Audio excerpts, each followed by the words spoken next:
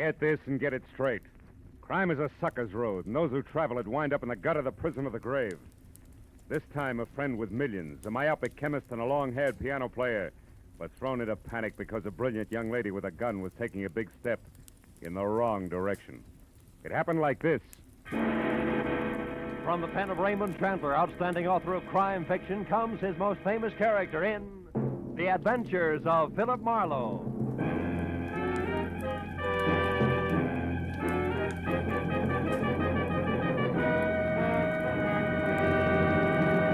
Now, with Gerald Moore, starred as Philip Marlowe, we bring you tonight's exciting story, The Big Step.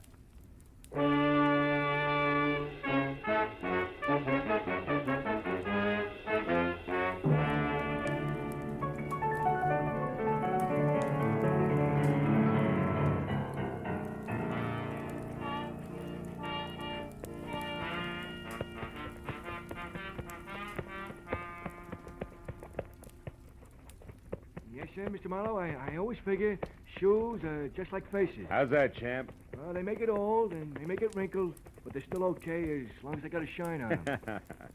Yeah, it keeps that right in condition, huh, champ? Yes, sir. Hey, let me just spank up this one again, huh? Sure. Oh, come in. Mr. Marlowe? Yeah? Oh, excuse me. I didn't know you was busy. That's all right. Okay, champ. I guess that does it. Here you are. Oh, thank you, Mr. Marlowe. I'll see you tomorrow. Right. Well, now that my shoes have a new lease on life, won't you sit down? Miss, Cantor.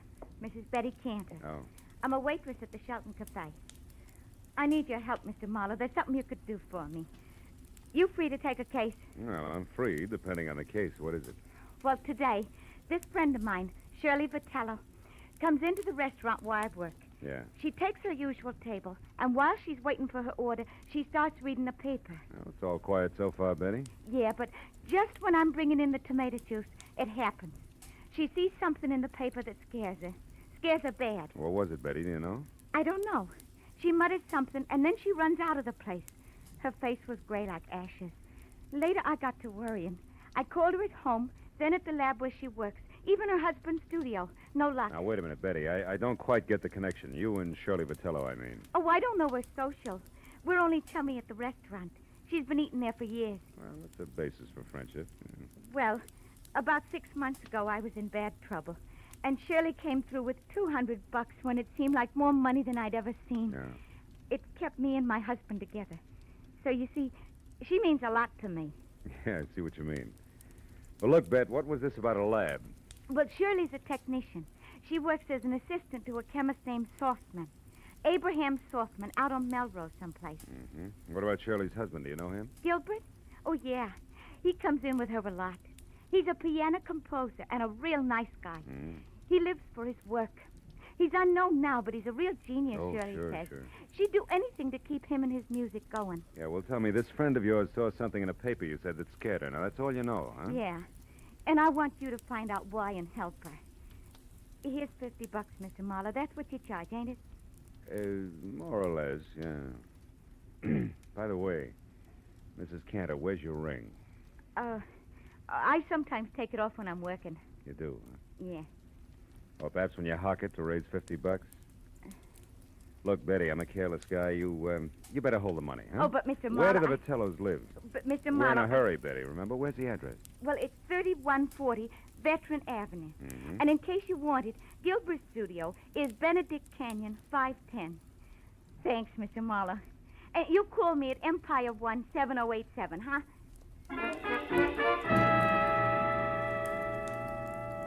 When Betty Cantor was gone, I got in my car and drove out to Veteran Avenue.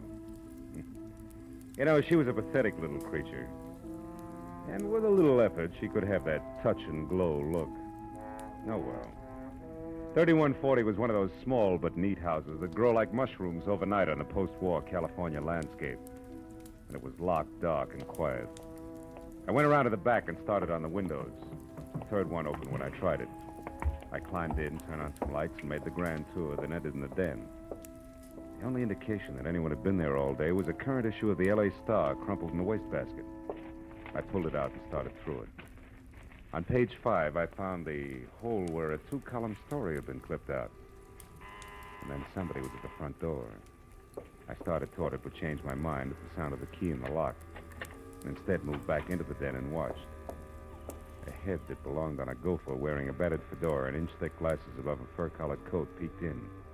Gave the place a myopic once-over and headed straight for the den. So I stepped out where he could see me. I have never seen you before. What are you doing here? You tell me first, Pop. I'm bigger than you are. I'm Dr. Abraham Softman. Softman? Oh, the chemist Shirley Vitello works for. Is that why you have a key? Yes, she leaves unfinished. She leaves work here for me to pick up. It's a convenience for both of us. But now you can also explain, maybe?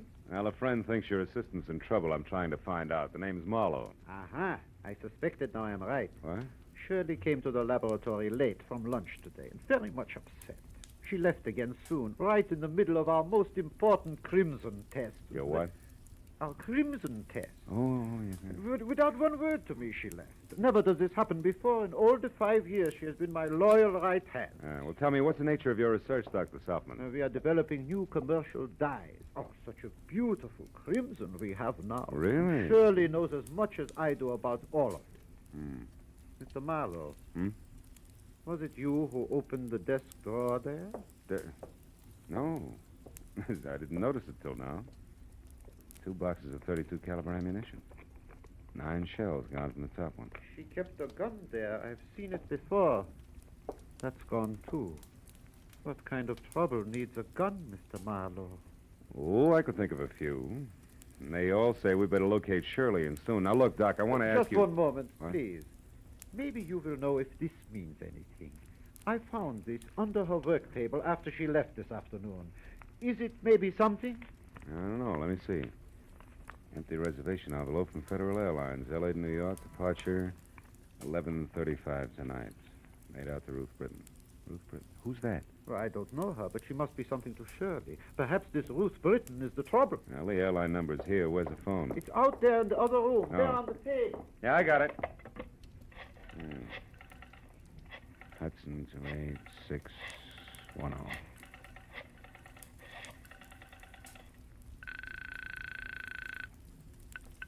Good evening, Federal Airlines. Agent Frederick Stowe speaking. Frederick, do you have a Ruth Britton listed on your 11:35 flight to New York? Oh, just one moment now, sir. I'll check. Oh, no. Yes, we do. Yeah, well, I've got to locate her. Do you have an address or a phone number there? Oh, no, sir, I do not. And even if I did, I'm Look, afraid Freddie I couldn't. Freddie boy, this is important. I need that information. Now, describe it to me. What does she look like? Oh, dear, I'm afraid I can't. I must have sold the ticket. I'm the only agent on duty, but I just can't seem to think where Try, will you think? I am. How do you expect me to isn't that remember awful? 75 or 80 faces every day? Now, listen, Good heavens, don't you think I get confused? Yes, I every do. Time Now, 9 or 10 jerks come in here at once, all wanting tickets at the Never same mind. time. Don't you think I have the Skip right it. to do it? Frederickson. Now, look, Doc. Now, look, do me a favor, will you? What is it? Stay right here and wait for Shirley. If she comes back, hold her. I'm going to look up her husband, Gilbert.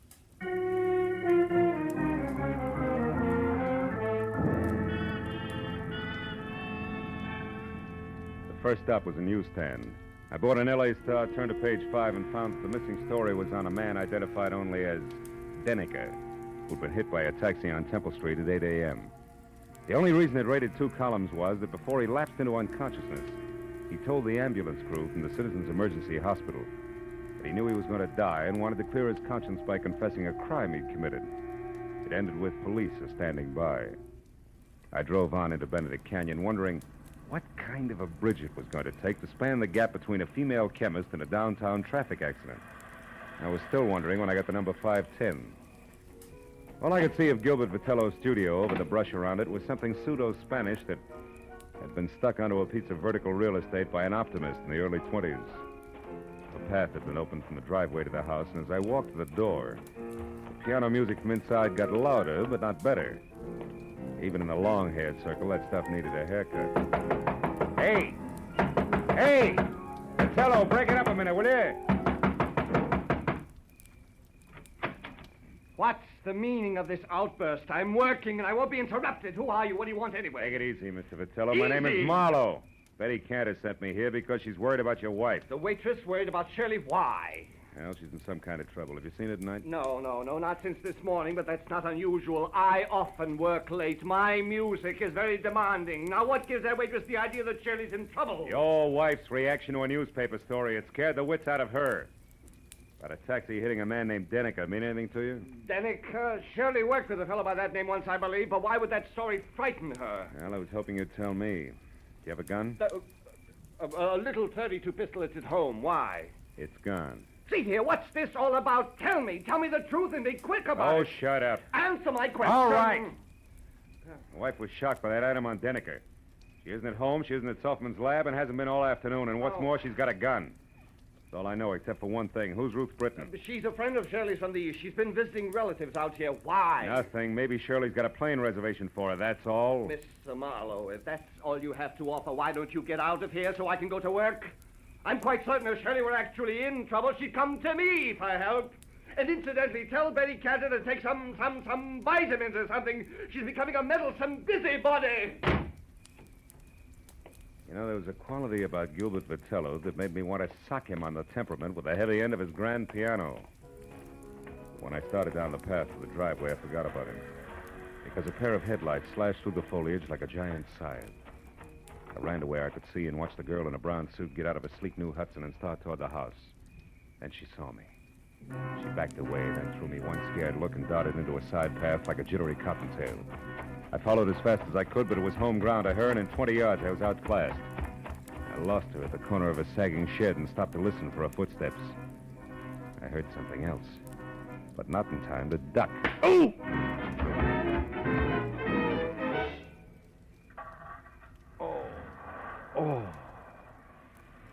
Oh. You there, you.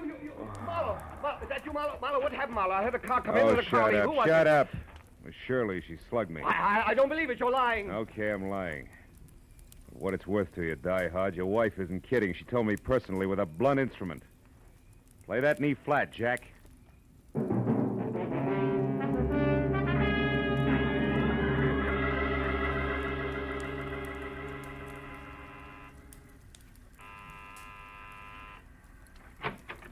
Mr. Marlowe, did you get something? Lumps. Oh, look at... How about you, Dr. Softman? No, nothing. Come in. Oh. No one has come here. You found out something? Ever hear of a guy named Dennicker, Doc? Me, here of Morris Dennicker? 5 times in the past 3 years, Morris Dennicker in Chicago has beaten me by introducing a new dye substance or a new process just days ahead of me. 5 times this happened. He's a dye chemist, too, huh? A brilliant one. I admire him. But why do you Listen, this me? is beginning to fit like a rubber glove. Dennicker's in a hospital right here in L.A. He may not live, and he wants to confess to a crime. Here, look. What? Now, read it yourself.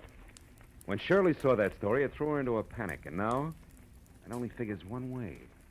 Your assistant has been selling your new developments to Dennicker before you released them. No, it is not true. Shirley would not do this thing, not to me. Okay, Doc, we'll see.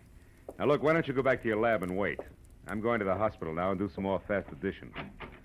If it comes right, just don't forget you're a scientist, will you? Oh, I would not forget.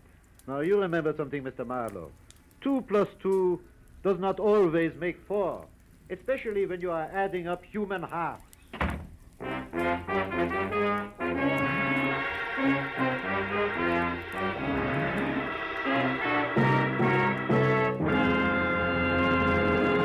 In just a moment, the second act of Philip Marlowe. But first, Wednesday's Wonderful on CBS, with Dr. Christian, Groucho Marx, Bing Crosby, and Burns and Allen all coming your way over most of these same CBS stations. This Wednesday, Brother Bob Crosby visits Bing. Gracie Allen stumps the income tax experts. Groucho will be on hand with his ad-libs and teams of opposition. And Dr. Christian makes a wily grandmother stick to the truth for once. So be listening this Wednesday, won't you? Now, with our star, Gerald Moore, we return to the second act of Philip Marlowe and tonight's story, The Big Step.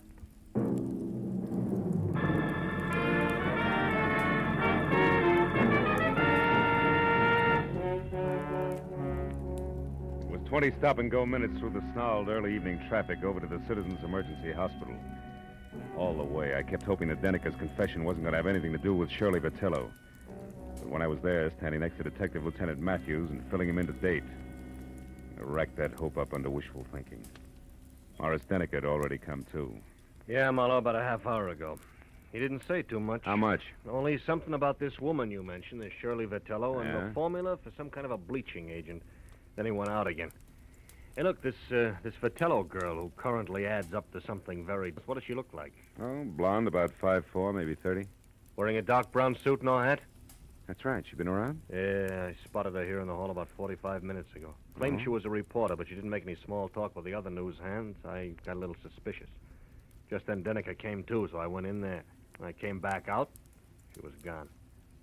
Hey, Marlowe, you know where we can pick her up? No, I don't, Lieutenant. Doesn't look so good for her. She could be pretty desperate right now. Like a quick trip to the country. Or like worse, she's got a gun, Matthews. And now with Denica starting to talk, very little hope left. I better be going. Where? Just going, Matthews. Hey, wait I'll a keep in minute. touch. Wait a minute. Look, we have a big organization, Mr. Marlowe. We're equipped to handle all kinds. We could do almost as good a job as you. Just keep that in mind, will you? Yeah, and I'm glad you said almost. So long.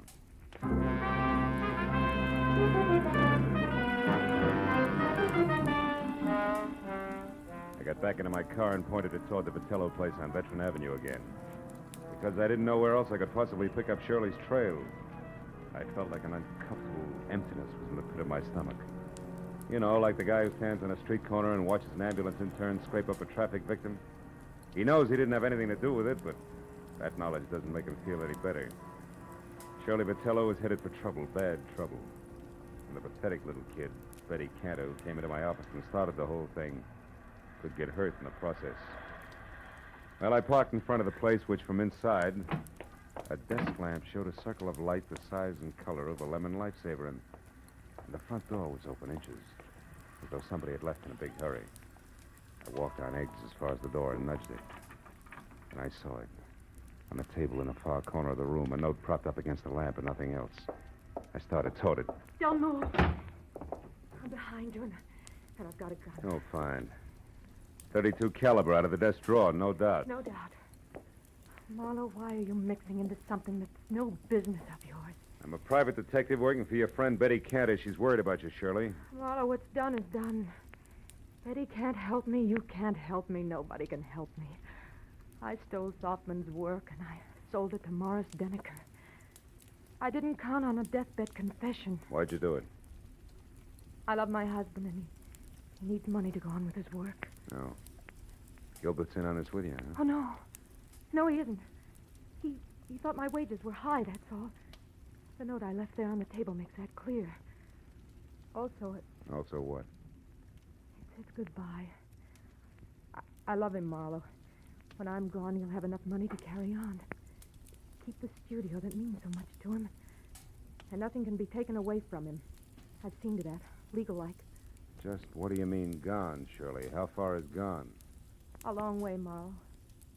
All the way. Suicide? Oh, no, Shirley, you Marlowe, can't mean let's that. not talk anymore. And don't bother about that phone. It's only Gilbert. How do you know? Well, when I pulled up outside here after I came from the hospital, he was home. I didn't want to speak to him, so I drove on until I came to a phone booth. And then I called here and told him to meet me at the Saffron Bar. It's an old hangout of ours. You wanted to leave a note for him, but didn't want to face him, is that it? Yeah. He'll keep calling on and off for quite a while before he comes back here. I figured it would be better that way. I didn't want him chasing me. The sea air might give the big lug a cold. It always did. Well, Marlowe, it looks like it's about time to put you away for safekeeping. I don't think so, Shirley. I think the phone is about... No! Next time, Marlowe, it'll be more than a vase, but just as fragile. Now, the closet seat are lined and strong. It should hold you long enough. Get in, Marlowe. Go on. Okay. And it is, baby.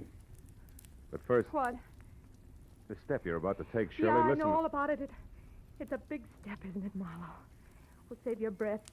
I wouldn't be any happier in prison or running away, believe me. Not a bit happier. So long, Marlowe.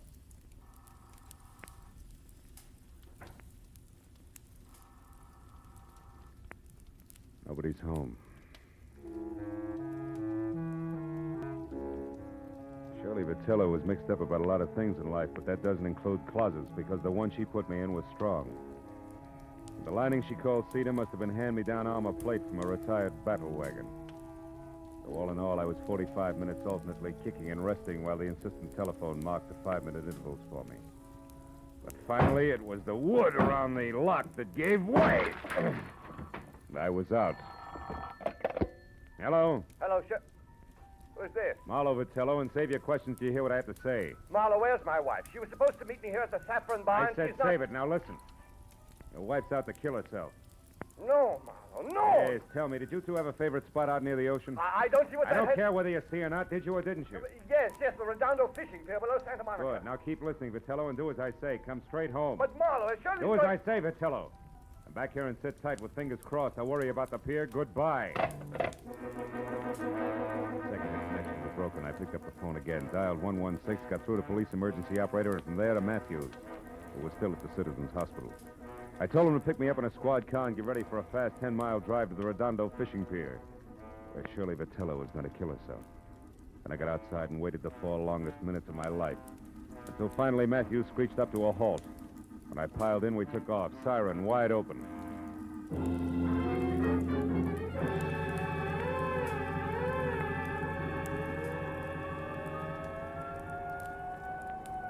It'll be less than a minute now, Marlowe. Pier's only a couple of blocks away. Good. Better have Mooney kill that siren, Lieutenant. Jack, we want to come in quiet, Mooney. Okay, Lieutenant.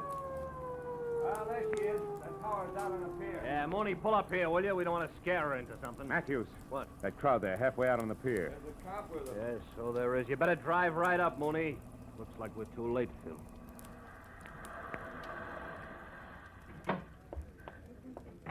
We were too late. At the center of a circle of the morbidly curious who always stand and gape, we found her lying face down on the greasy planks of the pier, dead. She'd shot herself through the heart, and the gun, the same .32 she'd used on me, was lying next to her. 2 bullets gone. I explained the extra shot to Matthews. Uh-huh. Okay, 1 bullet fired up at her place and the other one here. Well, I hope you're satisfied, Marlowe. What do you mean, satisfied? I mean single-handed. You had to leave the cops out of it, didn't you? You had to go up to Veteran Avenue all by your lonesome, didn't you? Now, you wait a minute, Matthews. I was only trying to... nuts. Hey, Mooney, where's the nearest phone? Over there, Lieutenant, across the street, the Triple Eagle Cafe. The patrolman here's already called an ambulance. All right, tell him she can be moved. Come on, Marlowe. I want to turn in a first report on this. Mooney, pick us up at the cafe. Right, Lieutenant. Okay, boss. Okay, let's see. So Shirley Vitello was stealing formulas for those dyes from her boss and selling them to this Morris Denneker. Yeah. All was rosy until Denneker walked out in front of a taxi early this morning. That put him close to death and in a mood to talk. Also put Shirley Vitello on the spot. Hey, is that the place you want a phone from? Yeah. Look, one thing more, Marlowe. The girl's motive all the way through. She loved her husband. He loved his work. Yeah? Her, too? Yeah, after his work. So since he didn't make any dough, she's told to keep him going and close to her. There's the phone, Phil. Come on, will you? I may need you to fill in the blanks for me. Marlowe, I said I heard you.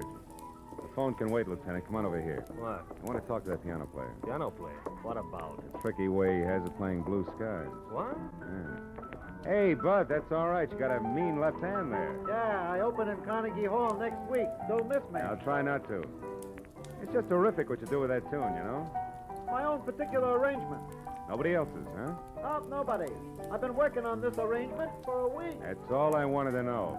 Hey, Marlowe, what are you getting at? The phone, I've heard enough. Where'd you say it was, Matthews? Over there, the left of the bar. But Phil, what are What we time doing? is it, Lieutenant? 5 after 12. Marlowe, what is it? A switch, Matthews. A switch? Yeah, one that'll knock your badge off. Will you get a load of this? I'll listen. Good evening, Federal Airwaves. Agent Hedrick Stoll. Listen, speaking. Frederick, I'm the party who called before about the reservations for Ruth Britton on the 11:35 for New York. Oh, yes, I remember you. I'll probably... Never mind. It's police business, Freddie. Did the plane leave on schedule? Of course it did.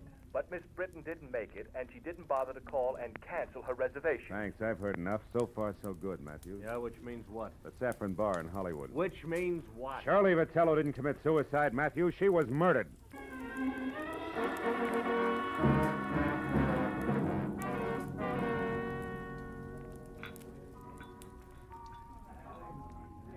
Okay, Phil. Where's your man? Right there. That table against the wall. Oh. Come on, Matthews. Hawaiian music. Sentimental rock. Degradation. Abomination. Oh, I don't think it's as bad as all that, Gilbert, old boy. Marlowe, You a cop, the most insensitive of all people. What would you know about music? Just for the record, he's not a cop. My question still stands. What do you know about music? As a matter of fact, not much. But you know, I'm fascinated by what they're doing with instruments these days. Really? Mm-hmm. What are they doing that might fascinate you? Well, for example, take that picture where the score is done by only one instrument, a zither. What's more, it doesn't sound like a zither. To a trained ear, a zither is a zither. You mean you can't make one instrument sound like another? Well, for example, a guitar like a piano? Don't be ridiculous. Now, wait a minute. Not so ridiculous. Why, only tonight I heard a guitar that sounded just like a piano.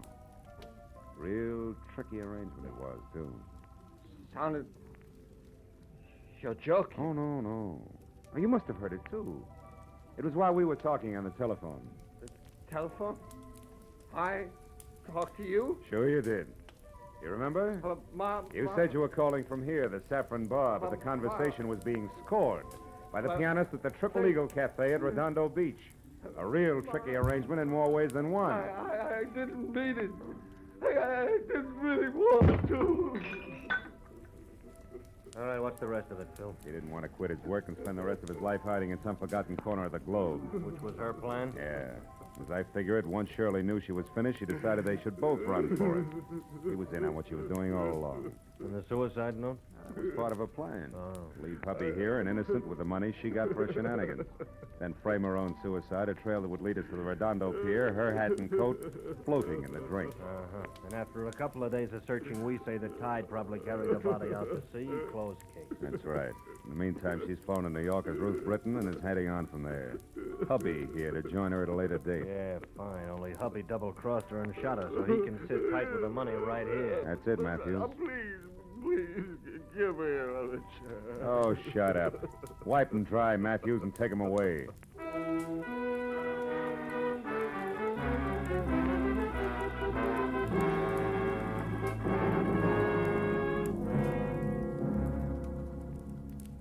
I didn't go along with Matthews. I didn't even bother about my car, which I'd left in front of the Vitello place. I'd had enough for one night. Enough of the kind of person who'd hitch his wagon to a star only if the twinkle he saw on the horizon was the reflection of a dollar sign. Oh, yeah, they were a pair, all right, the Vitellos.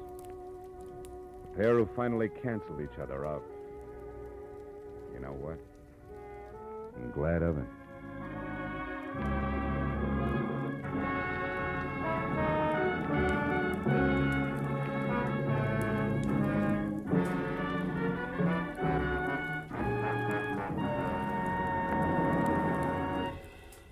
The Adventures of Philip Marlowe, bringing you Raymond Chandler's most famous character, star Gerald Moore, are produced and directed by Norman MacDonald and are written for radio by Robert Mitchell and Gene Levitt.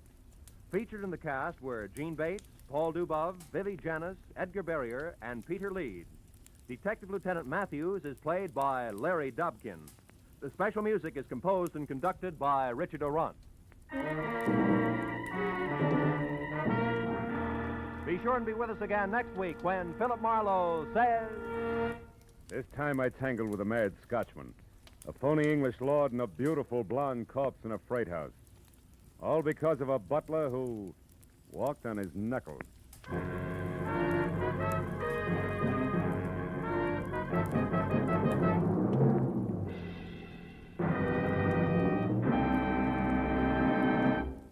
How about tying a mental string around your finger today to remind yourself to file your 1949 income tax return as soon as possible? The 15th of March isn't several miles down the road the way it used to be. It's almost at your front door. And you'd certainly get a scare if you came home one evening to find it sitting right smack in your living room saying smugly, "Well, you forgot to file your income tax return. What now, little man?" So why not set aside tonight as income tax night and file your 1949 return? This is Roy Rowan speaking. This is CBS, where Burns and Allen are heard every Wednesday night, the Columbia Broadcasting System.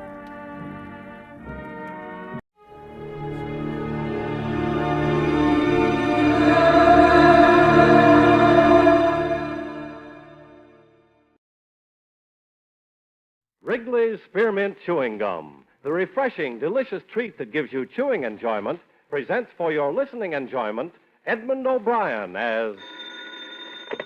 Johnny Dollar. George Parker, Johnny, Corinthian Ulrich. Sure, George. How are you? In need of an investigator. Can you take a case for us? I've been sitting here waiting for one. You've got it. Big policyholder on Cape Cod, Mrs. Thomas Harwell. She died from poison. That's rare these days. I'll be over in about 30 minutes. Listen to the rest of it.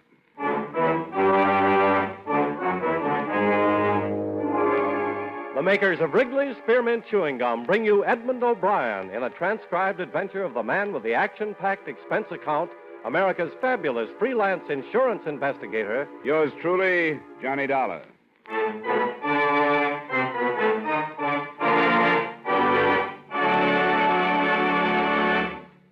Wrigley's Spearmint Chewing Gum refreshes you. Wrigley's Spearmint Chewing Gum gives you real chewing enjoyment. Yes, for chewing enjoyment plus refreshment, it's Wrigley's Spearmint Chewing Gum.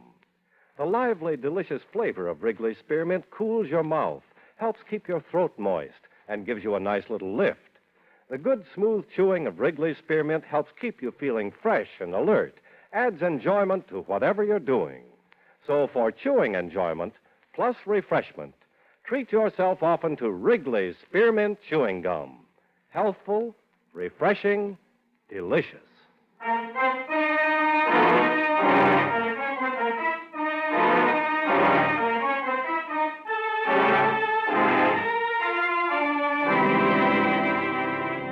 Expense account submitted by Special Investigator Johnny Dollar to Home Office, Corinthian All Risk Insurance Company, Hartford, Connecticut.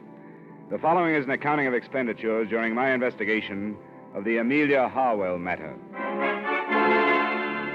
Expense account item 1, $250, cab fare from my apartment to the Corinthian building in the office of George Parker.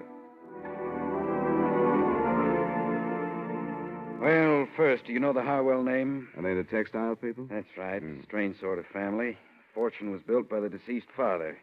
She was his only child. He naturally had wanted a son to carry on the name and the business. So he trained her, Amelia. She took the man's place all her life. How old was she? Something over 70. And did she still head up the business at that age? She took a very active part. What about the poison? I haven't gotten any of the details on that. That'll be up to you. Anything on the surviving family? Yes. I have it here.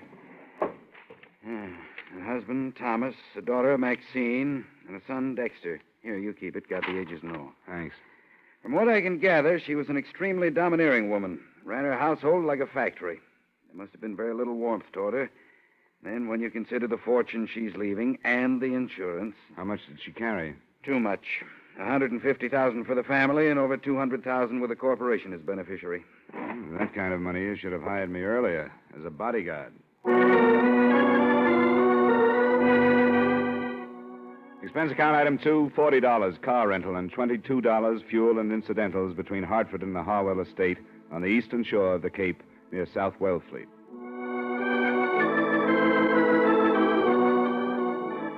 The mansion was as solid as the family's Dun and Bradstreet rating. Heavy brick construction with turrets, shuttered windows, and massive double doors that opened into a coldly formal entry hall.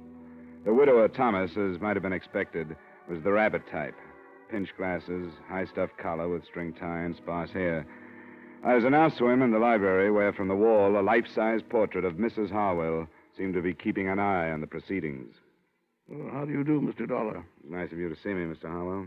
That will be all, Brighton. Yes, sir. Close the door, Brighton. Yes, sir. Please sit down, Mr. Dollar. Thank you. Well, these things are always hard to start, Mr. Harwell. I'm accustomed to bluntness, Mr. Dollar. Besides, I've talked about Mrs. Harwell for almost 50 years. I see no reason to hesitate now, because she's dead. She was poisoned, you know. Yes, I'd heard. But I don't think she minded. You don't think she minded? Mrs. Harwell was an invalid. She had a very short time to live. I didn't know that. Well, very few people did. She hardly admitted it to herself. Mrs. Harwell was a very strong woman, one who despised weakness, yet made everyone around her weak. Neither of these points have been released to the papers, the illness or the poison? No. Due to a friendly gesture by the police, she's been spared notoriety. She wouldn't like it to be known, so it isn't. Was she in pain, Mr. Harwell? She never told me.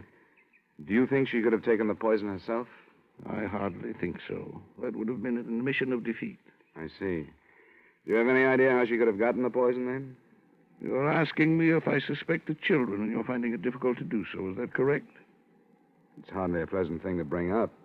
The time for delicacy is past. I'm afraid I don't approve of my daughter or my son at all. Oh? They're the worst sort of rich men's children, or rich women's, I should say.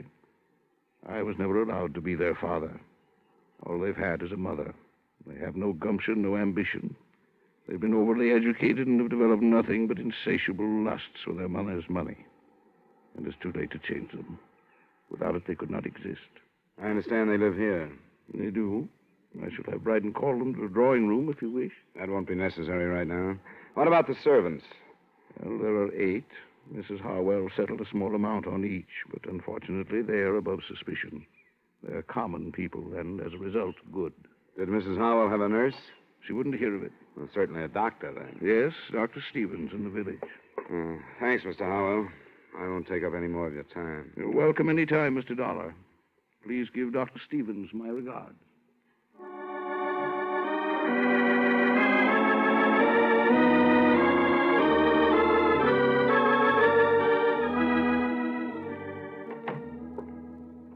Well, Mr. Dollar, the Harwell case passes from my hands into yours.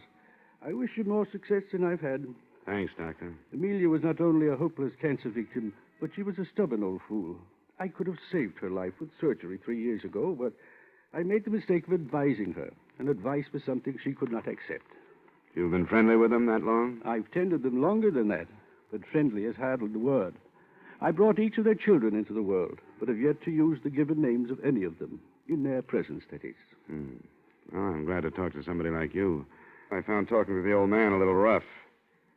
I'm used to survivors being sad about death or suspicious or something. I'm afraid that with Thomas, instead of a feeling of grief, it's something akin to passing from slavery into freedom. And the children, are they as worthless as he makes them out? I'd say so. Maxine, the oldest, is a bitter, frustrated old maid at 33. And Dexter, 32, is an alcoholic and has just entered into an unsuccessful marriage. Do you think either of them could have killed their mother? I'm in no position to accuse any of them, but there is the inheritance and your insurance. It's a fine household. How long would she have lived? It's hard to say. 2 months, possibly 3. Does the family know that? I've been honest with them. Then why kill for profit? I don't know. Could it have been a mercy killing? I've wondered. It doesn't sound like them to take a risk like that, but it's a possibility. What kind of poison was it? I don't know. I've been asked to attend the inquest this afternoon. If you'd like to call me at home this evening, I'd be glad to tell you what I've learned. Thanks, Doctor, I will.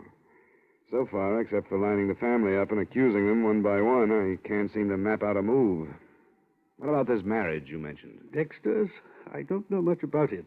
The girl's name is Gretchen Nielsen. She owns a small photographic studio just down the street. Small business, huh? It's below Harwell standards, isn't it? That is probably the cause of the trouble. I don't doubt that Amelia wouldn't let her in the house.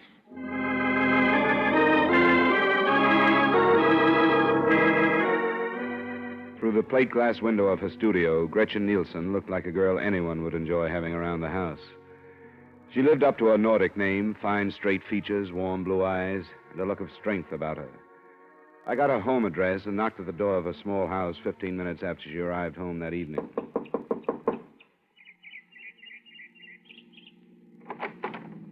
Miss Nielsen? Yes? I guess I should have said Mrs. Harwell. My name is Dollar. I'm an insurance investigator working on the elder Mrs. Harwell's death. I'd like to talk with you. Well, I don't know anything about it. Why have you come here? Because I haven't found any place else to go. I'd rather not talk to you. Why not? There are things you don't want to say? All right. Come on in. I'm surprised I haven't been questioned before this. The police haven't started yet. It's probably why you haven't. I suppose that means I can expect to be dragged into it by the... I'd imagine so, yes. We can sit over here. You know she was poisoned, don't you? Yes, I didn't until Brighton the butler told me. I read about the death in the paper and phoned out there. Why aren't you living there with your husband? You have no right to ask me things like that, have you? You don't have to answer my questions, but it might be a good idea to get things out in the open. Why? Because there has to be a reason for Mrs. Harwell to die the way she did. Could your marriage to Dexter be behind it in some way? I don't see how. Wouldn't they let you and Dexter live together in the house? I didn't give them a chance to let me. They knew I'd never live there. What did they tell you? What did they say about the fortune hunter who lured and trapped their only son? You weren't mentioned. That's hard to believe. Why isn't Dexter here with you? Because he's a slave. He's too weak to be anything else. I hate myself for saying that, but it's true. Why'd you marry him? Because I love him. I thought we had something that would drag him away from that family that smothers him. But when the time came, he wouldn't leave them. Why not? Because his mother never taught him to do anything but hold out his hand for the money that was always there for the taking. He's due to come into some money of his own now. Quite a chunk. You led the conversation to this point, didn't you? Dexter would never kill for the money. There has to be a reason why she died. I think her husband did it. Why? To stop her suffering. I caught her off guard a few times. I know she was in pain. And I know she was frightened. Probably for the first time in her life. I think he knew that, too, and wanted to help. That could be. First, you sounded like you hated her. Now you don't. I feel sorry for her. Because she made so many mistakes. And now she's dead, and there's nobody to correct them.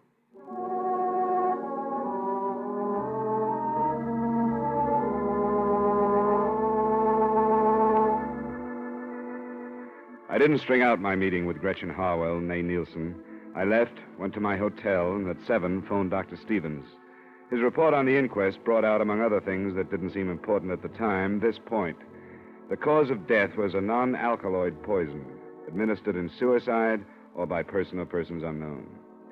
The poison was hardly the type to choose either for suicide or a mercy killing. With what I had, I went out back to the Harwell residence.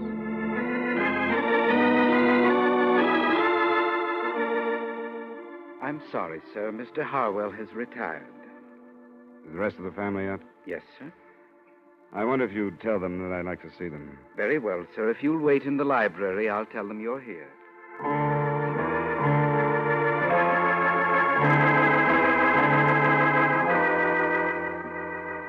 And this is my sister, Maxine. How do you do? How do you do?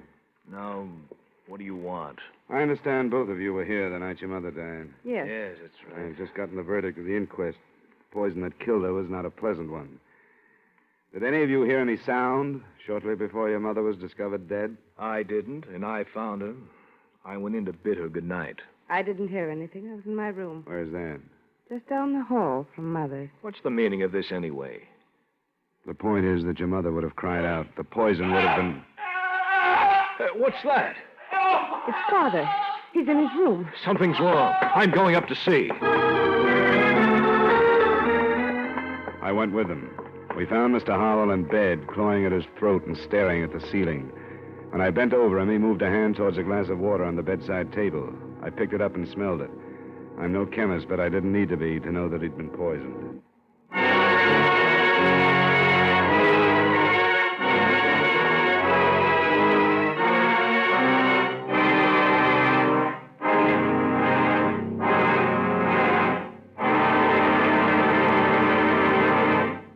Friends, wherever you are, whatever you're doing, you'll enjoy chewing Wrigley's Spearmint Gum.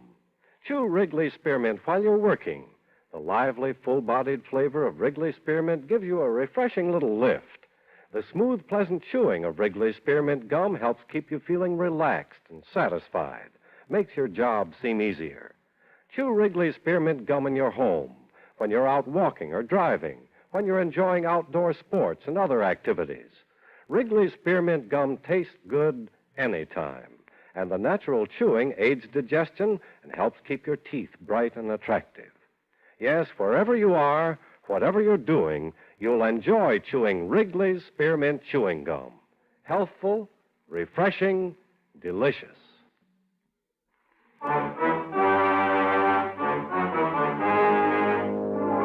And now, with our star, Edmund O'Brien, we bring you the second act of yours truly, Johnny Dollar.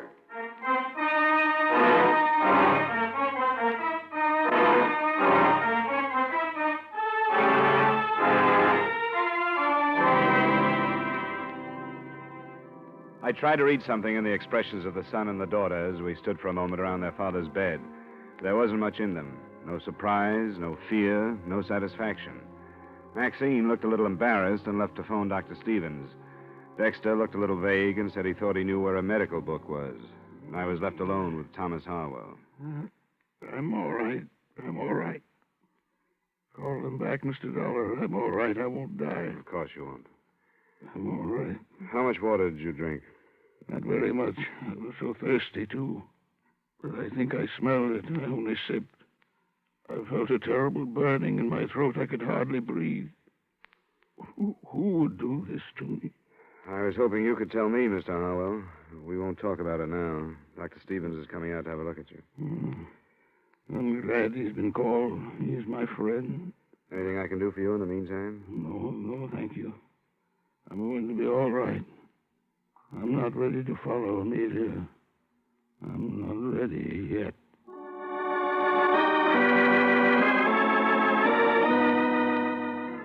I took the glass of poisoned water with me when I left the room. I put it on a table in the hallway outside his door and stayed with it until Dr. Stevens arrived. He spent about 15 minutes with Mr. Harwell, and then he joined me. He's all right. Where's the family? I sent him downstairs. Good. You said you had the glass? Yeah, here it is. Smell it. There must be enough poison in this to kill 100 people. He's a very fortunate man. Can you tell if it's the same stuff that killed his wife? I'd say yes. Canadine or some such. What did he say to you? Very little. I'm only his doctor, you know. But he did tell me that it was unnecessary for this to be reported to the police. Oh? I told him it would be absolutely unethical if I didn't. It sounds to me as though he's trying to protect the children. I guess they're used to that. By the way, did you notice the marks on his throat? No. Looks as if somebody has tried to strangle him. Strange. I didn't notice. Will it be all right if I talk to him now? Oh, I think so. I gave him a very mild sedative, but it won't go to work for a while. Do you want me to wait? Not unless you think you should. He doesn't need me any longer, and if you'll stay here in case of another attempt... I will. I'll call you if anything develops. Fine. Good night, Mr. Dollar. Good night, Doctor. Yes? How are you feeling, Mr. Harwell? Oh, quite well, thank you. Quite well. I'm glad you came back, Mr. Dollar. I want to talk to you. I'm glad to hear that. I spoke to Dr. Stevens. About not reporting this to the police? Yes. Why must he be so uncooperative? Why don't you want the police to know? Because no matter how serious the purpose was, the results were harmless. I want the subject dropped. Are you afraid of what police investigation might bring out? For the sake of the family reputation, I do not want their meddling. I intend to manage this in my own way. Tomorrow morning, I'm going to discharge all of the servants. You told me earlier that they were all above suspicion. Do you remember? Until this attempt upon my life, I thought they were. It's hard to understand, Mr. Harwell. If you really think that one of the servants tried to poison you, you must realize that the same one killed your wife. Still, you want the matter dropped. I do. Amelia is gone, and I see no possibility that she will return because I bring about for myself and my family the unpleasantness of police interference. You may believe in your logic, but I'm sorry it won't work. It'll have to be reported. Then, young man, leave this house. I didn't want you here. You will never be allowed under this roof again. All right, Mr. Harwell. Good night.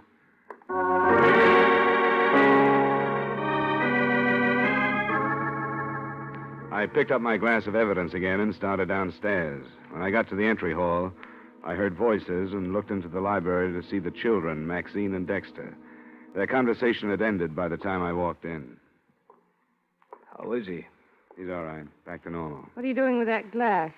I'm taking it to the police. They'll want to know if it's the same poison that killed your mother, and there's a chance of finding fingerprints on it. Here we go again.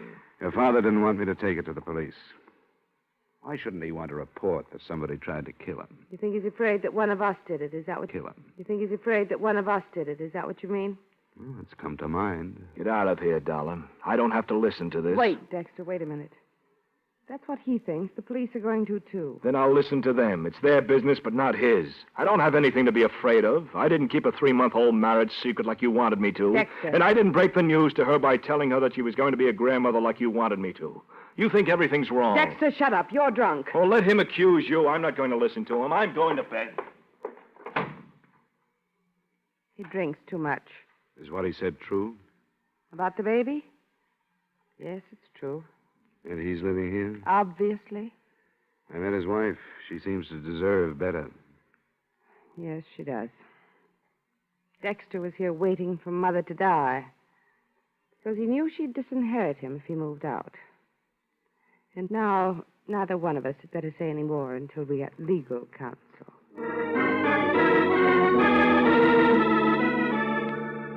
I took the poison to the police and made a statement.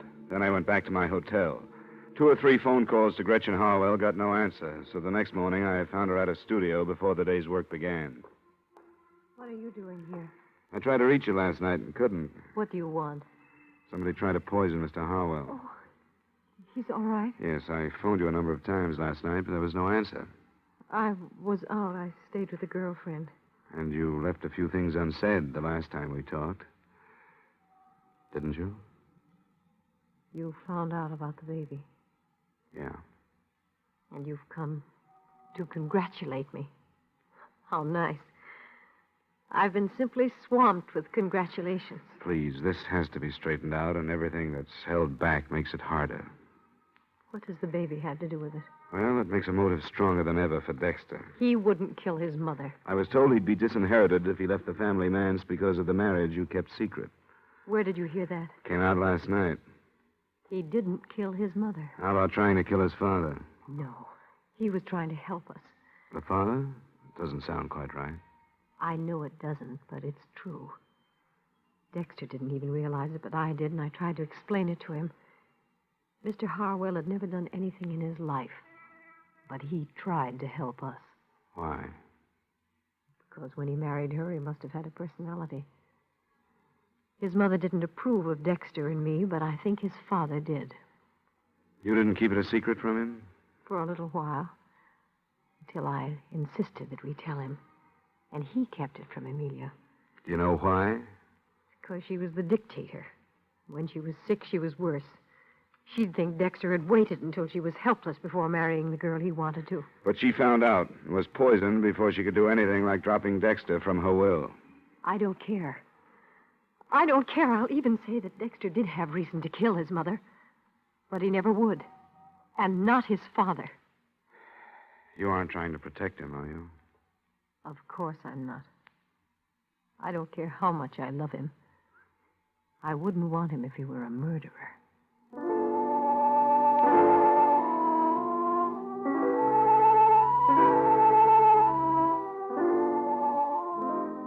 I did a lot of thinking after I left her. It would have been easy to be swayed by her, and I took that into consideration. In my hotel room, I tried to line up all the points that had come out. Only 2 of them added. By phone, I tried them on Dr. Stevens.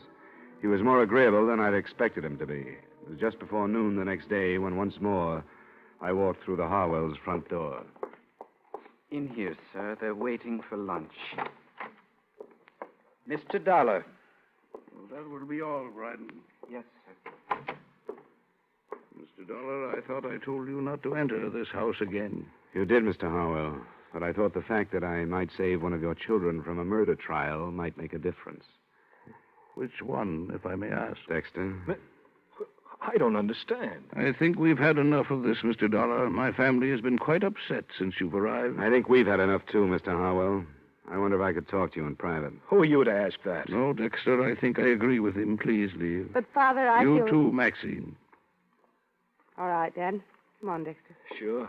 See if Dollar can tell him anything worse about me than he knows.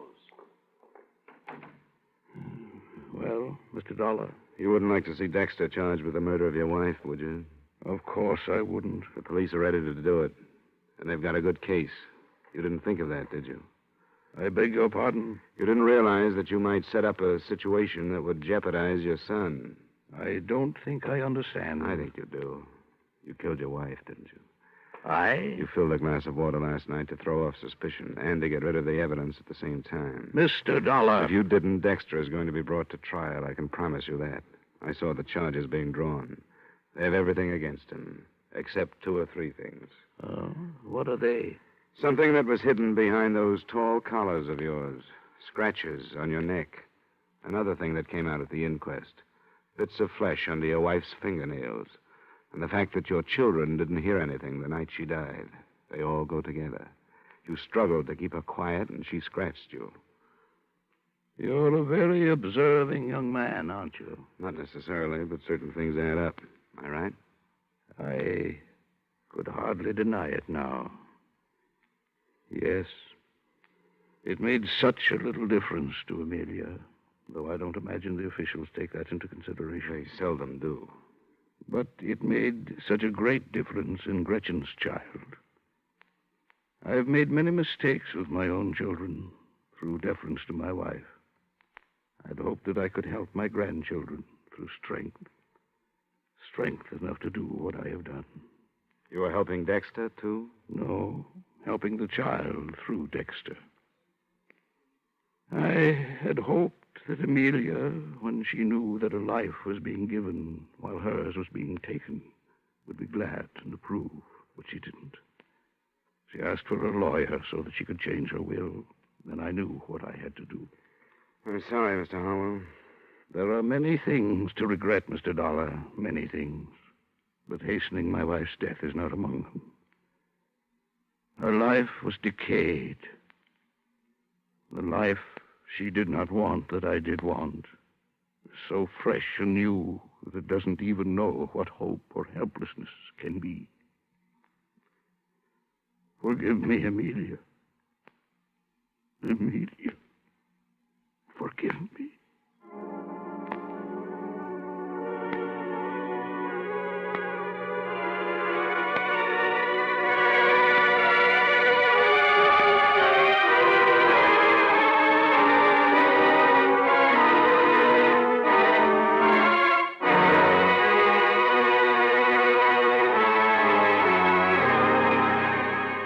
Expense account item 3, miscellaneous, $35.85. Item 4, same as item 2, transportation back to Hartford. Expense account total, $122.35. Yours truly, Johnny Dollar.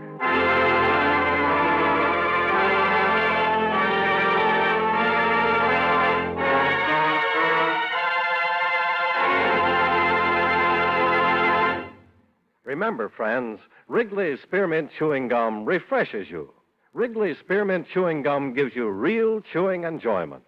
The lively, full-bodied flavor of Wrigley's Spearmint cools your mouth, freshens your taste, sweetens your breath. The smooth, pleasant chewing of Wrigley's Spearmint helps keep you feeling relaxed and satisfied, makes whatever you're doing more enjoyable. Yes, for refreshment plus chewing enjoyment, treat yourself often to Wrigley's Spearmint Chewing Gum. Millions enjoy it daily. Get a few packages and always keep some handy. That's Wrigley's Spearmint Chewing Gum. Healthful, refreshing, delicious.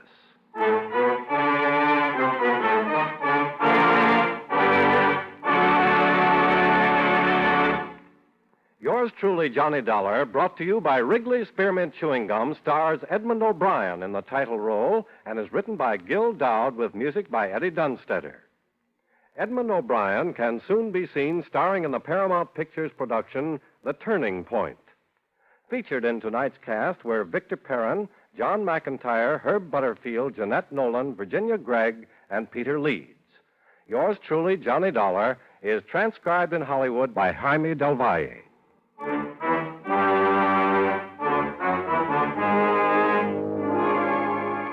The makers of Wrigley's Spearmint Chewing Gum hope you enjoyed tonight's story of Johnny Dollar and that you're enjoying delicious Wrigley Mint Gum every day. We invite you to join us next week at this same time when, from Hollywood, Edmund O'Brien returns as... Yours truly, Johnny Dollar.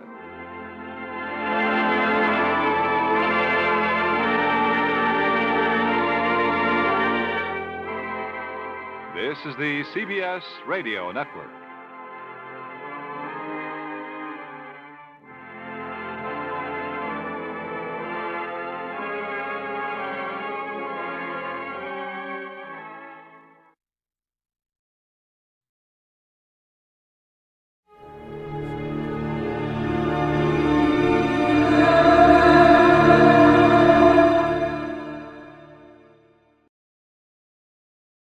Dragnet. It was Saturday, November 23rd. It was warm in Los Angeles. We were working the night watch out of Homicide detail. My partner's Ben Romero. Boss is Blaine Steed, captain of Homicide. My name's Friday. It was 6:35 p.m. when we got to the corner of Western and Lexington, a Western fur shop. Hi, Brennan. Hi. What happened, Frank? The owner's been shot. His name's Albert Kreiber. Yeah? Who is that? Mrs. Kreiber. Haven't been able to get anything out of her. Where's the body? In the back. Munkers is back there. Did you call the lab? Yeah. Jones on his way. Photographer and fingerprint men with him. All right, let's take a look. Nothing seems to be messed up. Back room is. It was a small shop. A couple of fur coats on dummies on one side of the store, and on the other, a tall glass case holding about 15 more. Mrs. Kreiber sat on a straight back chair staring at the floor. We went through the curtains into the back room of the store. Sprawled out on the floor at the far end of the room was the body of a man. He had a fur coat gripped in one hand. Sergeant Moncrief from Hollywood Division was standing by. What do you figure, Monk? Looks like a couple of hours. Did you call the coroner? Yeah. How long you been here, Monk? Just a couple of minutes. You think Miss Kreiber moved anything here? I don't think so. She was sitting in that chair when we got here. I don't think she's moved except to call in. Did she put in a call? Yeah. Empty shells on the floor. You got a pencil? Yeah. Yeah, 32. Yeah. You think robbery? I don't know. Let's talk to the wife. Wait a minute. Bottle here. Yeah, Sierra Valley Wine Company.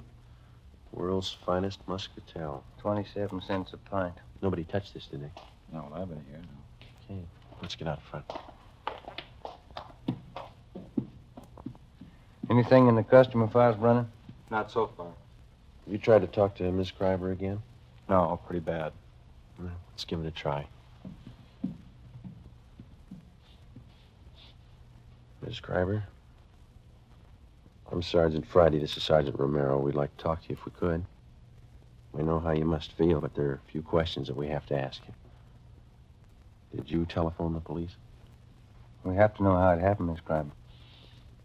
Miss Kreiber? Mm-hmm. Can you tell us what happened? Who is it? What do you want? We're police officers. Oh. Albert. Albert's dead. Albert! Albert! Someone call the police? Miss Kreiber, we are the police. My husband's been murdered. He's dead. Albert. We better leave her.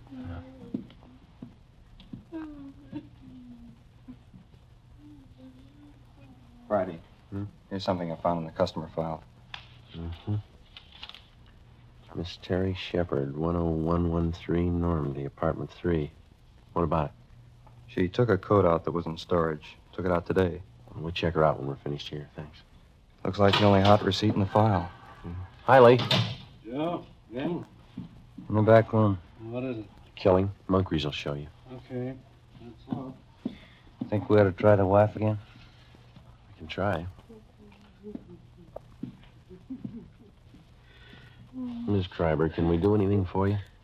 I'm a little better. I'll try to tell you what I can. All right. When did you get here? It must have been about 6 o'clock, a few minutes after. I came to take him home. Any customers around? No, the store was empty. I stood here for a few minutes waiting, and I went in the back and... You're silent. Is the front door open? No. Yes, the front door? Yes, ma'am, the front. Yes, open. Did you telephone the police? I think I did. Did you come here to pick him up? No. No, usually he drives home himself. I came down on the streetcar to ride home with him. What kind of a car do you have? An Oldsmobile. 1939 or 40, I guess it is. Where does he usually park? in the rear of the store, this little place back. I'll take a look. All right. Where is your home? 3412 Northwestern. I thought there was something wrong when I got a telegram from him. He said not to come down tonight. He said he'd be home late. What time was that? About 4 o'clock. Well, I'm all mixed up. I haven't told it to you as I remember it. First I telephoned here to the shop. That was this afternoon? Yes, 3:30. I'm sure of that because I made some other calls. I spoke to Albert. He didn't say he was going to be late. Then at 4 o'clock, I received the telegram. Do you have that with you? Yes, it's in my purse somewhere. Somewhere. Oh, here it is. Thank you. Don't come down. I won't be home until late after see a customer, Albert. Can I keep this or return it to you? Yes. What'd you do after you got this wire, Miss Schreiber? Well, nothing. I thought it was strange, but I didn't think too much about it. Then I started wondering why he didn't say anything over the telephone about being late, so I came down here on the streetcar. Did you phone the store just before you left your house? Yes, but there was no answer. Parking lot's empty. Better get out an APB on the car, huh? Miss Schreiber, you said your car was a 1939 or 40 Oldsmobile, didn't you? 1940. I remember now. What model is that? Oh, it's sedan, light blue. Do you remember the license number? Well, I have it on this chain with the extra keys. Here it is, on this little tag. The veterans make these. Thank you. Joe, can I see him now? Sure. Excuse me, Miss Schreiber. Do you want me to wait? I'd like to go home. We'd like you to wait for a little while, yes. Do you have any relatives living here? A niece and a nephew in Beverly Hills. Jerome Reed. They live on Cannon Drive. All right, we'll call them for you. Thank you. Lee, is this phone out here all right to handle? Yeah, it's been dusted. Okay. Joe, you coming in? Yeah, right away. Pretty clear, easy to trace. Mm-hmm. I'd say he was standing over here by the curtains when he was shot. That's where the stains begin. Mm-hmm. And he must have stumbled along this glass case. You can see the smears here in the glass where he tried to grab hold of something. Yeah.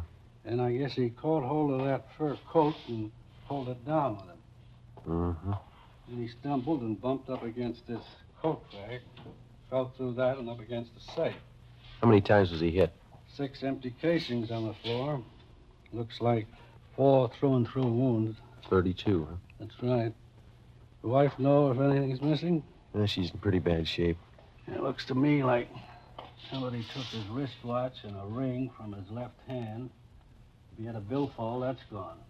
No coat. All the trouser pockets are turned inside out. What about that wine bottle? It's smeared. Can't lift a thing. Okay, thanks. Ben? Still on the phone. Okay. No. License 15 Boston.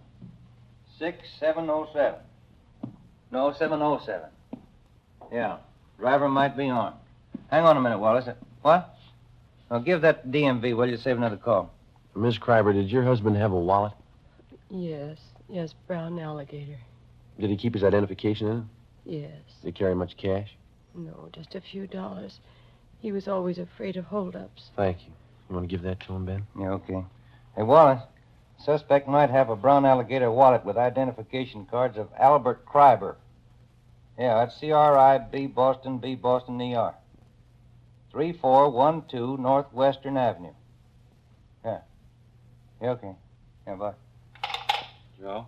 I have something here. Yeah, Monk? Invoice from a Far North Fur Company. 3 mink coats delivered here today. I looked all around. I only found 2, 1 missing. Did you find a sales slip for the other one? No. Miss Kreiber, would you come over here, please? Yes. Where are they, Monk? Over here. All right, over this way. Well, these are mink coats here, aren't they? Yes, wild mink. Albert told me he ordered them. Yes, ma'am. We found the invoice.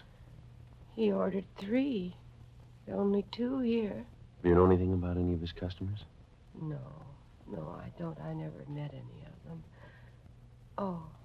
I remember now. Just the night before last, he called someone from home. Told her he'd have some minks in today and she could come in and look them over. Do you know who that was? Why, I didn't hear any name. Miss Kreiber, do you have any idea who might have wanted to shoot your husband?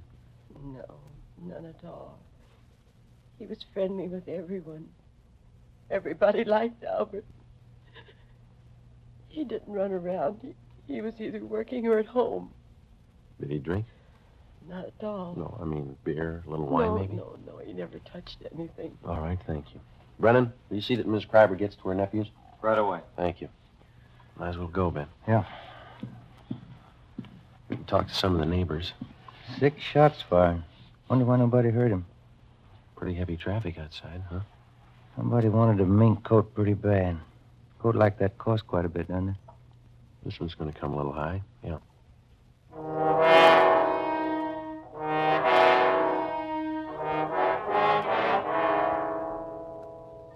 "7:05 p.m. Most of the stores along the street were closed, but a small shoe repair shop across the street was open, so we went over there.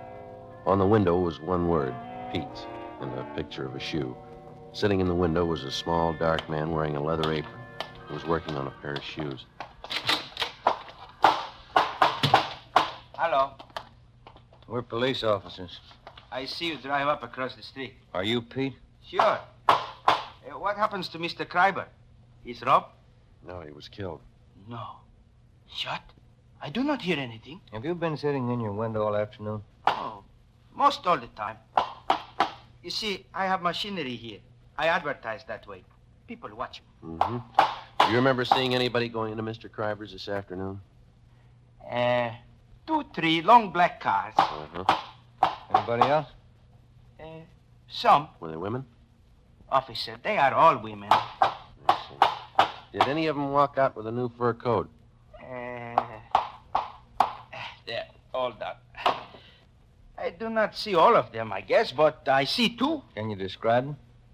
One beautiful young girl, tall, red hair. She walk out with big package. What time was that? 3, 4 o'clock. The second woman is about the same time. Funny thing. I do not see the bottle, but Benny from liquor store on corner tell me the second one, the blonde. She buys bottle wine. Did he tell you what kind? No. Reason I remember, I laugh when he tell me. I go over to Benny's for a can of beer. He tells me she buys cheap wine, walks out of Kreiber's with new fur coat. Me, I spend $5 for good wine, and my wife has no fur coat. How old was this blonde? How was she dressed? She's maybe 25. Young, you know, not too young, but young. She has on slacks, gray. Mm-hmm. What kind of a fur coat was she wearing when she came out? Mink. Look from here like Mink. I see. Did you notice where she went? The blonde, the gray slacks, mink coat. Yes, turned the corner onto Lexington and she went up the street. Did you see Mr. Kreiber's car drive away? No, he parked in back. I don't see him come in. I don't see him come out. All right. Thanks a lot, Pete. Mm-hmm. You know, officer, that blonde, something wrong there. How do you mean? Well, she has got fur coat, but she drinks wrong wine. I don't understand. Why do you say that? $5,000 coat, 27-cent wine. 7:45 p.m. Ben and I questioned Benny Davis at the Safety Liquor Store. He remembered the blonde and said she bought a bottle of Sierra Valley Muscatel from him between 2:30 and 3 o'clock that afternoon. He'd never seen her before. We contacted communications and gave a description of the blonde to supplement the All Points Bulletin. Then we started checking Western Union offices to find out where Mrs. Kreiber's telegram had been sent from. We finally traced it to the office at Normandy and Hollywood Boulevard. The operator who sent the telegram to Mrs. Kreiber also remembered receiving the call. She told us that the person who phoned in the message was a woman. The time, 3:22 p.m. We asked her to put a tracer on it and told her we'd check back. 8:24 p.m. Ben and I went to 10113 Normandy to talk to Miss Terry Shepard, whose name had appeared in the customer files at the fur store. The receipt showed she'd taken a coat out of storage that afternoon. This is something like the place the wife and I used to live in. Yeah? Same people must have built it. Apartment 3. Miss Terry Shepard. All right, come in. The door's open. Find yourself a seat, Fred. I'll be with you in a minute. Police officers, Miss Shepard. Oh? What's wrong? We'd like to talk to you. What about? Wonder if you could come out here, please. Well, I just got out of the shower. You'll have to wait a minute. Yeah? Yeah, this place has got the same floor plan as mine. Yeah. Kind of small, isn't it? Oh, not too bad. Wonder what rent she pays. You don't mind if I wear this tubing, do you? My hair's wet. It's all right. We're sorry to bother you. What can I do for you? You got a fur coat, Miss Shepard? Yeah, sure. Wonder if we could see it, please. Sure, but I don't think it'll thrill you. It's only muskrat. I bought it in Pittsburgh. Where is it, in the closet? Yeah. I'll get it. It's down the hallway, first door on the right. I think I know where it is. What's this all about, Lieutenant? What time were you at the Western Fur Shop today? Oh, I'd say 3 o'clock. Why? What'd you do while you were down there? I got my coat out of hock. I had it there during the warm weather. Paid the man, signed something, and he put the coat in a box, and I took it. Mm-hmm. Do you know Mr. Kreiber down there, the man that owns the store? You got me. The man was about 50. His hair was a little gray. I hardly even looked at him. This is the only fur coat, Joe. Could have passed for Mink when I first bought it. It's pretty sad now, isn't it? Not me. I'll give that closet the last check. All right. What happened? Did somebody steal a coat? Was anybody else in the store while you were there? Yeah. Yeah, there was another girl there. What was she doing? Nothing, just sitting. Do you remember how she was dressed?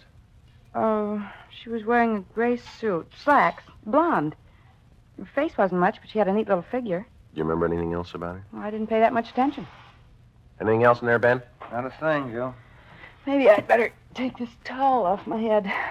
It doesn't look so hot when it's wet, but it's natural. It's natural red. Yeah. Is there anything else that you might be able to tell us?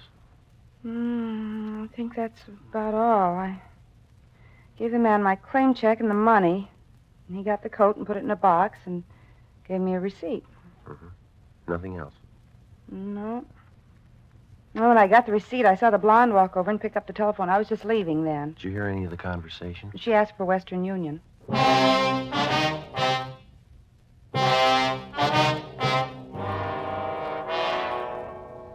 Sunday, November 24th, 9 a.m. Ben and I contacted the owners of all the shops in the vicinity, but none of them saw or heard anything at the time of the shooting. Officers Brennan and Munkrees interviewed all the regular customers of Albert Kreiber's fur shop. Only 3 had been in the store on Saturday, but none of them had noticed anything wrong. 11:35 a.m. We spoke to Mrs. Kreiber again, but she could add nothing to her story. Her niece and nephew had been to a football game at the Coliseum in the afternoon and knew nothing had happened until they were telephoned by Officer Brennan. 2:55 p.m. We spoke to all the tenants of the apartment house at 5513 Lexington, which is in the rear of the fur shop. None of them had been home, but the owner told us that he had some men working on the roof of the apartment house at the time of the murder. Through the owner of the Durable Roof Company, we traced the 2 men who had been working on the roof, and they told us that about 4 o'clock they had seen a blonde in gray slacks enter the parking space in the rear of Kreiber's fur store. They whistled at her, but she paid no attention to them. She got into an Oldsmobile and drove east on Lexington. 7 p.m. We checked in at the office and got word that Albert Kreiber's car had been located in a parking lot at Vermont and 8th. We drove down to the location and talked to the parking lot attendant. Well, the car must have come in sometime last night.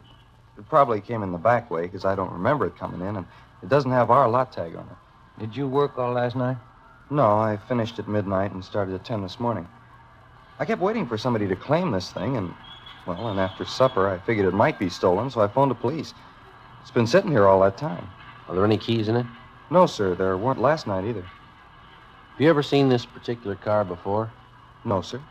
Have you ever seen a blonde woman about 25 wearing gray slacks? You mean hanging around here? Yeah, or in the neighborhood. Yeah, but not today or yesterday. You remember one? Well, yes, sir. Does she drink a lot? Maybe. Well, there's one that hangs out in these bars around here. Once in a while, she comes in the lot, but not lately. When'd you see her last? Oh, a couple of weeks ago. Was she with anyone? Yeah, but I don't remember him. I seen her with a lot of different guys. Does she hang around with anybody in particular? Yeah, her husband.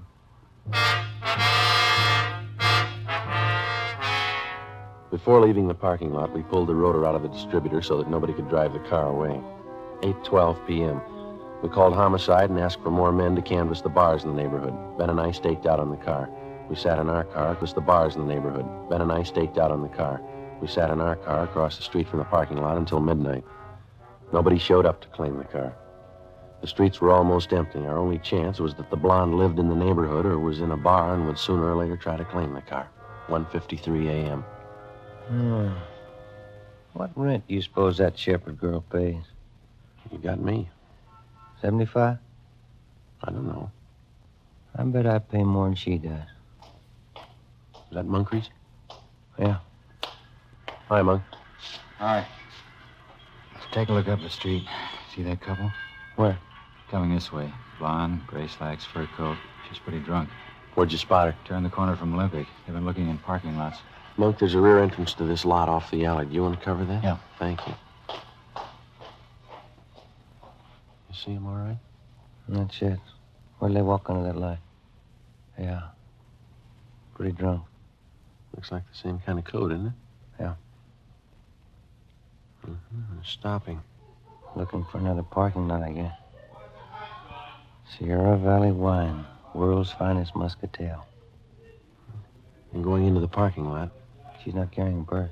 Those coats don't have pockets big enough for a .32 automatic. That stuff sure gets people. All right, let's go. They're getting in Kreiber's car. Look, we can't even find the door. She's helping us. You take the other side of the car, will you? Yeah. Stop pushing me.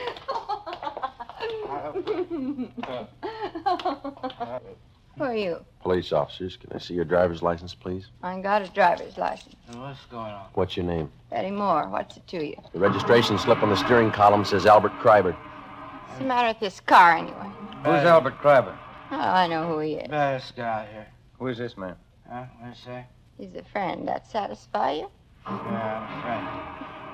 What's the matter with this thing? Take a look in the glove compartment, Ben. You okay? Come on, honey. Let's get going, huh? Yeah. It's locked. What do you want in there for? Let me have those keys. Hey, Here you are, Ben. How about going home? there's nothing in there. Let's go. Here's a purse. Give me that. You keep your hands in the wheel. Some gun, 32. It's his. It's empty anyway. What do they There's want? nothing wrong in that. Do you have a permit to carry it? Yeah, I got a permit. Can I see it? I lost it. Give me those You keys. keep your hands on that wheel. Here's a wallet, identification cards, Albert Kreiber. Where'd you get these? I don't know. A man's watch, Albert Kreiber engraved on the back. Who's Albert I Kreiber? don't know. I told you. All right, let's get out of the car. Hey, let me push it. Why didn't that car start? All right, come on. Stand up. You get over there. Where'd you get the fur coat? I bought it. Where? I don't know. Joe, look at her slacks. Wine stains. I spilled wine on them. What kind of wine? Muscatel. Muscatel isn't a red wine, it's a white wine. Who's Albert Kreiber? I don't know. This is his wallet. This is his car. Where'd you get him? I don't know. I don't know. This the gun you shot him with? This the gun you shot him with?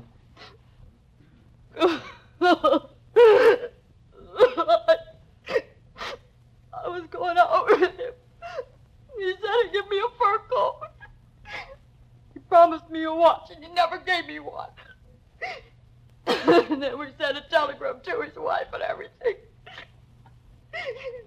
Said he'd give me a fur coat and take me out. He backed out on me. So you shot him. Sure I did. He promised me the coat.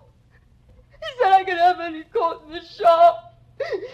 He promised me. What are you crying for? You got the coat. This is the United States Armed Forces Radio Service, the voice of information and education.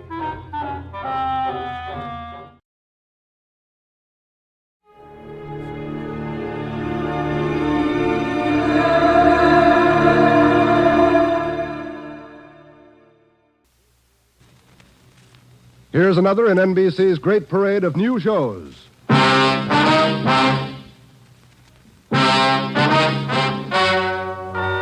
Ladies and gentlemen, the story you are about to hear is true. Only the names have been changed to protect the innocent. NBC brings you Dragnet.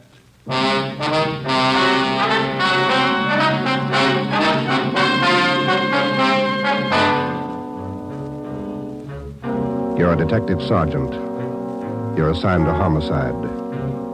A mad killer is loose in the city. In every instance, he leaves the murder weapon behind. There are no fingerprints, No clues to the killer's identity. Your job, get him. Dragnet, the documented drama of an actual crime, investigated and solved by the men who unrelentingly stand watch on the security of your home, your family, and your life. For the next 30 minutes, in cooperation with the Los Angeles Police Department, you will travel step by step on the side of the law through an actual case from official police files. From beginning to end, from crime to punishment, Dragnet is the story of your police force in action. It was Tuesday, June 3rd. It was warm in Los Angeles. We were working the day watch out of Homicide. My partner's Ben Romero. The boss is Ed Backstrand, chief of detectives. My name's Friday. I was off duty reporting back in on an emergency call. It was 3:57 a.m. when I got to the basement of the city hall. The carpool. Let's go, Friday.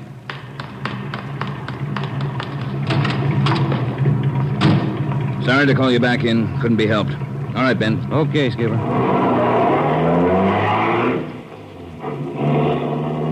What's up, Ed? Double murder. When? I don't know. Found out about it 40 minutes ago. Got any ideas? Roughly same M.O. Was that 6413 Norwich, Skipper? No, 6430. What do you mean, the same M.O.? The same guy. Brickbat killer. How many does this make? Counting tonight, 4. We got anything at all? Smudged fingerprint we can't even classify. Sounds like a smart operator. We gotta get him. If we have to shake down the city from one end to the other. Big job, Skipper. Big killer.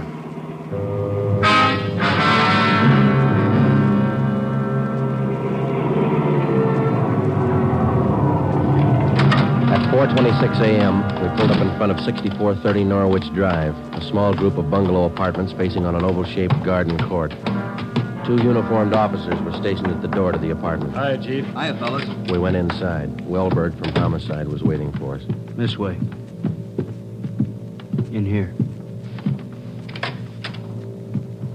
Well, there they are. Yeah. Mother, daughter. Joe, on the floor beside the bed. Yeah, a red brick.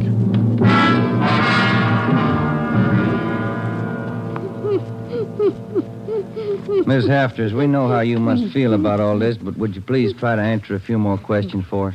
Yes. All right. Poor Margaret. Ms. Hafters, how long had you known Mrs. Diaz and her daughter? 9 years. This November they moved next door. I remember it so well. We got along right from the start. And as far as you know, the only close friends the mother and daughter had live right here in the apartment court? Yes. Margaret was a pretty girl, but she was no chaser, no boyfriends. Very close to her mother. The 2 of them very close. Did they keep any amount of valuables in the apartment? Money, jewelry, things like that? Oh, no. Mrs. Diaz and Margaret didn't have much, you know. Very modest income. They both worked. And you can think of no good reason. Oh, no. Oh, poor Margaret, poor Mrs. Diaz, lying in there. Shock. It's a terrible shock. Wellberg.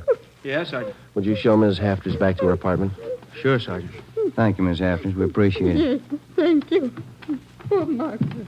Poor Mrs. Diaz. Well, Joe? Let's check with Ed. He's back in the bedroom. Dust that over there, will you? You get anything from the neighbors? The usual, Ed. No jealous boyfriends, ex-husbands, nothing like that. Boys find any evidence yet, Skipper? Well, still working on it. You got any theories? Well, we know the killings were all done by the same guy. Mm-hmm. Cuts the same pattern out of the window screen. Cuts the same pattern with a glass cutter out of the window. Reaches in and flips the locks. All right, where's that leave us? And before he gets inside, he makes sure there are only women in the house. That means he probably watches the house for a few days. Yeah. Once he gets inside, he wants only one thing, to kill. He's never taken any valuables. As far as we can tell, he's never searched for any. What kind of a man works like that? I think the guy's kill crazy. Hey, fellas. Yes, Donner? Here's a break. 2 fair prints. 1 thumb, 1 forefinger. What'd you get, Pete? Only got 9 points. Not enough to go into court, but enough to make him. We'll know him when we get him. Yeah. Found the prints on the lens of the old lady's eyeglasses. Probably knocked him off the night table when he went after her. And when he was done, he put him back on the table. Yeah. Had blood on his hands, see? Yeah. That's funny, isn't it?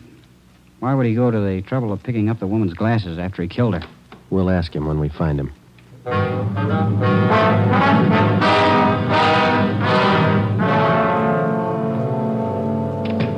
Hi, Ben. Joe. Might have something for you. We can use it, Lee. Hold it just a minute. Yeah. Crime Lab, Jones. Yeah. Yeah, all right. I'll tell him. Right, Ed. Backstrand.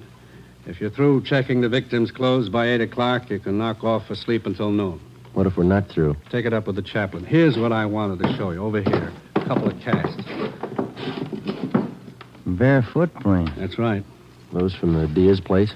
Found them outside the dining room window in the flower bed. Take a look. Mm-hmm. Good cast. Size 9. 10. Missing toe there, huh? Left foot, first toe. That's lucky. Well, then the guy took his shoes off before he went in that house. That's the way it looks. You leave any other prints, Lee? 3 with the shoes on. Here they are. Here. Yeah. How would you say the guy is built, Lee? Oh, from the impression, pretty heavy man. There's no full length of stride, or I might give you an idea of his height. How about the bricks, Lee? Here they are, all 3 of them. Used this one in the first murder, this one in the second, this one last night. Leaves them around like calling cards, and there's no way to check them. You'll never get a fingerprint off a common red brick like this, Ben. Surface is too rough. Well, we got an idea of his weight. We know that the first toe's missing from his left foot. That's something. More than we had yesterday. We can check that missing toe in the amputation file, Joe. Yeah. Well, we better get back. Pete ought to have those prints ready, too. Thanks a lot, Lee. Okay, fellas. Say, they post the bodies yet? Yeah, they're doing it now. Same as the first 2. The brain? Concussion, hemorrhage. They didn't have a chance. Hold it a minute. Crime Lab, Jones. Sure, just a minute. Either one of you fellas. I'll get it, Joe. Okay. Here, Romero. Yeah. Good, we'll be right over. They got a make on those 2 fingerprints.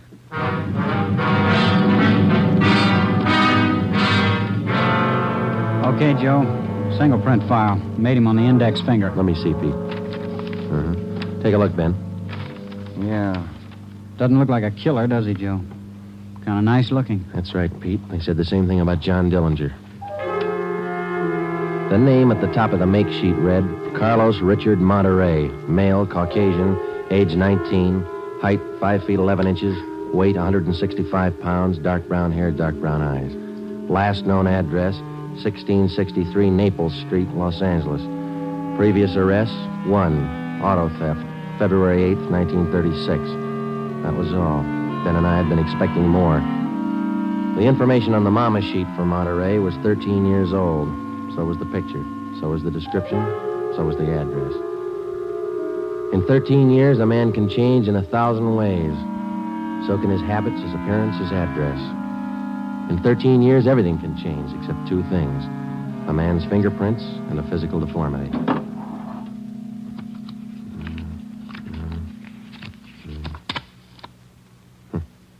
Missing toe on left foot. Carlos Richard Monterey.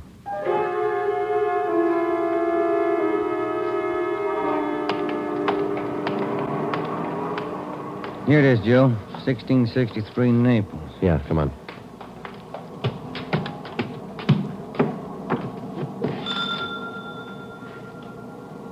Somebody's coming. Mm-hmm. Yes? What is it? We're police officers. We'd like to ask you a few questions. Oh, yes.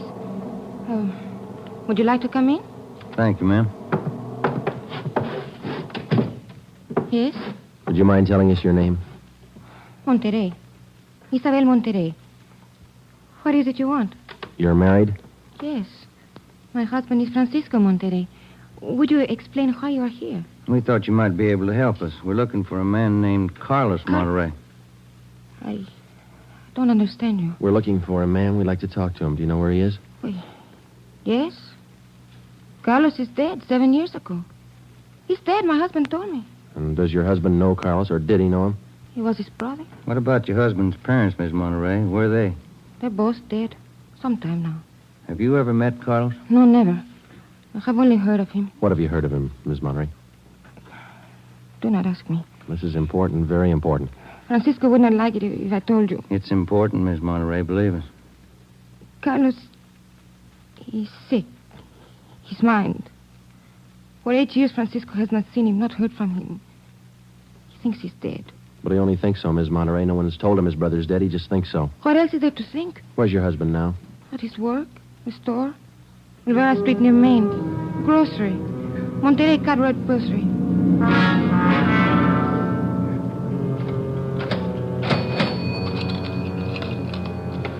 Here's your change. Thank you, Mrs. Myers. Now, look, officers, you know how it is. You don't like to let these things get out. That's why I trust you. You can trust us, Mr. Monterey. We just want to check on a few things. Oh, fine. Always glad to help out if I can. Well, can you tell us if your brother was ever in a mental institution in his life? Oh, I know there was nothing wrong. 1923.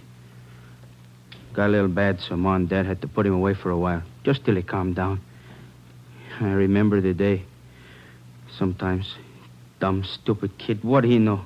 Standing there by himself in the train, crying. The public nurse, stupid way he cried. What do you do? I cried, too.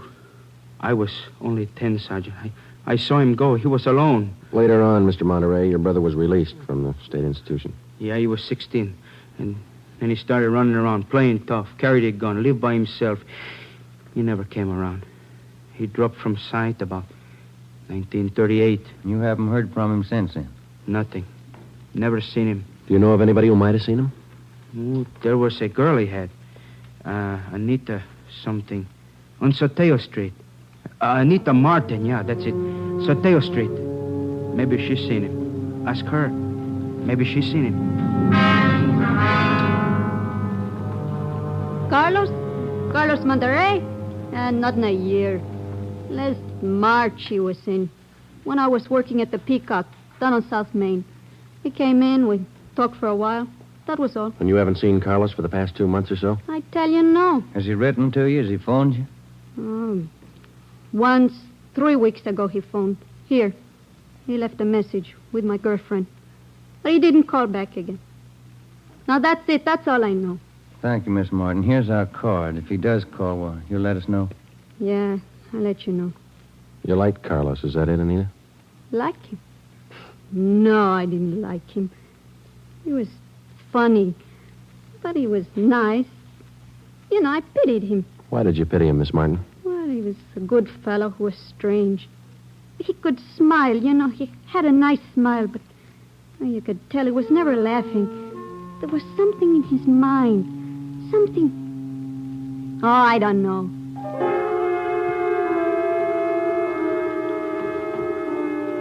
At least a year, closer to 2, I haven't seen Carlos. No letters, not a card, nothing. He was in the East the last time I heard. When was that? A year ago, January. I was in here. He sent me a calendar. Sometimes he could get along fine, very well. Other times, terrible. He couldn't keep him down. How'd he manage to stay out of jail that way, Vicente? I don't know. Sometimes he should have been in jail 5 times over.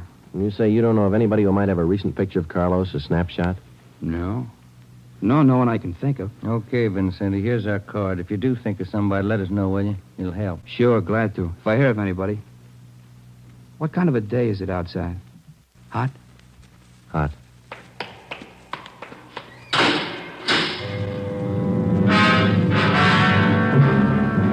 By 5 o'clock that afternoon, Ben and I were certain of one thing. Carlos Monterey was in the city of Los Angeles, somewhere. We drove back to the office and told Ed Backstrand about our interviews with Monterey's relatives and his friends.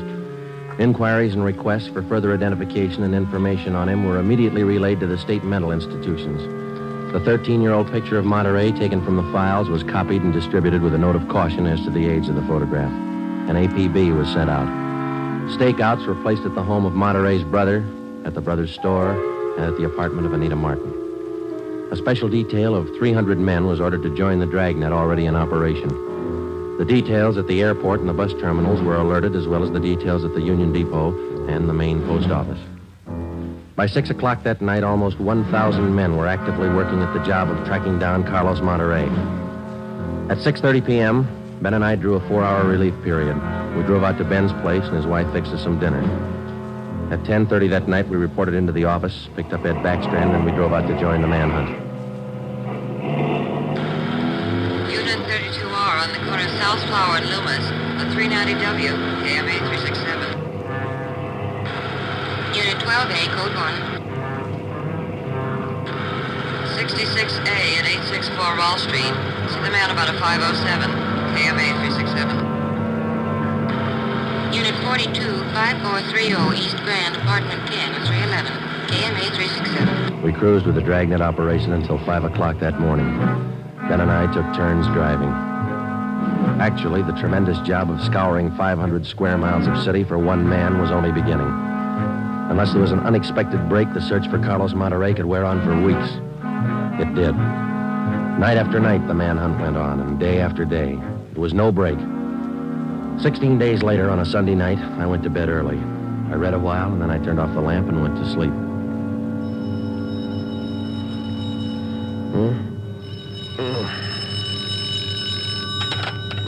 Hello? Friday talking. Sorry, Joe. Get in here as fast as you can. What's the matter? That girl Monterey knew, the one you talked to, Yeah? she left her apartment, went to her girlfriend's. Yeah? She's dead.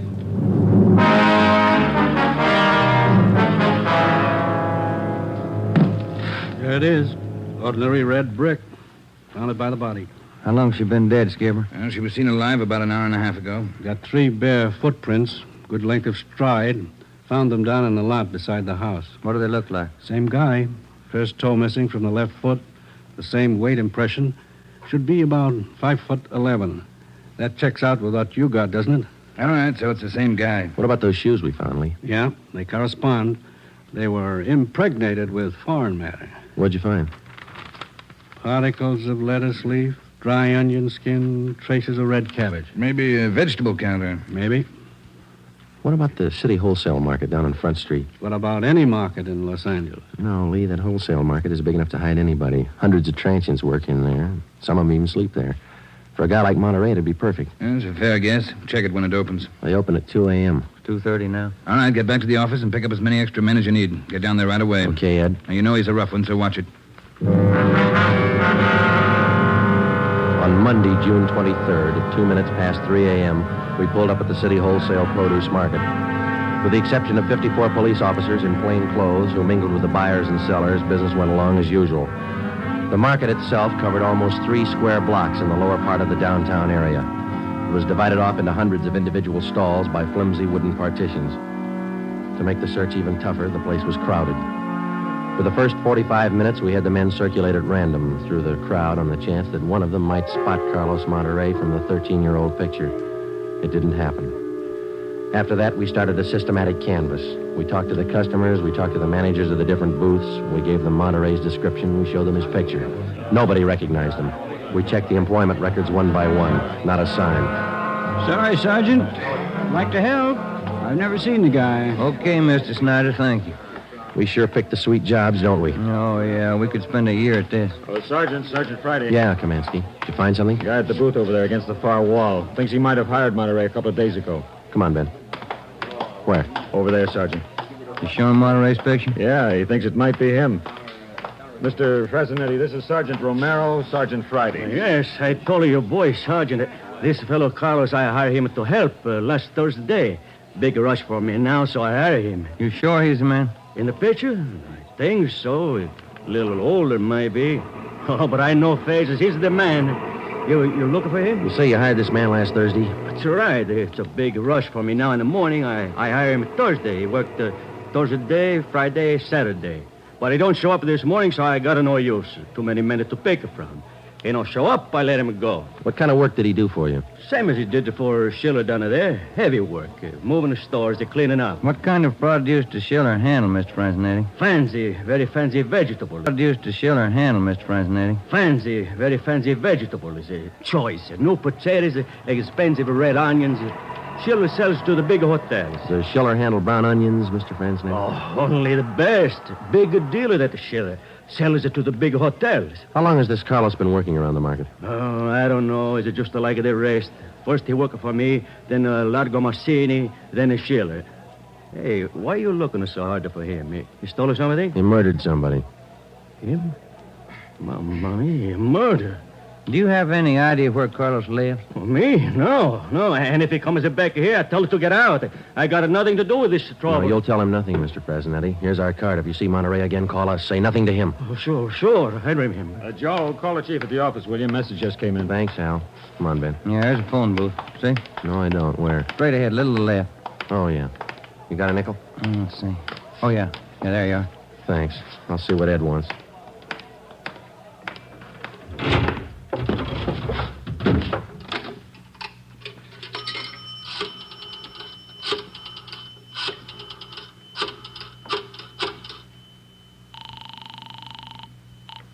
City Hall. 2511. 2511.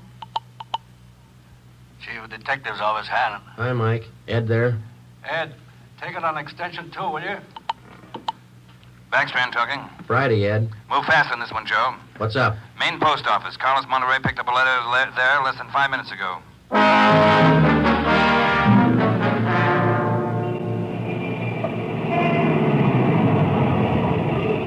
Come on, Ben. There's Ed over there with Wellberg. Yeah. Traffic short jammed up around here.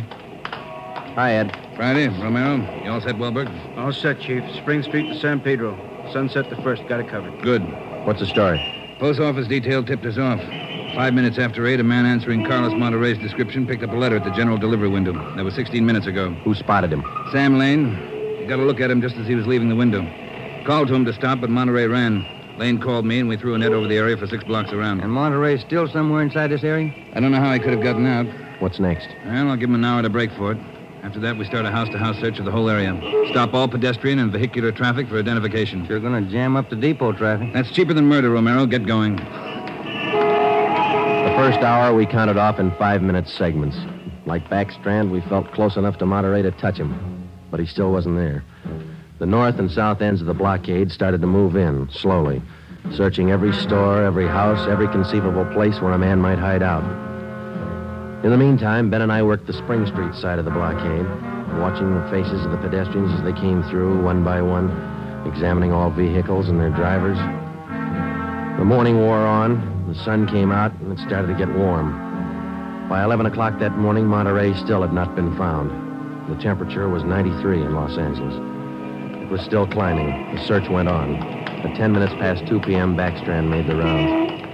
How's it look, Skipper? Not good. Going slow. How much longer you figure? I don't know. It'll go to after dark, that's sure. District down here is like a rat's nest. Yeah. Nothing? Nothing.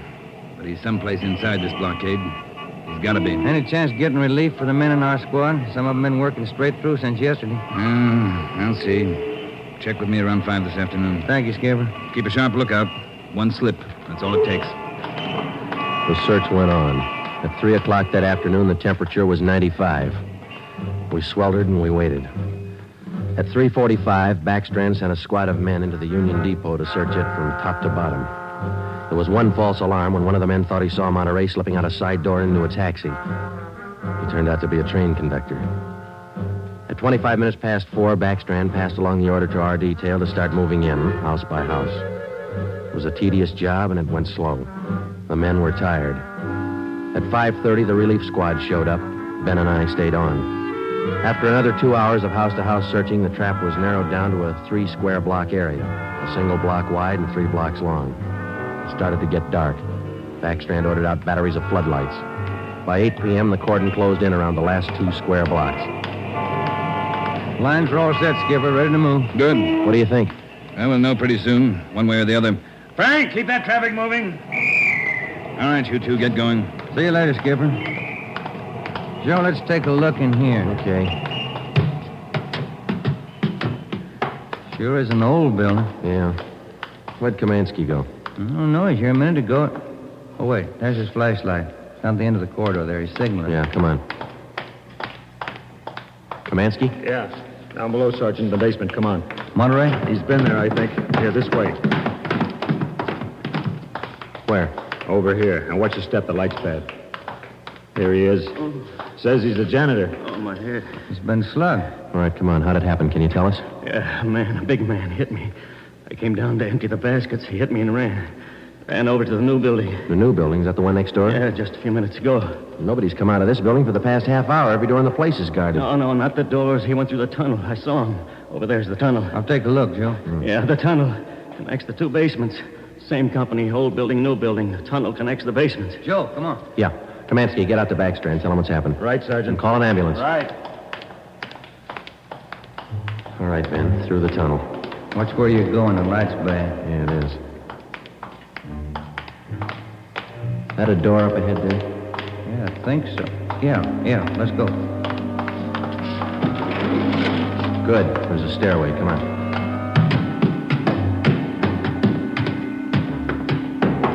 Watch the doors.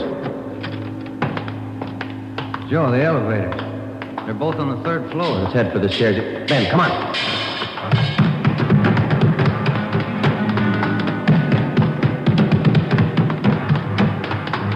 One more floor. Yeah, right. Come on, hurry. Yeah. Look, top of the stairs. There he goes. All right, hold it, you. Stuck in the elevator, Joe. He's going down. Well, we'll never make it on the stairs. Joe, look. This other elevator. The control lever's bent. Let's try it anyway. Yeah. All right, kick the control lever. Kick it, Ben. There, good. All right, Ben, knock the lever back. Come on, quick. Yep. What's the matter? Joe, it's jammed. We're going past. All right, let's kick it. Here. There, that does it. Can you reach the door control? Wait just a minute. I'll see. Yeah. Okay. Well, he's still in the building. Both elevators are here now. Yeah. Down the hall, Ben. The office on the left, I think. Yeah. Okay, here we are. All right, keep clear of the door. All right, Monterey, put on that gun and come on out. I'll kill you! I'll kill all of you! All of you! Okay, Joe, let's take it. Watch it, Ben. He's throwing everything he can get his hands on. Come on! Come on! I'll kill you! Get away! I'll kill all of you! All right, Monterey. Come on, you. Hurry up! Everywhere you! Okay, Ben, take him.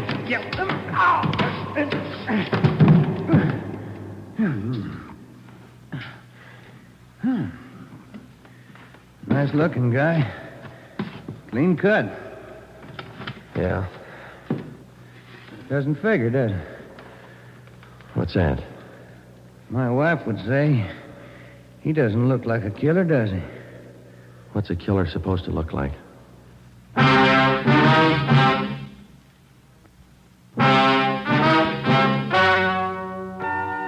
story you have just heard is true.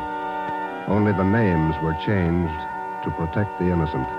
Carlos Monterey was examined by 5 different psychiatrists appointed by the Superior Court and was found to be sane. He was tried and convicted of murder in the first degree. He was executed in the lethal gas chamber at the state penitentiary.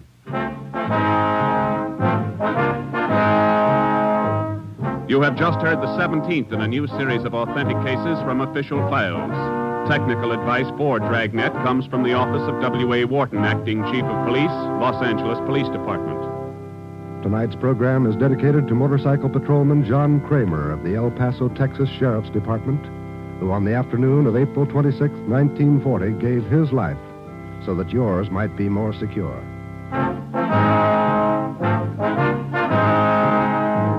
Dragnet came to you from Los Angeles.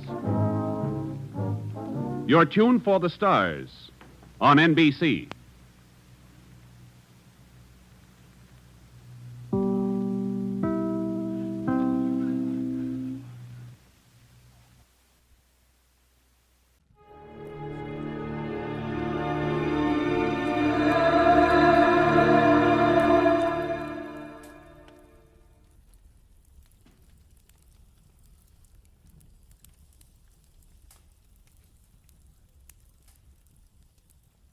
Most Saturdays at this time, we spend an exciting half hour of adventure and action with America's public hero #1, Hopalong Cassidy. Well, even two-fisted cowboys take summer vacations when they can, and Hoppy is no exception. But Hopalong and Topper will be back with us riding the CBS air trails again 3 weeks from tonight, September 22nd. Get this and get it straight. Crime is a sucker's road, and those who travel it wind up in the gut of the prison of the grave. There's no other end. But they never learn. From the pen of Raymond Chandler, outstanding author of crime fiction, comes his most famous character in The Adventures of Philip Marlowe.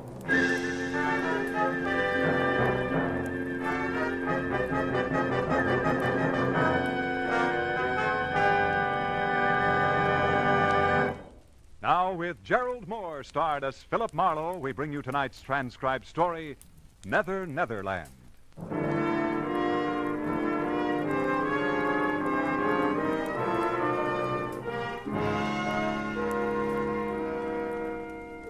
There are times when life makes no sense at all. When confusion is the keynote and all we do is run in ever-tightening circles. The 1 and 1 is 2 school is closed and nothing comes out even. In the 30 hours just past, I'd wrapped up a case and considerable of my youthful zest along with it. I was bone-tired. When I reached my apartment, sank deep into my bed. It wasn't so much to sleep, but to die a little. And I was not long dead.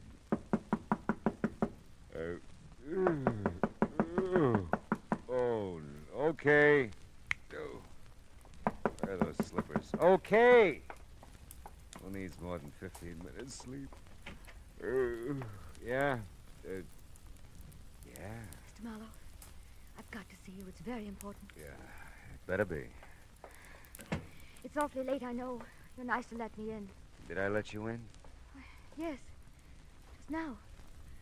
You're not still asleep, are you? No.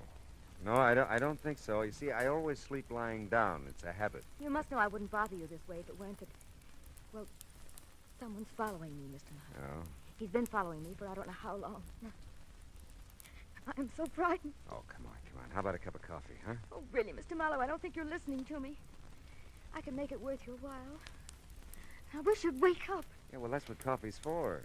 Come on. You can talk to me while I make it, Now, you were saying someone's following you. A man. Naturally. Who is it? Why, I don't know. Uh-huh. Well, sit down over there at the kitchen table. This won't take long. Thank you. Now, why would anybody be following you? That's the silliest question I've asked in days. But it isn't silly. I've tried to figure it out myself. I haven't done anything. I don't have anything. Yes. Well, we'll let that go. Look, maybe I ought to know your name, huh? Oh, I'm sorry. I'm Carolyn Shepherd. Don't be sorry. I'm glad you're Carolyn Shepherd. Why? Well, because it beats the heck out of being George Shepherd. Dee Dee said she thought you'd help me. That's why I came. Dee Dee? My roommate, Dee Dee Reynolds. Oh. She doesn't know you or anything. She just said if she were troubled, like I am, she'd get in touch with you. Yeah, well, that's nice of Dee Dee. Does she know somebody's been following you? No, I haven't told anyone. Oh. I don't know her very well. We haven't lived together long. I don't know. I didn't want to frighten her, too. Mm-hmm. So I just told her something that sounded all right. And she said she'd heard about you. Oh, your water's boiling. Hmm? Oh, thanks. Does he ever call you? No, we don't have a phone. Oh. The landlady lives right next to us, the next apartment. We use hers. But he never tries to call me, as far as I know. Well, does he ever come to your door or approach you in any way? Sometimes he gets very close. That is, almost before I know it, there he is. But then I run, and he's never caught up with me yet. Well, he could just be watching you then, huh? Yes, I guess so. But why? I don't know. Maybe we can find out. Did you see him tonight? Yes. He was out in front of the apartment house for a while. I don't think he followed me over here, but he may have. Can you see the street from those windows? Mm-hmm. See anything? No, nothing. Oh, Mr. Marlowe, what will I do? Well, right now, honey, you'll have a cup of coffee. I'll take a quick shower and a shave, and then we'll... He might come. Oh, the doors are locked. If you hear anything, just bang on the bathroom door. You won't be long. No. Sure not. Be back before you know it. It was now 2:30 in the morning. Although I was still gray and half dead inside, my eyes found a new reason for being wide open. Carolyn Shepherd was not just an attractive girl. She was slightly sensational. Statuesque would be the term. She was almost shoulder height with ash blonde, long hair. Her smoky blue eyes were half wild with fear and searching. But there were promises in them. And her figure was the kind that you didn't mention in polite society. How's the coffee coming, Carolyn? Carolyn? Hey, where'd you go? Oh, come on, the coffee couldn't be that bad. Carolyn! The craziest thing I ever heard of. The door was locked, all right. It's funny, she's gone. Carolyn! Hello. Oh, hi, Simon. You lose something, Stefano? Something named Carolyn? Yeah, it looks like it. You didn't see her out in the hall by any chance, I huh? don't believe I did, Miss Scott. I've noticed her. I'm not so sure. Oh, ran out on you, huh? Mm-hmm. Well, you dog. Oh, yeah, sure. Yeah, where'd you go? Oh, there. What's out the window? Thought she might still be down on the street. Who? Carolyn. Oh, ran out on you. You said that. What did you do, huh? You'll never believe Oh, this. come on, now tell me now. What did you do? I took a shower. You took a shower?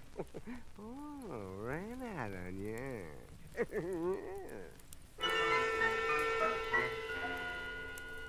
Simon was listening badly, but enjoying a good laugh when I left him. Back inside the apartment, I reached for a cigarette and a few conclusions. Her name was Carolyn Shepard. Someone was following her. She'd been here, and she was gone. That's all I knew. I looked at the clock, 2:45. I remember the coffee I'd made, started to the kitchen to get a cup when my foot and eye caught something at the same time. It was a billfold. The driver's license said Carolyn Shepard, and it gave a yucca address, apartment 3. Physical description didn't do her justice. But it heightened my memory, and I was there in no time.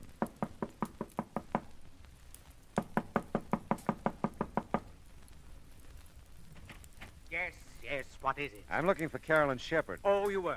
Well, she isn't here. I don't know her, but I'd like to meet that young woman sometime. It's a pleasure, believe me. Now, look, I'm sorry. They're always sorry.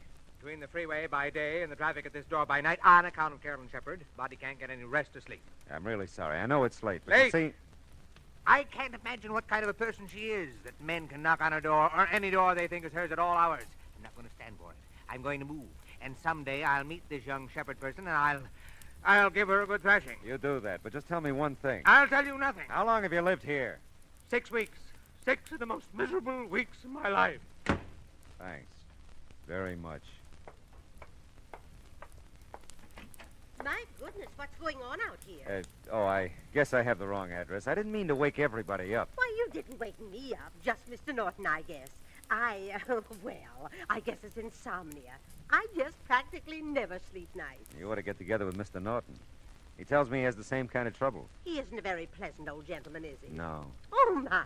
I guess I should introduce myself. I'm Hester Hutchison. I'm the manager of the building. Oh, well, maybe you can help me then. I'm trying to locate Carolyn Shepard. This is the only address I've got for her. Oh, I'm sorry. You're sorry? Carolyn did live here, but she moved about 6 weeks ago. And for some reason or other, I never understood really, she didn't want to leave any forwarding address. I see. Well, thanks, Miss Hutchison. Oh, not at all, not at all. I hope I didn't disturb you, Oh, really. my goodness, no. As I said, I'm sort of given to this insomnia or whatever it is. Well, as a matter of fact, I just baked a coffee cake. Sounds silly, I know. But I get some of my best ideas at night. And tonight it was coffee cake. Coffee cake, huh? If you'd care for some, I'd be, you'd just be more than welcome. Oh, that's nice, Miss Hutchison. But you see, I get some of my best ideas at night, too, and I got one right now. About going home to bed.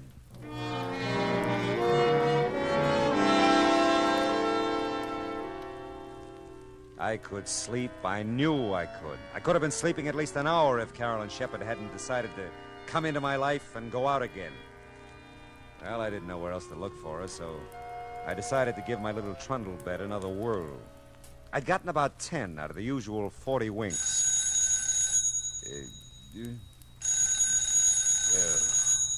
Oh, no. Yeah? Mr. Marlowe? I think so. I'm Dee Reynolds, Mr. Marlowe. Well, that's swell, that's I swell. guess she isn't, but is Carolyn Shepard still there? No, she is... Who'd you say this was? I'm her roommate, Dee Reynolds. She hasn't come home, Mr. Marlowe. I'm so worried. I came next door to phone. Has she been gone long? Yes, she has. Now, look, Dee. Oh, I was afraid of that. Oh, Mr. Mr. Marlowe, something's happened. Wait a minute. What's happened? Well, I just know she's been killed. Easy. Listen to me, will you? Poor Carol. Dee Dee. Listen, Dee Dee, where do you live? Dee Dee. Oh, fine.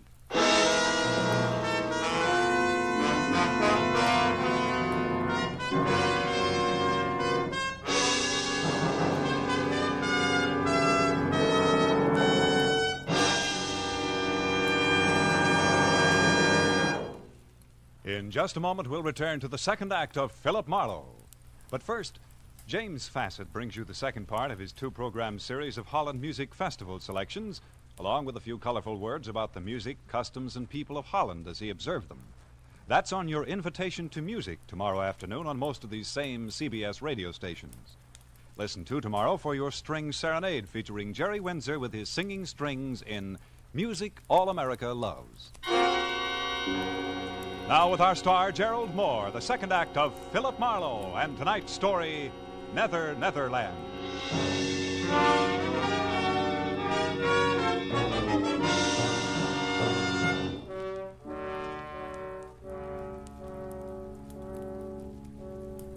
I was wide awake again and furious. Because somewhere in Los Angeles there was another telephone recently put on its cradle. I didn't know where it was or how to make it ring.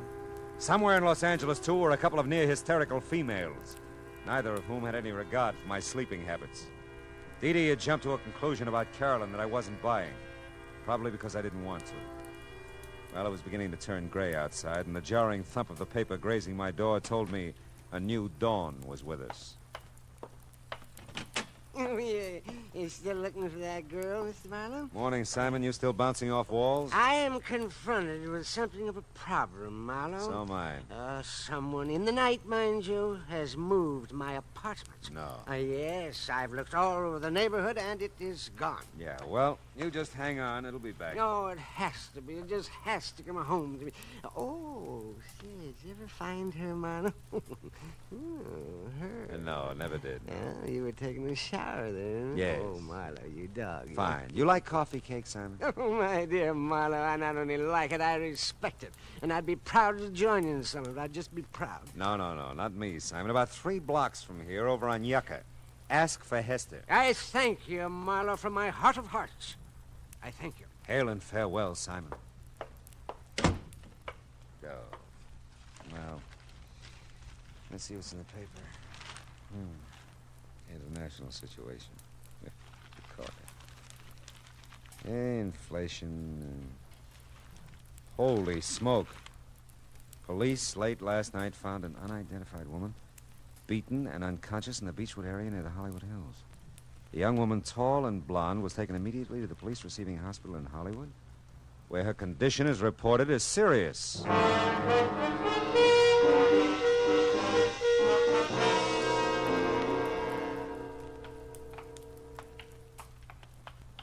She fits the description of that Shepherd girl's driver's license all right, Mr. Marlowe. She's pretty banged up, though. Might be tough to identify her. Yeah, what time did they find her? About 3 o'clock this morning, I think. We were figuring robbery, since her wallet and most of the stuff in her purse is missing. Oh, here we are. Oh. Yeah, she's still out. Pretty doped up, I guess, huh? Yeah. She the one? No, she isn't. You sure? Yeah, hair is too blonde. Well, maybe she's had a quick dye job since you saw her last, huh? Very funny. Well, we'd like to wrap this thing up, you know. If you could identify her, we'd be part out of the woods. I'd like to help you out, but she's not Carolyn Shepherd. How about it? Will she live? This one? This one.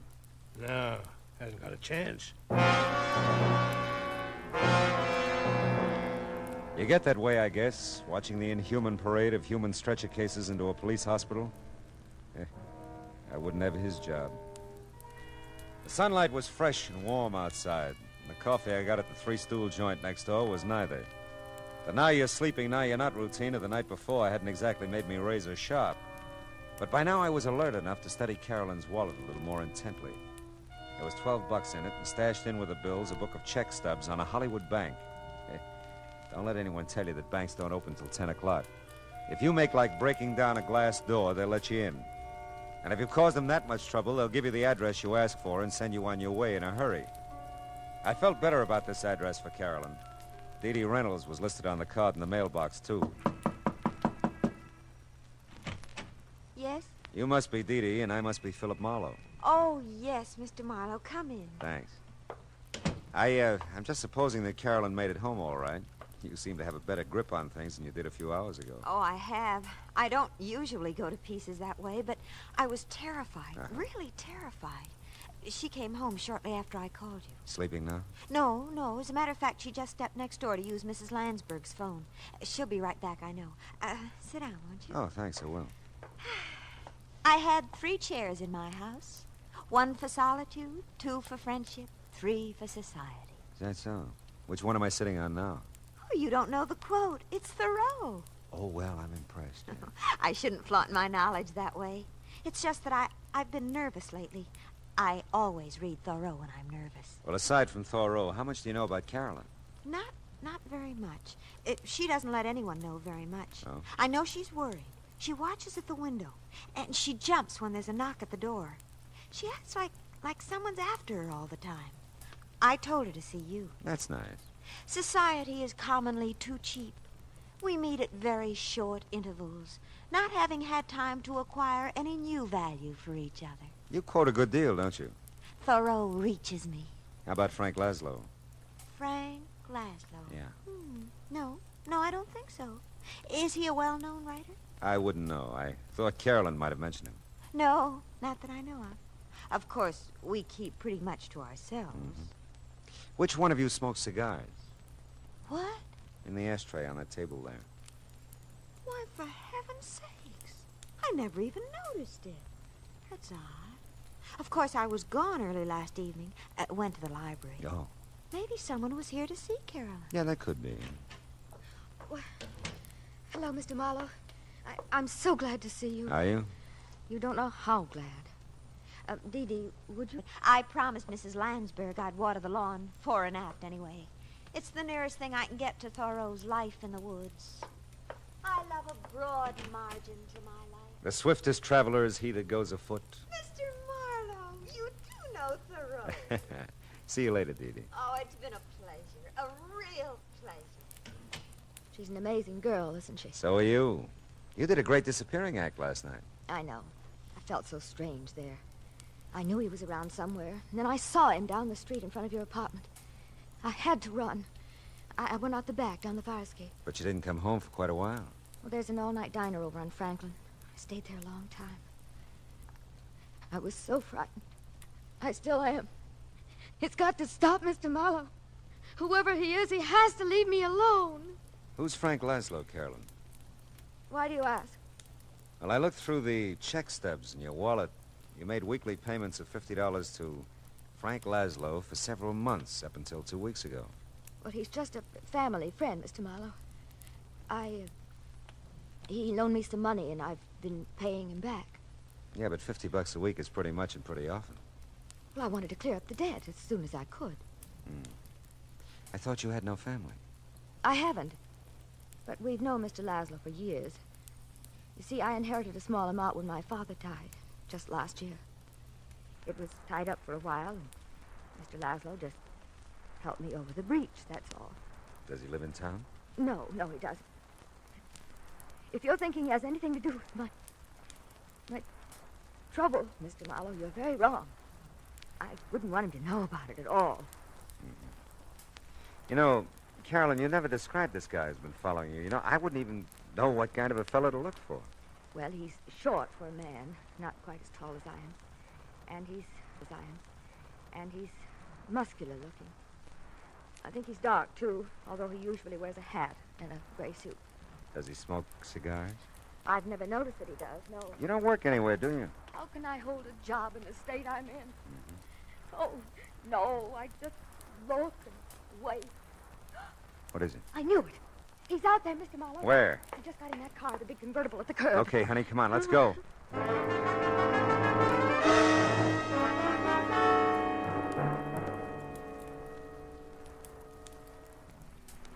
He must know we're following him the way he's driving. Yeah, he can lose us with that job, too. Those babies can really take off. Look, he's moving over into the right lane. Probably going to turn. Well, we're going with him. Hang on, honey. We can't lose him. We can't. We won't.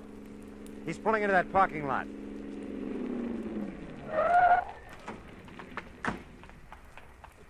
Well, sir, we made quite a chase of it, didn't we? Yeah, we did. Get out of that car. I was just about to... You know, you really shouldn't try to keep up with a car like mine. I was just toying with you that time. Now, if you want to make a real race of it... Now, wait a minute. How tall are you? Oh, I'm quite tall, really. 6'7" in my stocking feet. How tall are you? It doesn't matter. Why, what's the matter, young lady? She'll be all right. She's just a little disappointed. Come on. No. You mustn't take it so seriously, young lady. Your companion here made a good race of it, considering he was up against great odds. Yeah, thanks. Mr. Old for you. Pious. Old for you. Yeah, well, thanks.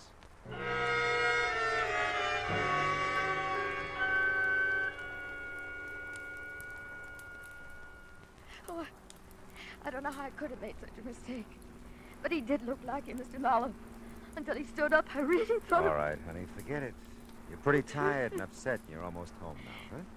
I don't want to be alone. He'll come. Don't worry, I'll stick around. Nobody will bother you. He must. He must. I'm so tired. So afraid. Take it easy, honey. We can't strike out all the time. Hey, looks like Dee Dee's made a friend watering the yard. Oh, no. What? Mr. Marlowe, this time I'm sure of it. It's him. I know it is. Cigar and all, huh? Okay, baby, we'll see. Come on. No, I can't. Come on, Carolyn. You gotta get with it, No, girl. I can't. Dee Dee, give me a hand, will you? Carolyn, what's wrong? She's pretty upset. Take her in the apartment, will you? Oh, sure, I will. Who's the guy with the cigar? Well, he didn't say. He asked for Carolyn. Okay. Hey, you! Hold it! I don't think so, buddy.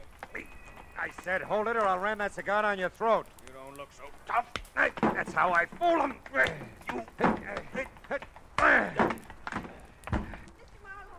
Are you hurt? No, go back to Carolyn. Get her in the apartment. Well, she's in Mrs. Lansbury's. She's not making much sense either. Just Nothing's crying making and any mumbling sense. things. Oh, he's really out cold. Yeah, now look, take a look in there. His auto registration. Read it to me. Oh, let's see. Frank Laszlo, Uh-huh. something, Kling Street, Barstow, California. I thought so.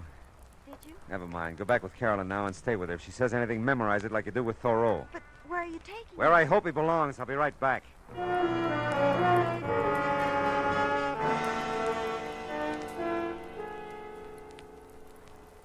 you keep dropping in like this, and we'll be old friends, Mr. Marlowe. Never mind that. What shape's he in? Looks like a minor concussion.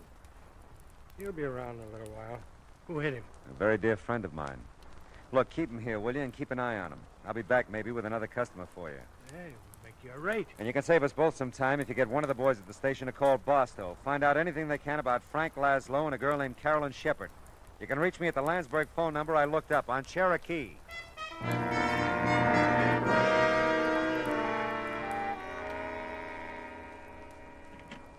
Oh, Mr. Marlowe, gee, I'm glad you're back. How's Carolyn? Come in and listen to her. I'm scared to death. I used to remember.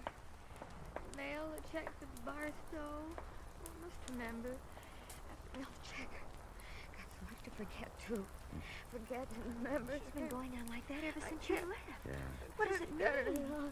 I don't know for sure yet. Steve, you can't be everywhere. Everywhere I look, you can't be anywhere.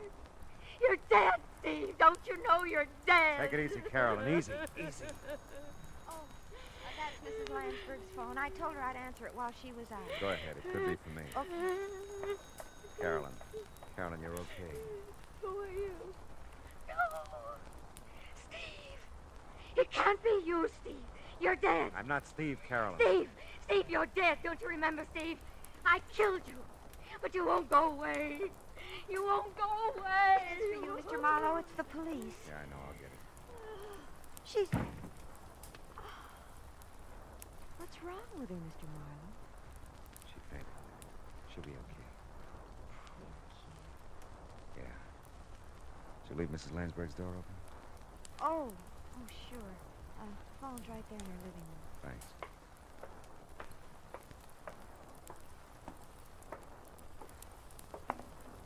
Yeah? Hey, Marlowe, that Barstow call was a rule. Really? That dame you mentioned, Shepard, she's wanted for Who'd she kill? Her husband, Stephen Shepherd, last March. What about Laszlo? Well, they're not sure out there. He was questioned at the time, but they couldn't get anything on him. The dame apparently just vanished until now. Last time they had Laszlo in for questioning a couple of weeks back, he said he didn't know where she was. Must have a real bad memory, huh? You bringing the dame in? Yeah. I'll bring her in. She all beat up, too? I can send the wagon. No. I'll bring her. Just keep a straitjacket handy.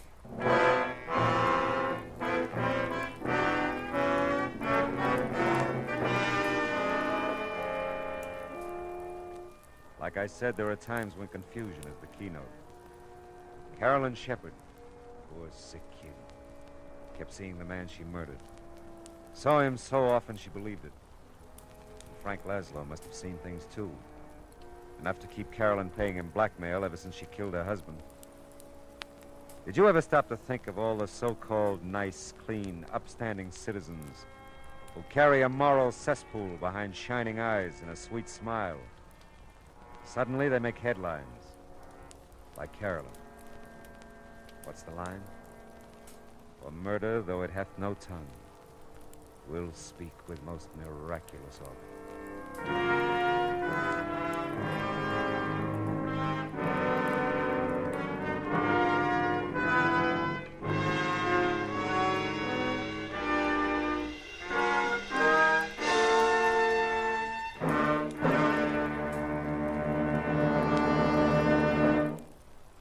The Adventures of Philip Marlowe, bringing you Raymond Chandler's most famous character, starring Gerald Moore, was produced and transcribed tonight by Cliff Howell and written for radio by Kathleen Height. Featured in the cast were Lorene Tuttle, Verna Felton, Shirley Mitchell, Howard McNear, Ted Osborne, and Cy Kendall. Gerald Moore may currently be seen in the Santana production Sirocco. The special music for Philip Marlowe is composed by Pierre Garrigank and conducted by Wilbur Hatch.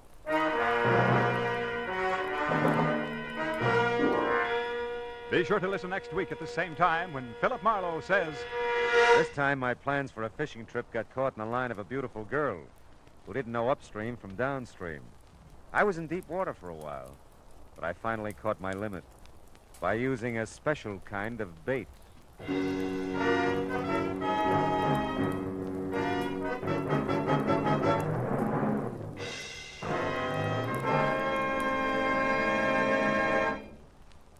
There's a song that goes with this story, friends. The story is, starting tomorrow evening, you'll be able to laugh again at the adorable antics of America's favorite teenager, Corliss Archer.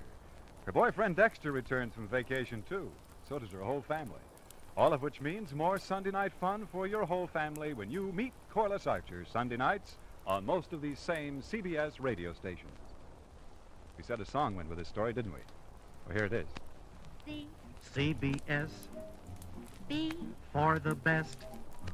F. Yes, yes, yes. The star's address is CBS.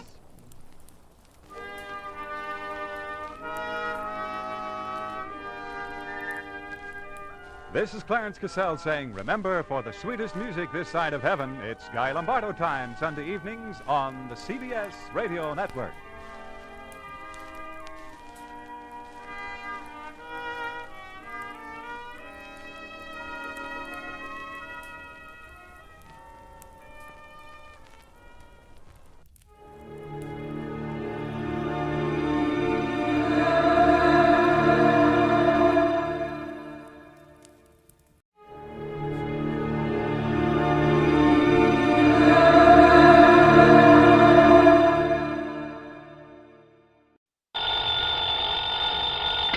Johnny Dollar. Pat McCracken, Johnny, Universal Adjustment Bureau. Well, good for you, Pat. Just keep it up.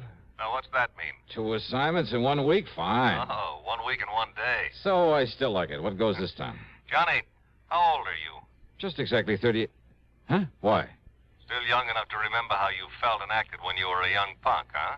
Sure. But I hope you were a better sort than the one we have to deal with in this matter. And yet, on the other hand, well, you know the saying, it takes a crook to catch a crook. Huh? So maybe we'd be better off if you'd been an A number 1 delinquent when you were a pup.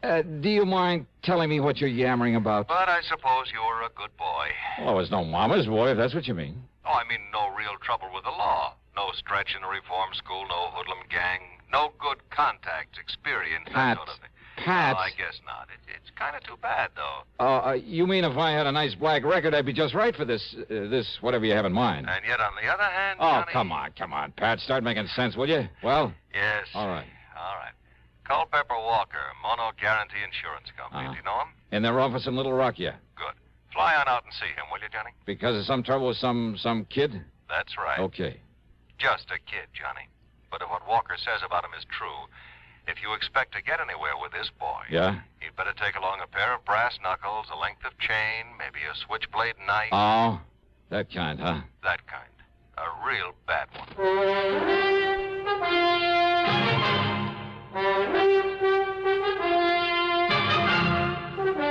CBS Radio brings you Bob Bailey in the exciting adventures of the man with the action-packed expense account, America's fabulous freelance insurance investigator. Yours truly, Johnny Dollar.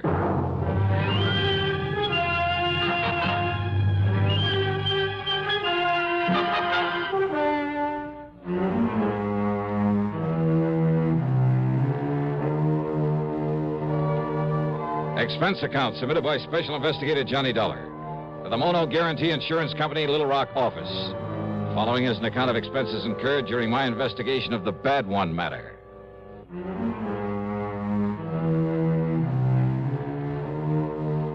Expense account item 1, $2 for a cab to Bradley Field. Item 2, $81.10 airfare to New York to Little Rock, Arkansas. The plane had left New York at 6 p.m. At 8:50 Central Time, we set down at Little Rock Municipal Airport.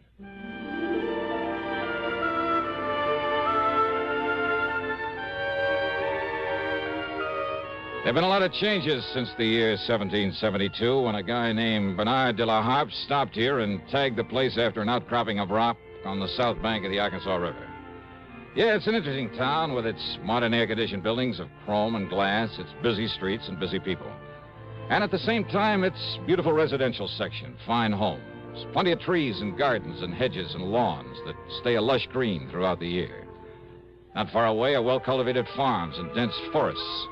And along the river, lots of rich bottomland, much of it loaded with cotton. Any kind of crime just doesn't seem right in this area. As soon as I got settled, I called Culpepper Walker, made a date with him, and then early the next morning met him at his office where he got down to business. No, Dollar, not right here in town, but in one of the outlying precincts, I guess you call it. Section they call Milltown. Oh, I see. And his name is Pete McGuire. Works in a cotton mill. He's 18, 19 years old. And he's the only one knows who killed Mr. Brierly. Brierly? Ambrose W. Brierly, client of ours. Insured for near $50,000. And his business partners in the mill are also clients. Very important ones. Mm-hmm. Well, what happened?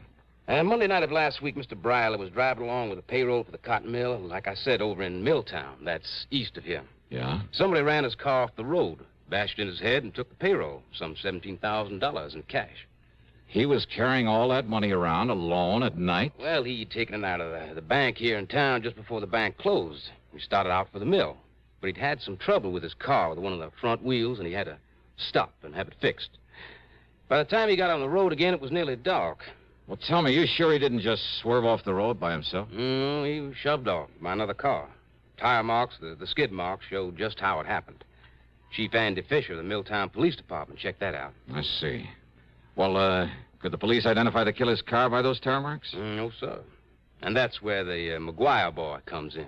How do you mean? I mean, he was caught running away from the scene. Not more than, well, couldn't have been more than 1 or 2 minutes after it happened. Caught by whom? Well, police car. Chief himself was in it. Just checking the beat out there. He chased the kid down and brought him in for questioning. Well? Nothing.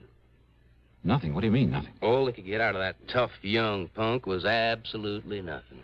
Well, then, what am I supposed to do if the police haven't been able to get anything out of him? Well, you could try, can't you? But it's a matter for the police. If it wasn't for Mr. Brierly's partners. Now, what do they got to do with it? Their insurance. Insurance on the cotton mill. Thousands of dollars in premiums every year. So? Well, I can't afford to lose it, Dollar. Well, so why and should they're the ones, his partners, who insisted that I get you out here to investigate. Oh. Yes, sir. Mr. Dollar? Johnny? Okay, Culpepper. I'll see what I can do. Item 3, $50 deposit on a rental car, and I drove over to Milltown, to the one-room police headquarters in the city hall. Yes, sir, Miss Johnny. I was right there at the scene of the murder in my prowl car, right after it happened. Oh? How come, Chief? Man at the bank had told me about Mr. Briley's car trouble. Getting dark, light rain falling, and Mr. Briley toting all that money. Well, I thought I'd better make sure he'd gotten to the mill all right, so I started out that way. But what happens? All right, what happens? I got there to Spring Road crossing, and there's his car in the ditch, and another car towing away up the road. Oh? And this young Pete McGuire trying to get his motorcycle started and get away from there. Kind of seen me arriving on the scene. So when I found Mr. Briley's dying there in his car, I grabbed the kid. Yeah, if only I'd have had sense enough to follow up that other car. Now, you're sure this Pete McGuire didn't do it? Well, of course he said he didn't, and that was before he clammed up like now when he won't say anything. And he also asked me, didn't I see that other car that left a couple of minutes before I arrived? Well, Chief, that doesn't prove... And there was another thing, Miss Johnny. You could still see by the tracks how that other car had shoved old Mr. Briley's car off the road. Doc Hamper come along about that time. Could you read those tire marks? No, sir. But Doc and I could still read the tracks from that Pete McGuire cycle. Uh-huh. So he come along after the other car left. All right, I see. But he must have seen who was in that other car, so he knows who did it. Oh, well, now, wait. I'm sure of it, Mr. Johnny, because of what Mr. Briley said. What he said? When? Well, laying there in his car, dying, thinking the Doc was Pete standing there. And he kept saying over and over. And, Peter, you saw it. You tell him, boy. You tell him who did it. You saw it, boy, so you tell him. You tell him. Yes, sir, Miss Johnny. Over and over again, he said it, and then he died. I see. So he knew that Pete McGuire saw who killed him and robbed him. Well, maybe. Of course he did. That no good kid. Why is he no good, Chief? Why? Well, how should I know why, Mr. Johnny, except that he wouldn't go to school, he was a town bum, his ma never knowed where he was at. The most work he ever done was pushing a pool cue. Oh, well, now, most kids... That boy has been a troublemaker all of his life. 10, 15 times I tried to get him to send him to reform school. Hey, you really don't like him, do you? Nothing but trouble out of him. And I take it he doesn't exactly go for you. Huh? Maybe a cop hater even, huh? Yes, sir. That's right. A cop hater. Just like his old man was. Like his old man taught him before I had to kill him one night in a robbery. Pete's old man? They ought to send this cheap punk up to the pen. But first I got to find out who killed Mr. Briley. Of course you're holding him, Chief. On what? Material witness, withholding evidence. There must be some way. Oh, with him claiming he's blacked out and don't remember anything? So that Percy Van Ashworthy Tetweiler upstairs... Percy Van who? What? The public defender. Got the judge to release Pete McGuire on his own recognizing, or whatever it is. Recognizance. Yes, sir. So McGuire's out and free as a bird. But if he tries to run out before I can get him up before the jury... Oh, Chief, lots of But kids. don't you worry, Mr. Johnny. Everybody on that jury are my friends. So they'll lock him up, all right. Yeah, I see. Be a kind of revenge, huh? Because he won't cooperate with you. Now, look, Mr. Or Dollar. maybe just because he's a cop hater. Where'll I find this Percy Van, this public defender? Upstairs in his office. But do you think he could get anything out of that kid? Well, now, as the kid's defender, do you think he'll tell you if he did? But if he did, and you find out, you got to tell me. Yeah, we'll see about that. Mr. Johnny, I am not going out of here with a punk kid making me look like a fool. All these years working to keep order here in Middletown, having to retire a few months from now. Yeah, and going out no richer than when I was walking a beat. So maybe I'll have to live with some of my relatives somewhere out west. But you think I'm going to leave with this kid making a fool out of me? I'll see you later.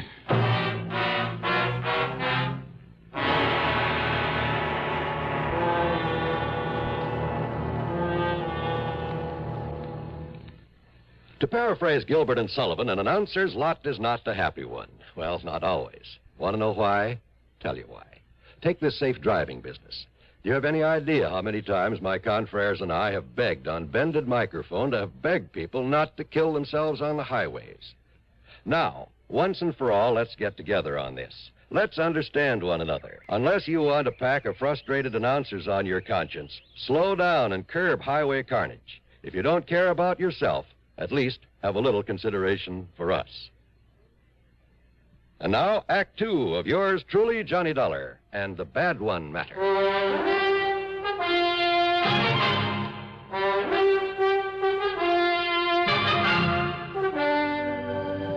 Percy Van Ashworthy Tetweiler was hardly what his name might have implied. And, call me Tet, will you, Johnny? I don't like the name Percy any more than I imagine you do. Yeah, sure, Tet. Now, as I was saying, in spite of the chief's feelings about him and all the trouble he had with Pete's father, well, put it this way. That poor ignorant kid has had the odds against him ever since the day he was born. His father was no good. So I understand. His mother was an alcoholic. And because he's always been a stupid little runt, the other kids always bullied him. Oh? Yes, and when they'd pull a job, none of them very serious, I'll grant you, they'd leave him behind so that he'd be the one to get caught for their mischief and petty thieveries. He didn't dare peach on them or they'd beat him up. And the chief never let up on him. So he's hated cops, hated anything that had to do with law and order. Which includes you. Yes, I'm afraid so. In spite of my attempts to get close to him. And even you haven't been able to get him to talk. I've tried everything, Johnny. From sugar-coated kindness to the worst threats I could think of. Everything short of Chief Fisher's heavy-handed methods. Oh? You mean the good old third degree, the rubber hose tactics and things like that? Well, of course, the chief denies it. Oh, sure he does. And don't forget, I'm the one who got the judge to let him out on his own recognizance. Why? In the hope he'd open up to me. But to Pete, I'm still the law. Just as much as Chief Fisher and Judge Thurber. Weren't you taking a big chance on his running away? But he hasn't. Yeah, I wonder why. Won't do any good to ask him. Believe me, won't do any good to ask him anything. Oh. Look out there, out the window. Here he comes now. Pete McGuire? Yes. Okay, give me a try. What? Yeah, look, don't tell him who I am, what I'm here for. Johnny, if I thought you could do any good... Believe me, I can... But don't you see, unless he talks, the jury, all of them friends of Chief Fisher, and if he tries to run... Now, listen, I'm no friend of yours, see? Maybe I'm a troublemaker, a con artist. What? Yeah, you want me out of town. You threatened to have me locked up if I...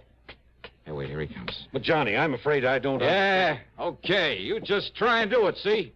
I got a right to make a living, and unless you got some formal charge against me... All right now, Mr. Tetweiler. Pete, come in. Now, listen, Tetweiler...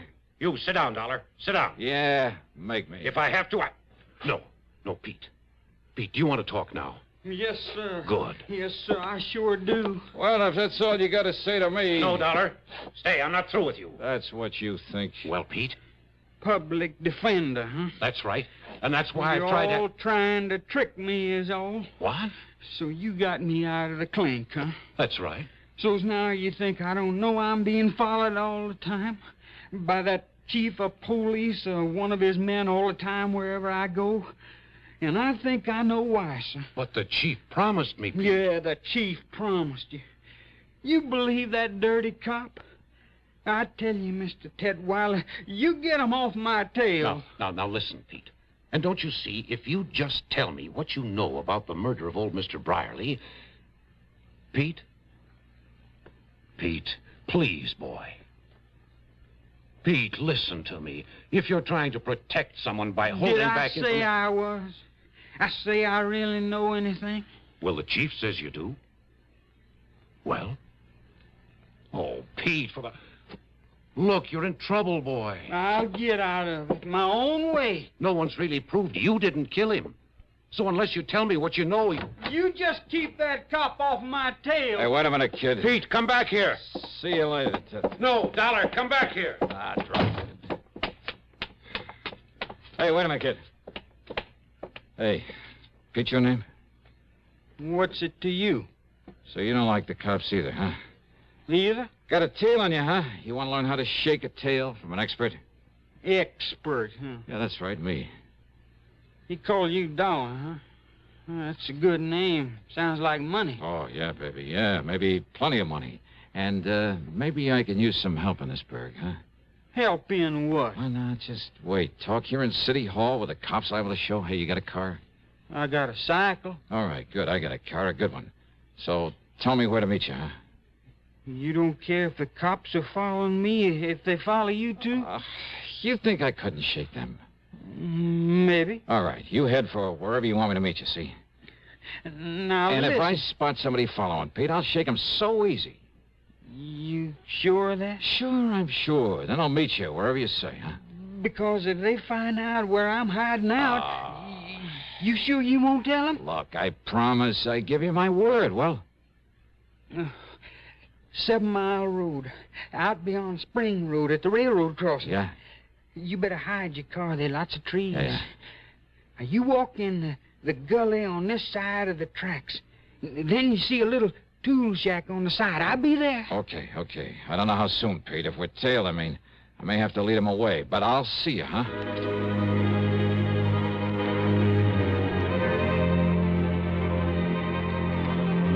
We were tailed, all right. And I could see by whom.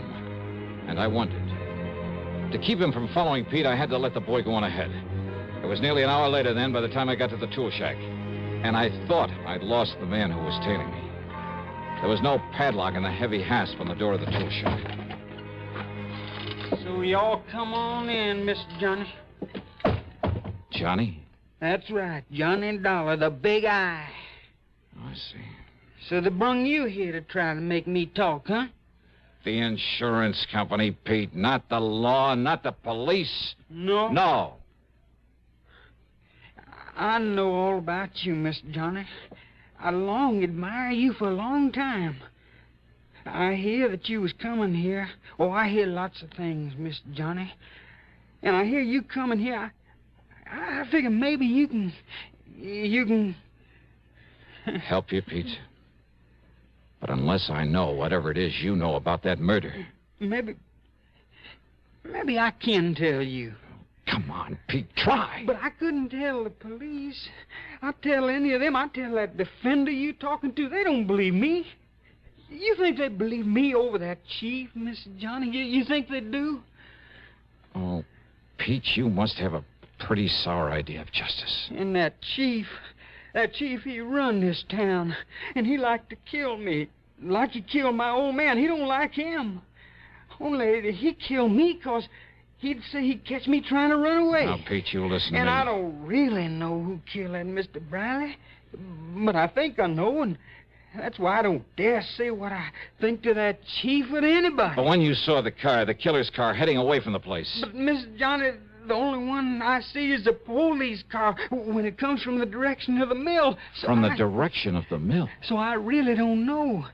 But that chief say I do, and if I try and answer the questions... Oh, wait, Pete. Trick questions, like that chief trying to make me answer when he come there and see me there. Pete, listen. And I tell you, they only let me loose so they can make me try and run away. Then that chief, he can kill me, and nobody see it's wrong. Wait a minute. And he'd do it, too. And that's Chetweiler. why I gotta hide He away himself from said anybody. that. Yes, Dollar. The chief had me let him go in the hopes he'd have confidence in me. Talk to me. The chief had let him go. Sure. Maybe it was to get an excuse to kill him if he ran. And that other car? Pete saw no other car. So how would the chief know one had left the scene a couple of minutes before he got there? And there were other things. You think I'm going to retire with this kid making a fool out of me? Pride of an old man who's been running the town. Yeah, and going away no richer than when I was walking a beat. Oh, but he'd be rich enough with that 17,000 payroll. Sure. And meantime, he knew that Pete McGuire, in his ignorance of justice and his fear, didn't dare to say what he suspected, didn't dare accuse this man to say what he suspected, didn't dare accuse this man he thought would kill him with impunity. Yeah. And that everyone connected with the law was against him. They're all against me. And so I want to live, Mr. Johnny. I can't tell nobody, not even you. Yeah. Maybe you don't need to, Pete. And besides, I only think I know who killed Mr. Briley. Yeah. Well, I'm sure. As sure as I... Huh? Hey, Pete, that smell. Coal oil. Yeah, kerosene. Hey, look. Soaking in around this door. It's locked. Somebody's jammed something into that hasp out there. Mr. Johnny, fire! Now now. They're smoking this fire. You're right. Winds is locked in here. We'll be burned alive. Keep talking, Pete. We forgot the hinges are inside this door. What's it? Keep talking while I pull the pins out of those things. We're dying here. We're going to be cooked alive in here, Mr. Here's Johnny. one. We're going to burn up in here, Here's the Mr. other. Johnny. We're going to be cooked alive. Come on, Pete. Come on. Mr. Johnny, we're going to die. All right, Chief. Donald? Yeah, that's right. I see the shack on fire. Yeah, well, you set this fire. There's further cover-up for having killed Mr. Brierly. This boy told you that. I'll kill him, too. Oh, no, you won't, Chief. Put away that gun. I'll kill you, too. Oh, no. Chief! You miss you, Pete? I'm all right, sir. Oh. So you killed old man Brierly. Mr. Dollar. And if this boy did know. But until you were sure he did, and you kept him too scared to talk. All right, Chief, you want to write and sign a confession? But if my people found out I Or did... shall I use this gun of yours on you? No, please. Be justice, though, wouldn't it? Well? No. Oh, yes, sir. I'll sign the confession. Okay, then. Up on your feet. Up on your feet.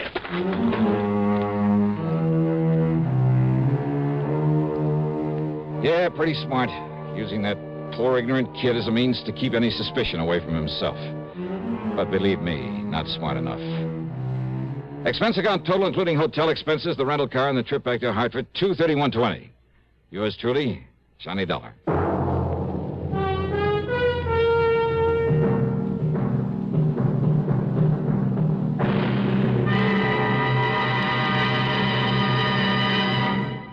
Catching a cold?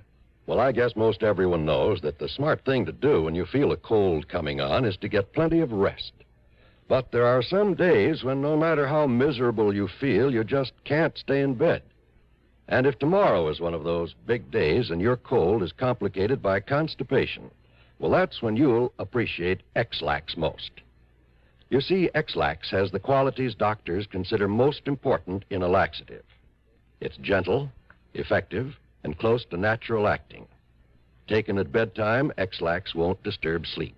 It works effectively, overnight, to help you toward your normal regularity. And X-Lax is so close to natural acting, there's no upset or discomfort. So gentle, it's even recommended for children. So, if tomorrow's a big day for you, if you have a cold and need a laxative too, take X-Lax, a laxative with the qualities a doctor would recommend. X-Lax. Now, here is our star to tell you about next week's story. Next week, the double deal matter. And I give you one guess about who comes out at the short end of it. Join us, won't you? Yours truly, Johnny Dollar.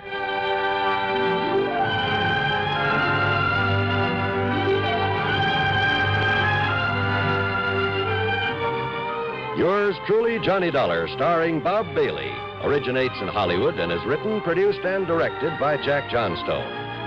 Heard in our cast were Larry Dobkin, James McCallion, Forrest Lewis, Russell Thorson, and Sam Edwards. Be sure to join us next week, same time and station, for another exciting story of yours truly, Johnny Dollar. This is John Wall speaking. This is the CBS Radio Network.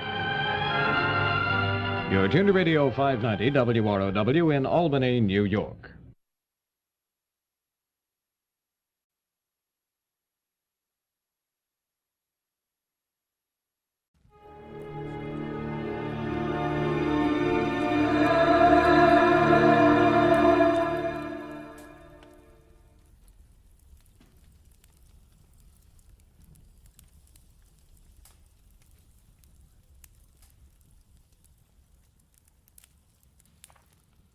Get this and get it straight.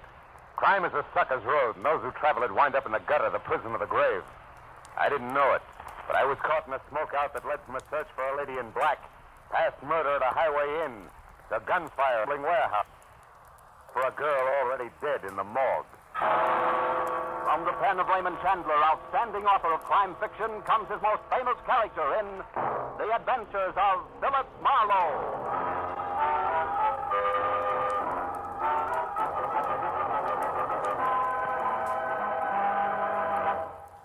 With Gerald Moore, starred as Philip Marlowe, we bring you tonight's exciting story, The Smokeout.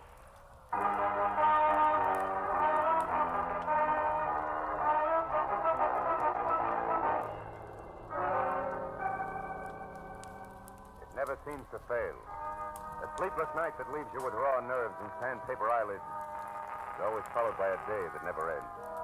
A kind of long, tough day that keeps you on the move until life in the city is finally reduced to no more than a confused, clatterous stink of exhaust fumes and an aimless mob of shallow people milling around, looking for nothing but a chance to con each other out of a lousy butt. And this was no exception. Because when I finally decided to quit, to get out of it, to go someplace quiet and relaxed, I found myself instead in a hurry all over again. I was on my way to a very public building on Spring Street at the stubborn instigation of one Detective Lieutenant Matthews of Homicide, whose phone call 20 minutes ago had caught me as soon as I opened my apartment door. Where you been, Marlowe? Don't you ever check in at that office of yours? And on days like this, Matthews, they don't give me a chance. What's up? Tell me all you know about Vera Hamlin, Phil. Who's Vera Hamlin? A girl. No fooling. Are you real sure you don't know her? Positive. Am I supposed to? Maybe she used another name. Pretty, blonde, about 5'6", a sweet kid, apparently. I can think of a lot of women who fit that description, Matthews. Yeah, you could. But this one wrote you a letter yesterday. I didn't get it. Then I haven't been to my office at all today. Why? She wanted your help. How do you know? Well, we picked it up from the imprint in an open pack of stationery in her apartment. Oh? Better come down and take a look at her, Phil. Take a look at her. Where is she? In the morgue. Oh. She was struck by a car last night. Accident? What makes you ask that, Marlowe? Your dubious tone of voice, Matthews. Well, was it an accident? I guess so. Maybe I've been a cop too long. I get suspicious myself on dark nights. Can understand it. Come on down, Phil. Right away. I'll meet you there.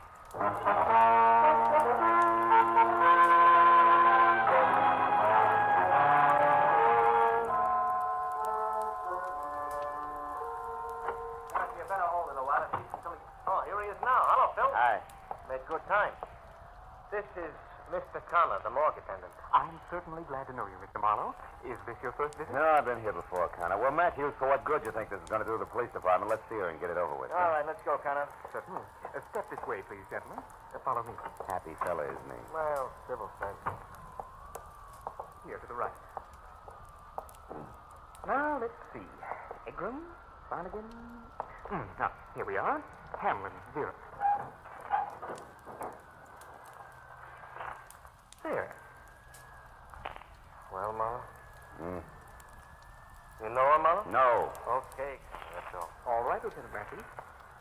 Come on, Phil. Let's get out of here. Yeah. Now, look, Matthews, I told you on the phone I didn't know. What'd you get me down here for? Because there are some angles on this death I don't like to look at. That letter to you is one of them. Got the letter? No, I read the whole thing in from the lab and that imprint they worked on. She was worried. She wanted you to investigate something for her. You were supposed to call her today. Know anything about her? Yeah, she came to L.A. about 6 months ago from Omaha. She worked for a guy named Brasso, who's a produce wholesaler, 77 Market Street. Lately, she was seeing a lot of him after office hours. What's wrong with that? Nothing. She was killed in front of Brasso's house at 2 a.m. as she was getting out of her car, and Brasso wasn't home at the time. Oh? He has a fair alibi, puts him out on Highway 101 north of Santa Monica when it happened. Excuse me, gentlemen. I'd better get the phone. Yeah, do that. What about the motives, Matthew? No motives. Well, then why are you so upset? Why was she so upset? What did she want you for? That's not enough for you to If I go had on. that one answered, I'd know where to go from there. I know, but you're pinning a murder rap on somebody. What do you mean murder rap? I'm not up to that. It's for you, Lieutenant. All right, thank you. Excuse me a minute, Phil. Hello, this is Matthew. Yeah. A witness. Says it was murder. Phil, get a load of this. What? Yeah, give me that again. Yeah, a woman. Saw it happen, huh? Great. Who was it? The lady in black. Where'd you get that? It sounds corny. Where did you get that? It sounds... What? You mean there's a story about it out now in the L.A. Journal? Yeah, I'll be back there in 5 minutes. And listen, get a hold of the reporter who wrote that story and hang on to him. I want to talk to that wise punk. How do you like that? How do you like it? Yeah, Vera Hamlin murdered with an eyewitness to prove it. Only the police department is the last outfit in town to know. Come on, Phil. Where to this time? To buy a newspaper, find out what's going on.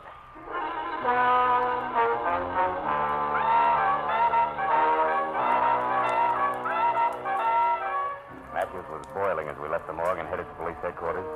We made one stop on the way to pick up a copy of the Journal, which he read as I drove. The kind of smoky, well-illustrated sensationalism that clouds issues, doubles police work, and sells papers. Revealed exclusively to the Journal tonight that she was an eyewitness when a mad killer purposely swerved his speeding car into curvaceous blonde beauty Vera Hamlin outside her lover's Brentwood home late last night. If that's journalism, I'll eat my bag. Keep reading. You're a cop, not a critic. Yeah, but I got taste. The lady in black will appear at police headquarters at 9 o'clock to reveal license number and description of the murder and the shocking death which police have already labeled accidental. Nuts. Come on, Marlowe. I felt a little sorry for Matthews because the way things were breaking, the Vera Hamlin deal was a cinch to become one of those involved screwball affairs. Where nothing goes according to the book, and I was glad I never got a letter. Now it was none of my business. All I wanted to do was drop Matthews off, get away from the whole thing, and try to forget about it. But when we piled up behind the waiting squad car at headquarters, a gang of night-beat photographers draping the stairs stopped us. Give you a right. Lieutenant, is your witness going to show? It's 9 on the button. Where's the lady inside? How do I know? I didn't find out there was a witness till I read it in the journal. Yeah, that was a dirty trick. Hiya, Marlowe. Hi, Abbott. You're an old-timer, Abbott. You guys ought to keep punks like the journal squirt in line. They just make it tough on everyone. Oh, don't blame us for that guy. He's burned up, huh, Marlowe? You blame him? You know as well as I do the journal picked up that witness right here. Kept her under wraps until they had time to break the story. Well, he shouldn't let it throw him. You know, guys like that usually hang themselves. Sure, after the damage is done.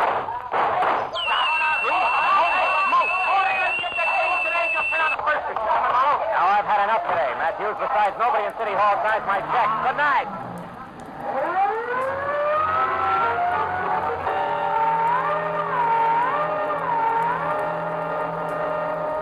I watched them out of sight and drove to the corner where one of the reporters told me that the green sedan had a lady in black in it. Whoever had fired the shots had gotten away clean. So, with that to think about, I drove back to Hollywood and tried a double scotch in a quiet bar. Yeah, it didn't work. Half hour later, I ended up in my office with Vera Hamlin's letter open on my desk.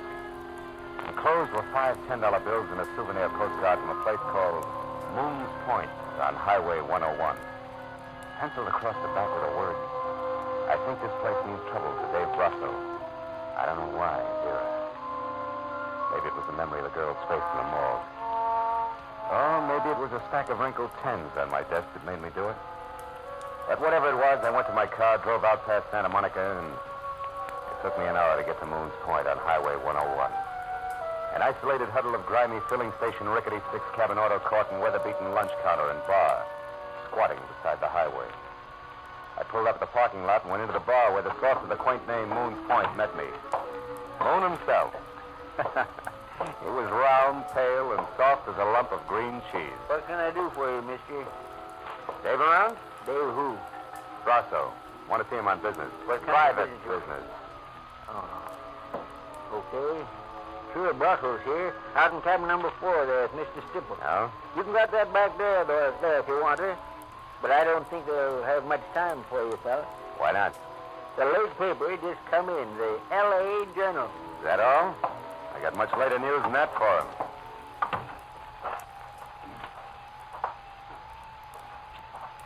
Hey, you. Who's there? Pull it down, will you? My name's Baggett. Agent sign asking for Dave Brasso. Well, I think you're a cop, and I might be able to do you a little favor.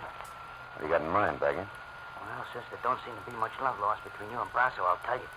I believe in an eye for an eye and a tooth for a tooth, see? I used to be a driver for Dave Brasso, only yesterday I got canned. Thrown out. Pulled off my truck and fired for no reason at all. So? Oh, so I've been sticking close to him, just waiting for a chance to pay him back. And I've been finding out things you might like to know. Give me a for instance. Well, for instance, he had a fight. A knockdown, drag-out argument with that Vera Hamlin girl last night, just an hour or so before she was run over. She claimed he was seeing another woman. What's that proof, Baggett? She was found dead in front of his house, Bud. You added up. And that's not all either. I know why he's hanging around out here. Also, why it ain't gonna do him one bit of good. I got plenty to tell him. Wait a minute, hold it. Yeah. That's Monty Stipple who opened the door to number 4 here. I gotta get out of here. But I got plenty to tell, Bud, so when you're finished in there, come on over behind the grease rack at the filling station. I'll be waiting. I don't know how you feel, Dave. You're on edge. You got reason to be, but running back into town won't help you any. So they got a witness. She's already told it. Wait a minute. There's somebody outside here. Yeah, that's right. I want to see Dave Brasso. Mr. Brasso is pretty busy right now, mister. Not too busy to see me. Oh, you cop? No. And you must be a crummy reporter, so scram. You look Mr. Brasso up at his place of business some other time. You mean after he skipped town to keep the witness from putting a finger on him? Why, you Hold snooping... it, Monty. Wait. Who are you? What's your dice, soldier?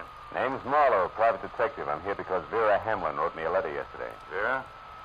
Monty, get lost for a couple of minutes, will you? I want to talk to this guy. Don't you Go think you on, better go let me... on, beat it. Well, okay. All right, soldier. Come on in. You wanted to see me? I'll take a good look.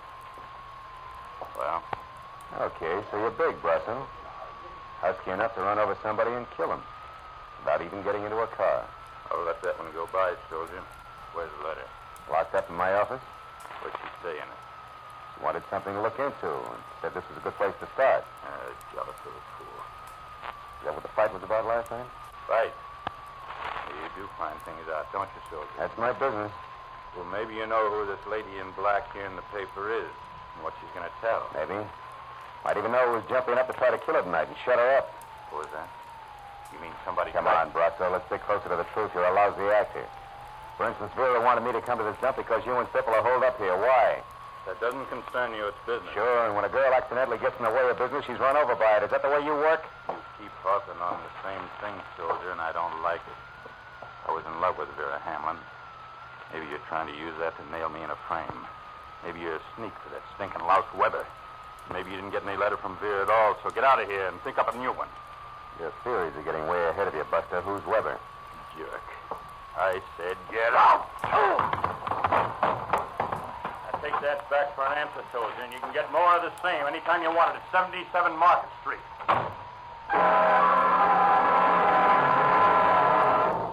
Brasso's hair trigger left with 200 pounds of shoulder behind it. Piled me out of the door and flat on my back in the gravel. Which tallied my interview with him at 0 with one minor exception. My spiteful informer, Baggett, had some basis intact for his story, so I dusted myself off and made for the rear of the deserted filling station where the grease rack stood. There was nobody around. I waited a few minutes for him, and then I skirted wide around the auto court and looked in at the scaly window at the bar. Stipple was there with his nose in a beer glass, but no Baggett. I circled the building quietly, found nothing but indignant spiders and dark corners, and decided to try the grease rack again. When the back door to the bar opened, and Moon came out with a flashlight and a pail of garbage. He was halfway to a rack of cans when he froze. Like a bird dog with one foot in the air. Holy mackerel. His flashlight stabbing at a man's hand, hanging out over the edge of a shallow ditch. Look there. There's somebody laying in the ditch. Yeah. No wonder I couldn't find him. It's Baggett with a knife in his back.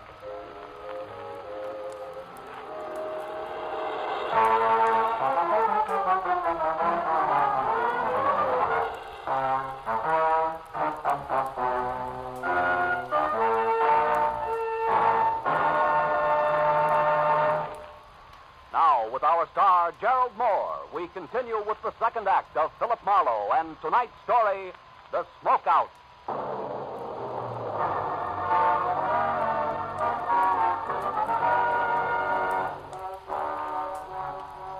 Even as death quietly hardened the hand at the edge of the ditch, the wheezing, pudgy turtle known as Moon was already worrying less about why murder was sprawled at his feet and more about what the violent slaying of the truck driver was going to do to his roadhouse business as usual. Didn't make for wholesome listening. Dave Brasso, that Monday Stipple, all of them. They can take their trade and their trouble summers up. I got to make a buck like the next guy, but I sure ain't going to do it this way. Why, overnight it... Hey, wait a minute, Moon. What troubles are you talking about? Brasso and Stipple, I mean. What is it? Come on, speak up. It may be important. To who? To me and the law. To Baggett here. Maybe a girl who died a little ahead of her time. A girl who what? Hey, mister, you're talking in circles. Yeah, sure I am. And we don't have time for that, do we, Moon? Here, let go of me. Are you going to talk? Well? Okay, I'll tell you. There's no international secret. Now, get your hands off of me. All right, we'll make it fast. The setup, what is it, Moon? Too much competition. Another produce outfit run by a guy named Mike. He's been picking Brasso's trucks off along US 101 every other night. Sometimes it's a well-planned accident, and sometimes just sloppy hijacking, but all earth is trouble. Trouble Brasso can't prove, is that it? Yeah. That's the reason for Monday Stipple and the meetings out here. Stipple's supposed to get the proof for Hey, wait a minute. Brasso. There's a guy going to the car next to mine. Oh, that's Brasso, Marlowe. And like I said, I've had enough. For my dough, it's time to call the cops. Good luck, sucker. Dave Brasso was out in front by no more than 30 seconds, so as I ran toward my car and the wall of dust his tires had kicked up, I figured I had an even chance of catching up with him before he got back to Santa Monica and into heavy traffic. But I figured differently when I had one hand on the door of my car. I had to. Company said so. I'm holding a gun. Please don't move. She was standing someplace behind me, and when I did as told, she moved around in a wide, careful arc until we faced each other across a chunk of dark night. It revealed only two things. One, she was holding a gun, and two, there was no mistaking her.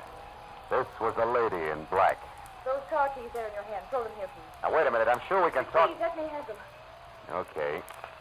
Now what? Now, whoever you are, you can look for these when I'm Hey, gone. listen. I don't want to be interfered with. Now, wait a minute. Oh, I get it. You're afraid something will jar the sale price you've set for Brasso, huh? Yep. What are you talking about? That ever-stinking routine known as blackmail. Or to be very specific, a mystery witness, you, the lady in black, who almost gets to the police to tag a killer. Almost so she could scare said killer into a generous frame of mind when next they meet. In other words, baby, it was all an act, a pressure play on Dave Brasso. Now it's time to collect. Do I go on? No, you don't. You just do as I say. You just turn around and walk. And think a little. Think about the pistol shots that you neglected to mention, which somebody took at me while I almost went to the police. Or did I do that myself? Also for the sake of Mr. Brasso's frame of mind. It's possible. I don't think so. Now go and start walking. You don't make much sense standing here. As I moved away from her, she backed off quickly toward a car that was nuzzling a high hedge near the far side of the roadhouse. So I knew that any move I intended to make had to be done right then and there.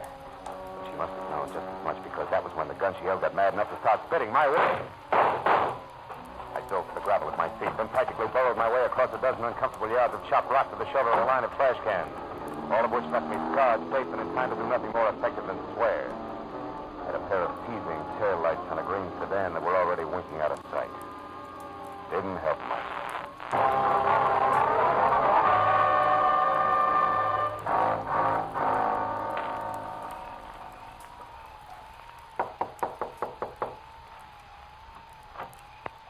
Well, what do you know? The private detective again. Well, what's it this time? Bill Brasso, Stipple, is he in? No, he isn't. That's funny. No, I don't think so. I only think you're funny. The panic, Marlowe. Moon and I have been watching you comb that gravel out there searching for the key. We couldn't catch the chatter, but she certainly made you look stupid. And just so you don't go on looking that way, don't bother playing so wide-eyed about Brasso being in here either. You see, I know you know he isn't. It won't work, sonny boy. Maybe a little pressure will. I doubt it. I don't bend easy, Marlowe. Also, I don't happen to know where Brasso went. But just so nobody gets too upset or quick with a gun, maybe we have to go back over to the bar to chat. Moon's expecting me. Besides, it's cozier there. It won't be. Once the cops start pouring in. Incidentally, it makes it your turn not to play dumb. I mean Ernie Baggett being very dead out in the back. Even Stevens, huh, Marlowe? Yeah. Okay. I know about Baggett. From Brasso? I heard you. Nice night. Marlowe? You know, Stipple, you're making a big mistake. What? Protecting Brasso can't pay off anymore. You said I was protecting him. I worked for Dave Brasso, period. If he knocked off a couple of people, and I'm not saying he has, it's got nothing to do with me. What's done's done. Which doesn't include the girl, huh? Who? That witness? What's the difference? What happened to her? She's living on borrowed time right now any way you look at it. Why? Because of what she knows? No. Because of the way she handles what she knows. All that gab in the papers. You know, she's lucky those 3 shots that were thrown at her only came out of a pistol. Could have been a howitzer, considering the advance notice she gave.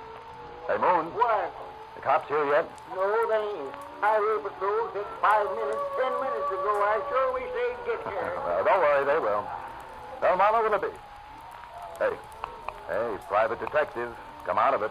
What's up? Around here, Stipple, nothing. Nothing at all. Where are you going? To 77 Market Street. The Brasso Produce Company. Brasso Produce Company. I think it's where both your boss and the lady in black are going to get together. And what gives you that idea? A hunch, Stipple. Just a hunch. Goodbye. The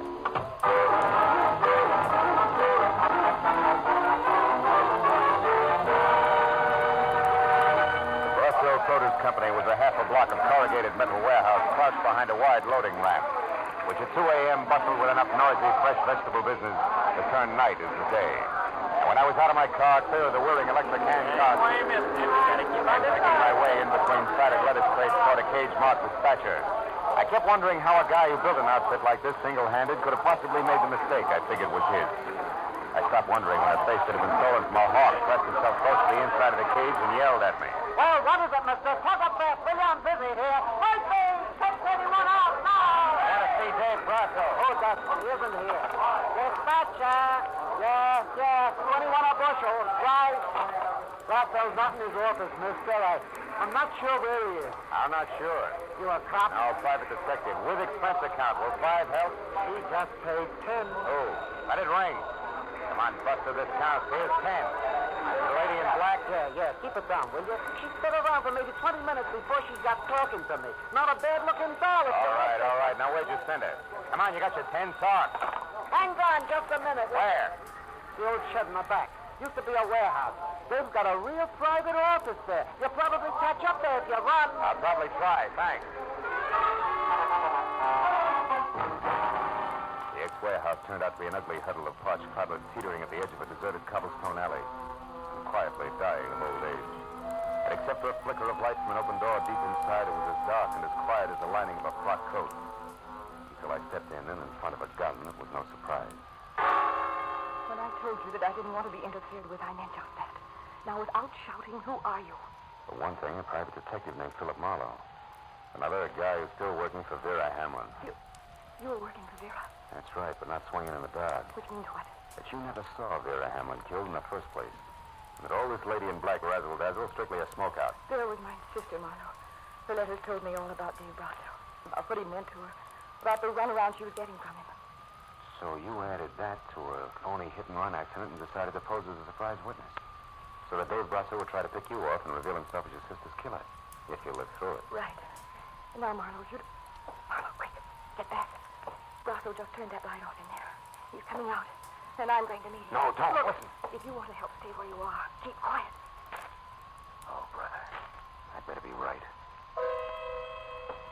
She moved one slow step at a time toward the long, thin triangle of light the open warehouse door spilled across the sawdust flooring. I slid my .38 from shoulder holster to the right hand, and the hair on the back of my neck started to crawl. And suddenly there was nothing to do but wait. You can stop right there, Mr. Brasso. Huh? Who's there? Who are you? A girl named Hamlin, Mr. Brasso. Frances Hamlin. A girl who knows all about how my sister really is. It was only a sudden flash of light that the room was taking it. It was a pistol raised and aimed at the back of Frances Hamlin's head. It was all the cue I needed. Drop it, Stefano! Don't shoot again! Don't shoot again! Marlowe, quickly, Brasso's get out. Yeah, but he's harmless, honey. He and Stipple aren't on the same team as far as your sister's concerned. Did you hear that, Brasso? Yeah, I heard you, Marlowe. Well, then Stipple killed my sister. Why, Marlowe? I don't know. He's the one to ask about that. All right. Why, Stipple? Dave, why did you do it? Dave, stay back. Why? I did it because she caught me at my place, caught me talking to Mike Weber. You worked for Weber for the guy who was wrecking our business? Yeah, oh, Dave, please, I didn't know what I was doing. She was going back to you to tell you what she saw. You big double-crossing lout. Dave, that's enough. No, it isn't. Please, Dave. I've got something to finish.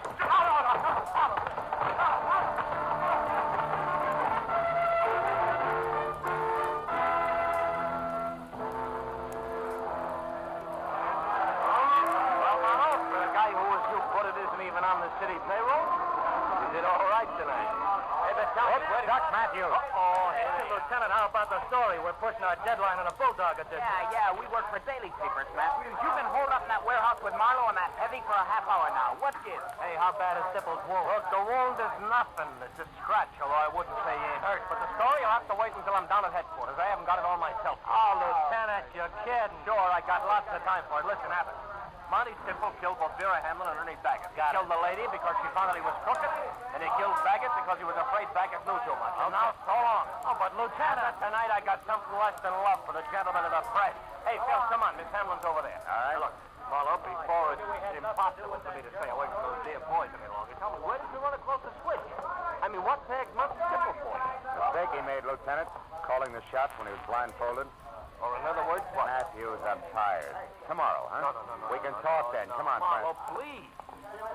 Okay. Well, it's something like this. Back at Moon's Point, Stipple told me how lucky the lady in black was. Only 3 shots were thrown at him. And he had no way of knowing how many shots had been thrown, huh? Attaboy. Unless, of course, he threw them himself. Sure. Francis had a smokeout plan, which was an inspiration to me because knowing Stipple was a liar and proving it were 2 different things. So you led him to the warehouse, and while Miss Hamlin here gunned for Brasso, Stipple gunned for her. You're so right, and good night, Lieutenant Matthews. No, listen, Marlowe, Good night, Lieutenant. Okay. Good night, Phil. Good night, Miss Hamlin. Good night, Lieutenant. Thanks, Marlowe. And what? More questions? Uh-huh. But not under vital statistics. Oh. Marlowe, one way or another, my crazy plan has worked, right? I guess so. Well, then tell me. Now that Stipple's caught and, well, it's all over, am I supposed to feel good? I don't know, baby.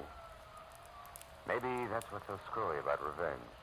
It's got all the permanence of a smoke ring, even when you're positive it's justified. Cigarette?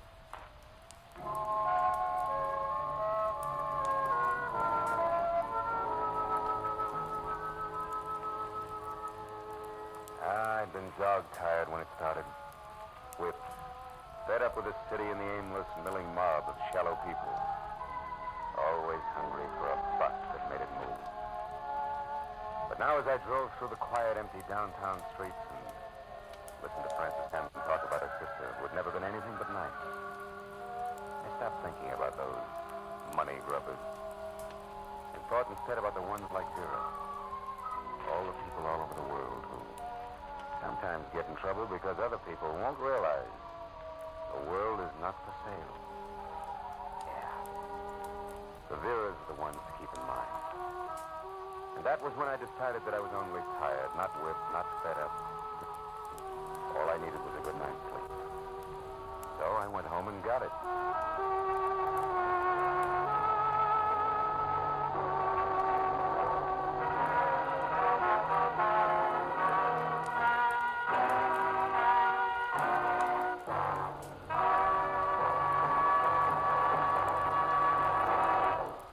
Adventures of Philip Marlowe, bringing you Raymond Chandler's most famous character, star Gerald Moore, and are produced and directed by Norman McDonald. Script is by Robert Mitchell and Gene Levitt. Featured in the cast were Lynn Allen, Barney Phillips, John Daner, Jack Crucian, Parley Bear, Edgar Barrier, Byron Kane, Hugh Thomas, and Bill Raleigh. Detective Lieutenant Matthews is played by Larry Dobkin. The special music is composed and conducted by Richard Oron. Be sure and be with us next week when Philip Marlowe says...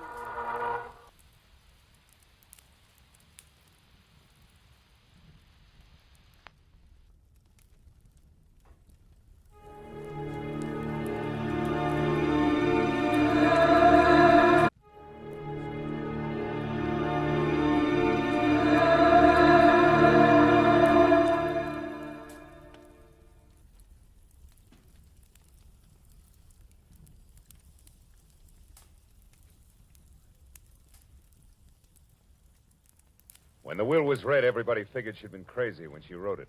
And that included me. But I changed my mind after spending a night on an island with a pig, a cat, and an ape. Because in reality, they were people. From the pen of Raymond Chandler, outstanding author of crime fiction, comes his most famous character as CBS presents The Adventures of Philip Marlowe.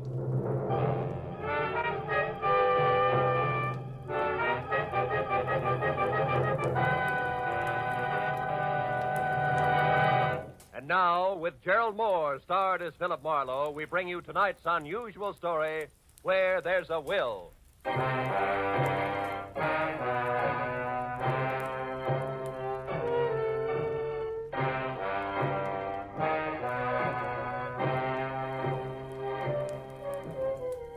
I had spent the whole day on a noisy job which had concerned itself with a lot of people who talked a lot and said nothing. When I finally locked up my office for the night, I was worn out. As I drove slowly along the street, I was glad to be heading for home and a little peace and quiet. At least that's what I thought. But when I pulled up for a full stop sign, only a half a block from my apartment, something happened which brought my little dream of peace and quiet to an end. The car door opposite me flew open, and something mighty excited jumped in. I'm being followed. Drive on, please. The law? No, please drive on. Okay, lady, get a good grip on the upholstery.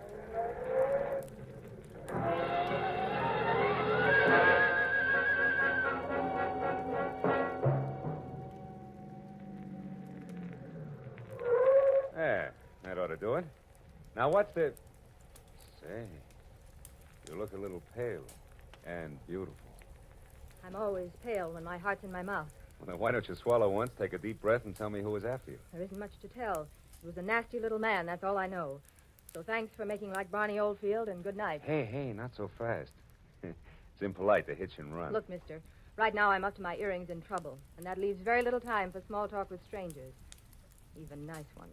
Well, in that case, the name is Philip Marlowe, which takes care of the stranger part, and I'm a private detective, which makes trouble my business. Where do we go from there? No place. $300,000 worth of hidden bonds, a screwy old lady, and a sculptor with a red beard are too much for any one-man police force, Mr. Marlowe. So again, good night. Before I could say anything, she was out and gone.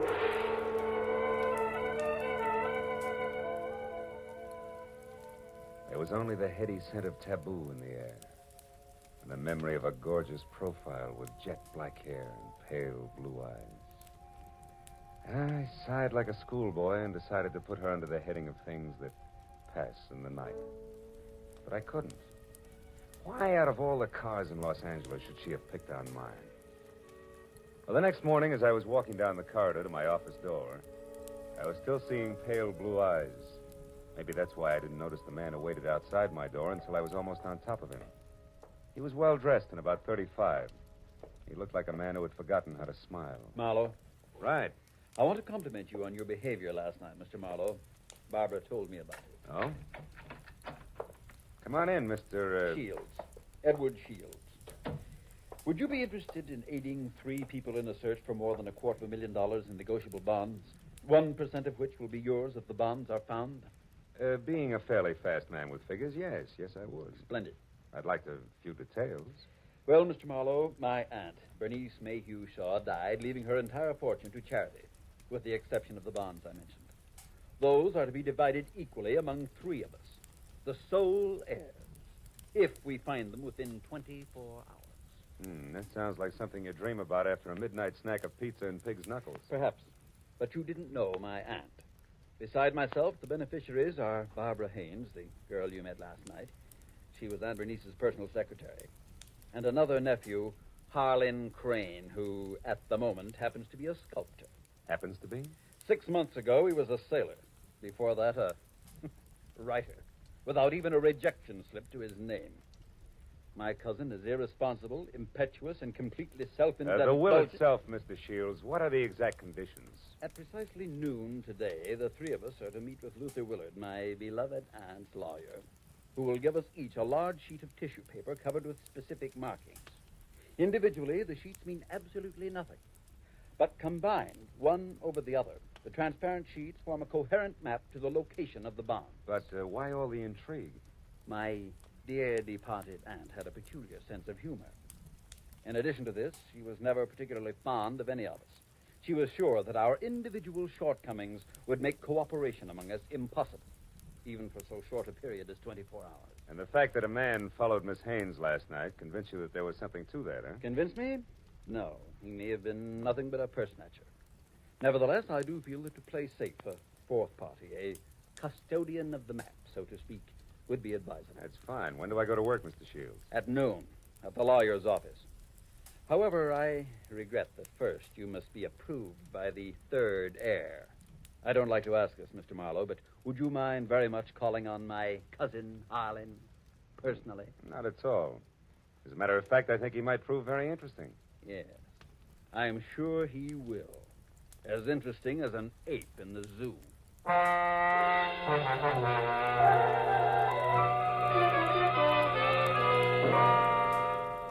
felt like saying, look, Shields, I'm not as gullible as I look. But then I thought a client's a client, and I decided to play along. Harlan Crane, 6 foot, red-bearded giant, talked as he worked, wielding a 10-pound sculptor's mallet like it was an 18th century quill. I'll be frank with you, Marlowe. Money isn't everything to me and never has been. Over $100,000 will buy a lot of marble. Half the state of Vermont, I'd say. But coming to the point, Mr. Crane, do I get your seal of approval? Oh, I imagine you'll be all right. Anyone who can get by Shields, the all-American Scrooge, ought to do. Thanks, $1 million. I'm not being personal where you're concerned. It's just a matter of facing a fact bluntly.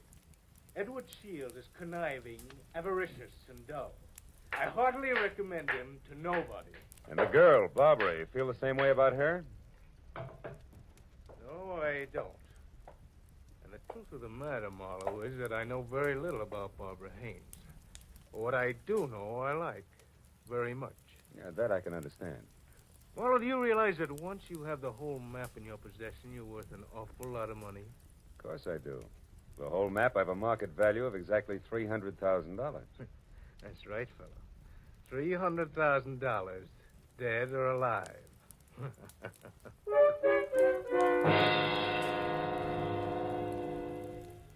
I know it was small of me, but I didn't exactly see the joke. And things got less funny as time went on. Later, as me and my trio got off the elevator at the lawyer's office, old Luther Willard, Aunt Bernice's attorney, was waiting for us, so excited he could hardly talk. I've been held up. What? Yes. A little man. He wanted the map. Little man, dark complexion? Yes. Had a scar on the side of his neck. Are the maps all right? The maps? Oh, yes, they're all right. Now, wait a minute, everybody. Give him a chance. Mr. Willard, tell us exactly what happened. This is Mr. Marlowe. We told you about him, Mr. Willard. Of course, yes. Come into my office. You see, I was putting some papers into my safe when this little man stepped up behind me and demanded the maps. Were they in the safe? No, thank heavens. Make yourselves comfortable. The maps, Mr. Willard. Where are they now? Well, right here, where they were all the time. Here under the blotter on my desk. Clever of me, wasn't it? Wax seals, still intact. I'll take all three of them right now, Mr. Willard. That is, if there are no objections. All right, then I guess we can be on our way. Hold on, Mr. Marlowe. There are still two things you people must know. First, in the event the bonds are not recovered within the 24 hours, I am instructed to open another sealed envelope, which I'm happy to report is kept in my bank vault. That envelope contains a complete and simplified map and is to be turned over to a designated charity. And second, if any of you die before the allotted time is up, the bonds are to be divided among the surviving persons. And if none of us survives, Mr. Willard? Why, in that case, the bonds again go to charity. You see, Harlan, your aunt was a very generous woman.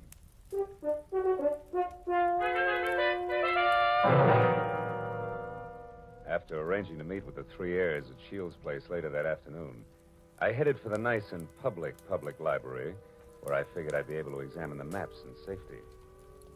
By placing the three maps exactly one over the other, I saw that the bonds were hidden on the larger of two squares of land called Twin Islands, which were the personal property of the late Bernice Mayhew Shaw, and located in Indian Lake in the San Bernardino Mountains. As I left the library with the three maps in my pocket, I felt like a well-fed mallard on the opening day of hunting season. Then I knew I was being followed. As I slipped into a doorway and turned, I saw it was the nasty little man with the scar. All right, you, we're through playing tag. Oh, let me go. Ooh. Not yet, Shorty, not until you talk loud and clear. No, don't hit me, please. Please hit me down. I'll tell you everything. All right. If you're sure you can get it all straight the first time, there. Now, the whole story, beginning, middle, and end. Yeah, like you say, whole story. Okay. Starts like this. Oh!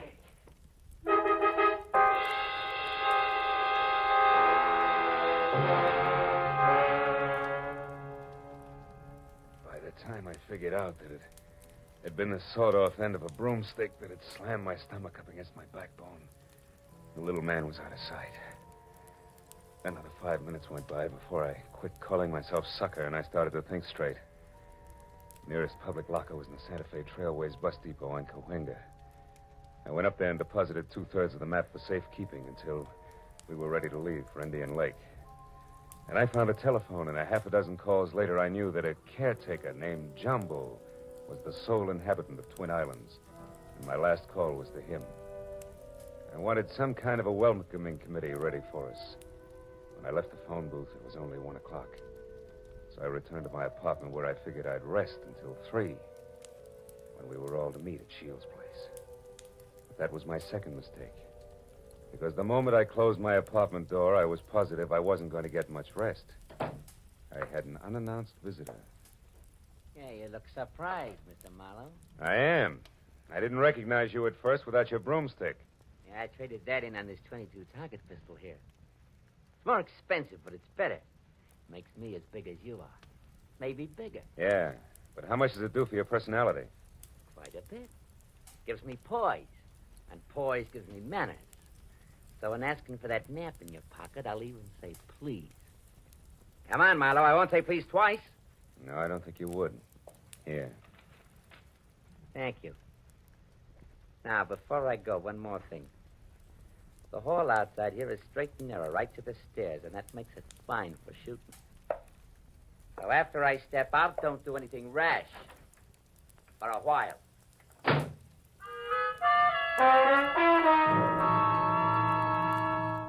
So, loving life as I do, I didn't do anything rash for a while. In fact, I could have whipped up a nice 7-minute frosting before I moved at all. Then I phoned the three heirs to get together at my apartment. When I finally had them all seated in front of me, I related the saga of the little man, including my premonition that one of the three present was signing his paychecks. Of course, I got nothing but Cupid-doll innocence out of any of them. So after adding that we'd get underway just as soon as the missing 1/3 of the map was returned to me, I threw my trench coat over my arm and told them I was going for a walk.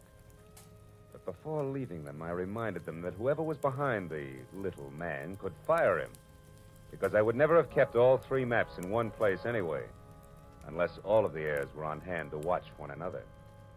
And then I left. I hadn't walked more than a half a block up Franklin when I stopped at the sound of Barbara running after me. Phil, I'm scared. Harlan and Shields are acting like a couple of wild men, calling each other every name under the sun. What'd you expect? Chit-chat about the weather? I quit acting like a bobby soxer within squealing distance of Sinatra and try a cigarette. It'll calm your... What is it, Phil? Why are you smiling like that? What's wrong? Nothing's wrong, Barbara, nothing. It's just that I found this in the pocket of my trench coat when I went for my cigarettes. It's the map. That's right. The missing third. It's back already.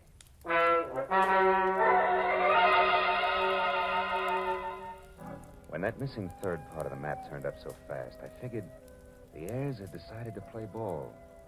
But I made a mental note to keep my eyes on them anyway. At 3 o'clock, I went to Edward Shields' hillside house in Laurel Canyon for the scheduled meeting. Shields wasn't home yet, but Cousin Harlan was there, admiring the view. Barbara showed up a few minutes later in a convertible, and Shields arrived last by cab. It finally began to look as though we might actually start out all together. Well, I see we all arrived, safe and sound. Yeah. Disappointed? Only by your clumsy attempts at humor, Harlan. Stop it, boys. Let's get started. Phil, have you looked at the map? Where are we going? To Indian Lake. It's a 4-hour drive, so if you're all ready, I suggest we get started. Very well. I'll go up to the garage and get the car. So Aunt Bernice hid the bonds in a roost at Twin Islands, eh? Well, well, well. Nobody seemed surprised at the location Aunt Bernice had chosen to hide her bonds. And Harlan, Barbara, and I stood on the front porch watching Shields as he climbed the very steep driveway to his garage in the car. But Barbara got more of my attention than Shields. She made a mighty dreamy picture. And she leaned casually back against the rail of the porch. She wasn't aware that I was watching her. And I suddenly saw her go tense, her eyes filled with fear, and I quickly turned to follow her stare. Shields' car was going at a rapid clip down the steep driveway. I still couldn't figure out Barbara's concern, and then she started screaming. The car's out of control. The car was headed for the edge of a cliff. His brakes are out. You go over. The tree stopped him. Shields, are you hurt? No, I'm all right.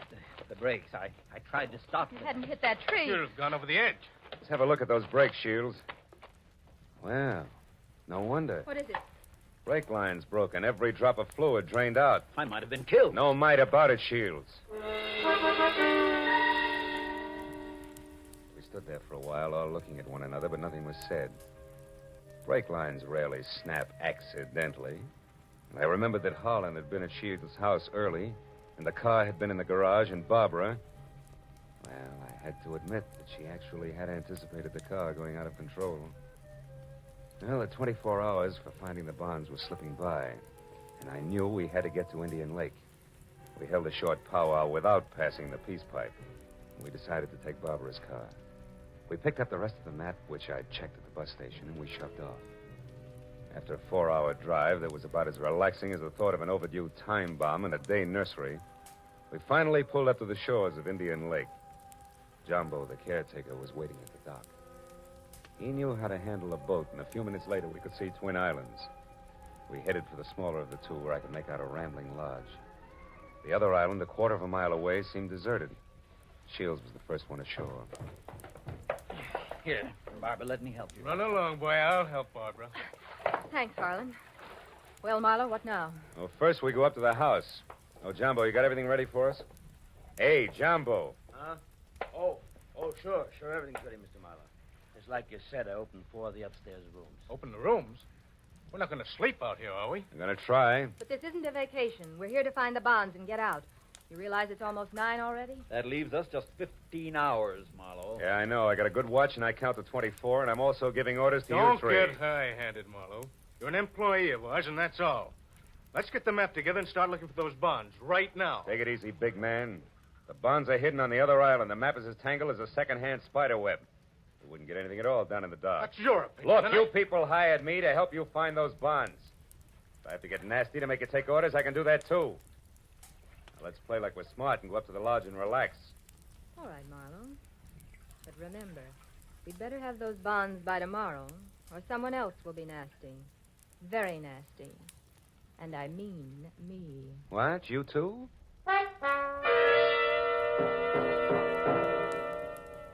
Getting the 3 heirs settled down at dinner table was quite a chore. And when I was sure they'd keep an eye on each other, I slipped outside. I hid 1/3 of the map in a drain pipe. Then I went upstairs to my room, and I hid another third in the window shade. Well, the maps were settled, and I began to think about other things, like the accident to Shields' car. There were too many accidents and coincidences to suit me. So I decided to drop in on Cousin Holland's room to see what I could see. After 15 fruitless minutes, I was about to leave when something in the wastebasket caught my eye. The corner of a half-hidden handkerchief monogrammed H.C. I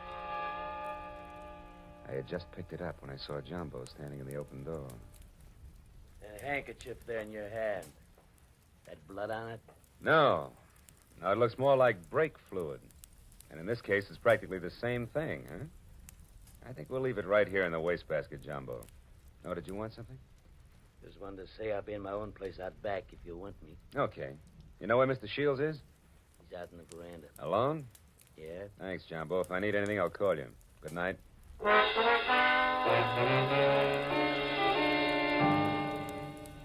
Shields. Oh, it's you, Marlowe. What's wrong? You sound like a man expecting trouble. I was nearly killed in my car this afternoon, and I don't think that was the end of it. Yeah, and don't stand too close. The end of it. Yeah, and don't stand too close to high windows. Thank you. It's comforting to know that I am not alone in my suspicions. Maybe, how are you betting? On the beauty or the beast? Don't be absurd. I hope someday to marry Barbara. Yeah? Well, a guy might be beating your time right now with a sculptor's mallet.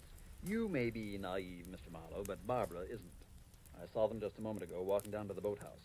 Harlan's galloping after her like a half-baked idiot, as usual. But if Miss Haynes prefers me, what can he do about it? There was an answer for that, but it seemed a little obvious under the circumstances.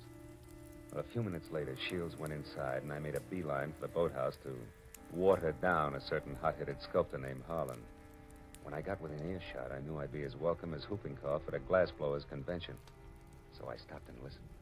Barbara, darling, I'm falling in love with you. You know that, don't you? Let me hold you close. Harlan, Oh, Harlan. This is real, Barbara. For the first time in my life, I'm truly in love.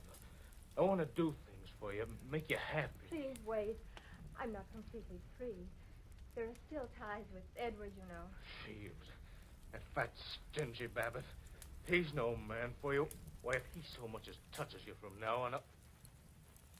Wait a minute, Barbara. Marlowe, you cheap, snooping eavesdropper. Eavesdropping's a minor vice compared to some of the shenanigans going on around here. What do you mean by that? A word to the wise is sufficient. You, I'll give a few more. Now, somebody's trying to cut our little triangle down to 2 sides before noon tomorrow. What I've seen so far I don't like, so I'm warning everybody. Just what are you accusing me of? Why, Harlan, stop it. Don't be a fool. Will you cavemen control yourselves until those bonds are found? Come on, Harlan, let's go in. Good night, Marlowe. Don't get your head caught in any transoms.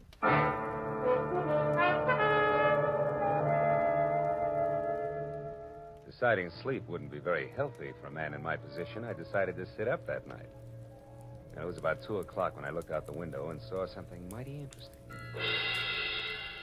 A light was moving on the other island opposite us. I got hold of Jumbo and we went over there as fast as we could.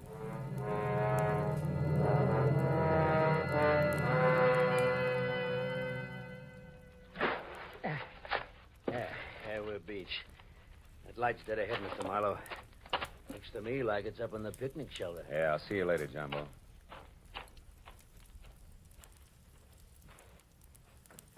Who's there? Guess who?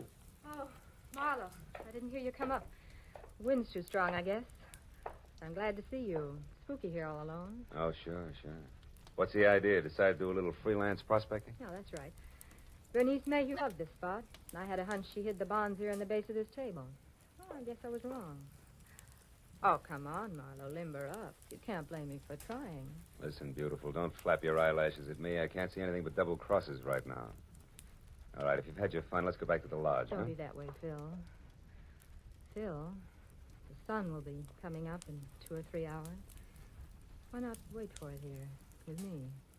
Barbara, baby, don't burn up too many calories with that routine. Because I only keep 1/3 of the map on me. You think you're so smart. Bright ideas hatch in that cute little brain of yours, too. Now let's... Oh, comes the gun with a pearl handle, no less. Stay away from me, Marlowe. Over there. Hey, what's going on here, Eddie? Jumbo! Look out, Jumbo! Jumbo stepped into the light and Barbara turned. I made a swipe at her gun hand that knocked pistol, purse, and lamp all over the picnic shelter. I found the gun and gave it to Jumbo. Then I started to pick up an assortment of knickknacks that had spilled out of her purse. But I never finished, because one of the items made my eyes pop. It was the monogrammed handkerchief covered with brake fluid that I'd found in Holland's room. It all made sense now. It tied up everything that I'd suspected right along. Only 2 of my trio had planned to split up the $300,000 worth of bonds from the first. As I ran for the motor launch, I yelled at Jumbo to bring Barbara over in the rowboat. All the way back, I had the panicky feeling that I was probably too late. But when I sneaked in the front door of the lodge, there were still 2 voices, and they came from the open kitchen door. With my hand on my gun, I edged along the wall and peeked in. Shields, you're a fool. Perhaps. But I'm going to kill you and have a perfect case of self-defense. What are you talking about? Your hopelessly framed cousin, Harlan. I ruined the brakes on my own car. I planted your handkerchief, stained with brake fluid, in your room. Marlowe found it. He's convinced that you tried to kill me. He's also convinced that he was brought into this whole thing by coincidence. He doesn't know that he was deliberately involved in our search for the bonds, just so he'd make a reputable witness. You're out of your mind. Not at all. I'm going to kill you and say it was self-defense. Marlowe will testify that you tried to kill me before. What Marlowe's going to do is blow your head off if you don't drop that gun, Shields. Marlowe? Yeah, Marlowe. Who knows he wasn't brought into this thing by coincidence, but who stuck around to see the fireworks and who almost saw them just now. Phil, what's happened? Barbara, couldn't you hold Marlowe on the other island? You Shut up, Shields. Barbara's little mistake was that she should have gotten rid of Holland's handkerchief after she took it out of his room so he wouldn't see it. Barbara, I don't understand. You planned all this with Shields against me? Well, I did in the beginning, Harlan, but I changed my mind when I fell in love with you. I let Marlowe find the handkerchief in my purse. I wanted him to stop Edward. Oh, darling, don't you see... Come on, Miss Bankhead. Cut the dramatics. The show's over. Let's have it straight, huh? All right. We might as well if we're going to find those bonds before it's too late. Edward and I did plan it. We even hired the little man who tried to get the maps from you. And when that didn't work, you planned to get rid of Holland and split the $300,000. So we failed. So what? We're right back where we started. 100,000 apiece. Now let's go find those bonds. Not so fast, beautiful. What happened to Holland just now was a little more serious than a hot foot. It was attempted murder. He can slap you 2 in the jug this minute if he wants to. But I'll leave it up to him. Okay, Holland, what do you say? It's your move. No. I've got a better idea. Marlowe, 1/3 of that map is mine. Give it to me. Okay. There it is. Harlan, what are you going to do? Harlan, no. Don't burn it. There. Now we all lose. Now none of us will get the bonds. That's probably how Aunt Bernice wanted it anyway.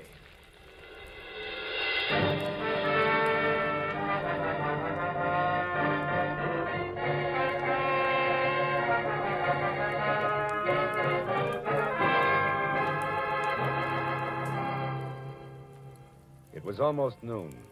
I was standing on the veranda of the lodge, and a scrawny old crow was perched up on the roof. I saw Barbara and Shields quietly pull away in a boat with Jumbo. And I saw Holland lumbering off to the far end of the island to sulk. And as I watched the 3 of them, I couldn't help thinking. A pig in a pinstripe suit, an ape with a red beard, and an alley cat in nylon. Yeah. Keep laughing, Aunt Bernice. You were right. Greed, treachery, and rashness don't mix, even for 24 hours. And the 1% of the bonds I was to get? Well, that's my contribution to charity. Who knows? Maybe I can take it off my income tax.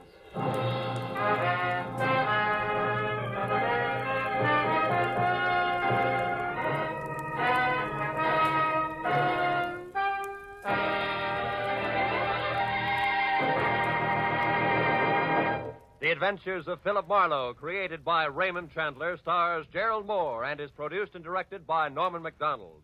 Featured in tonight's story were Mary Shipp, Parley Bear, Don Diamond, Ted Von Eltz, and Wilms Herbert.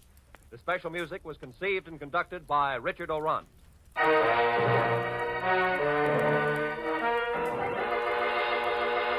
Be sure to be with us again next week when Philip Marlowe says... When I got the crisp $50 bill in advance, I figured my client had a heart of gold. But after I was beat up, double-crossed, and shot at, I realized just how hard a heart of gold could be.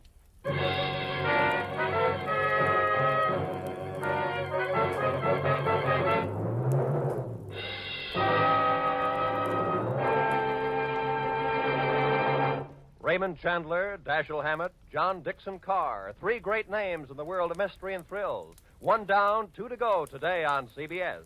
Now that you've heard Raymond Chandler's Philip Marlowe in action, CBS invites you to hear Dashiell Hammett's Sam Spade in action tonight, followed by John Dixon Carr's personally written radio series, Cabin B-13. Chandler, Hammett, Carr, today and every Sunday, over most of these CBS stations. It's a mystery if you miss them.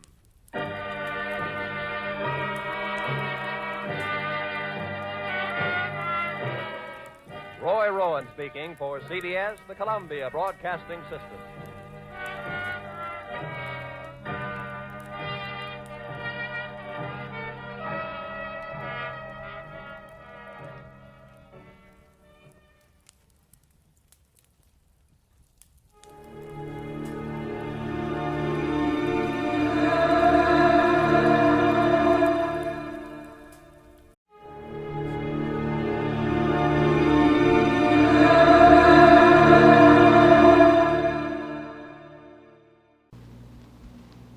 Here's another in NBC's great parade of new shows.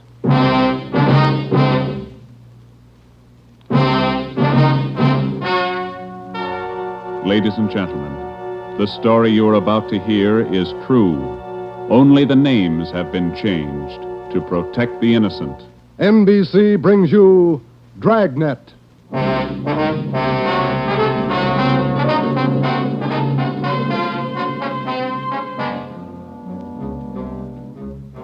You're a detective sergeant. You're assigned to homicide. There's a mad killer at large in your city. A woman has been brutally slain, the body mutilated. The picture is clear. The killer has a thirst for blood. Your job, get him. Dragnet, the documented drama of an actual crime, investigated and solved by the men who unrelentingly stand watch on the security of your home, your family, and your life. For the next 30 minutes, transcribed in cooperation with the Los Angeles Police Department, you will travel step by step on the side of the law through an actual case from official police files. From beginning to end, from crime to punishment, Dragnet is the story of your police force in action.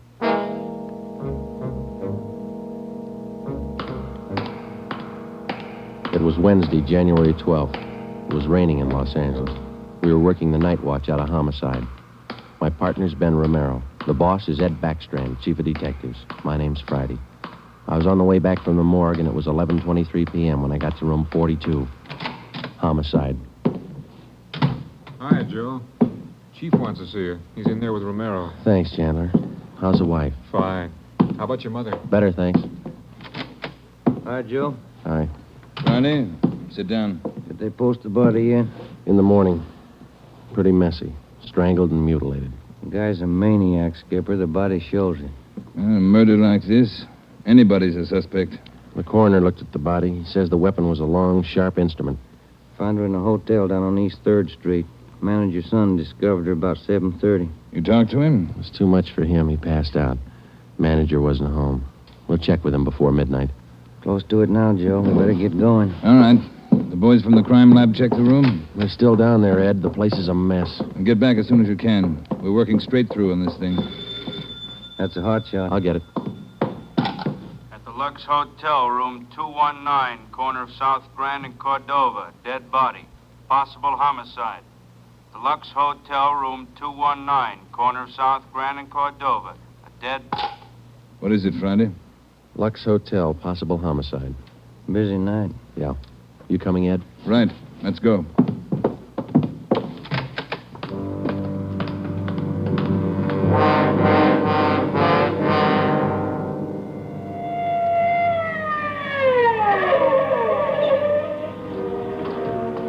Six minutes later, Ed Backstrand, Ben, and I pulled up in front of the Lux Hotel. The manager met us at the door and led the way up a narrow stairway to the second floor. The room number was 219. We were prepared for the worst. We got it. You're right, Romero. The guy must be a maniac.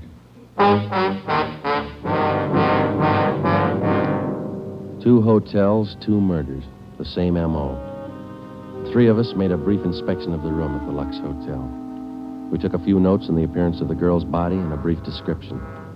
Apparently, she'd been strangled to death first, and then her body brutally mangled.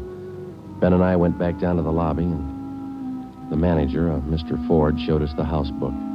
The girl was registered together with a man, Mr. and Mrs. Philip Grant. We took the hotel register to have it checked for fingerprints and to photostat the handwriting. Ben notified the crime lab. Then we went back to the room and questioned the manager. Mr. and Mrs. Philip Grant, that's all I know. I never saw either one of them before tonight. When did they check in, Mr. Ford? About 3 hours ago. That's right, about 9. Maybe a little before. Did they register together? Yeah, a little before 9. They came in together. Did you let them in the room? Yes, sir, like I always do. It's a small place here, maybe not first class, but I treat people right. What did the man look like? Do you remember? I think so. Kind of tall. Young, maybe 30 or so. Husky fella. Had a mustache. How tall would you say, Mr. Ford? Oh, about your height, Wade. Must have been at least 180. Seemed like a nice fella. Would you know him if you saw him again? I think so. People sure don't act like they look. You think it was him? Can you think of anybody else?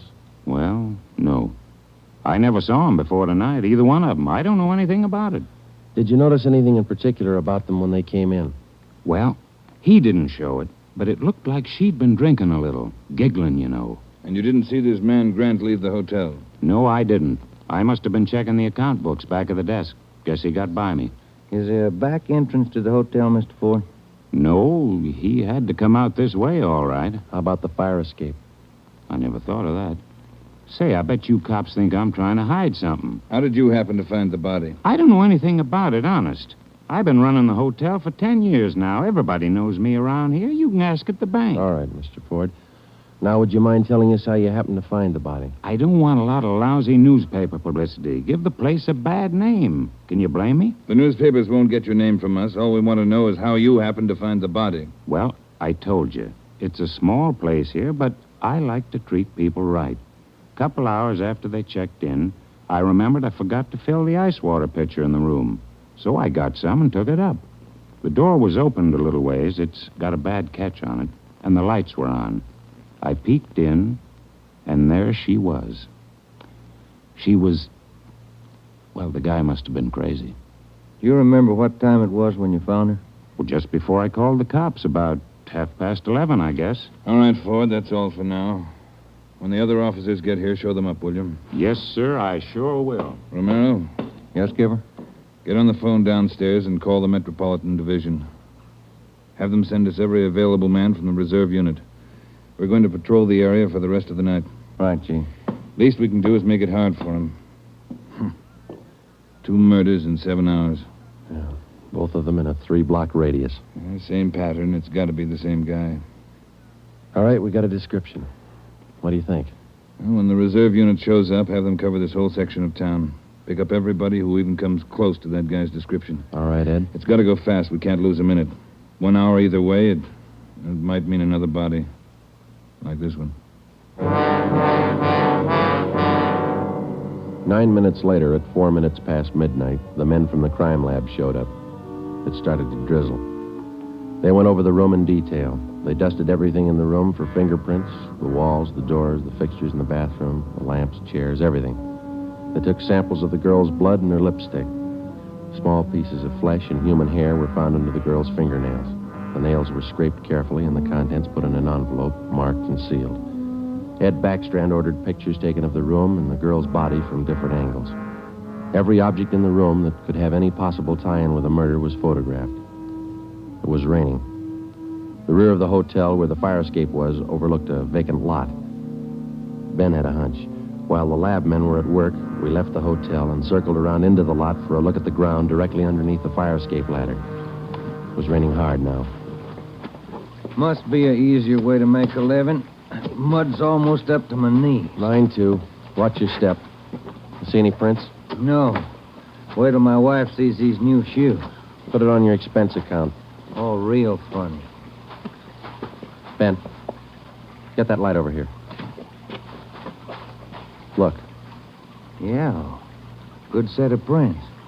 Lucky that rain didn't start turning to wash them out by now. Yeah. Hand me that cover from the trash can over there. I'll cover them. Wait a minute. What? Here, on the edge of the fire escape ladder. Small hunk of cloth. Man suit? Well, looks like it. Might have caught himself in that sharp corner.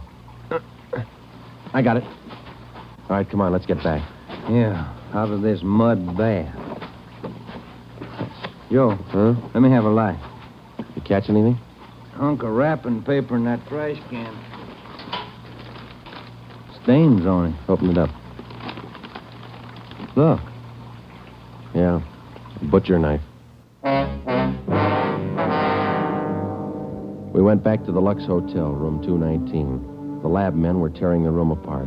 It was 10 minutes to 1. We gave the blood-stained knife and the piece of cloth we found on the fire escape to Lieutenant Lee Jones, head of the crime lab. We told him about the footprints just below the fire escape ladder. The knife will help us, so will the cloth. I don't know about the footprints. You say you covered them? That's right, Lee. They still look in pretty good shape. Maybe we can do something if the rain hasn't broken them down too bad. Bracken. Yeah, Lieutenant? You and Sloan get downstairs and take a look at those prints. They're good enough. Get a torch, dry them out, and make a cast, right? Okay, Lieutenant. Come on, Sloan. That's about all I can do for you now, Ed. I think we got everything there is to get. All right, Jones. I'll follow you back to the lab in a couple of minutes. Okay, Ed. Good luck, fellas. Thanks, Lee. We're going to need it. All right, Friday. Romero, it's your baby for the rest of the night. Lee, get anything? A few prints, a woman's purse under the bed. Don't know if it's hers or not. No identification. You going to be at the crime lab, Ed? All night. As soon as we find anything, I'll let you know. Yeah? A gang of cops just came in the lobby. They asked for you. Must be the reserve men from Metropolitan. Tell them we'll be right down, Ford. Okay. You want us to handle it, Ed? That's right. Do just as I told you. Spread them out over the whole area. Cover the streets, the alleys, the flop houses, restaurants, bars, everything. You got a description to go on. Find the man that fits it. Right, Skipper. Don't forget, the guy's a killer twice over. I don't think he'd hesitate on you. Be careful.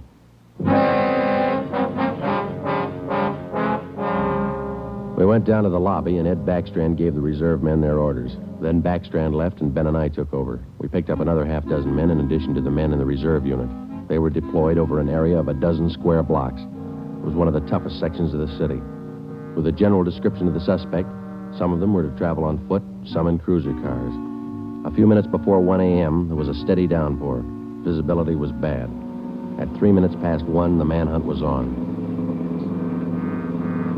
For the first 30 minutes, Ben and I cruised the general area between East 3rd and College Streets and Alameda and Figueroa. No sign. The rain kept on. We sat and listened to the calls come in. 12A, Collier Station. 12A, KMA 367. Attention, all units. Recovered license plates in the 6th column. 4 Young, 7690. 41R, 788 Standard Avenue at 373. 41R, KMA 367. Unit 71, At 2816 West La Cienega, a 507 party. What do you think, Joe? Any hunches? I think he's still around, somewhere inside these 12 blocks. I'd bet on it. 5? All right, you're on. Want to check out a couple of these bars along here? Getting on to closing time. It's a good idea. Pull over, huh? All right, let's check him for the next couple of blocks, huh? Right. For the next 6 blocks until closing time, Ben and I checked every bar and every informant we met along the way. The questions got to be automatic. Have you seen a man answering this description? Tall, dark, about 5 feet 11, 180 pounds, well-built, mustache, about 30 years old. The answer's got to be automatic, too. Sorry, officer, I haven't seen him. No, can't remember him. Try the place down the street. We kept on checking the bars until they closed for the night. Then we started on the all-night restaurants and coffee counters. We did plenty of legwork for the next hour. Not a trace. About 2:30, the rain let up a little, and then it started in heavy all over again. That finishes that block. Yeah, I better get the radio on. Yeah. Beautiful weather. By the bucketful. You want to smoke? Thank you. Control 4 to Unit 80K. Is Your that a match? location, please. Yeah. 80K, your location. KMA 367. That's us, Joe. You want to take it? Yeah, I got it. 80K to Control 4. 80K to Control 4. Our location, corner of Alameda and Commercial. KMA 367. 80K, stand by. Something doing. Maybe. No, hold on a minute. Control 4 to 80K. Go to the crime lab, code 2. 80K to Control 4, KMA 367. Crime lab. Maybe those prints paid off. Well, I hope so. Let's go. That killer sure picked fine weather to work in. Feels like I just been swimming in these clothes. Yeah. I hope those guys in the crime lab have the heater on. A hot bath and a warm bed lead me on. Attention, all units. Hold it. Let's get the radio. All units. At 420 St. John's Place, a woman screaming. At 420 St. John's Place, a woman... All right, double around, Ben. Hit the siren. I'll get the light. Right, hold on. Left turn on the market, is that right? Yeah, watch out for those car tracks. They're wet. Hold on again. The alley up ahead to your right, huh? All right, pull up, Ben. Put the street light over there. There you are. All right, come on.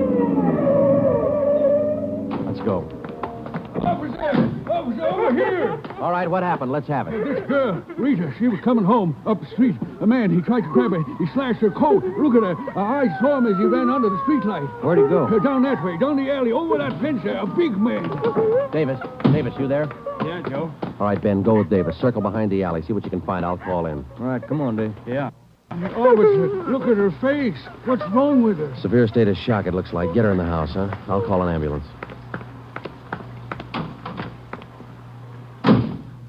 80K to Control 4. 80K to Control 4. Control 4, go ahead.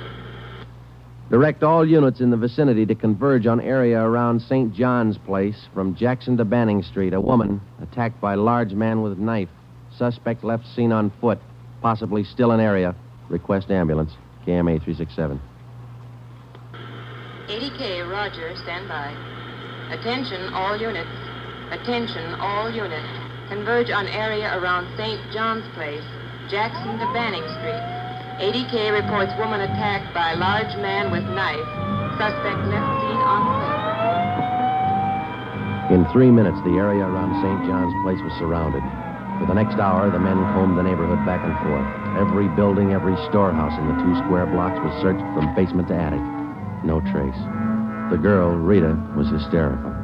She could give us only a bare description of her attacker. At 3:45 a.m., a detail was assigned to patrol the area and the rest of the cars, and men were deployed again in the general area from Figueroa to Alameda Street and East 3rd to College Street. The manhunt went on. So did the rain. At 3:54, Ben and I checked in at the Old City Jail building, 2nd floor, the crime lab. Chief Ed Backstrand and Lee Jones were waiting for us. Heard about the call. How'd he get away? Not sure it was him, Skipper. How do you mean? Well, the girl wasn't hurt bad for one thing. No attempted strangling. For another thing, the guy stole her purse. That doesn't sound like the man we're after. Did you get a description from the girl? Didn't jibe too well, what she gave us. She was pretty hysterical. And you raked the neighborhood good? Every corner. Not a sign. You find anything? Yeah. Jones? Yeah, Ed. Fill them in, will you? Not one print on that knife you found, boys. Blood, but not a print. Your killer's crazy like a fox. And how about the scrapings from the girl's fingernails, Lee? Didn't help too much. Rarely do. Not enough to go on. Gotta have a fair-sized bit of flesh to run it for papal ridges. All we found under the girl's fingernails were small bits of skin. Yeah? She probably scratched the guy up some. Might have drawn blood. We had more luck with the footprints. You get an impression? Dried out the ground with torches and cast them. About size 10B. That's fine, Lee. But how about the prints? Only good one was a thumb. Real good. Got it off the wall near the light switch in the bathroom. Did you classify it yet? Yep. Found it in our single fingerprint file. The print belongs to a man by the name of Long. Robert Long. You got a record, Ed? Yeah. Misdemeanor. 2 arrests for drunkenness last October. Petty theft in December. The mama sheet shows a dishonorable discharge from the United States Coast Guard in 1946. Age 29, 192 pounds, 5 feet 10 inches, dark hair, dark eyes. That's close enough. We got even closer, Joe. Long works as a counterman at the Cottage Cafe down on South Flower. Started there last week on the early morning shift, but he didn't show up for work last night. Good. Where'd you get the tip? The knife you boys found. It didn't have any prints, but it had a brand on it. We ran it down. It was taken from the Cottage Cafe. Mm-hmm. Any address on this Robert Long, Ed? Yeah, got it from his boss. Rooming house on East First. Landlady says he hasn't been home in 2 nights. Yeah, now we wait. Rooming house is staked out, and so is the Cottage Cafe, just in case Long decides to show up for work this morning.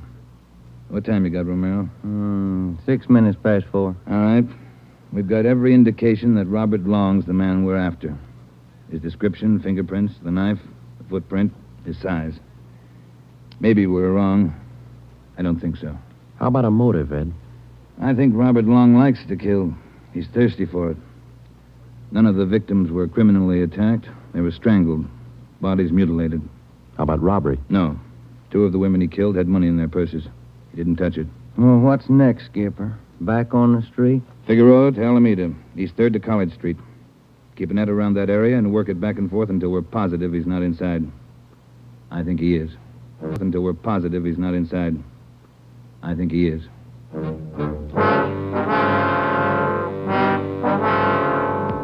At 10 minutes past 4 a.m., Ed Backstrand, Ben, and I left the crime lab and drove to the surrounded area. It was still raining. We passed several patrolmen from the reserve unit making the rounds. They didn't look any more comfortable than we felt. At Broadway and Alpine Street, Ben and I got out and started patrolling on foot again. Backstrand followed in the car to maintain a radio check. We must have covered 24 blocks and a half a dozen coffee counters before we got to the Criterion Restaurant and Donut Shop, a few blocks up the street from the Cottage Cafe. Hey, Skipper, you want to take a minute for some hot coffee? I'll keep an ear on the radio. You 2 go ahead. You look drenched. Yeah, we are. Can we bring you some back in a paper carton? Fine, thanks. Cream. No sugar. All right, Ed. Come on, Ben.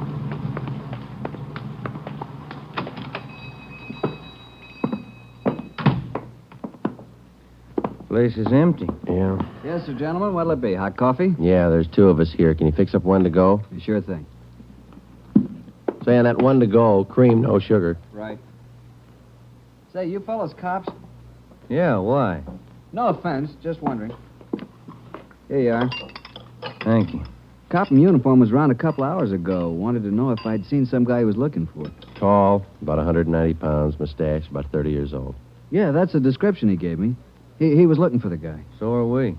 Say, that's good. That other cop came in right at my busiest time, a little after 2 when the bars closed. You know, it gets pretty rushed, and I didn't have much time to think, so I just said no. Then after the cop left, I remembered. You saw a man answering that description tonight? Yeah. I would have told the cop, but I was rushed. You know how it is. No time to think, and then I remembered. Are you sure? Oh, I'm sure, all right. Whoever he is, he's a lady killer. What do you mean? No offense. There was a sharp-looking dame down the end of the counter, and this guy breezes in and picks her up. Talks to her about 20 minutes, buys her a cup of coffee, and they walk out together. Do you remember what she looked like? Oh, nice-looking dame. Not beautiful, you know, more on the cute side. Ben, you got that morgue shot? Oh, yeah. Here it is. Thanks. Here's a picture. This the girl? Let's see. Yeah, that's her. Who is she? I don't know, mister. Down at the morgue, they call her Jane Doe, number 7. Just by accident, we'd come across a concrete lead on the killer's method of operation. The picture we showed the man in the donut shop was a shot of the Strangler's first victim the night before. Evidently, the killer would enter a bar, coffee shop, or restaurant, strike up a conversation with a woman, make friends with her, either buy her drinks or invite her to a bar in the neighborhood, and then the rest of the puzzle was still unsolved. We went back to the cottage cafe and checked with the men on stakeout. Not a sign of them, Chief. How are you men covering the place? Baxter up in front in the booth across from the cash register. Lyman's back with the dishwashers. I'm at the counter. When's Long due to report for work, Dave? At 5. About 20 minutes to go. You're lucky you're inside. It's wet out there. You'll look it. All right, Davis. We'll be around about 5. Right, Chief.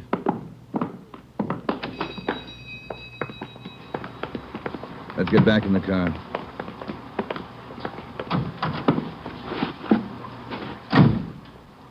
Where to, Skipper? Cruise the next 2 blocks, but don't go too far. If Long shows up for work this morning, we want to be around. The next 10 minutes dragged by. The rain kept on. Backstrand chewed nervously on a cigar. At South Flower and First Street, the sewers were clogged with street refuse. The rain backed up and filled the intersection.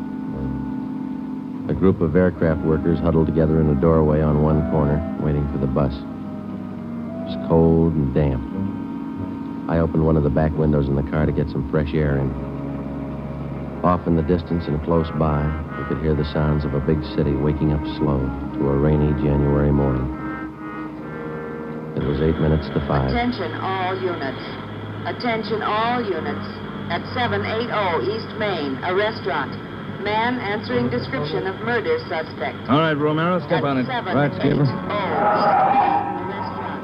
About 10 blocks away, Ed. Who's going to cover the men at the cottage cafe? If this is a blind lead, it won't take us long to find out. They can handle it alone if they have to. Hang on. Look out. We're skidding. That was a close one, Ben. Yeah. If this is the guy, I owe you $5, right? Yeah. Attention all units. Additional information on your call to 780 East Main. Officers in pursuit of suspect. Suspect is on foot. Step on it, Romero. 2 more blocks, Skipper. Watch it, Ben. Next one to the left. Got it. That's the joint up ahead there. All right, watch your step and don't take chances. Don't play with him. Right. Here we go.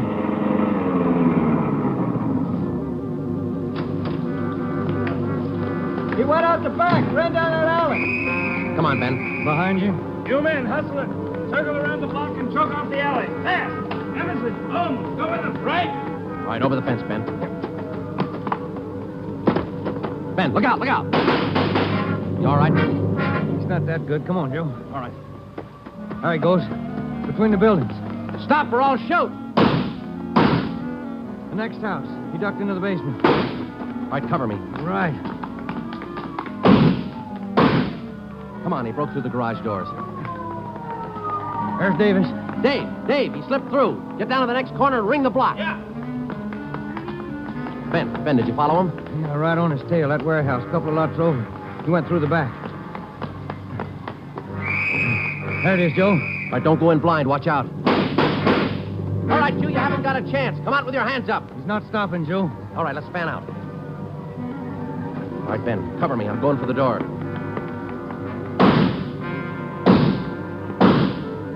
All right, Ben, come on. You're clear. You spot him? There he is. Let's get him. Close. He's in a good spot. Let's move. He's up in the loft. Come on, let's head for the stairs. Will you? Easy. You spot him, Ben? No. Not a sign. Ben, look out. That packing case.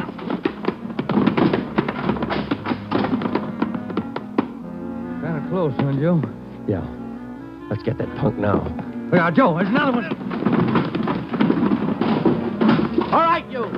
We got the warehouse surrounded. Come on down.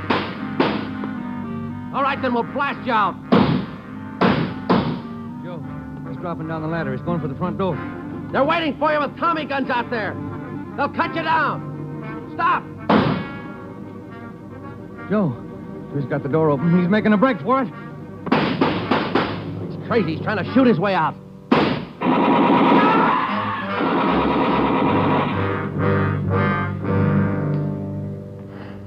Well, he asked for it.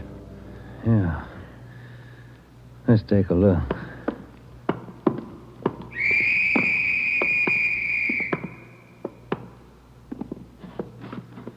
Messed up.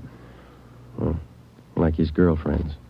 Well, maybe he just didn't like women. Maybe. Hi, Ed. You all right? Tired. This is him, huh? Even the scratches that girl made on his face. Description match? 5'10", 192 pounds, dark hair, dark eyes, age 29. Robert Long, killer. The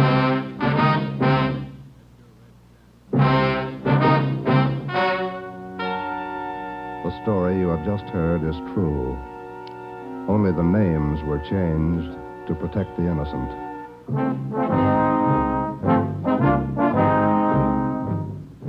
You have just heard the 10th in a new series of authentic cases transcribed from official files. Technical advice for Dragnet is furnished by the Los Angeles Police Department. Tonight's program is dedicated to Detective Louis A. Abbott of the Chicago Police Department, who on the afternoon of March 3rd, 1947, gave his life so that yours might be more secure.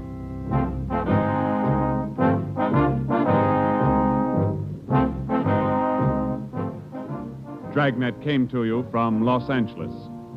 If you enjoyed tonight's production of Dragnet, you'll probably want to listen this Saturday evening to a pair of adventure shows featuring two well-known Hollywood personalities. You'll enjoy Brian Donlevy, star of Dangerous Assignment. Also on Saturday's schedule is Richard Diamond, private detective, as played by the screen's romantic tough guy, Dick Powell.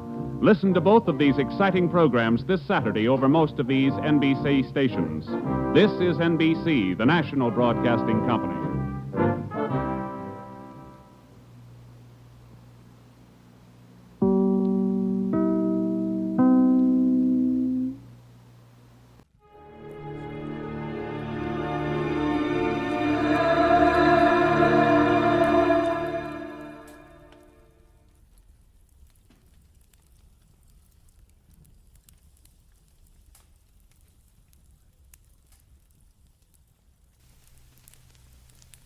Get this and get it straight. Crime is a sucker's road, and those who travel it wind up in the gut of the prison or the grave. There's no other end, but they never learn. From the pen of Raymond Chandler, outstanding author of crime fiction, comes his most famous character in The Adventures of Philip Marlowe.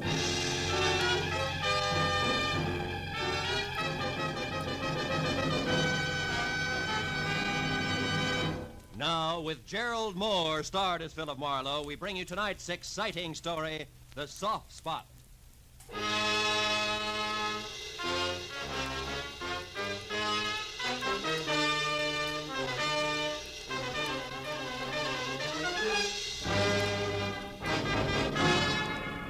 And so much for the news from abroad. Here in Los Angeles, 2 persons were killed and 8 injured today in 3 separate automobile accidents attributed directly to the thick fog that has blanketed the city ever since yesterday morning. And according to the Weather Bureau, the fog which is rolling in from the sea will be with us for... Fog, smog, everything's cockeyed. Hello. Philip Marlowe, please. Earl Hanley speaking. This is Marlowe. How are you, Mr. Hanley? How's the newspaper circulation business? Oh, both zooming, Philip. Oh, look, Marlowe, can you come out to my joint in Las Feliz Boulevard, 3810?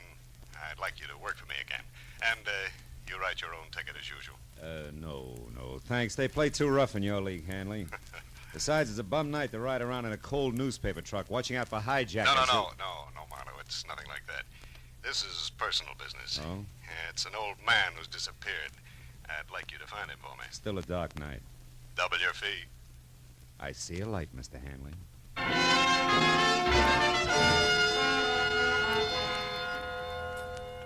Outside, the city was wrapped up tight in the kind of wet ceiling zero fog that leaves you feeling damp and all alone. Hanley's joint on Los Feliz was an old English stone mansion. sprawling, smothered in ivy, and about as cozy and come hither as a scream in the night. Inside, I followed an aging, round-shouldered butler whose footsteps didn't make any noise along the type of high, wide, and ice-cold furnished corridor you find only in museums. When we finally arrived at Hanley's study, however, things changed. It was a small room with bright lights, heat, and a desk cluttered with friendly bric-a-brac. Hanley himself was standing against the far wall, and for a moment, the contrast was jarring because the self-made man in shirt sleeves, built like a boxcar and chewing on a cold cigar, didn't at all match the collection of stiff family photos, 1890 style, that hung on the wall behind him. What is it, Marlowe? Hard to find the family resemblance? From here. Your folks, Mr. Hanley? Yeah. Oh. Left to right. My mother, she passed on a year ago, me as a kid. My father, a lush, and my grandfather. He claimed to have killed more Indians than ever existed. All born and raised in a lot of nothing, named Walker Falls. Wow. Couldn't hold you, huh? Couldn't bring me back either, even when Ma died. I was only a little tyke when I ran away, Marlowe. Couldn't stand my grandfather even then. Nothing but a rod and a bottle. Bad combo. How about your father? Oh, I wrote a few nice words to him when Sister wrote me that Ma died. And I sent a fat check for flowers and a tombstone, but he never answered. Probably drank the dough up. He never could save a buck on his own, they tell me. Anyhow, enough of letting our hair down now, Marlowe. Let's get on to business. Sit down. Oh, thanks, sure. You said someone disappeared, Mr. Hanley, an old man? Yeah. It was a gardener here, Marlowe. Name's Cooper, John Cooper. He's 60, 65 maybe, tall and skinny. Yeah, he got a fringe of curly hair around his ears. The rest is strictly cue ball. Yeah, he shoved off yesterday. With what, Hanley?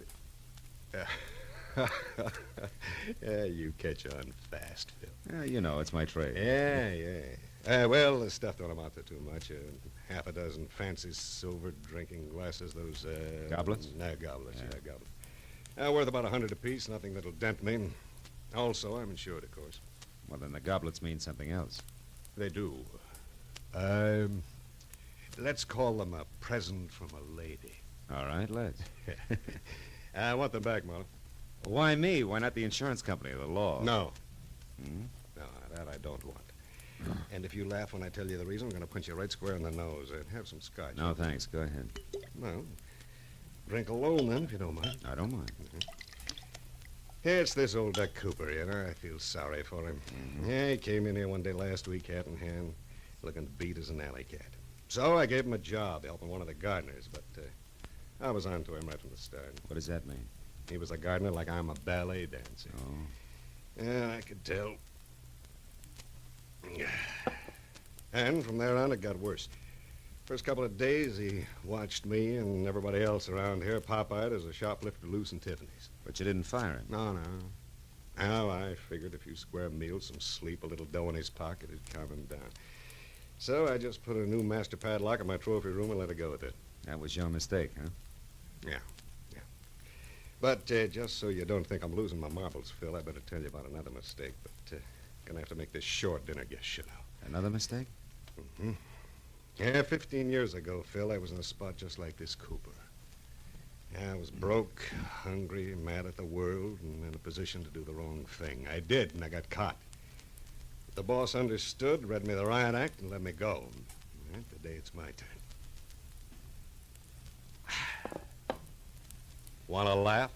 Not very much. Tell me, what have you got for me to go on? Well, thin air. But you're good, Marlowe. You'll make out. Thanks. Name and description already gave you that. All right, here's the rest of it, according to the servants. One, lived somewheres around Skid Row. 2, he never touched anything that kicked harder than ginger ale. And that he went for in a big way. 3, he had a buddy in his neighborhood who was teaching him how to whittle. Make stuff, carving wood. Yeah, I know. And that's it, huh? Well, that, plus the fact that he smoked these pint-sized cigars, we found a pack of them in the overalls he wore. Here they are. They're called Aces Up, made in a downtown L.A. shop, also on Skid Row. Oh, the address is in the box there. Could help? Could. Well, see what I can do, Mr. Hanley. Okay, Marlowe. Call me as soon as you get close, will you? Sure. Oh, and Marlowe. Yeah? I want those goblets pretty bad, but take care of the old man, will you? I know what you mean. Yeah. Also, Hanley, I think it's a pretty decent thing that Yeah, you'll have to excuse me, Marlowe. I got to change for my guess. Talk to you, huh?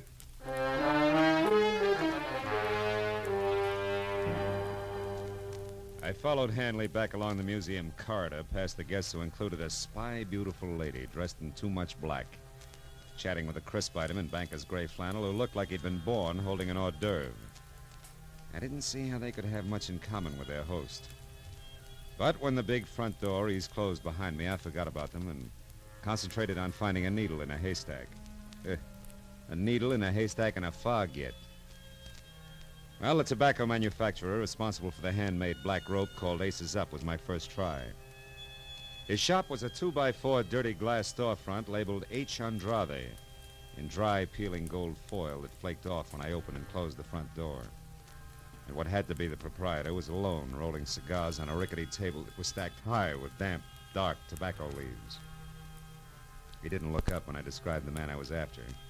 Asked if he'd seen him. A moment later, when he did turn his head my way to answer, I realized why. I am sorry, senor. I don't see nobody. I am blind. Fine start, huh? And for some cockeyed reason, like the fog or the kind of man I was after or the neighborhood of derelicts I moved through, which could have used a few sprays of sweet air, didn't get any better. Not at least for the next hour, during which I stuck to the wood carving angle and covered every possible tie-in I could think of, including a visit to a nearby home for retired men of the sea. Looking for someone who's teaching a man to whittle. That's right. He's teaching an old man named John Cooper. Ever hear of him? No, can't say I have. But lots of lads here whittle. Why don't you have a chat with them? Okay, I In will. the morning. They're all bedded down now, mate. Wouldn't want to pipe 'em out over a silly question like yours, would you? No, Skipper. Let him sleep.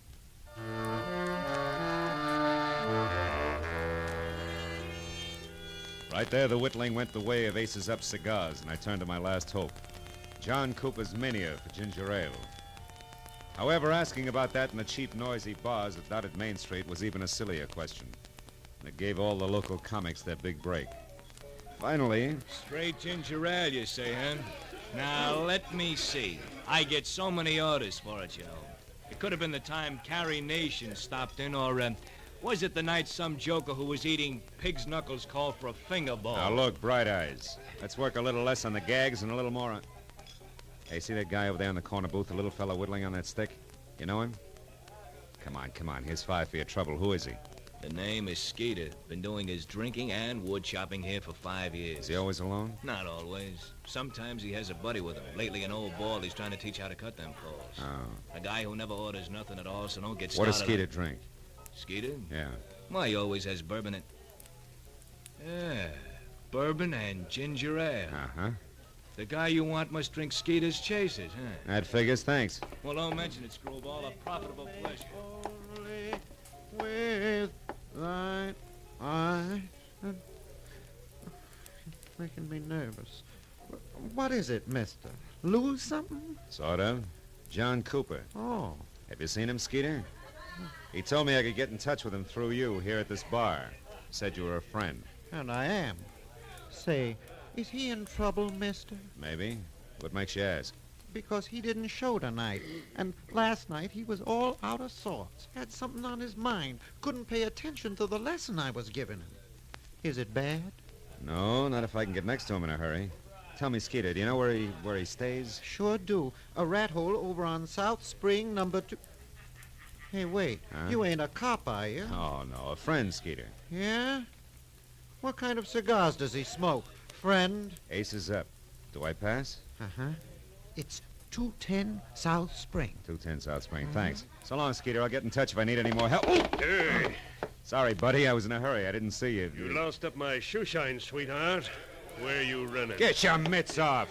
I said I was sorry. What do you want? The dime you invested in the shiner, your ears slapped down into the pockets of that zoot suit. Which? Okay. We'll let it go. I thought we would. So long again, Skeeter, and thanks.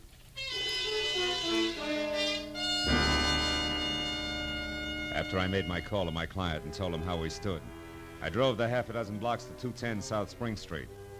The place was the kind of stale-smelling, beer can-littered, dingy, two-story affair that made you wonder if the garbage collector got around anymore. when I knocked on the cracked glass front door that sported a laundry shirt cardboard that said rooms for rent and eyebrow pencil, I was ready for anything. And that's what I got.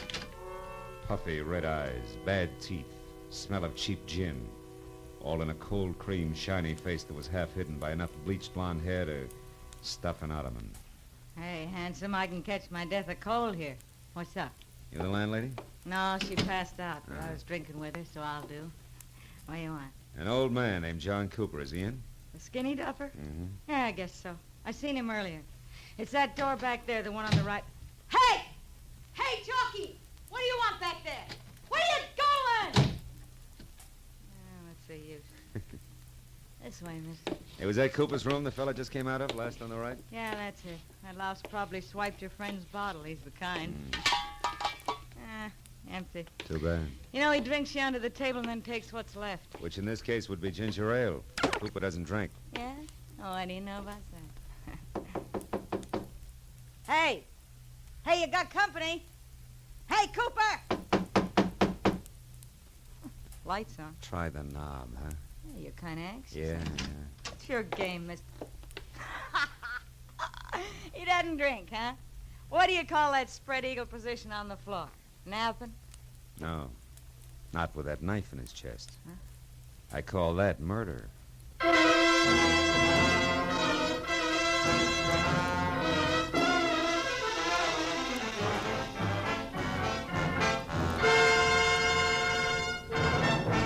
In just a moment, we will return to the second act of Philip Marlowe. But first, one of your favorite laugh shows and stars, My Favorite Husband, starring Lucille Ball, will return to CBS this Saturday night.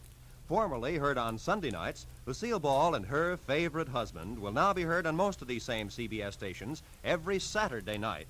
Be listening this Saturday when Lucille plunges that favorite husband into a mad and merry mix-up over who is the town's best or worst-dressed man. Now with our star, Gerald Moore, the second act of Philip Marlowe, and tonight's story, The Soft Spot.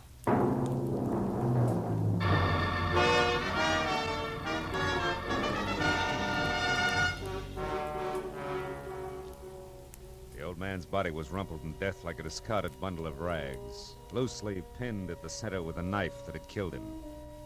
And as the frowsy blonde gradually realized he was dead, the look on her face was dumb, slack-mouthed revulsion. Gee, death's an awful-looking thing, ain't it? Ain't it?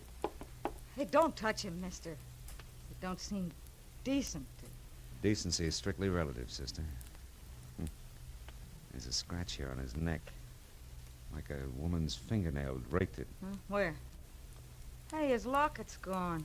Locket? Yeah. This old guy wore a locket? Yeah, I seen it on him yesterday when the cops hauled off that redhead from upstairs. This old guy was shaving, and he came out in the hall without his shirt on to watch, and I seen the locket around his neck. What did it look like? It was a little square one on a gold chain. Now it ain't there. Ripped off and in a hurry. That much old gold's not worth murder, even in this backwash. Baby, what do you use for closets? Closets? Are you kidding?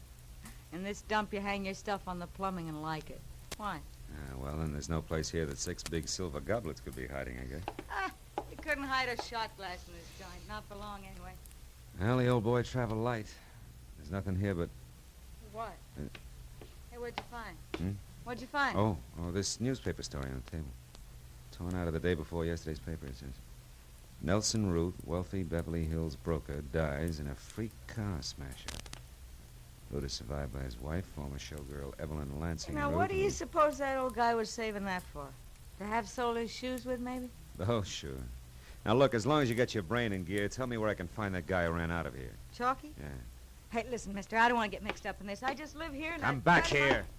You're already mixed up in it. Yeah, but that Chalky's awful hard, mister. I wouldn't want to cross him. Now, listen, that old man there was murdered. Remember, it's for keeps. You tell me here and now or the cops down at headquarters. Come on, where does he live? I don't know for sure. I think I heard once he's got a shack in the alley behind some warehouse over on San Pedro Street. Which warehouse? I don't know. Honest, I don't know.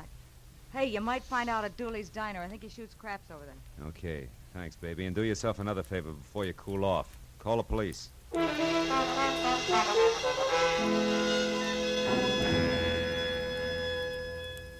It took a solid hour of devious back alley trails before I finally broke down the intimidated loyalty of the Skid Row Brotherhood with a well-placed $10 bill and got a bona fide lead. the thick fog that crawled along the alley. Chalky's shack had all the welcome home look of a wet gutter. It was wedged in under the hulking concrete base of an overpass like dirt under a giant fingernail. Sick yellowish light oozed out through a single tiny window, too murky to see into. So I did the next best thing and hoped that he was alone inside. Who's there? Who is it? I got a tip for you, Chalky. Dooley sent me. It's about the Johns. They're after you. Cops. Hey, wait a minute. What's the tip, fella? What? Hey, where are you? Right here, Chalky. Now stay where you are, Buster. I'll kick your head off. Hey, what's the idea? I want fast answers, Chalky. Nice straight ones. Why'd you knife the old guy tonight? Knife the old... Hey, who are you? What's the idea? I want answers, not questions, Chalky. Why'd you do it? I didn't kill him. I never used the shiv. He was already dead when I went in there. I lifted that locket off to the old coot, that's all, so help me. Give me that locket. I ain't got it no more. Ma Murphy's got it now. I hocked it already. She gave me 3 1/4 on it. Look, I got a buck left. If you want that, you can have it. Lying grifter, you kill an old man to get the trinket for 2 cents. No, I didn't. I seen that guy with the big ears run out of the old coot's room, so I went up to take a look. Wait a minute. Guy with big ears? Yeah, he was a zoot suitor. I never seen him around before. I'd remember them flaps of his. Oh. He ran out of the old guy's joint in a big steam squad. Hey, now listen, buddy. He was the guy who done it honest. Ain't no doubt about it. He was the guy... Hey, now wait a minute. You ain't a friend of his, are you? He is again. No reason, unless he was telling me. Oh, now listen, buddy. No I never reason. put the finger on the guy before in my life. But when it's protecting my own hide, I gotta do... Yeah, I could have been the finger. So long, Chalky, and drop dead.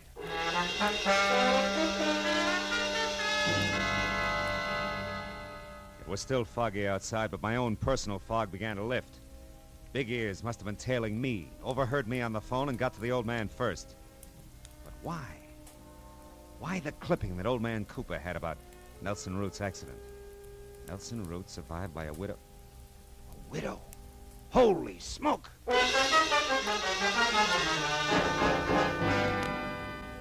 Callahan of the Daily Star gave me half a dozen pictures of Evelyn Lansing Root, from her early cheesecake days right on up to the role of widow in mourning. There was no doubt left. She was the lady in black, one of my client's dinner guests. By the time I'd driven through the fog out to Los Feliz again and up to Hanley's sprawled-out house, I'd lined the whole business up to where it made a twisted kind of sense. There was nothing left to do but nub it in his lap. I'd found him in his study. Well, what's wrong, Marlowe? Maybe you better tell me. Tell you what. Did you find Cooper or didn't you? Sure.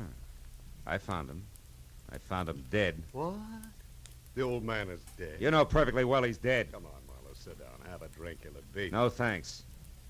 I've covered a lot of ground tonight, most of it pretty slimy. Led me in a big circle that started here and ends here, and now it's late. We're both fairly intelligent. Let's give each other a break, shall we? Go on. Let's suppose that a man was in love with a woman, a married woman, who was tired of her husband. So, she and the man arranged for the husband to die in a freak accident. Yeah, that's right. And let's suppose a strange old geezer overheard them plan it and then disappeared. Oh, that's rough. I imagine they'd have to find him and shut him up, wouldn't they? Or he'd blackmail him to death. Possibly. And how do you suppose they'd go about that, Hanley? Hire a private detective, maybe? Give him a song and a dance about a theft, a trumped-up story about some missing silver goblets, maybe? Maybe. Only, he'd be much too reputable to do their killing. Yeah, so they'd hire a professional killer, one with big ears, to follow the detective. And when the old man was located, the killer would step in and go to work with a knife. And then vanish completely, because he'd be a good professional man. Well, Hanley? Well, Marlowe? Oh, yes, that's a great yarn. Yeah, but a little fantastic, isn't it? Yeah, utterly.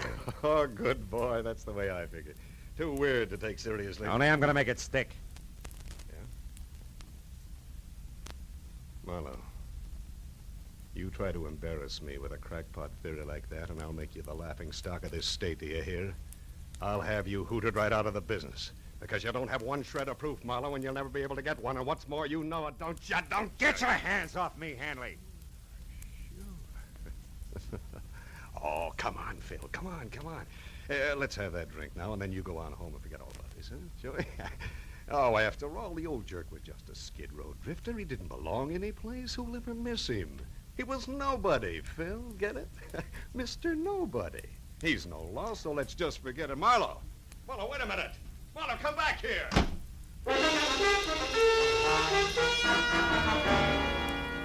I had to get out. What made it even worse was that I knew he had me. I couldn't even begin to prove the first word of what I knew was the truth. I couldn't sleep with it either. That was why an hour later I leaned against the lamppost back on Skid Row again and looked across a lifeless intersection through the eddying fog at the gaunt flophouse where the old man had died. Well. A wayfaring stranger in the night. Hiya, pal. Beat it. Wait a minute, wayfaring stranger. Couldn't you accommodate me to the extent of a match, or would that break your back? Here.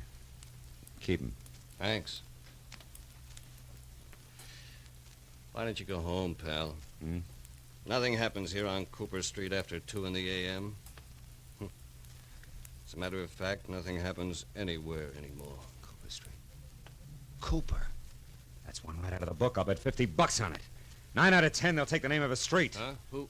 Never mind. You live around here? You're kidding. Where's Ma Murphy's pawn shop? Hey, easy. Watch the lapels, pal. Well, come on. Where is it? Ma's joint is 3 blocks down on Filbert, downstairs, middle of the block. But there's no romance there, pal.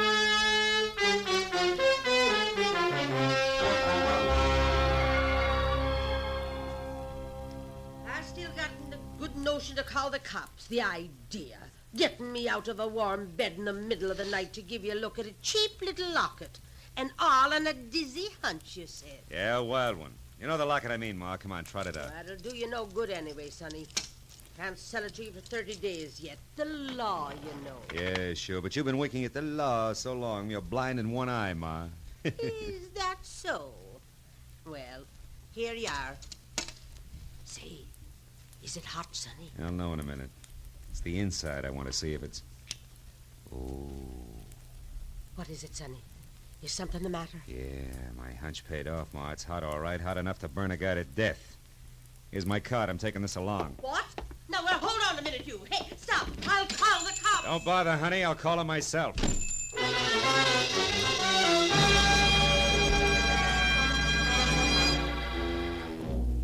The lights were still on in Earl Hanley's study, so I pulled over and parked on the street and went up the walk on foot. And as I moved to the door, the fog slid around me in thick swirls. When Hanley answered, his face was hard and ugly. He had a gun in his hand. Our business is over with, Marlowe. Not quite, Hanley. What do you want? I got a tag for our fantastic little Just Suppose story. You're either drunk or stupid, Marlowe. I warned you once, now beat it. Not till you've heard my punchline, Hanley. It goes like this. Suppose a wife died after 40 years of marriage and left her husband alone. A lonely, lost old man who's mellowed with the years. Suppose he doesn't have much time left himself and he knows it, but he's got an obsession. An old unhappiness he wants to set straight. He wants to see a fella, not cause any trouble. Just be around where he can look at him now and then. Come on, get to the point. Sure, this is the point, Hanley. Huh? Here, take it. Where did you get this locket, Marlowe? Where? Just suppose it has your picture on one side and your mother's on the other. What then? I gave this locket to my mother when I was a kid.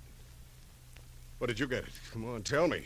It came from around the neck of a harmless, sentimental old man who was stabbed to death tonight by a hired killer. He'd never have turned you in or blackmailed you, Hanley. Because that old man was your father. I had my own father killed. I ordered my own father's death. I didn't know it. Yeah. Mr. Nobody, remember? Come on, Hanley, give me the gun. We can go now.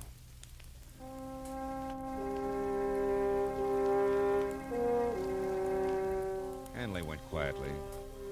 All the way, he kept the little locket clenched in his fist. But as I led him up the stairs at police headquarters, he broke loose long enough to shatter both his hands against the marble pillar. He wound up in a straitjacket.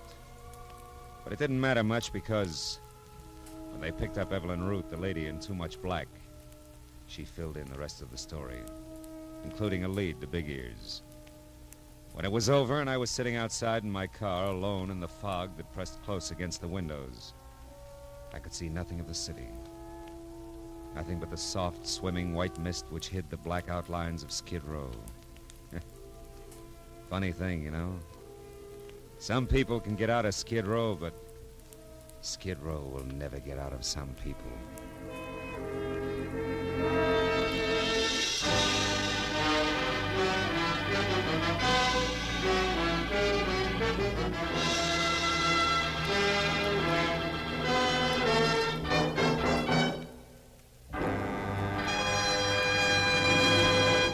The Adventures of Philip Marlowe, bringing you Raymond Chandler's most famous character, star Gerald Moore, are produced and directed by Richard Sanville and written for radio by Robert Mitchell and Gene Levitt. Featured in the cast were Bill Boucher, Vivi Janis, Verna Felton, Edgar Barrier, Peter Leeds, Nestor Paiva, and Paul Dubov. The special music is composed and conducted by Richard Arant. Be sure and be with us again next week when Philip Marlowe says...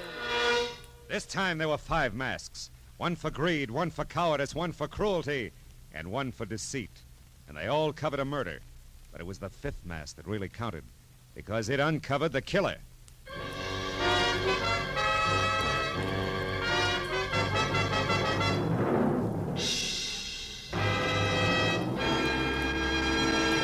For some easy-to-listen-to music on Sunday afternoons, be sure to hear those favorites, the Symphonette and the Choraleers, which return to CBS this Sunday afternoon. The Symphonette brings you musical favorites from the lighter classics, played by a group of outstanding instrumentalists. The Choraleers sing rousing marches, popular songs of the day, and familiar music of the past. Hear the Symphonette and the Choraleers this Sunday and every Sunday afternoon on most of these same CBS stations. To hear each and every star, leave your dials where they are, 'cause this is CBS, the Star's Address. Yes, CBS, the Star's Address. Roy Rowan speaking. This is CBS, where next week you will hear Philip Marlowe an hour and a half later Eastern Daylight Saving Time on the Columbia Broadcasting System.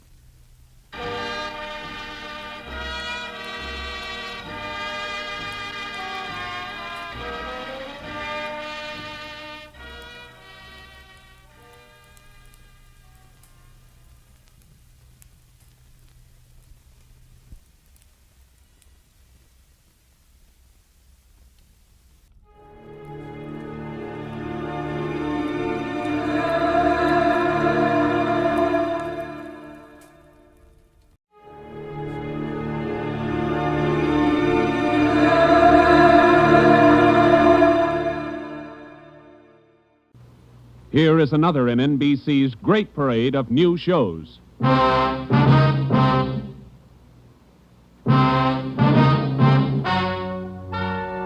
Ladies and gentlemen, the story you are about to hear is true. Only the names have been changed to protect the innocent. NBC brings you Dragnet.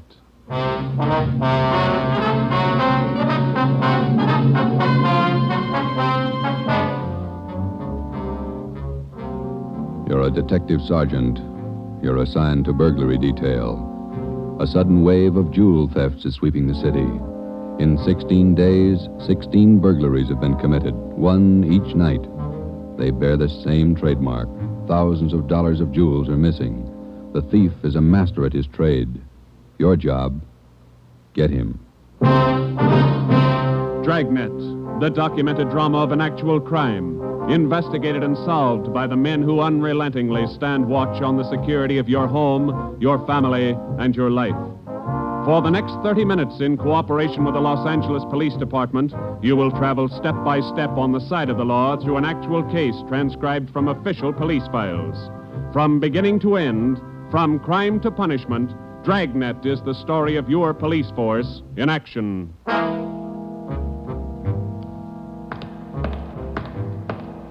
It was Tuesday, June 17th. It was warm in Los Angeles. We were working the day watch out of burglary.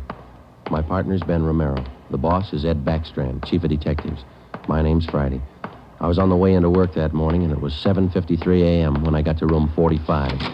Burglary detail. Hi, Joe. How are you, Walker?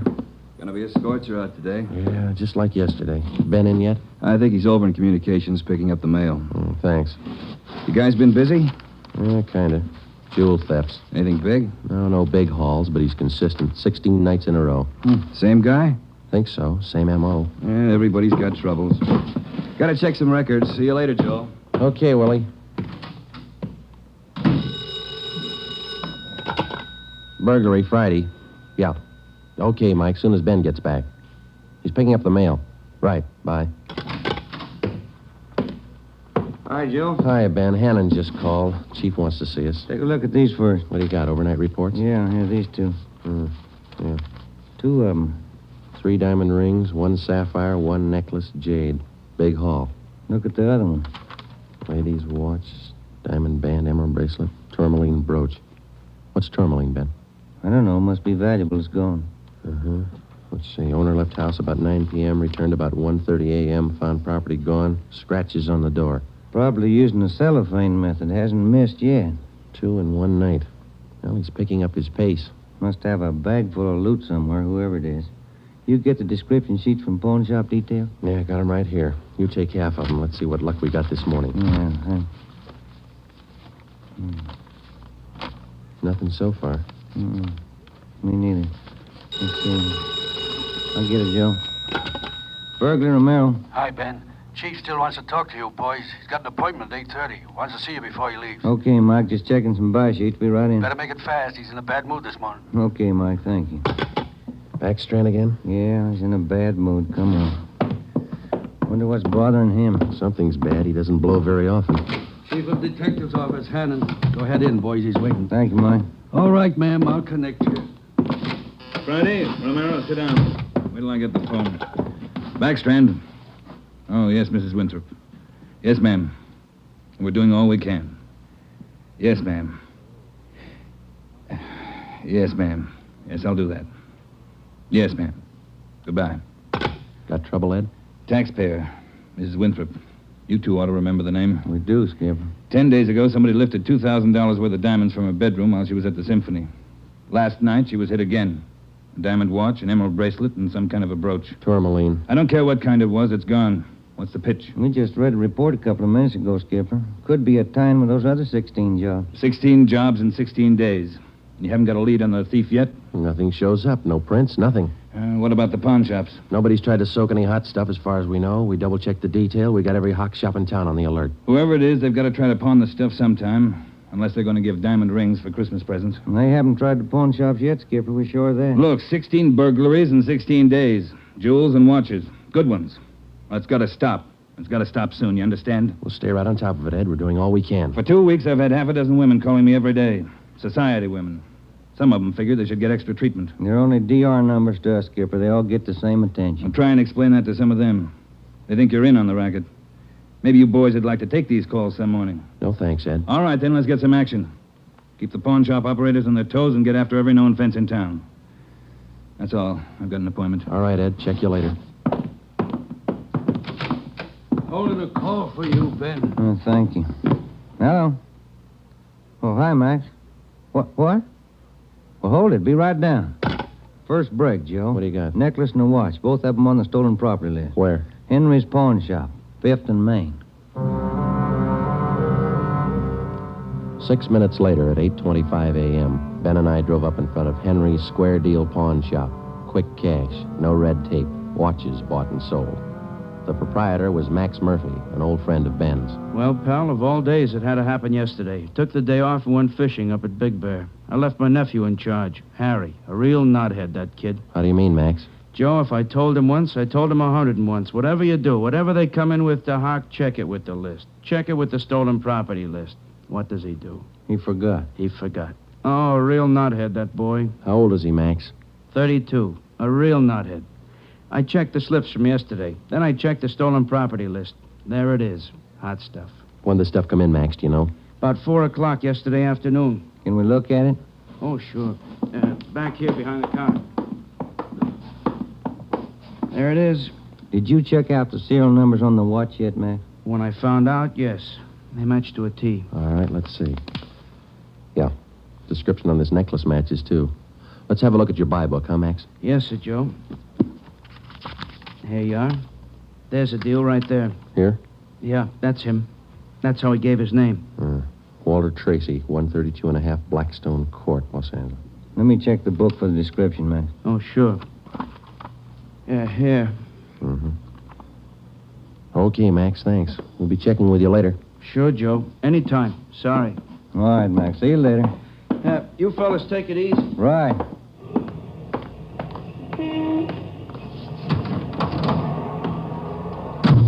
Want to check and see if we're clear, Joe? Yeah, I will.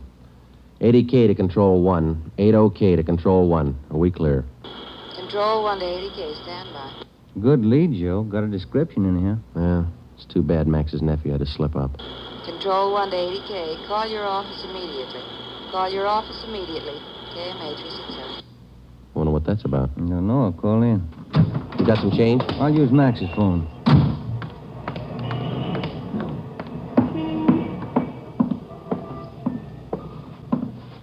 Use your phone a minute, Max? Oh, you, Ben? Sure, help yourself. Thank you.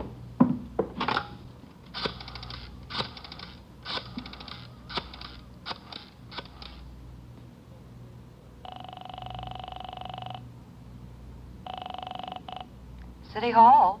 2524. 2524. Burglary, Levine. This is Ben, George. You got something? Hot one. Universal Loan Shop, 6th and Barton Place. Guy just took in a couple of rings. He checked too late. What you mean? He checked the form after the guy left. It was signed Walter Tracy.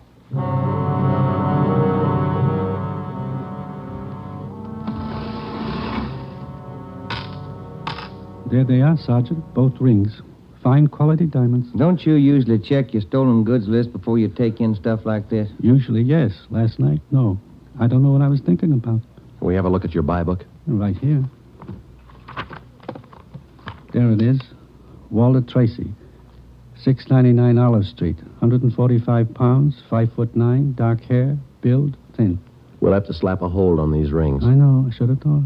Can you think of anything else that might help us to identify the man? Well, no. Had a light suit on. Nice cut.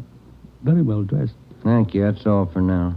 Here's our card. If the guy happens to drop back, give us a call, will you? Sure will, Sergeant. Say, Yeah? I've got some nice watch bands. Yours look old. Can I interest you?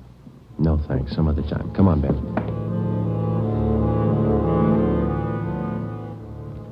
That afternoon and the following morning, despite our alert and our warnings, 2 more pawn shops called in with reports of stolen watches taken in. We checked them out. The serial numbers on the watches matched those on the stolen property list. On the pawn shop account books, the loan was listed under the name Walter Tracy. The addresses were given as number 12 St. Vincent Place and 700 East Flower. The descriptions of the man were the same. Slight build, well-dressed, about 145 pounds, 5 feet 9 inches tall, dark wavy hair. We had the name and description distributed to every pawn shop in Los Angeles and surrounding communities. Through our informants, we checked up on every known fence in the city. For the next 2 nights, we received no reports of stolen jewels. That made up for the double burglary the night before. On June 19th, the box score read 18 successive nights, 18 successive jewel burglaries. At 3:25 in the afternoon, Ben and I sat down to check over the late incoming reports. Got anything, Joe? No, not yet, no. Nothing here. Maybe the guys left town. Nope. No such luck. Take a look. That's it, number 19. He may set a record. Well, he's making monkeys out of us, isn't he? Look, man's watch, lady's watch, Chinese amber necklace, diamond shirt studs, and a bracelet with 2 large rubies. He's getting ambitious. How's the value listing? I see. $1,800. 1 haul. I'll get it. Burglary Friday. Yeah. What? Yeah. Be right down. Stall him. Let's go, Ben. Where? Kaplan's down on East 2nd. Walter Tracy's in there now, trying to hock a gold watch.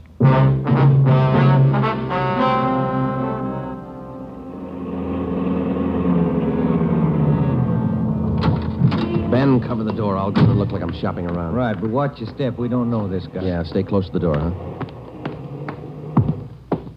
I'm sorry, that's the best we can do on the watch. Look, Mac, this is gold. 21 jewels. Well, that's the best I can do. Drop dead. Well, it's the best I can do. Don't get sore. Yeah, sure. See you later.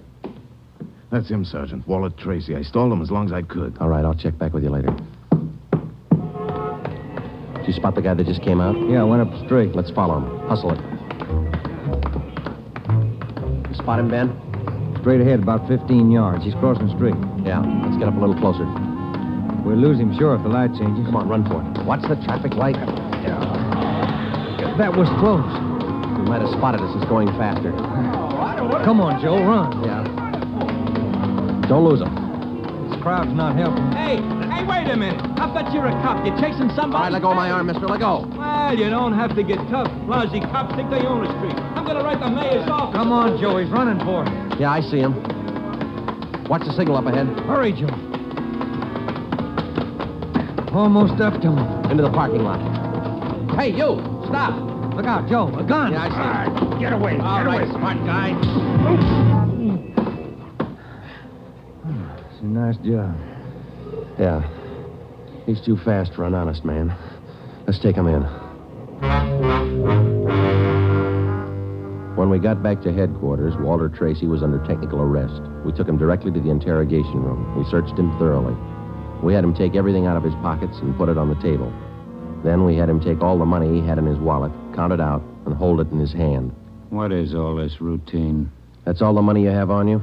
$47.17, right? Yeah. Okay, keep it in your hand.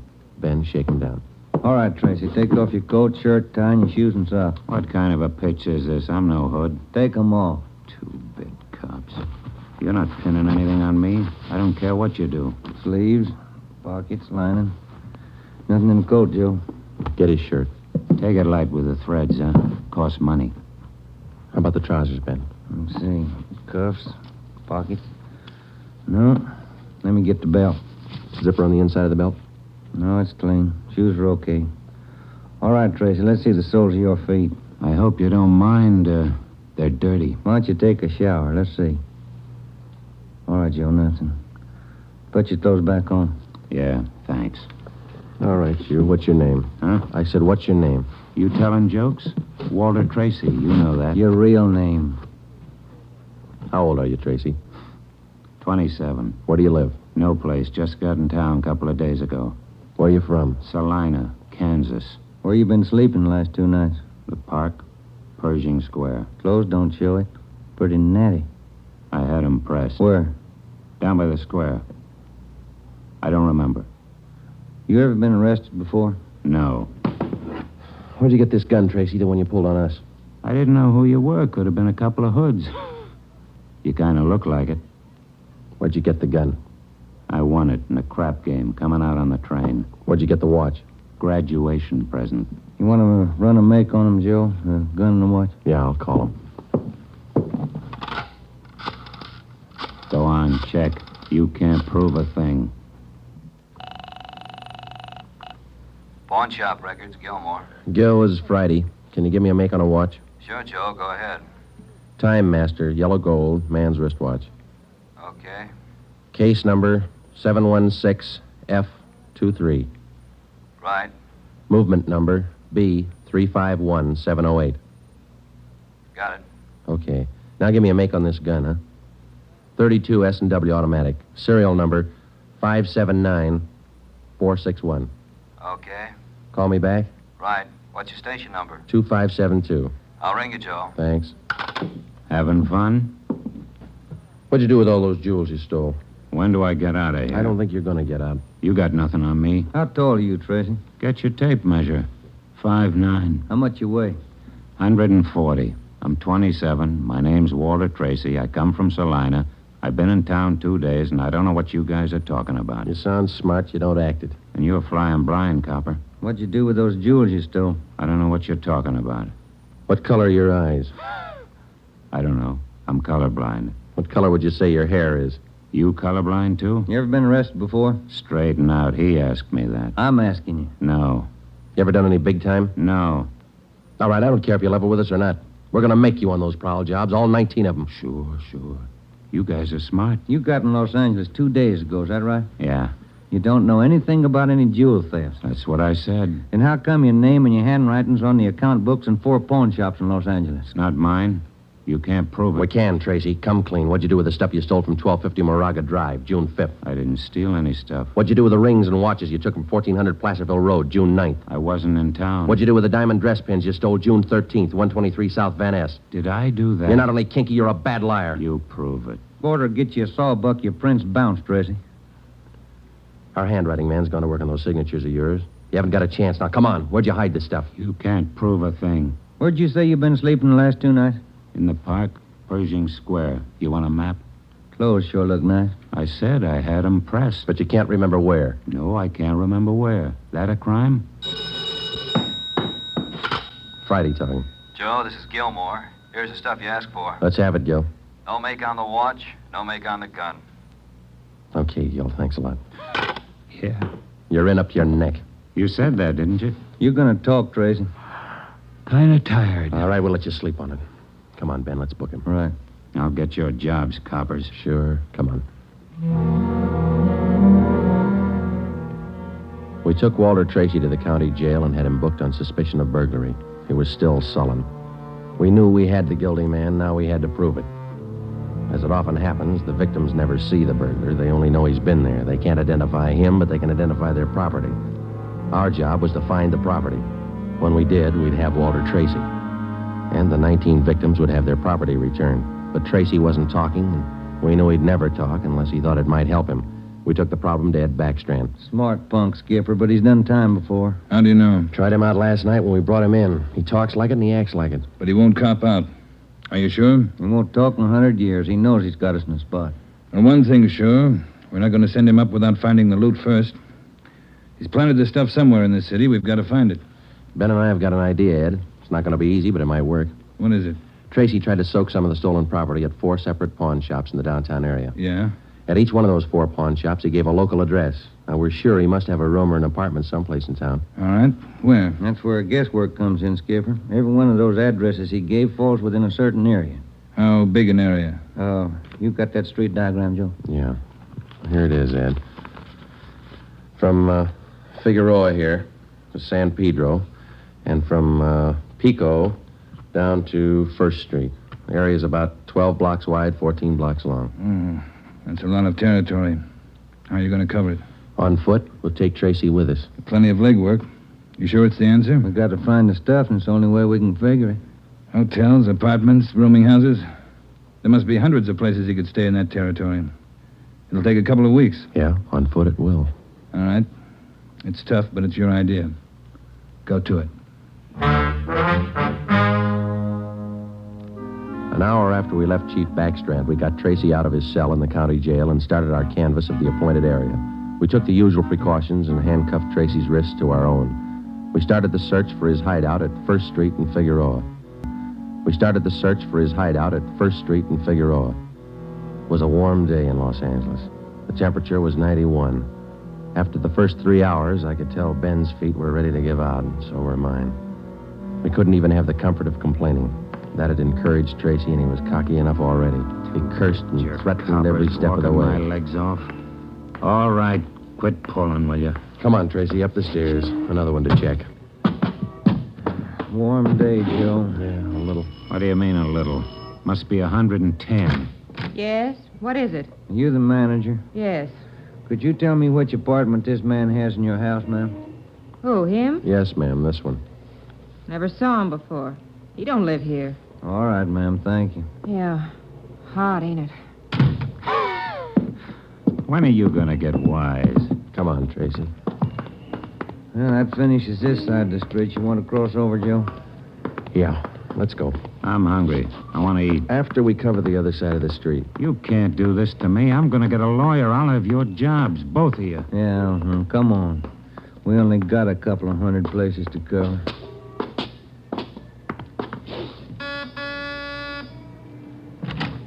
Hi, gents. What can I do for you? You the manager? I run the place, yeah. Which room does this man have in your place? Him? You made a mistake. He doesn't live here. All right, thanks. My feet are killing me.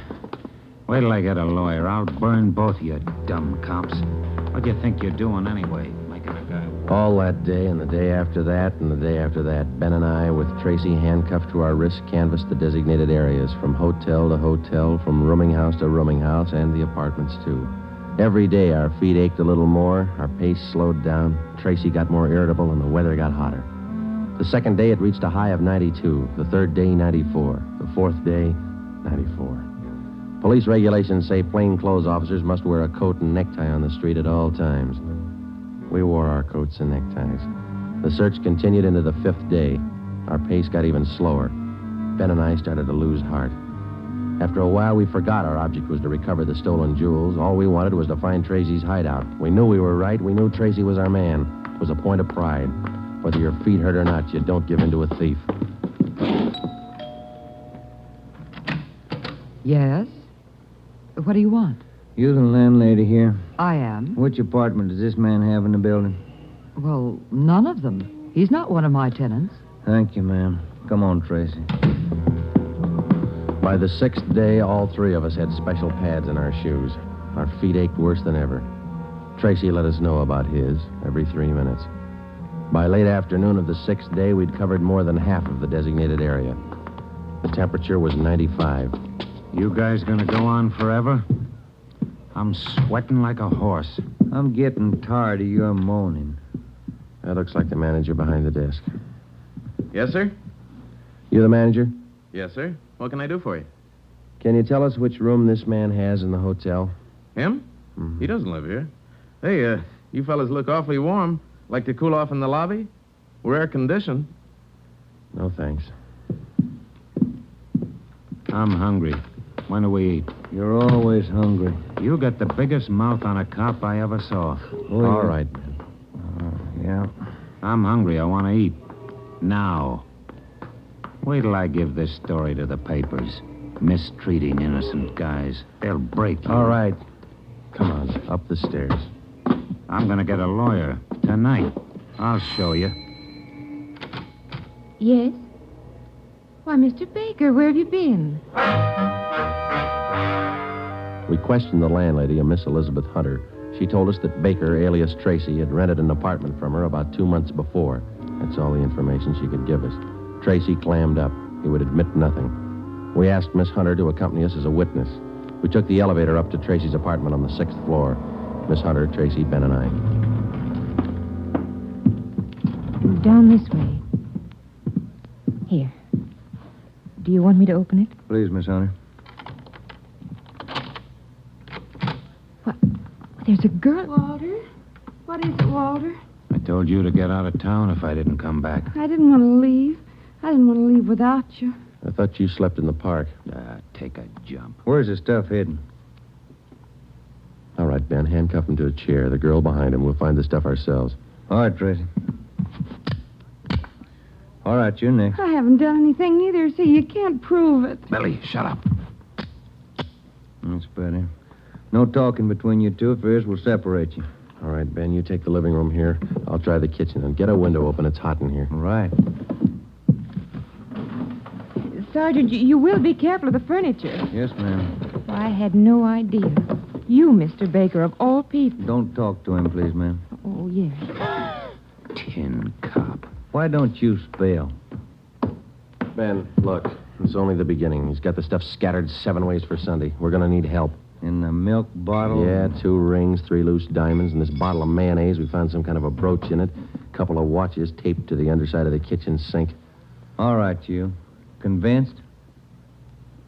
Okay, Ben, call Backstrand. There was a definite possibility that Walter Baker, alias Tracy, had stored some of his stolen loot outside his apartment. We stood little chance of ever recovering it unless we got him to break. Ben called Chief Backstrand, and in 10 minutes he arrived at the apartment with another man from burglary detail, George Levine. Together we went over the 4-room apartment foot by foot. We found jewelry, watches, loose stones in every conceivable place. In cartons of cottage cheese, in jars of cold cream, in the garbage can, everywhere. Who's your girlfriend? All right, I'll ask her. What's your name? I said, what is your name? Billy. Billy Crawford. He didn't do anything. He didn't. All right, Billy. Maybe you can tell us. Where's the rest of the stuff he stole? He didn't steal. He didn't steal anything. Billy, shut up. Keep quiet, you. Ed, wait a minute. What? Just a minute. I want to look over here. Papers. Taped to the underside of that top drawer. What is it, Friday? No, you can't. You can't. Look at these. All right, you found them. I'll talk. No, Walter, don't. Parole papers. He's an ex-con. Yeah, I'll cop out. Don't do it, Walter. Billy, shut up. Dumb dame. The rest of the stuff, where is it? On the roof. Inside the ventilator, the one near the front, you'll find a couple of paper bags. That's it. Levine? Got it, Chief. I'll check it. Your papers say you did time in Oregon. What for? Fell for robbery. Did 5. I owe him 7. What about the girl? Walter, I'm going with you. Her? I don't know. You figure it. All right, Friday. Romero, take the girl to Lincoln Heights and book her. We'll take him. Right, Ed. Come on, Ben. No, Walter, I want to go with you. I'm sorry, ma'am. This way out. All right, easy, lady. No, wait a minute. Just a minute. Walter? You're a dumb dame, Billy. So long. Walter. All right, come on, let's go. What's the matter? You feel all right? He lied. He said he loved me. He lied to me. Don't feel hurt, lady. He lied to everybody.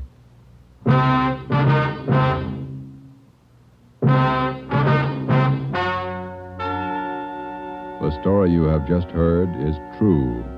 Only the names were changed to protect the innocent. Walter Baker, alias Walter Tracy, was tried and convicted on 3 counts of first-degree burglary and received the maximum sentence prescribed by law. He is now serving out his term in the state penitentiary. A hold has been placed on him by the state of Oregon, where he will serve out 7 years for violation of parole. Billy Crawford, Baker's accomplice, was tried and convicted of receiving stolen property and is now serving time in the state penitentiary for women.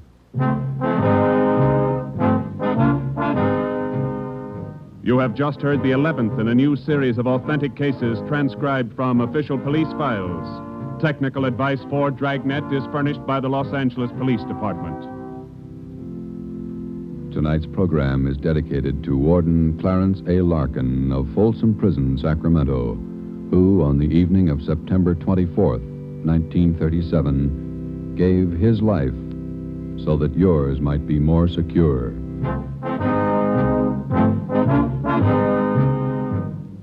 Dragnet came to you from Los Angeles. If you enjoyed tonight's production of Dragnet, you'll want to listen this Saturday evening to a pair of adventure shows featuring 2 well-known Hollywood personalities. You'll enjoy Brian Donlevy, star of Dangerous Assignment. Also on Saturday's schedule is Richard Diamond, private detective, as played by the screen's romantic tough guy, Dick Powell. Listen to both of these exciting programs this Saturday over most of these same NBC stations. This is NBC, the national broadcasting company.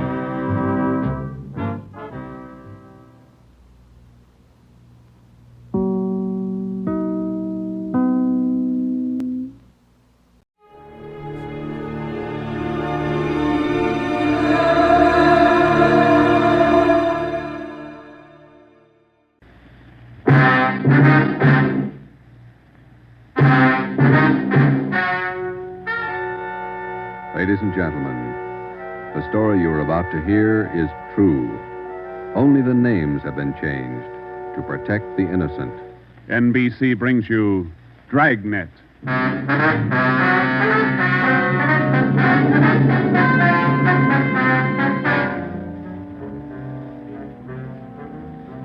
You're a detective sergeant. You're assigned to homicide detail. A gang of quick-trigger gunmen have moved in on your city. They've given public notice that they'll kill the first cop who tries to take them. You know the risks, your job. Apprehend the suspects. Dragnet, the documented drama of an actual crime investigated and solved by the men who unrelentingly stand watch on the security of your home, your family, and your life. For the next 30 minutes, in cooperation with the Los Angeles Police Department, you will travel step by step on the side of the law through an actual case, from beginning to end, from crime to punishment.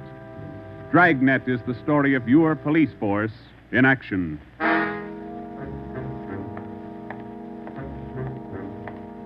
It was Wednesday, April 17th. It was warm in Los Angeles. We were working the night watch out of homicide detail. The boss is Ed Backstrand, chief of detectives. My partner's Ben Romero. My name's Friday. I was on the way back from the record bureau. It was 4 minutes to 6 when I got to room 42. Homicide. Hey, Ben, I pulled a package on the Raymond killing. And that proves you can still read, Friday. He said it, Joe. Your pal, Fred Lindsay. Hiya, Fred. What's doing? Busier than you are. We know what we're looking for. Just having a little trouble finding them. That's the way it is with automobiles. They misplace so easy. Not normally, they don't. We got a small-size epidemic on our hands. Well, don't let us keep you, Fred. Just ducked in here for a breath of calm air and to invite you to dinner for the last time. The wife and I are still waiting for the first time. How about it, Joe? Ruth's got a new pressure cooker. Your sister-in-law visiting you again, huh? No, on the level. Not selling a thing. Come on. Who is it this time? My cousin. But she's awfully pretty, Joe. Oh, why do you guys insist on trying to marry me off? Me and Fred went down fighting, but it kind of grows on you after a while. Now tell me, what is it about a married man? Just can't stand to see one single man left in the world. How about it, Joe? Tomorrow night at 7, okay? Okay, tell Ruth I'll be there. It figures that he's got to run out of kinfolks pretty soon. Fine, we'll be expecting you. Got a stakeout tonight, but tomorrow I'll be clear. Anything big? Nothing definite, Ben. Just to follow up on those stolen cars. See you, men. So long, Lindsay. Joe, you'll like my cousin. Oh, never say die. What a character. You just catnip to women, Joe. Yeah. Well, here's that Raymond package. Let's check those dates that Backstrand wanted, huh? Wednesday, April 17th was just routine. A dinner date I tried to get out of, some paperwork that the chief wanted done, and a hot, sticky day. Too hot to wear a suit of clothes. Sometimes it's like that. A day starts out being routine. By the time it comes of age, it's got a personality all its own. At 10:23 that night, Ben and I were just finishing up the paperwork, and Ed Backstrand opened his office door. Righty, Romero, just got a hotshot call. What you got, Skipper? Hold up and shooting at Hooper and Esperanza, code 3. Code 3, that means red light and siren. It was 10:32 when Ben and I pulled up at the corner of Hooper and Esperanza. It was a bar in the basement of a building on the south side of the street. A radio car was there, and the two officers were holding the crowd back. A man was talking to one of the officers who turned and pointed to us. As Ben and I got out of our car, the man hurried over to us. You're the detectives? That's right, Sergeant Friday. My name's Cummings, R.L. Cummings. I own the bar. This is terrible. There was a gunfight downstairs. Come on. Where's the ambulance? One of the officers in the radio car said we needed the coroner. Did you see the actual shooting? No, I didn't. Here's the fellow that was shot. Oh, there's Jones from the crime lab. Hello, Friday. Romero. Hi, Lee. What do we got here? Pretty bad.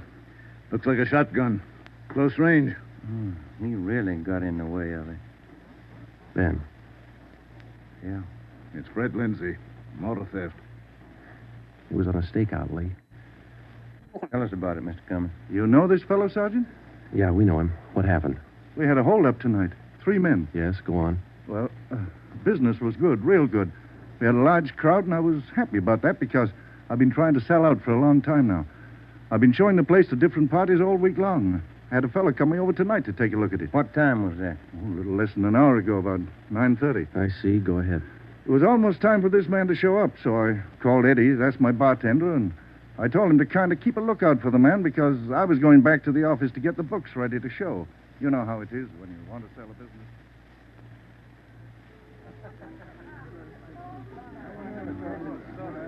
You'll watch for him, Eddie? You bet I will. If you want me, I'll be back in the office.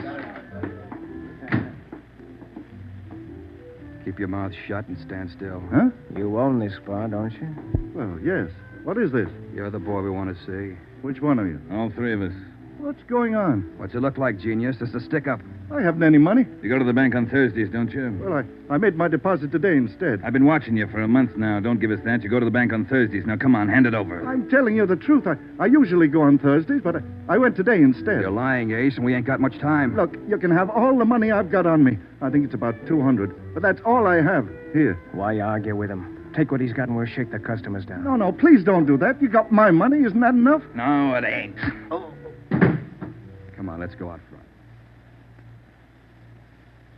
That's about all I remember, Sergeant.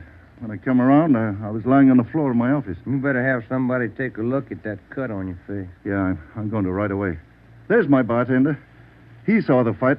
What's his name, Eddie? Yeah. Eddie. Yes, sir?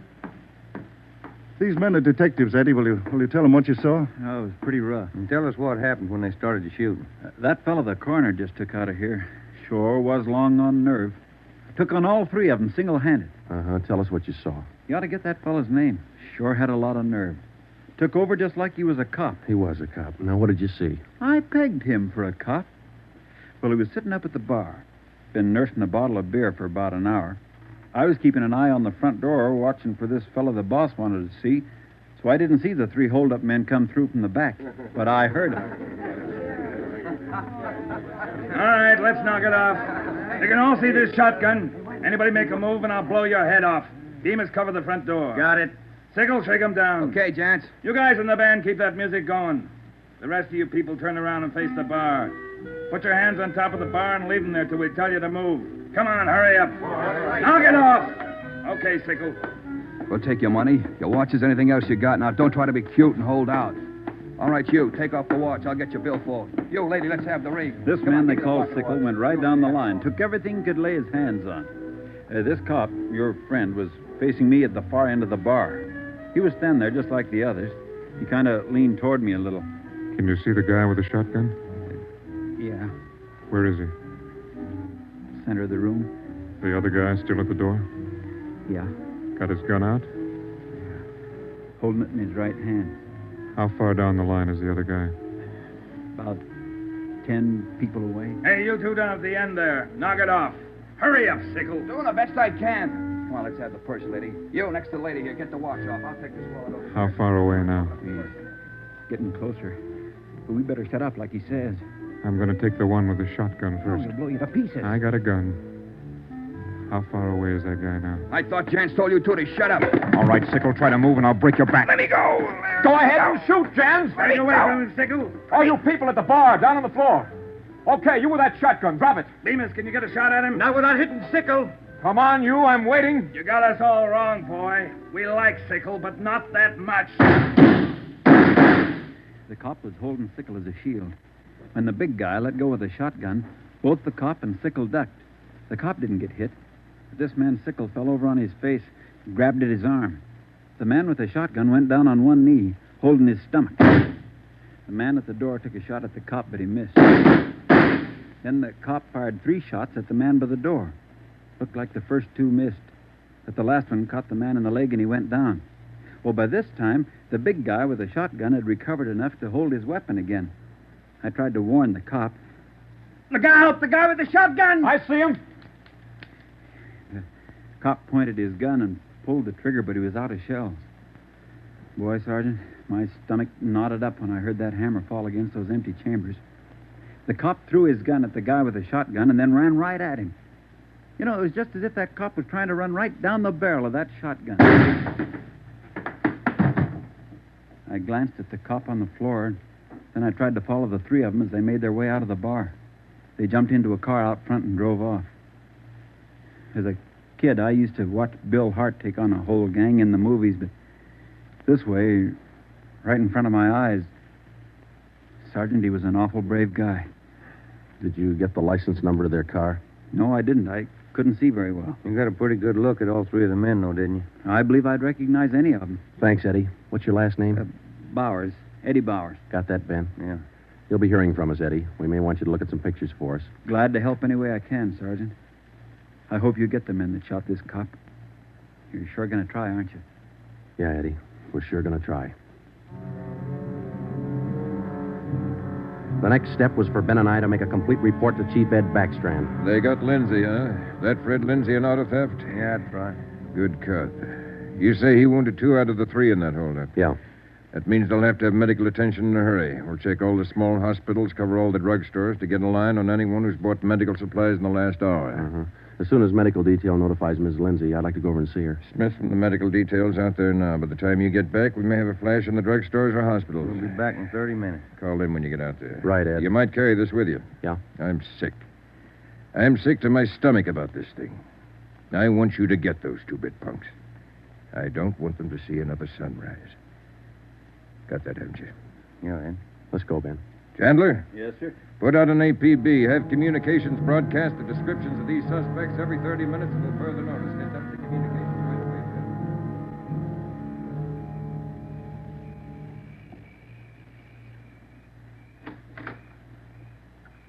Hello, Joe. Come in. Thanks, Ruth. Sit down. Ruth, you know how we all feel. It's all right, Joe. You're married to a cop, I guess you're meant to expect things like this. He'd like that. Fred and I used to discuss the possibility of this. Used to worry about him. I used to worry a lot, Joe. All those nights when he was away and the days, I used to worry. Now I know he's safe. Anything you want or you need? Thanks, no, Joe. Anything at all that I can do? Yes, Joe. I think there's something you can do. You and Ben are assigned to this case, aren't you? That's right. Then be careful. Just thinking that you and Ben will have to face those killers. Ben's wife. Be careful, Joe.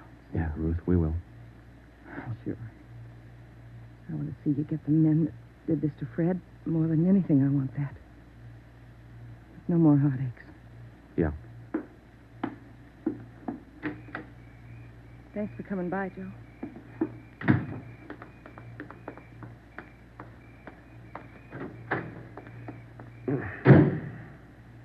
How'd she take it, Joe? Let's go.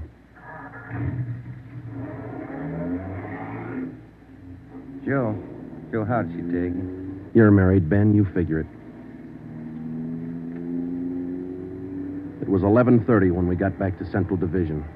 As we walked into the squad room, Backstrand was waiting for us. Friday, we just got our first lead. We've located a druggist who said he sold some medical supplies to a man about 45 minutes ago.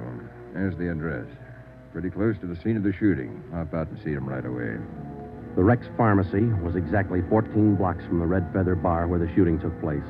Rex Pharmacy was like your corner drugstore, complete with apothecary jars and shower curtains.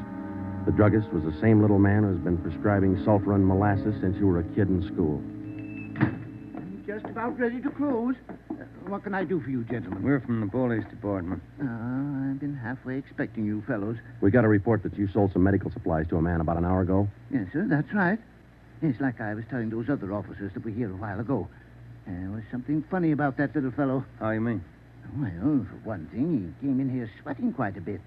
Of course, it's a warm night, but he seemed terribly nervous. Anybody with him? No, he was all by himself. What did he buy? Well, it wasn't so much what he bought, but how much. What do you mean? You know how most people buy iodine, a little 10-cent bottle.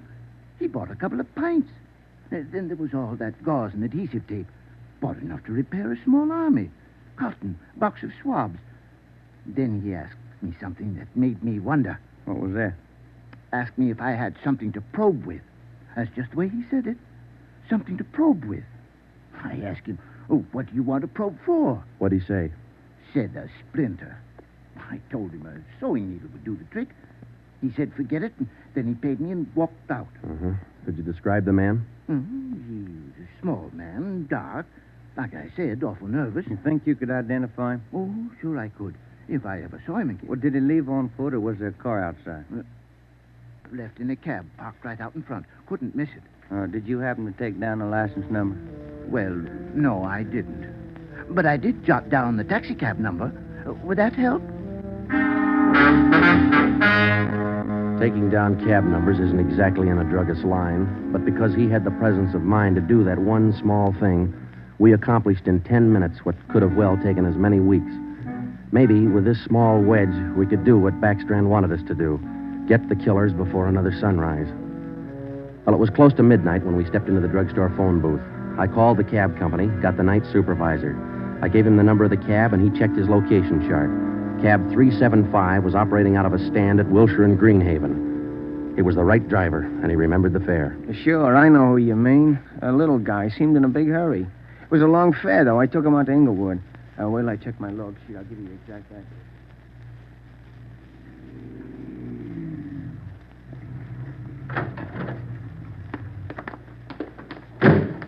Here it is, Joe. 1523 Imperial. It's the room and half. Yeah, come on. We'll check with the landlady. Kind of late, Joe. Yeah, let's stand away from the door, huh? Might not be the landlady who answers. Yes, what do you want? Police department. Oh, now, just a minute. Let me see your badge. There you are, ma'am. I'm Sergeant Friday. This is Romero. Homicide. All right. Now, what do you want? I run a good, clean rooming house It's here. not the house, lady. It's one of your tenants. Which one? That's what we want you to help us on. Look, do you men know what time it is? Come back here in the morning. Sorry, this can't wait till morning. Well, I'm not going to invite you in. We'll talk right here on the porch and keep your voices down. My tenants work during the day. Whatever you say, ma'am. Now, what is it you want to know? We're looking for a small, dark man. Well, I got 3 here. Could fit that description. No, he came in late tonight, about 45 minutes ago. I wouldn't know about that. I don't spy on my people. This is very important. You'll have to keep your voices down. Sorry. He's dark and he's small. Oh, I didn't just say he was dark. You must mean Mr. Tyndall. What's he done? What's his room number? He's in room 10, but I can't allow you to tramp up and down the stairs at this hour. You'll wake all my roomers. We'll be as quiet as he wants us to be. What do you mean by that? Is there going to be trouble? I don't know, lady. Where do we find number 10? At the end of the hall, last room on the right, and keep your voices down. If you'll just wait in your room, lady, we'll call you if we want you. Okay, here we are. If I keep the door clear, Ben, we might have trouble. Think they all in there? We'll know in a minute.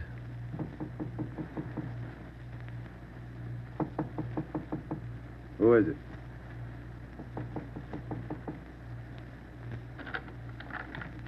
What do you want? Police department. I'll try this closet, Joe. What do you want with me? What are you looking for? Closet's empty. What'd you say your name was? Tyndall, Bob Tyndall. New name, but same face, huh, Joe? Yeah, how long you been out of jail, Tenny? My name ain't Tenney, it's Tyndall. Your name's not Tyndall, it's Sam Tenney. We sent you up on a robbery charge 4 years ago. Now, isn't that right, Tenny? No, it's not right. You got the wrong man. I never been in jail. Yes, you have, because we sent you there. Now, come on. Who'd you buy the medical supplies for? I don't know what you're talking about. Look, Tenny, it's a hot night and it's late, so let's cut out the smart talk, huh? Who'd you buy those medical supplies for?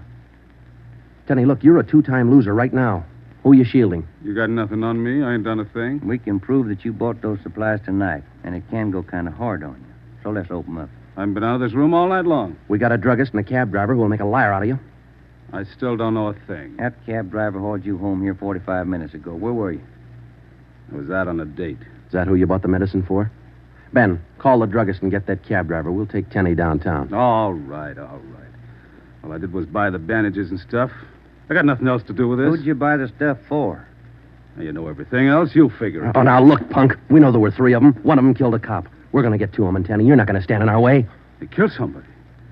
They didn't tell me that. Who didn't tell you? I don't want any part of murder. I'm going to tell you who it was, but I'm clean.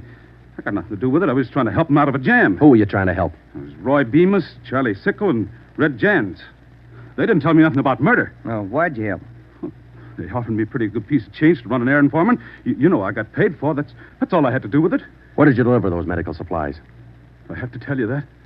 I'm afraid of Jans. He's awful free with that shotgun. We'll give you protection. Now, where are they? Can I go to jail till you get them? You'll get protection. Give us the address. It's an apartment house. You'll get protection. Give us the address. It's an apartment house. Just around the corner from here. The Blue Eagle. We took Sam Tenney down to Central Division with us. On the way downtown, he told us that Red Jantz and the other 2 had their room at the Blue Eagle barricaded. Tenney said that they told him that they'd kill the first cop who tried to take them. Well, we knew they were wounded. He told us that Sickle had an arm wound, Bemis got it in the leg, and Jantz had a slug in his side. We figured they'd be weak from the loss of blood, and we could take them easy. You'll never take those guys easy. Sure, they lost a little blood, but they had enough fight left to stack that room. And they got enough left to kill you if you try to take them. On the way to headquarters, we stopped at an all-night drive-in and called Ed Backstrand. We told him we had a radio car watching the Blue Eagle. We gave him the whole story and told him we were on our way in. By the time we checked into Homicide, Ed had the plan all mapped out. It was 2:25 a.m. Here's the map from the city engineers. It's one city block bounded on the north by Hawthorne Street, on the south Lawndale Avenue, on the east 16th Street, and to the west 17th. The Blue Eagle apartment house is right here, on 16th and Hawthorne. West of the Blue Eagle is a private residence. South of the Blue Eagle on 16th is a vacant lot. There are 12 apartments in the building. The men we want are on the second floor, number 11. And that apartment faces east on 16th. How do you want to handle it, Ed? Now, Baker and Moorheim will evacuate the private residence. Friday, and Romero clean out the apartment building. Right, Skipper. All traffic is being diverted. The entire block is completely isolated. We'll throw up a cordon. As soon as we clear the residence, nobody goes in, nobody goes out. Will you brief us again when we get there, Ed? I'll give you all the briefing you need right now. Get this. These guys have already killed a cop. I don't want to lose any more. You know they're heavily armed and they're desperate. Have the men draw shotguns, tear gas, and Tommy guns. I'll take care of that, Skipper. All right. Now, we're not going in after these punks like tin horn heroes. We're going after them, and we're coming out alive. All of us. What time is it, Friday? 2:37. Not much time till sunup, is it? It was a code 2. That means red light and move fast. Backstrand figured we needed 6 squad cars, 4 men to a car, the police public address truck, ambulance, and floodlights. Ben checked out the weapons to the men, and by 2:46, we pulled out of the Central Division garage. We slid into the area at 3:20 a.m. The 6 squad cars and the public address truck took up their positions. The floodlights were rigged and ready to turn on at Backstrand's command. The machinery was set to roll as soon as we got the neighborhood cleared. Ben and I evacuated the Blue Eagle apartment house. How many does that make, Joe? Well, we've cleared 9, 2 to go. Here's apartment 10. The killers are right next door. Joe, I'd like to kick that door in right now. Take your time, Ben. We'll get to him. Quiet now.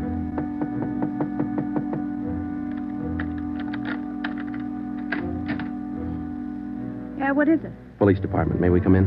Yeah, of course. What's the trouble? No trouble. We're evacuating the building. Now, we'll have to ask you to leave by the back door. We'll notify you when to return. Please leave quietly and lock your door. What's going on? No time to explain. Thank you very much for your cooperation. Okay, now, we'll skip 11 and go to 12. Yeah.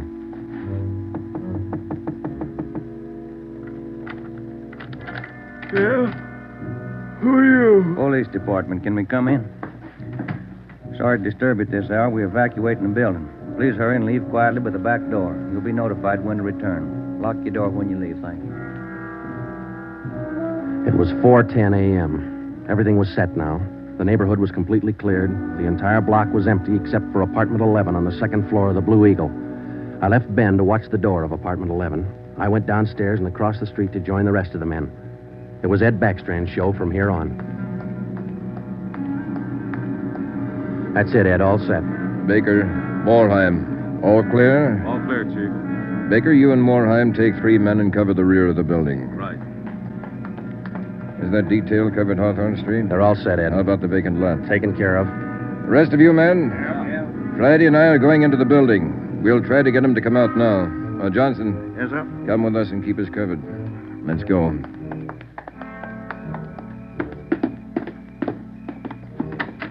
Apartment 11's up at the head of the stairs, Ed. Right.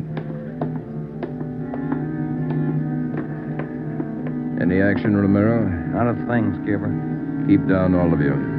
I'll try to get him out. Gents, Bemis, Sickle, you're all alone. The building's clear. Come on out with your hands behind your head. Come on out, gents, or we'll come in and get you. You hear me? I hear you, Ed. Come on, let's get out to the street. Johnson, cover that door and be careful. Keep down. Right, Chief. Friday, Romero, come with me. We left Sergeant Johnson to watch the door, and we ran out into 16th Street and ducked down behind the police sound truck. The floodlights hit the side of the building. Backstrand grabbed the microphone. Giants, Bemis, Sickle, you've got 30 seconds to come down out of that room. Walk out backwards with your hands behind your head. Stay together. Don't fan out. 30 seconds, gents. They're making it tough, Ed. Romero, lob some tear gas through that window. Right, Skipper. Come on out, Bemis. We're giving you a chance. That's more than you gave that cop in the bar. Come on out. That's Jance, Ed. He isn't coming out. They must have got Johnson because they're in another room. Shoot the gas in there. That's not going to get him out, Ed. Give it time, Friday. Burn those floodlights in up there. Friday, rake that second floor with the Tommy gun. Let's keep them in one room. Right. Hold your fire, Friday. George, give us a couple of masks. Ben and I are going in. The rest of you men concentrate your fire on those 2 rooms. Hit them down. Here's your mess, Joe. Let's go. Come on.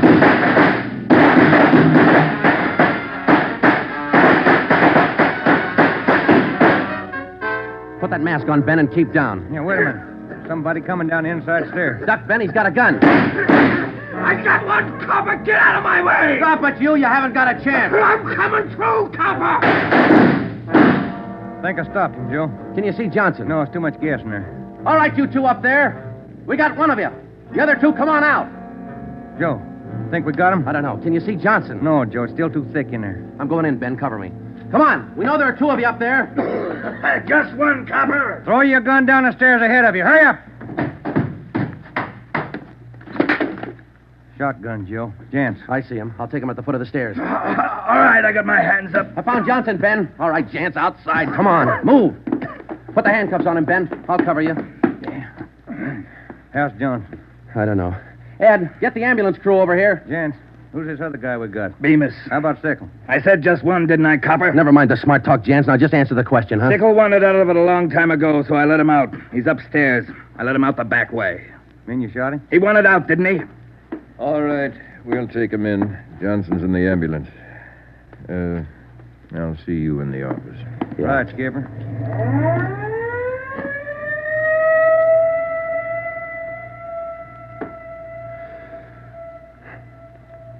How about a smoke, huh? No. Yeah. Here you go. Backstrand said he didn't want those men to see another sunrise. Yeah.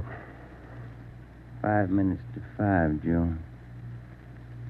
Sun ought to be up. Yeah. But look, Ben. It's cloudy. Guess we'll never know, huh?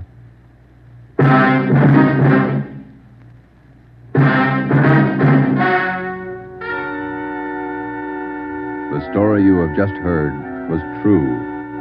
Only the names were changed to protect the innocent. Edgar Red Jans, the sole survivor, was tried and convicted and sentenced to be put to death in the state penitentiary in the manner prescribed by law.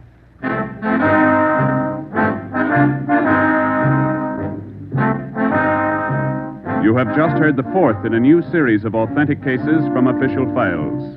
Technical advice for Dragnet comes from the office of C.B. Horrell, Chief of Police, Los Angeles Police Department. Tonight's program is dedicated to radio car patrolman Forrest E. Sawyer of the Denver, Colorado Police Department, who, on the evening of March 8, 1937, gave his life so that yours might be more secure.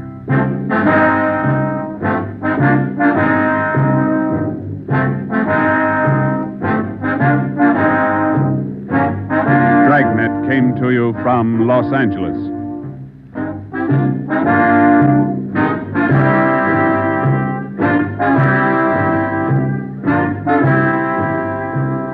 This is NBC, the national broadcasting company.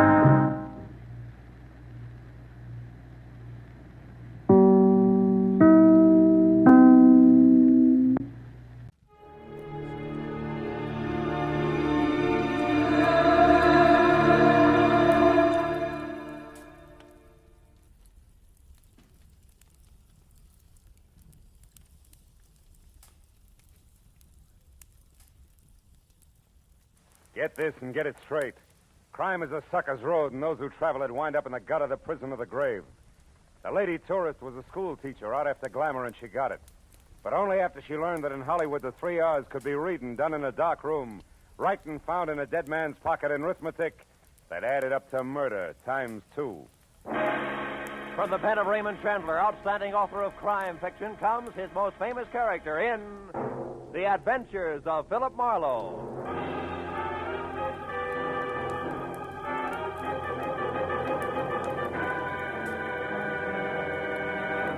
Now, with Gerald Moore, starred as Philip Marlowe, we bring you tonight's transcribed story, The Rushton Hickory. It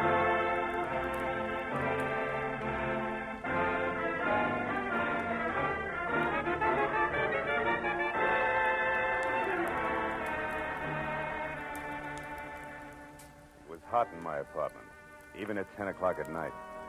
The sultry wind blowing through curtains at the far side of the room didn't help a bit. It was the kind of night that made me wish I was something else, a butcher, baker, candlestick maker, anything. After a long, hot day spent in the downtown courts of law, listening to the petty arguments of a petty larceny case, I was tired of petty people.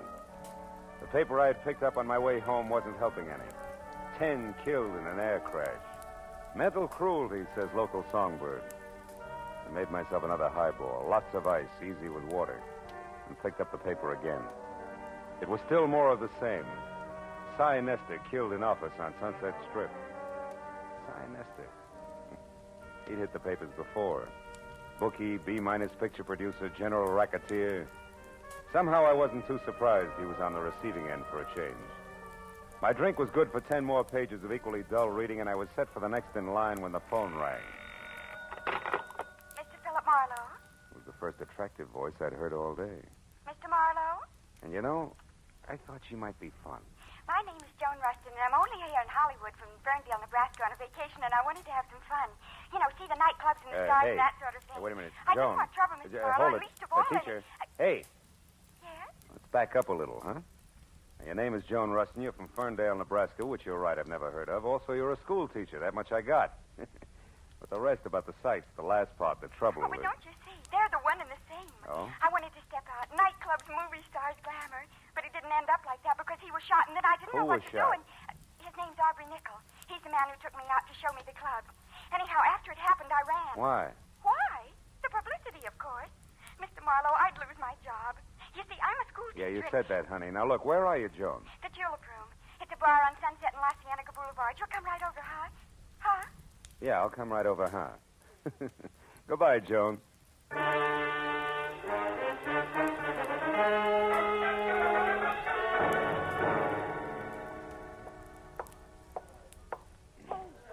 Mr. Marlowe. Yeah, but where are you? Over here in this booth. Hurry. Okay, hurry it is. Hello. Now tell me why all the secrecy and you... Oh, And what? Oh, what are you staring at? you. I expected braids, Joan. Horn rims, calico, maybe. Not ice blue satin, draped plunging, and, Yes? yes. Start at the top, honey, and slow this time, huh? Well, yesterday I met this man, this Aubrey Nickel I mentioned. Oh, he's really nice, Mr. Marlowe. He's a photographer, has a darling place up on the Sunset, Sunset Strip. You went there to have your pictures taken? Uh-huh. I wanted something, well, something glamorous. That's easy. And look here what I got. Oh, by the way, I ordered a drink for you, a Scotch drink. Here. You like Scotch drinks, don't you? Yeah, Scotch drinks are my favorite drinks, Joan, thanks. You're welcome. Now, isn't it wonderful? The picture, I mean. I'll say it is. I'd never say school teacher. No, that's the idea. Just like a model in a fashion magazine, isn't it? Aubrey took it from inside his photo shop while I was outside on the street looking in his window. You know, like a smart career girl just strolling along the avenue. Mm-hmm. And see how he faded out the background? That way I'm the focal center. Focal center. Isn't it nice? Oh, yes, it is, yeah. But look, Joan, the rest of the story. Now, the man was shot. You don't want publicity, remember? Oh, yes, of course. Well, we made a date, Mr. Marlowe, for tonight. I was to be at his place, his shop on the strip at 8, which I was. But when I got there... He was gone. Well, no. He might just as well have been for all the attention he paid to me. Oh? He had something on his mind. Acted as though he didn't even expect me. Why, I had to mention his picture here twice before he got it out of a drawer for me. But then, just like that, he changed. Said if I wanted glamour and nightclubs, why not? Oh, by all means. Why not? And off we went to Cyrano's, no less, and sat at a table with two men and a woman who was actually Irmgard Fury. Actually, who? Irmgard Fury, the starlet. Oh. Don't you read the papers? Oh, golly, her picture's been in every theater section and magazine for the last 6 months. Of course, she hasn't made a movie yet, but she probably will. Wait a minute. Irmgard Fury. She has red hair, a figure, lots of each, huh? That's right. Oh, and so sweet to talk to. Well, believe it or not, when we were in the powder room and she couldn't find her lipstick, she used mine. Now, that's really democratic. Look, Joan, there was a shooting. You remember that. Now, you were sitting at a table with 3 men, and this Irmgard Fury? That's right. Well, go on. What happened next? Well, when Miss Fury and I got back to the table, Mr. Lacey and his friend were gone. And then a minute later, Aubrey excused himself to make a phone call. And then? And then a waiter brought me a note from Aubrey which said I should go back to my hotel and wait there till I heard from him. Then it happened. Look, Joan, if I'm going to help you on this, you got to tell the whole coherent story. Well, suddenly there were some shots, maybe from outside, and people were yelling. It was terrible. I was scared to death. And I ran outside. People were crowded around someone. It was Aubrey. He was dead. What'd you do then? I took the first taxi I could get to my hotel, the Beverly Crest. I started for my bungalow, but didn't go inside because there was a man hanging around. I'd seen him before someplace, and I didn't like his looks and turned away, and he called to me. Oh, he was awful, Mr. Marlowe. Awful looking like a frog, maybe? Sloping shoulders, bulging eyes? Yes, and when... Mr. Marlowe, how do you know what he looked like? Promise not to tell. Promise not to... Oh, Mr. Marlowe, he's here, isn't he? Mm-hmm. Been watching us for quite a while. Oh, holy smokes, and I didn't get away from him. Oh, Mr. Marlowe, I had nothing to do with this shooting. What can I do? I simply can't be mixed up in this terrible business. Oh, please, Mr. Marlowe, I'll pay you anything, only get me out of this, please. We'll talk about that later, Joni. Now, look, When we get up, keep talking and don't look away from me. Then when we're outside and around the taxi stand there, duck away from me fast and get in close to the building and stay there till the frogman is gone. Then head for your hotel bungalow and wait there till you hear from me. Now, you got that? Oh, yes, but I don't understand why he's going to leave us. You will, if our little coup works. Come on.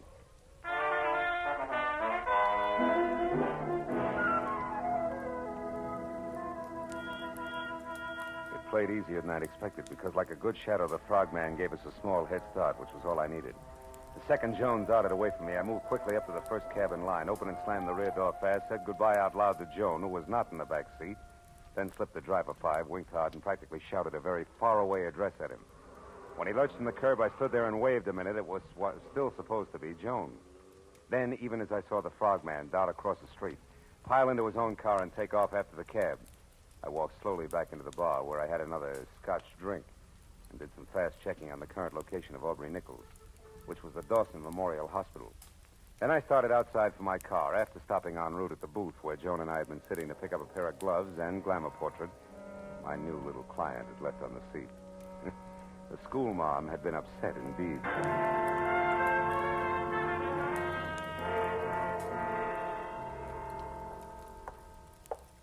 Dawson Memorial Hospital, Dr. Chambers? Yes, one moment, please. Go ahead. Yes, sir. Oh, I want to know the condition of a patient who was brought in here a little while ago, Mr. Aubrey Nichols. Oh, I'm sorry, sir. We're not allowed to give out such information. You'll have to inquire at the superintendent's office. Sir, Joe, I wouldn't bother, Phil. Well, Detective Lieutenant Matthews, good evening. Good evening. Nickel is dead, Marlowe. We Oh? did not get a statement from him. That's too bad. Any idea who did it? No. Have you? I didn't even know him. A client of mine. Yeah, Mr. Smith. That's right. That's remarkable. Mr. Smith, he asked me to inquire about his condition. Uh-huh. Well, it happened about an hour ago in an alley behind Cyrano's. Aubrey Nichols was a photographer up on the strip, but pretty much of a phony. A big front boy, strictly. That's all there was to it, huh? Walk down here with me a little. Oh, sure. We figure there may be some connection between this shooting and Cy Nestor's death this afternoon. Nestor also had an office on the strip. What do you figure the tie-in is, Matthew? A man named Ham Lacey. You ever hear of him? Yeah, he was one of Nestor's #1 boys in the racket, right? Yeah, something like that. Of course, officially, Ham Lacey is known as the vice president of Nestor Enterprises Incorporated. Also production manager of that second-rate movie studio Nestor owns. Well, anyway, Lacey, another man, and Aubrey Nichols were at Cyrano's tonight with a starlet named Irmgard Fury, and another gal we haven't been able to tag yet. Now, tell me, wait a minute, Phil, Lieutenant. When Nestor was killed, did it look like the usual mob tactics? No. Nestor was beat up by fists. Not sapped, not cut up with brass knuckles. Your death was caused by a blow to the temple from a poker that was standing next to a phony fireplace in which he could have hit his head when he fell. Well, probably not Lacey and Associates, huh? Probably not. He's got an alibi. Yeah? Besides, we already got a fair line on who did it and why. We found a note in Nestor's pocket signed D. Tobin, which threatened Nestor with a beating if he didn't stay away from the undersigned's wife and send her back home at once. Nestor, you may or may not happen to know, had this Irmgard Fury or something under contract to him, saw lots of her. So, again, the two deaths more or less tie together. Yeah, you've already talked to, oh, by the way, her name is Irmgard Fury. No, I ain't talked to her. I figured I'd wait till I knew a little more. Also, I didn't figure Nickel would die without saying anything. No. Oh. Well, now it's your turn. We found this negative in the alley near Nickel's body. This is a night shot of the Sunset Strip and nothing more. Means anything to you? No, why should it? Now, look, I told you before, Lieutenant, I never even met Nickel. Yeah, and I listened, didn't I? I noticed. Yeah, but now let's level a bit, huh, Phil? Who your client is and what he or she has to do with this is one thing as long as we're both on the same side. But playing dumb when it might count is quite another. Now, once more, Phil, huh? The picture? Still 0, Lieutenant. Honor bright. Anything else? Yeah, just to save you a little time, Phil. Yeah, let's do. Irmgard Fury's address, 441 West Bedford Drive, Beverly Hills. You got a pencil? 441 West Bedford Drive. Now, play it close. Be sure to call when you think it's time. And if you're wondering about why all this help from me, try this. What you know and won't tell, plus what I know and will tell, might do the trick. Say goodbye to me, Phil. Goodbye.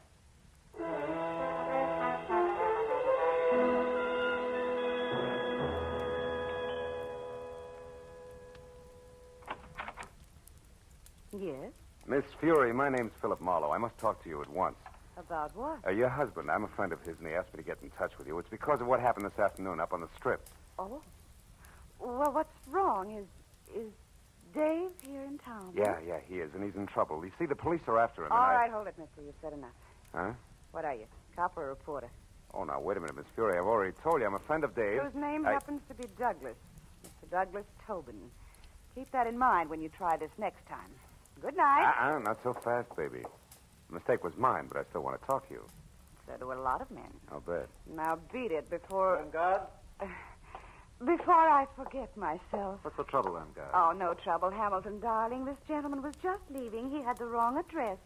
He made a mistake. Didn't you, Mr. Marlowe? Yes, a blunder. 1,000 apologies, and good night, Mrs. Tobin. What it was worth it worked.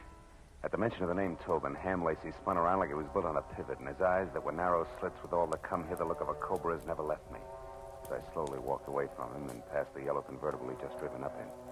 License number 6969X, California. And on out to the street. All of which only meant that Lieutenant Matthews was probably right about there being some connection between Cy Nestor's murder and the death of Aubrey Nickel. When I opened the door of my car and started to climb in under the wheel, the voice in the night helped not at all. If you don't do as I say, I'll kill you. Okay. Knock it out. Take it easy. All right. Now close the door and turn around. You're back to me. Now, look, if this is a stick-up, Busty, you can save us both a lot of time. Shut up. I'm not a hold-up man.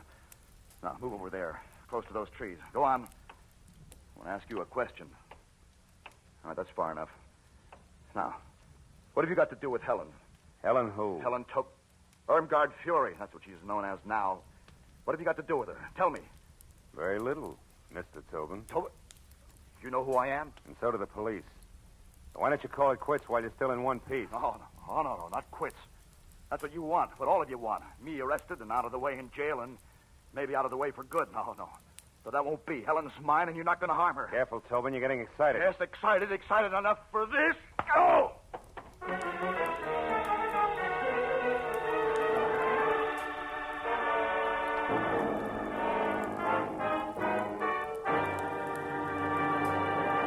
In just a moment, the second act of Philip Marlowe. But first, a thrill-a-minute, high-tension suspense from the word go. Dramatic excitement that builds and builds until it explodes in a smashing climax. That's Inner Sanctum, the great mystery show that's another of CBS's top-notch Monday night programs. You'll find Inner Sanctum one of the most entertaining spots in your Monday night listening schedule. And remember, Lux Radio Theater is back for its 15th year of great dramatic presentations. Inner Sanctum and Lux Radio Theater every Monday night over most of these same CBS stations. Now, with our star, Gerald Moore, we return to the second act of Philip Marlowe and tonight's story, The Rushton Hickory.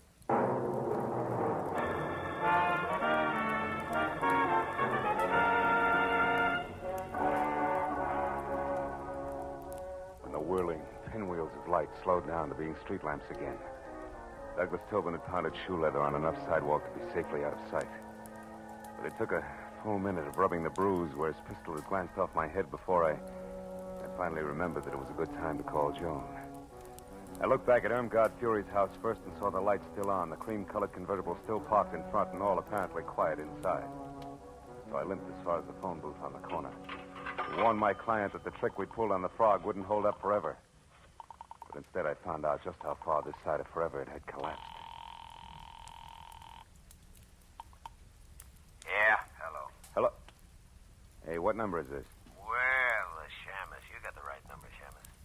What are you doing there? Where's Joan Rushton? Oh, the babe's here, but she ain't in much of a mood to talk. Incidentally, thanks for giving me this free time, Dippy. What are you talking about? That fast shuffle you tossed me, Dippy.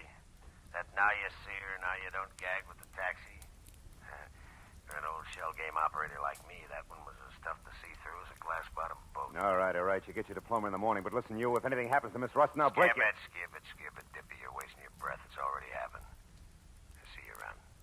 So long.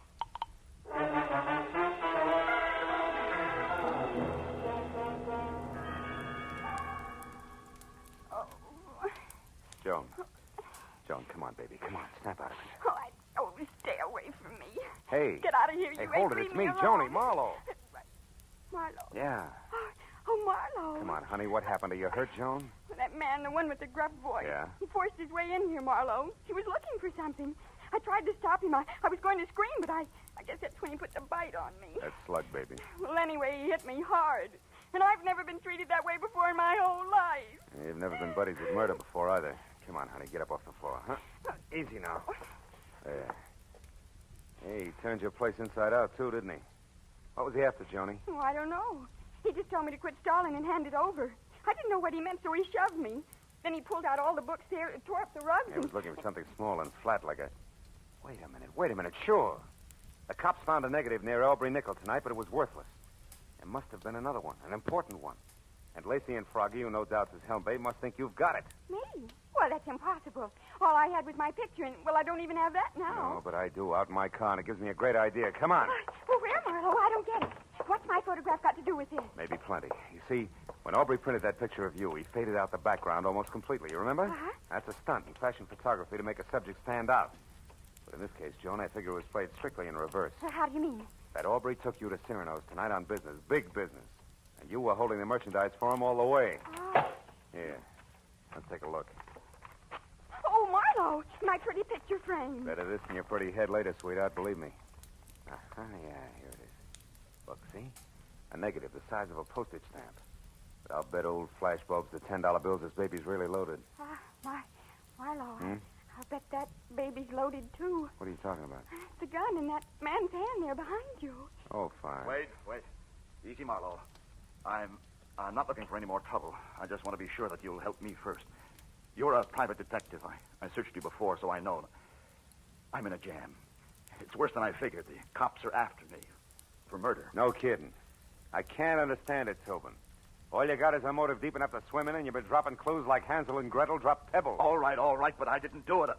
Well, I beat up Cy Nestor, sure, but he was going with Helen, my Helen. I hated everything and everybody in this phony town because they took her away from me. Even changed her name for her, Irmgard Fury.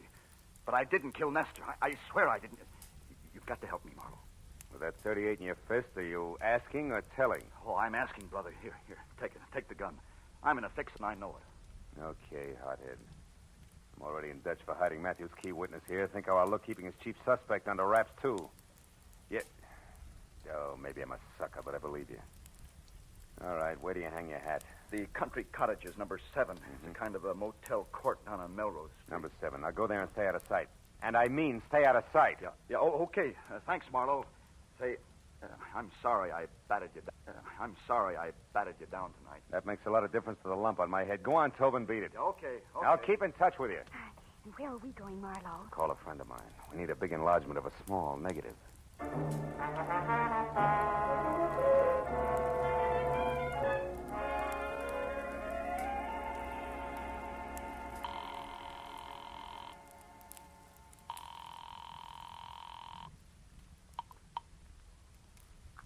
Chronicle Photo Lab, Sherman speaking. Hiya, Shermy. This is Phil Marlowe. No kidding.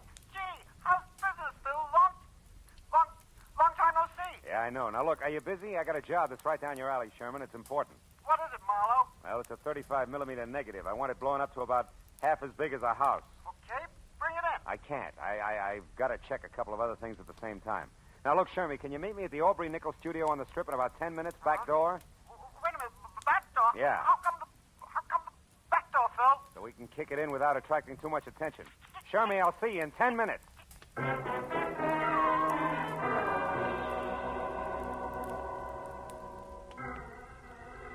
piled Joan into the car, drove down the strip, and once past Nickel's studio, which was enough. Joan had posed for a picture in front of the place, and directly across the street, behind her, just as I knew it had to be, was a neat plastic sign reading Cy Nestor Enterprises on the diminutive but glossy imitation Swiss chalet where Nestor's body had been found. We turned double back through the alley and found Sherman bobbing up and down like a nervous gopher. 5 minutes of not-so-subtle persuasion got us past the lock and inside Aubrey's studio where something else checked. The walls were practically papered with pictures of Irmgard Fury, taken from every conceivable angle, including some that were not. Things were beginning to make a lot of sense. Marlowe, is this all right? Coming in here, I mean, it's sort of uninvited and all. Breaking and entering, lady. You can get 5 years for it. I sure hope you know what you're doing. Yeah, this must be the dark room. Yeah. Now, here's the negative, Shermy. Do your stuff. Well, what do you really expect to find on the film, Marlowe? A murderer, baby. It's got to go one of two ways. Douglas Tobin for jealousy or Ham Lacey for ambition. Aubrey Nickel caught one of the two in the background when he took your picture. And he was familiar enough with all parties concerned over there to think he could put the screws on somebody. How's it coming, Shermy? He can be out in a minute. 15 by 20, okay? Yeah, it's good. If there isn't a man in the background, I'll eat it. Better get the salt and pepper, pal, because it's nothing but a car. It can't be. Oh, brother, that's more than a car, Shermy. It's a yellow convertible that belongs to Ham Lacey. Look, you can even see the license, 6969X. 696. Oh, now how do you suppose... What's the matter, Marlowe? I just thought of something. Without this picture, both Tobin and Lacey are suspects. But with it, we have proof Lacey is implicated. That means Lacey thinks he has Tobin sitting in the perfect frame, right where he wants him. Oh, Marlowe, listen. Now, look, you two get out of here. Go back to the paper. I've got to get to Tobin fast and let him know. Oh, Phil, listen, Look, baby, you're no doubt terrific in the 3rd grade. But some things they don't even teach in college are going to pop any minute, so I'll take it from here, huh? Stick with Shermy, honey. I'll call you. Oh, but Marlowe, wait, listen.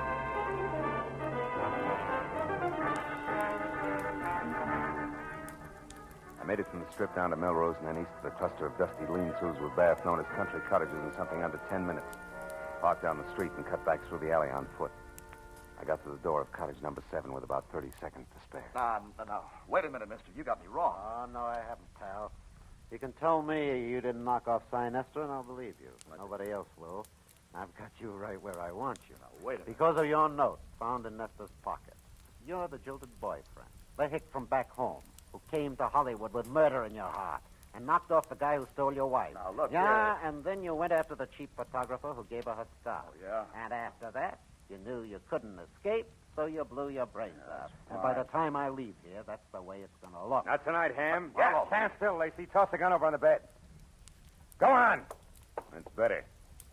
So you figured Aubrey was lying about having a picture that pegged you as Sinester's killer, didn't you? You figured Aubrey saw something but had no proof, so you shot him. But you were wrong, Ham. He had all the proof we need. What's that? Joan, who's out there? Oh, Phil. Joan. Phil. Joan, are you all right? Jerry, I hit her. She's the one who killed Sinester. I tried to tell you that. I followed you here to tell you, but instead I saw her with a gun pointed at you. I grabbed the first thing I saw, this broken rake handle, and I hit her with it. I hit her awfully hard, Phil. She isn't moving. You don't think she's... Dead? No. She's probably thinking over the big lesson you just taught her with that stick there. What's the matter? Hey, Teach, you know what that rake handle's made of? What? It's hickory, isn't it? Yeah. What else could it possibly be but a hickory stick?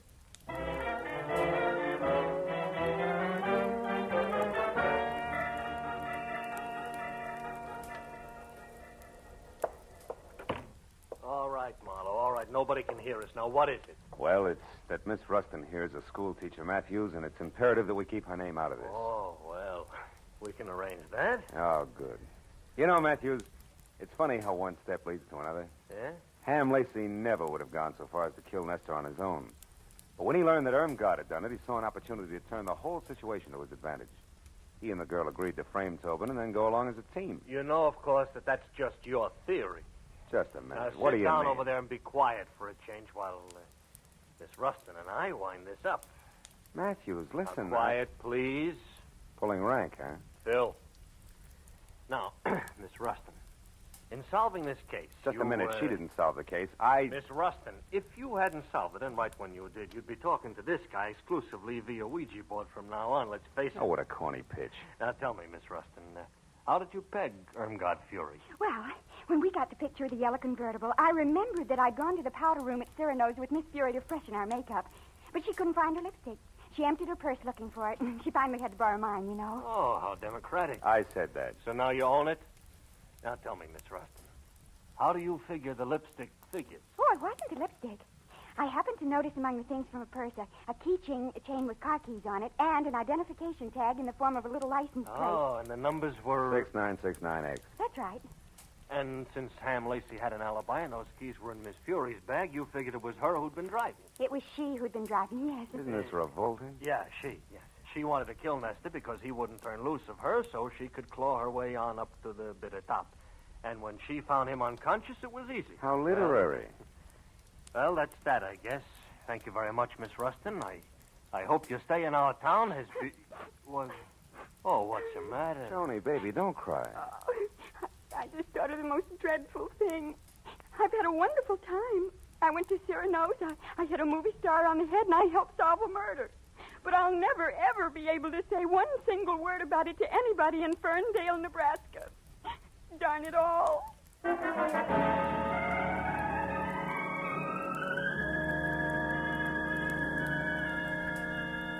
It took a few minutes to put on a new touch of mascara and get the pink off her nose, but she was smiling again when we said goodnight to Matthews and stood on the steps at headquarters and looked at the glittering lights of Hollywood. There was still plenty of time for supper and even a dance or two, and she wanted to go. But suddenly, from somewhere, there was a smell of autumn in the air, of dry leaves on the ground and ripe red apples for the teacher. She shook her head wistfully and spoke of an appointment she had bright and early next Monday morning. It's a very important appointment, Phil. So, I took her to a hotel and said goodbye. All the way home, for some reason, I kept wondering, whatever happened to Skinny McDonald? The only kid in school who could shoot a better spitball than Marlowe. Has it really been that long ago?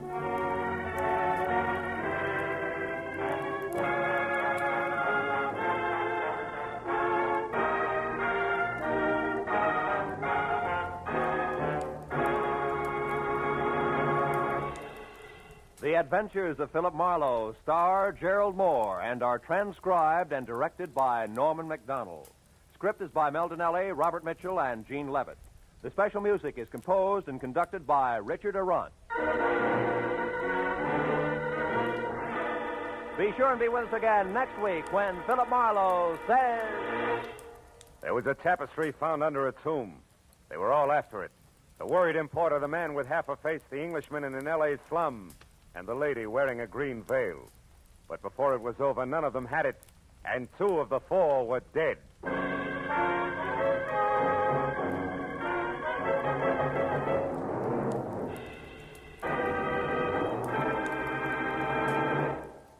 Now, stay tuned for Gangbusters, which follows immediately over most of these same CBS stations. This is Roy Rowan speaking.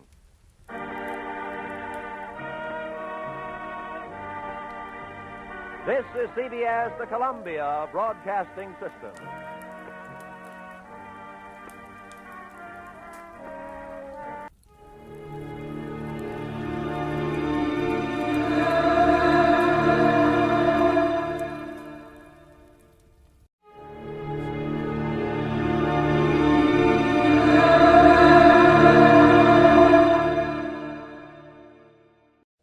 For your listening enjoyment, John Lund as Johnny Dollar. Johnny Maxwell, Johnny. Oh, hello, I Mr. got a Max. job for you. We insured that's Mr. swell. Frank Meadows, lives in Newport, California. He was killed last night. Oh, is Shot Max? to death. How long will it take you to pack and catch a plane? Oh, it's... Look up Lieutenant Sullivan, Newport Police, when you get there, Johnny. Yeah. Have a good trip. Yeah, I'll try, Mr. Maxwell.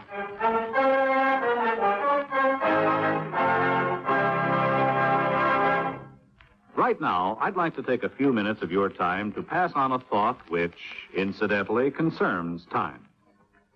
According to the Bible, to everything there is a season and a time to every purpose under the heaven. We all agree on that, I'm sure. And we'll also agree that the regulation of time also depends on the season. For example, did it ever occur to you who decided where our 4 time zones in America should be exactly? Well, back maybe 75 years ago, there were about 150 different time zones which were set up according to the whim of the local inhabitants. Most of the time was called sun time, and there could be 15 minutes difference between the clocks of 2 towns only 10 miles apart. So, to get rid of the confusion, the Interstate Commerce Commission was established. It divided the United States into 4 standard time zones so that railroads, planes, buses, and the mail could run on schedule. Of course, if a city wants to go on daylight saving time during the summer, that's a decision which is made locally. The standard time remains the same everywhere else. But setting the nation's clocks isn't the only job of the Interstate Commerce Commission, however. It also makes rules and regulations for the various means of transportation which go from one state to another. It sees that railroads, truck lines, barges, and boats operate safely, charge reasonable rates, and give good, dependable service. It also protects trucks and bus drivers from working such long hours that they might fall asleep while they're driving. The Commission also demands that trains, engines, and machines have safety and stop devices. It is, in itself, a safety device to assure every one of us freedom from danger as we travel about our country.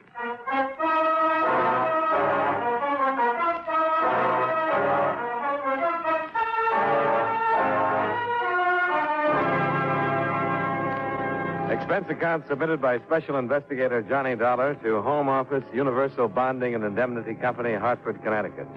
The following is an accounting of expenditures during my investigation of the Barton Baker matter. Expense account item 1, $195.80. Plane fare and incidentals from Hartford to Los Angeles. I arrived at International Airport at 11 the morning of the 26th and rented a car there. An hour later, I was pulling into Newport, a sea town not far down the coast. At the police station, I met Lieutenant Solomon, and we discussed the case. Frank Meadows ran a boat chartering service. Did you know him? Yeah. Excuse me. Open a window. Sure has been hot the last couple of days. Like a cold drink or something? No, thanks. Well, we got a report on the shots, and when we got there, Frank was dead. Shot 3 times. He had a gun been fired twice. Obviously shot it out with somebody. Any suspects? His partner, Dave Geller, owned the boat with Charlie. What makes you think Geller did it? No, don't know for sure, but he's missing. Disappeared. Nothing else? No. It's the only thing we've got to go on. Any reason why Geller would kill Meadows? None that we know of. I know Dave as well as I did Frank. They always seem to get along. Never heard of any argument. But you know how those things are. A couple of guys get along fine for years, and then some little thing comes up. Yeah. Might be a woman. Just a woman or some particular woman? Frank has a wife. And Geller? No, he's not married. What's Mrs. Meadows like? Well, you got to talk to her anyway, don't you? Yeah. Then you can see for yourself. I'd say she was the kind that might cause a lot of trouble under the right circumstances. But that's only a personal observation. You might not think so at all. Here's the address. Well, thanks, Lieutenant. I'll let you know. Do that.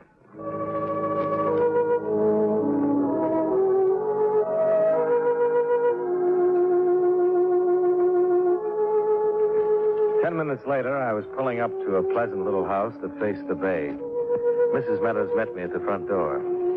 I don't generally make snap judgments, but at first sight, I was inclined to go along with the lieutenant. Mrs. Meadows was very attractive. Tan, blonde, and could have been in mourning, but I doubted it, even though her tight bathing suit was black. I introduced myself, and she showed me into the living room. Sit down, Mr. Dollar. Thank you. You'll have to forgive me. I've been getting some sun. Oh, I don't mind. I practically live in a bathing suit during the summer. Surprised the beach isn't more crowded. You're from the insurance company. That's right. I was sent out to investigate your husband's death. I'll be glad to help any way I can. I'd appreciate it. How much was my husband insured for? Don't you know? I have no idea. I knew he had insurance, but I never knew how much. $25,000. That much? Should buy you a lot of sun. When will I get it? Well, in a case like this, a murder has to be a complete investigation. And it's generally considered proper to bury the deceased before issuing a check. By the way, when is the funeral? It was this morning at 8 o'clock. What did they do? Dump him off a surfboard? I don't think I like that, Mr. Dollar. Oh, I'm just being a little sadistic. I always get that way when I see someone so broken up. Would it be better if I stayed in the house for a week and wore a black veil? Oh, no. But a little emotion would seem more natural. Would it help if I cried? Help who? Mr. Dollar, my husband's dead. Anything I might do wouldn't bring him back. If you don't approve, I'm afraid that's just too bad. Who do you think killed your husband? I have no idea. The police suspect his partner. Guess it's possible. Dave's missing. Can you think of any reason why Dave would kill your husband? They didn't get along too well. Lieutenant Solomon says they got along just fine. And I say they didn't. I think I know more about it than Lieutenant Solomon. Okay. Suppose you tell me why they didn't get along. They just didn't. They disagreed a lot. Over anything specific? Not particularly. The boat, things in general. They'd known each other for years, been partners for nearly 10. Friendships wear thin sometimes. Before they left on the trip, they had an argument. About what? Frank didn't tell me. Just came home and said he'd had a fight with Dave. The next morning, they left. Following morning, when they returned, Lieutenant Solomon called me and said Frank had been killed. Where did they go? Down the coast after Yellowtail. Who chartered the boat? No one. They went alone. Well, thank you, Mrs. Meadows. If you happen to hear from Dave, get in touch with the police, will you?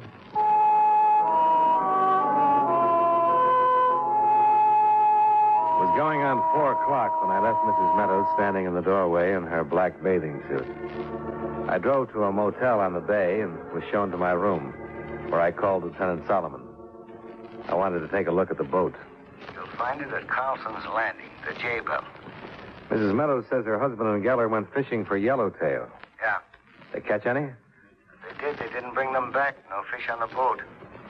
Maybe they didn't really go fishing. Got any ideas?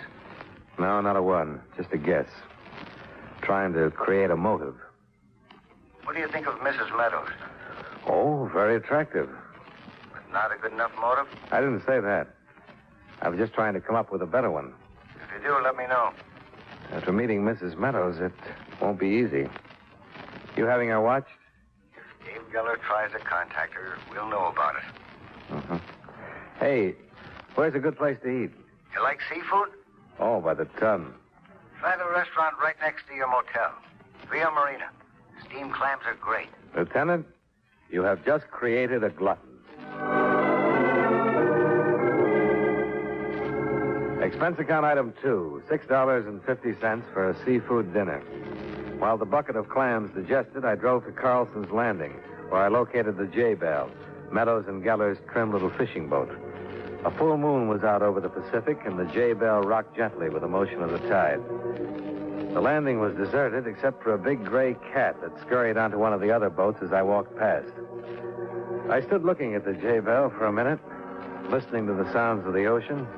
Then I climbed aboard. The hatch leading below to the cabin was unlocked, so I opened it and went down the short ladder. The moonlight sifted in through the starboard porthole, but the rest of the cabin was in pitch darkness. I felt around for some kind of light. Stay right where you are. Huh? Don't move. I got a gun. Okay. I can see you. If you move a finger, I'll kill you. Okay. I'm not moving. Well, what happens? Do we stay here all night? No. Better take a look at you. I don't want to make a mistake. Yeah, I think that's a good idea. Light switch is right behind you to your left. But keep facing me. Just reach back. I thought so. You thought so what? Baker sent you. Baker? You're not a cop. I know the cops in town. You must be Dave Geller. You know I'm Geller. Look, my name is Dollar. I'm an insurance investigator. Sure. I'll show you my credentials. Keep your hands at your sides. I'm telling you the truth. I work for the Universal Bonding and Indemnity. Your ex-partner was insured with us. Turn around. Put your hands over your head. Look, I'm telling... You look. I'm not kidding, mister. Okay. Now put them out in front and lean on the bulkhead. My wallet's in the inside left coat pocket. Insurance investigators always carry guns. Well, most of them take them off when they go to bed. That's very funny. I'm glad you liked it. You'll find the permit for the gun in the wallet, and the wallet is still in my... You satisfied? Turn around. But keep your hands up. Well, you saw the identification. Okay, sir. You're an insurance investigator. Still doesn't help me. Just what kind of help were you expecting? None. I mean, now I got to do something with you. Can't let you go back to the police and tell them you found me. They'll nail you sooner or later. They want you for murder. Yeah, I know. Why did you kill him? I didn't. Then what are you hiding for? That's none of your business. All right, now we're back to me. What happened? You'll just have to stick around for a while. Sure. Hold it. What's the matter? Somebody's coming. Turn off that light, quick.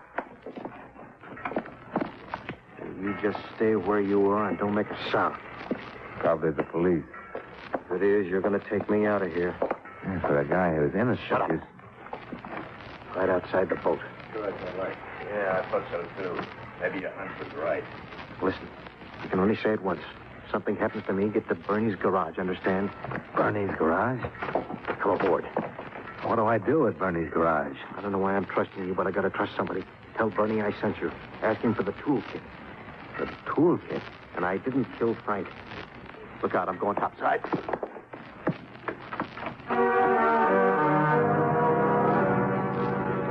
He went up the ladder and out on deck, holding his gun in front of him. I thought about trying to stop him, but he moved too fast. And besides, he had my gun stuck in his belt. I was going up the ladder when the shooting started, and being a practical man, I stopped halfway up and ducked. After a moment, I looked up through the hatch, and there, standing in the moonlight, was a tall, thin man dressed in a white suit. He was holding a gun, pointed right at my head. Well, good evening. Who got killed? Your friend, Mr. Geller. And now it looks like your turn, Mr. Dollar. Johnny Dollar. How do you do? My name's Baker. Barton W. Baker.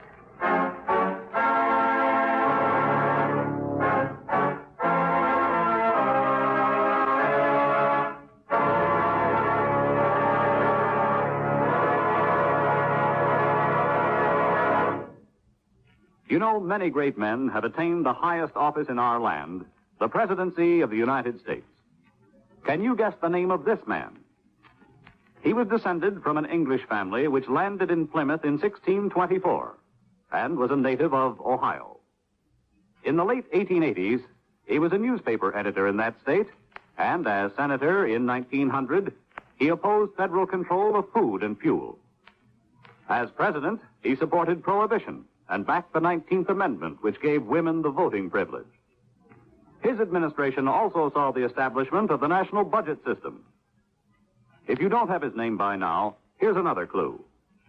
During his presidency, the Lincoln Memorial was dedicated. Who was he?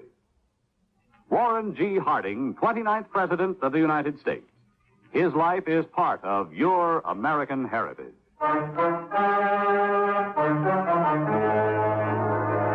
And now, with our star, John Lund, we bring you the second act of yours truly, Johnny Dollar.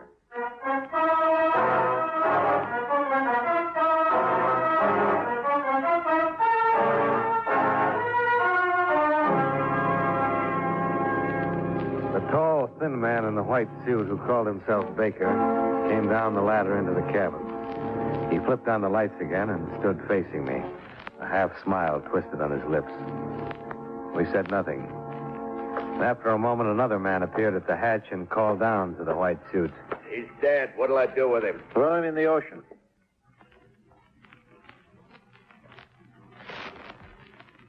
Actually, I had no desire to kill Mr. Geller. But you forced yourself. Had he offered his cooperation, he would be alive this minute. Yeah, he's in the water, but those shots are sure to bring somebody. And we must expedite matters as quickly as possible. Mr. Dollar, where is the toolkit? The toolkit? Oh, come, Mr. Dollar. The shooting has forced me to a tight schedule. I want to know what Geller did with the tools.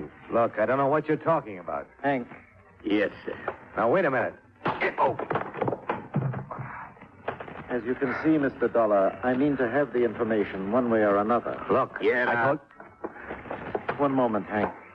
Mr. Dollar, I was prepared to offer the late Mr. Geller $5,000 for the toolkit. I'll make you the same offer. It's a good offer. But how can I give you something I don't know anything about? $10,000. I don't know anything about a toolkit. You've been with Mr. Geller? Sure. I can't believe you were discussing the weather. Oh, hardly. I'm an insurance investigator. I'm investigating Frank Meadows' murder. Can you prove it? Certainly. Something wrong? My wallet is in Geller's pocket. Enough lying. I think Geller sent for you and told you where he hid the toolkit.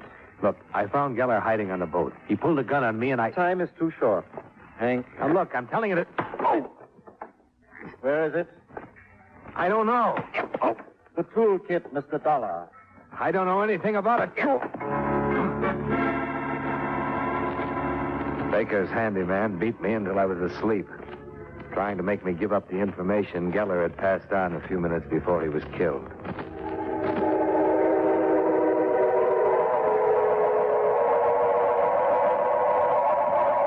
I don't know how long I was out, but when I came to, I could hear breakers. I was lying on the beach looking up at the big moon and feeling my head throb as though it was stuck on the end of a drumstick. Well, I managed to sit up and look around. I had no idea where I was, but a long groove in the sand that stretched away from me showed clearly that I'd been dragged from the street several hundred feet behind me. I stumbled to my feet, and that's when I saw her, walking along by the water, headed my way. Her soft blonde hair blowing in the casual breeze. She was barefoot and wearing white shorts and a terry cloth shirt. I guess it was a little cool for the black bathing suit. She stopped when she saw me. Oh, good evening. Hello. Mr. Dollar, you're bleeding. Yeah, it happens sometimes. What are you doing out here? I'm waking up. What are you doing? Oh, I was just taking a walk. But your face, it's all bruised. How far is your house? Down the beach, about a mile. You think you could scare up some iodine? Yes. Come on. Oh. Still a little dizzy. Here, put your arm around me. Better? Much?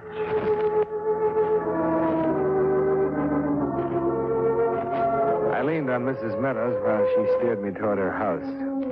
Her hair smelled clean and fresh with just a touch of perfume. In the house, she found the iodine and touched up the sore spots. It's so hurt. Oh. Sorry. Yeah. All right, I'll make it. What in the world happened? You know a man named Baker? Baker? Well, no. Runs around with a handyman named Hank. No, I've never heard of him. I found Dave Geller tonight. Where? On the J-Bell. On the J-Bell? Why would he go there? Best place to hide. Last place the police would look. Did he do this to you? Oh, no. Hank did. With Baker's blessings. But why? Well, I don't know. I'm not sure. When I found Geller, he was hiding on the J-Bell. He pulled a gun on me. Then Baker and Hank showed up, and it turned into a shooting match. Do you know anything about some kind of a toolkit? Toolkit? I know it sounds silly, but Geller got killed for it. I nearly took the same trip. Because of a toolkit? I don't see what... Before Geller got killed, he told me to go to Bernie's garage. That's on Maple Street. He told me to tell Bernie that he sent me and to ask for the toolkit. I still don't understand what's so important about a toolkit. I don't know, but something is. Your husband was probably killed for the same reason. What are you going to do? Go over to Bernie's garage and take a look at this toolkit. Do me a favor. Certainly. Call Lieutenant Solomon and tell him where I've gone. Tell him to meet me there. All right. Oh, I haven't got a car. Still down at the landing. Use mine. I'll get you the key. Thanks. I drove her car over to the garage on Maple Street, parked it, and got out. The garage was open, and the sign over the door read 24-hour service. I went in and found a mechanic stretched out on a bench, sound asleep. Hey. Hey. Come on. Wake up. Yeah. Okay, I'm up. No, I'm awake. Yes, I'm really knocking it off. Where can I find Bernie? You just woke him up. Dave Geller sent me over. That's all? Yeah. He said to pick up the toolkit. He did, eh? Yeah, he did. Now, where's the toolkit? How'd I know Dave sent you? Because I said he did. Something so important about a toolkit? Heck, no. But when Dave left us here, he said be sure and don't give it to no one except him. I can't just hand it over to you because you tell me Dave sent you. You better have Dave call me. He'd have a hard time talking with his mouth full of water. What you mean? He was killed and dumped in the bay. Now, Lieutenant Solomon will be here in a few minutes, so wheel out that toolkit. Dave was killed? That's right. First Frank and then... The toolkit, huh? Well, what's the matter? You a cop? No, I'm not a cop. Then I'm sorry. I'm an insurance investigator. I'm investigating 2 murders, Frank Meadows and Dave Geller. Insurance investigator? Well, that's kind of like a cop, ain't it? Everything but the feet. Got any identification? Now, look, are you going to get that toolkit, or do I have to... Okay, no, you don't have to get rough. I'll get it. It looks like somebody got kind of rough with you. Yeah, kind of. I got it stored in the parts department. How come you're so interested in a bunch of tools? You seen them? No. Box is locked tight. There it is. Just a plain old toolkit. Yeah. You got something I can bust this lock? Oh, no, wait a minute. Crowbar or something. Well, maybe we better wait for Lieutenant Solomon. If you ain't got a key, Will you get me that crowbar? Okay. It's against my principles. If Dave wanted you to pick up the kid, he should have called. He's dead. Remember? Oh, yes. Do you know who killed him? Man named Baker. Here's your bar. Thanks. Baker? Never heard of him. Oh, hey, I got a customer. Might be Solomon. Yeah.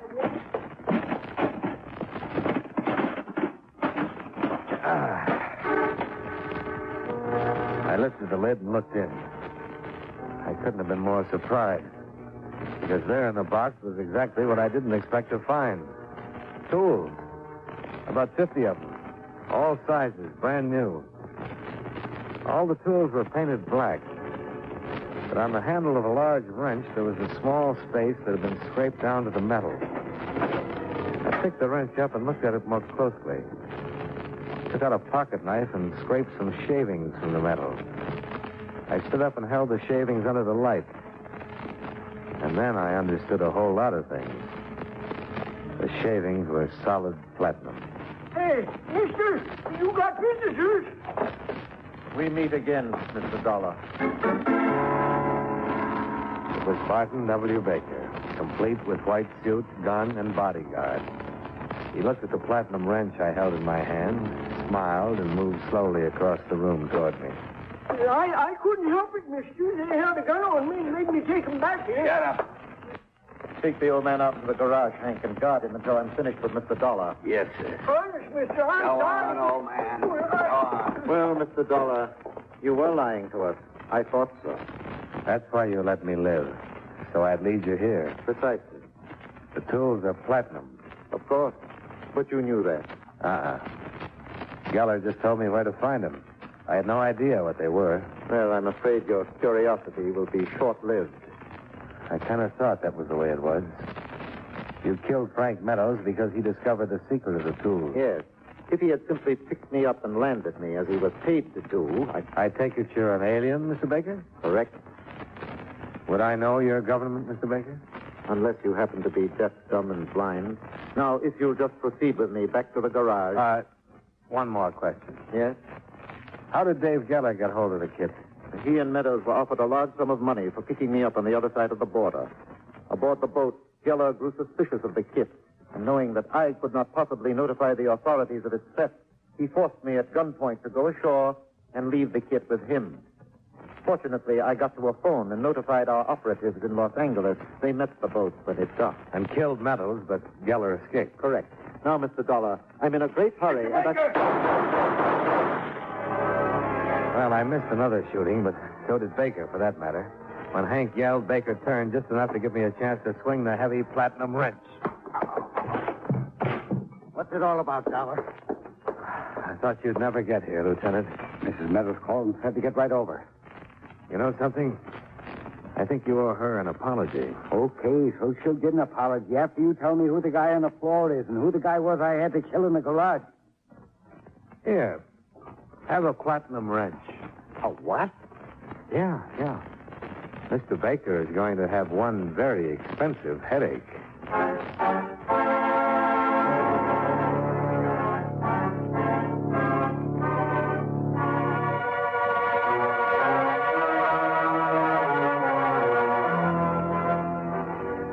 On the way over to my motel, I explained the events to Solomon, who did a little mumbling and shaking himself. Then, after a fresh shower and a change of clothes, I went over to Mrs. Meadows and expressed my most heartfelt thanks. Expense account item 3, $176.85. Motel bill and expenses for the next 2 days while I hung around Newport resting up.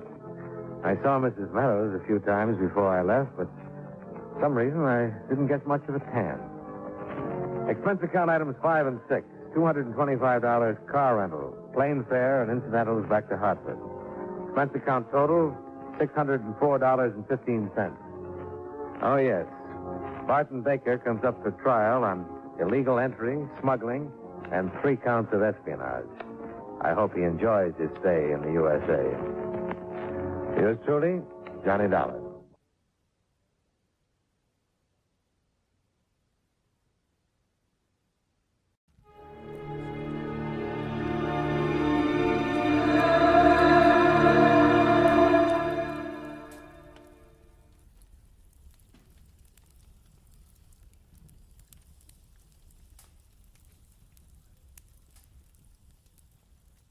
Get this and get it straight.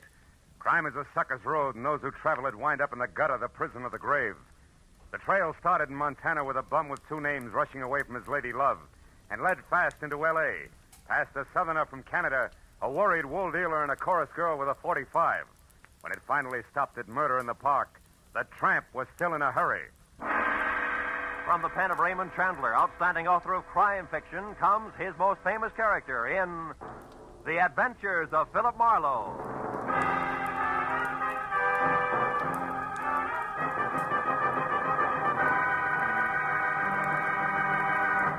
Now, with Gerald Moore, starred as Philip Marlowe, we bring you tonight's exciting story, The Bum's Rush.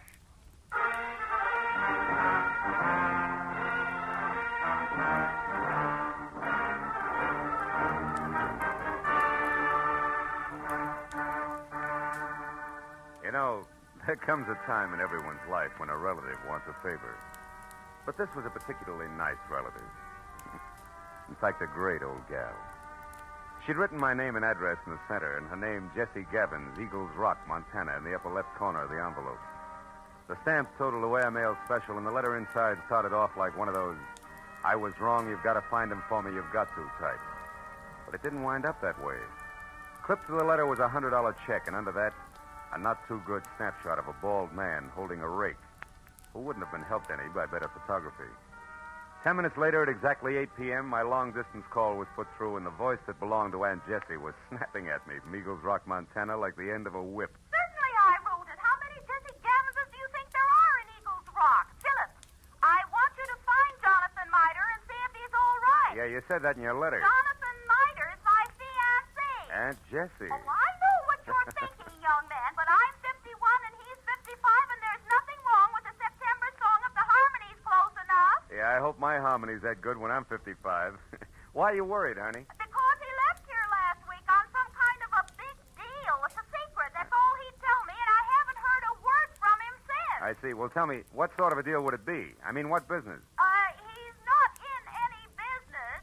Oh, what was his work before he retired? Well, he's not exactly retired either. He's not exactly... Look, Aunt Jessie, I'm getting at this. What does he do, or what did he used to do for a living? Frankly, not... Well, I might as well tell you. Most folks around here, Philip, think Jonathan Miter's just a bum. Maybe he is. He came to town, Philip, on a freight train a month ago, and he's been raking leaves for handouts ever since. That's how I met him. But he's a fine, honest, proud man, and I'm going to marry him. Congratulations. Yes. Look, you didn't happen to give that fine, honest, proud man a wad of money to finance this big deal of his, did you? No. Well, then don't. Because I'll be frank. Sounds to me like a broken-down con man warming up a new routine. Then I'll gladly pay to find that out, Philip. But I think you're wrong. Jonathan told me that he had to prove himself by making some money of his own before he'd marry me. As if I didn't have enough to take care of 2 people already. Okay, Jessie, it's a little off-center, but I'll buy it. Philip, Huh? when you find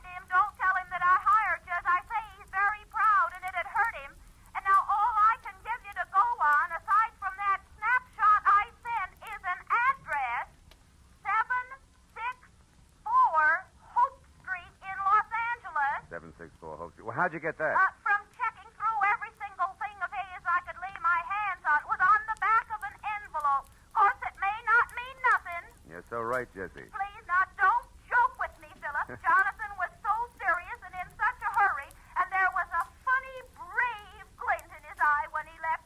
Do your best. A brave glint. Oh, okay, Jessie, no jokes. Goodbye, darling.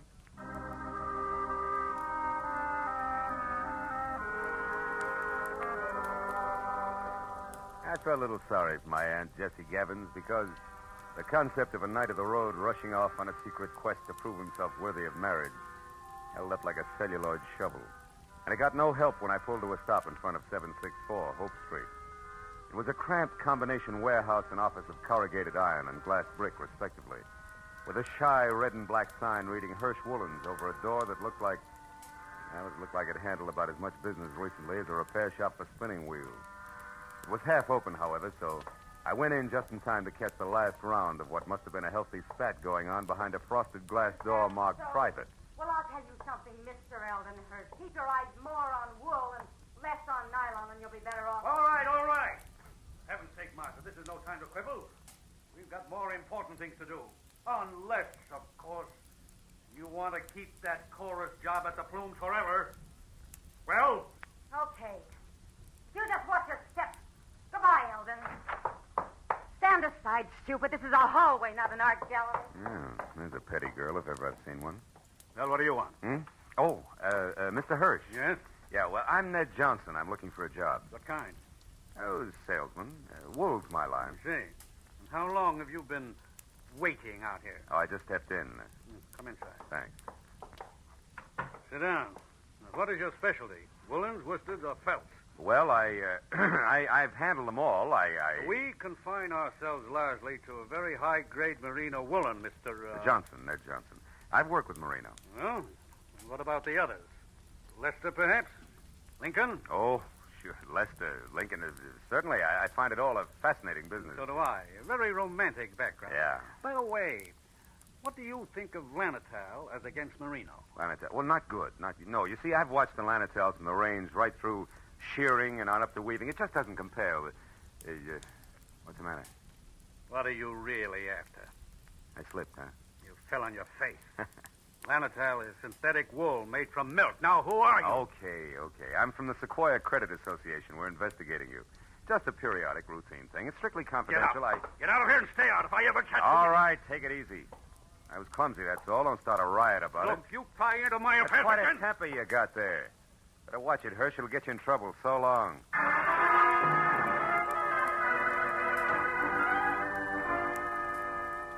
I hadn't exactly been wool gathering with Hirsch and Company, but I hadn't exactly made strides on the connection between a bum in a hurry and 764 Hope Street either.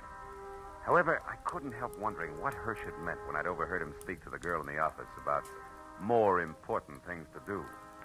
So when he slammed the door on my shoulder blades, I went around to the alley for a peek in his warehouse. But I skipped that when a man stepped into view wearing the identical face I had in my pocket on a snapshot. It was Jonathan Mitre. He'd swapped the rake for a silver-tipped cane and patches for 14-karat class from spats to a Hamburg, which might well have covered a bald head. But it was the same man, no doubt about it. So I decided to play this one strictly three cushions with reverse English. Hey! Huh? Hey there, you! Oh, were you addressing me, sir? Yeah. Don't I know you? Oh, sure I do. Points east, huh? You're mistaken, my man. I haven't been east in 30 years. Oh, come on, friend. I'd know you anyway. You're good old Jonathan Mitre. Sir, I am Ross J. Crowley of Canada, and I have never had the dubious pleasure of your acquaintanceship until this very moment. Ross J. Crowley of Canada, huh? Mm-hmm. Okay, Mitre, that's the way you want it. What are you doing around the wool business? Setting it up for a fleecing or just pulling it over somebody's eyes? My good man, you've obviously confused me with someone else. Now, pack off, like a nice fella. I'm in a hurry. Now, wait a minute, Pop. Wait a minute. Let's get this straight first. Your name's not Crowley. Why are you using it? By Godfrey, sir, you're trying my patience. Stand aside. Come on, let's have it. Oh, very well, if you insist. Here it is. Look out. Hey, come back here, you old goat. Why don't you look out? Why, you awkward roughneck. Why don't you look where you're going? I was, but I couldn't get around all three of you. Three? What do you mean? You and your 2 big feet. If you can't keep those gunboats out of people's way by yourself, hire a pilot. Hey, Oh, by now my boy's so far ahead I couldn't catch him if he stopped for lunch. Thanks to you. Goodbye. far as the corner anyway, but I'd been right the first time. Jonathan Maida, alias Ross J. Crowley of Canada, was long gone, and I had no idea where. It left me with one slim, lovely lead, a lady named Marcia. If I'd eavesdropped correctly, she would shortly be making with the legs in the chorus of the Flume Theater restaurant. It was 7:30 when I entered the platinum-plated tourist trap on Hollywood Boulevard that featured small portions of bad food under glass and large helpings of good skin under lights. Cost me $10 and a fast ad-lib backstage, but it would have been worse out front, so when the chorus high kicked its way out into the wings, I nailed Marcia as she went by. She narrowed a half a pound of mascara at me and let a footlight smile drop, which left very little else. Yeah, my name's Marcia. What do you want? Make it snappy. I gotta change. Change what, your hairdo? This won't take a minute, baby. All I want to know is where Jonathan Maida can be found. How should I know? I never heard of him. You're stalling on your own time, baby. I got all night. Nuts to you, Jack. Blow. Come back here. This is important. Now, listen, you. I don't know anybody called Jonathan what's-his-name. And put one more fingerprint on my arm and you'll get bounced out of here on your head. You know, there's just a chance you could be on the level. Look, the guy wants about 55 and spats with a Hamburg over what is no doubt a bald dome. Carries a black can with a silver tip and for some reason answers the name of Crowley. Crowley? Yeah, that's it, Ross J. Getting warmer, huh, kid? And don't bother telling me you never heard of him. So I've heard of him. So what? He's a good pal of mine. Met him a couple of nights ago. He's quite a sport. I'll bet he is. Where can I find him? What do you want him for? I want to talk to him, that's all. Where's he live? Up a tree. Like I said, Buster Blow. And like I said, baby, this is important. So important, I'll have a lopsided line in the next number if you don't talk, because you won't be there. You'll be on your way to the pokey. Now, where does he live? I don't know. He's from Canada. You can come closer than that, sweetheart. Give. All right. He tells me he takes a walk in the park every night. He raves about the gladiolas. Like they grow in Coldwater Canyon Park, maybe? Maybe. Thanks, you're a good kid. Keep your powder dry, baby. I'll see you.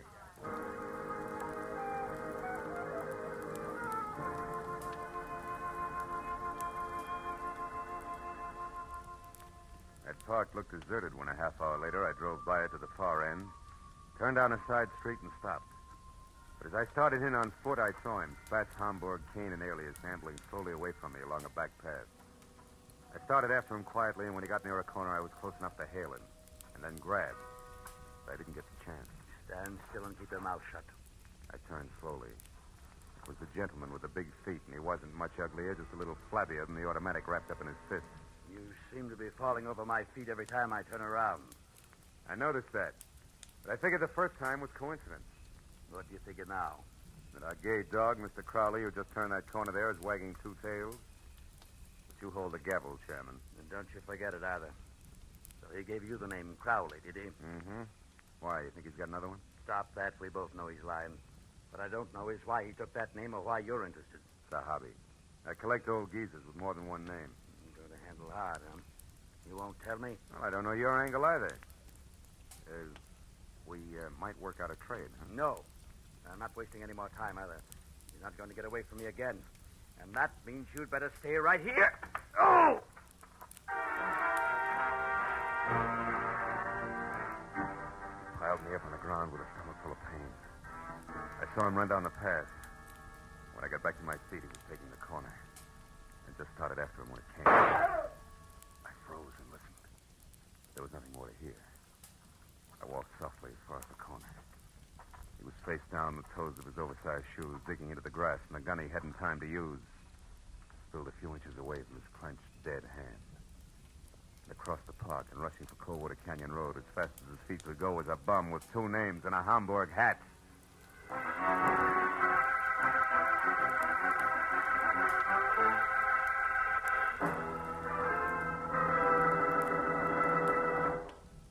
In just a moment, the second act of Philip Marlowe. But first, 30 minutes packed full of talent, music, and fun. That's the Horace Heidt Original Youth Opportunity Show, coming your way every Sunday evening on CBS. Yes, this fall, you'll hear them all on CBS. A galaxy of stars. And one of the brightest is genial Horace Heidt, who keeps the fun rolling with one hand and with the other pushes open the door to opportunity.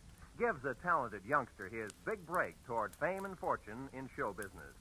Remember, Sunday night, it's Horace Heidt and his original Youth Opportunity Program.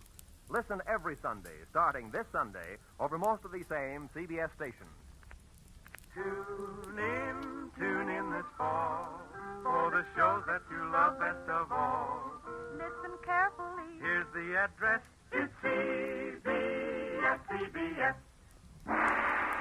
Now, with our star, Gerald Moore, we return to the second act of Philip Marlowe and tonight's story, The Bums Rush.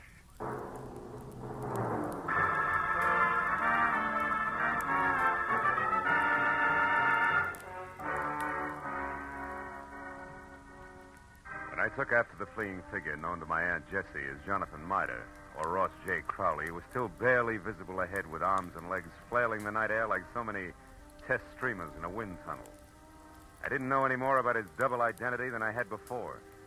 But I did know that what might have started as only a confidence game of sorts had now mushroomed in a murder with the aforesaid gentleman very much involved. And a moment later, when I saw him, breathless and afraid, duck into a sagging, deserted wooden shack that showed a single red light and was labeled Department of Parks, Fire Equipment Private, I figured the right time and place had come to talk it all over. When I finally carefully stepped inside and announced both myself and 38 in hand in definite stentorian tones, he agreed wholeheartedly. All right. I'll come out just as you say, sir, with my hands up. After all, I've no reason to hide. Other than murder, no. What murder? That noise I heard, that's what it was. Somebody was shot. No, somebody was run over by a bullet rolling downhill at a terrific rate of speed. Now shut up and turn around, Pop. Hands still high. Time we got cautious. Are you searching for a gun on me, sir? Young man, you must be out of your mind. First, you insist that I'm a Mr. Mitre. Well, somebody I never heard of. And you're convinced that I'm a murderer. I don't understand you. There. No gun? Now, you satisfied? No, intrigued. Where'd you throw it? I didn't. I never had one. Anything else? Yeah, the name Crowley, Ross J. Why do you use it? Because it's mine. And that young man is a very common custom. Now, do you mind if I leave? I do. Now, look, old-timer. I'm only going to be nice about this for a little while because, first of all, there's a fresh corpse outside, and where I stand, you could be responsible for it. And second of all? Second of all, there's my angle, where I fit, who I work for, facts, and I don't want to reveal them unless I have to. Now, from the top. You and the dead guy, the connection, what is it? I haven't the slightest idea what you're talking about. You haven't, huh? Okay, Pop, we play it straight all the way. Now, listen. My name's Philip Marlowe. I'm a private detective, and I know when it's time to blow a whistle. Don't move, Marlowe, or you never will again. Oh, fine. Marcia. That's right, Marcia. And all loaded down with a nasty old .45 automatic that makes her look and feel very unladylike. Drop it, Marlowe. Come on. That's better. Now, Mr. Crowley, without waiting for Marlowe to apologize, go on. Go, but where? To the hotel. It's important, so hurry. Oh, yes, very well. I won't waste a second. The key. You won't need the key. Somebody's waiting for you. Goodbye, Mr. Crowley. Goodbye. And I hope I never meet you again, Mr. Maitland. Good night. It's cute, isn't he? Uh-huh, darling. The moment's unimportant. Right now, you're my only concern, Marlowe. Oh, that's nice, Marcia. It's cozy, just the three of us. You and that giant U.S. pistol, caliber 45. Say, baby, that's not your gun, is it? No. You feel slighted? Oh, no, sweet. Happy. Stay back, Marlowe. Why? I'll shoot. Oh, no, you won't. You I can't. warn you, Marlowe. No. You see, baby, Take another step, of the you're three through. safety devices I on that mean- army gun, that doohickey Marlowe, there on I'm the gonna- side is one. It won't Stay work back. unless it's in the Go forward on, position. You big jerk. Let go of me. When school's out, I will. Now, the Quiet. first question, teacher. Come on, You and let Grandpa, alias Jonathan Mitre, also alias Ross J. Crowley, what's the game you two are playing? I don't know. Where does Hirsch fit in? Oh. Come on, it's getting late. The I don't star know. pupil wants an answer. He's anxious to get to the head of the class. Talk. What is it? I don't remember, and I won't, so don't bother getting masculine or polishing apples, pupils. When I forget for a long, long time. Is that clear? Yeah, it is. And since I can't wait, since I want to go out and play, Well, we'll put you in hold on. safekeeping. Yeah. Hey, honey, you don't mind if I go through your bag, do you? I didn't think you would. Oh, here's a key that says at what room I'll find the team of Crowley and Mitre. Oh, my, such a temper. After I'd picked up my .38, which the lady, who no longer sounded like one, had made me drop, and had checked the hotel key that read Villa 12, Wilshire Gardens, Beverly Hills, I ran outside and back toward my car in what I figured should be a big hurry. But when I was halfway there, I had a premonition that speed was not to be. A premonition that was a head dressed in blue, carrying a club, wearing a badge, and leaning on my right front fender. And it wasn't until I was next to him that I quit worrying about a long, involved delay. Because the officer on hand, one Kurt Lemley, was an old and I hope still good friend. Well, how you, Phil? Been waiting here for you since I called in about that body up there. Some kid heard the shot. Oh. So you at once pegged this all-alone and very suspicious-looking car, huh? Yeah, surprised it was yours and disappointed. I'd hoped the name of the owner's tag was going to be Raleigh Newcomb. Hey, wait a minute. You know his name? Don't you? No. No, we were on different sides when he got shot. No, he's from Canada. What? Yeah, Vancouver. He had a business up there with a guy named Ross J. Crowley. Crowley? Mm-hmm. Hey, Kurt, how'd you find all this out? I found a clipping in his wallet. It's got a picture on it. Oh, wait, it's right here. Wait a second, I'll put a light on it. Yeah, hurry up, will you? See? See? Two guys in front of a building. That's Raleigh right. Newcomb and Ross J. Crowley officiated the Kurt. opening of the... What? Sure, it's what I figured. The guy's a liar. I've already met a guy who insists that's his name, and he's bald like the Crowley in the picture. Yeah, but there's a similarity ends, even though the picture's anything but clear. What guy are you talking about, Phil? Jonathan Mitre, an old geezer I was hired to find. Bum who's pulling something fancy that incidentally ties in real tight with that murder over there. You know where he is, Phil? Sure, I know. That's where I was heading when I ran into you. Oh. Ran into what, Phil? What is it? The picture. What is it? The picture. What? Kurt. Yeah? Move your thumb up a little, will you? The way you just had it. My thumb? Yeah, move it. That's it, like that. Oh, brother, if I got a hunch. How about what? Another murderer neat when the schedule to come off any minute at the Wilshire Gardens Hotel. I'll see you later. Goodbye.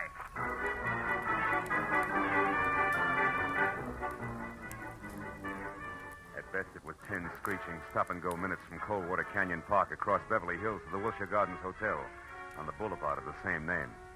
And all the way, I kept hoping, over time, that one of two things was so. Either my hunch was wrong and nobody else was going to get hurt for a while, or it was right and I was still on time. But when I was there, parked and running toward the Villa number 10, which was a silent stucco square, choking to death under ivy, and showing only a single light in the living room, I was almost sure that it was going to play still another way. Me right and too late to do any good. When I tried the door and found it open, and inside saw at once the letter propped up against a lamp on an end table that I'd been afraid I'd find, there was no longer any doubt. And even as I crossed the room, I knew that I was going to read a suicide note addressed to the police, telling them that the undersigned Ross J. Crowley had taken his own life, as well as that of the partner he'd been stealing from, Raleigh Newcomb, who had currently been pursuing him. But I didn't know until I reached for the letter to make sure that I'd figured right was the last line, just before the signature. It read, also, rather than face the humility of being dragged through the courts for killing Newcomb, they have taken the life of a man who would have caught me. A private detective named Philip Marlowe. You did well, Marlowe. What? Especially when it's your own obituary. No, don't move. Well, Mr. Hirsch, huh? Or do I call you Crowley now? Doesn't matter, Marlowe. Suit yourself. What does matter is that you're not quite the boy genius you think you are. Meaning what? Meaning Marcia. You talk to her at the Plumes, then she talks to me. Between the two of us, we've maneuvered you around just like we wanted to. So we could include you in our plan. In other words, Marlowe, when Marcia sent Mida here from the park, we knew you'd follow. Marcia's reliable. Yeah, all year round, I'll bet. Okay, Crowley, so the one with two heads isn't Jonathan Mida, it's you. You is Eldon Hirsch here in L.A. Is Ross J. Crowley, Newcomb's partner up in Canada. A crooked partner, Crowley, who, when he knew he was going to be caught, decided to kill himself, but with another guy's body. Jonathan Mida, so it wouldn't hurt. Exactly. Also, Marlowe, nobody will bother to look past what will pass as Crowley's body, or the murderer of Newcomb, who I didn't expect on the scene. I think you'll admit it's all accounted for in that letter there in Crowley's, my handwriting. Bravo, you skipped nothing. Now, what about me? Yes, you. You must go before Jonathan Mida, you know. Otherwise, the coroner might find something wrong with the sequence of death. So it's you first, then Mida.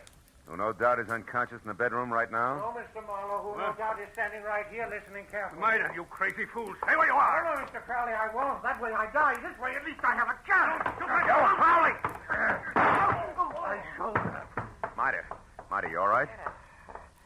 Yeah, I think so. Just wing. Oh, you got him, didn't you, Mr. Marlowe? Yeah, No. No, Jonathan, you got him. That rush did it, you big... Bum, Mr. Marlowe? Yeah, bum.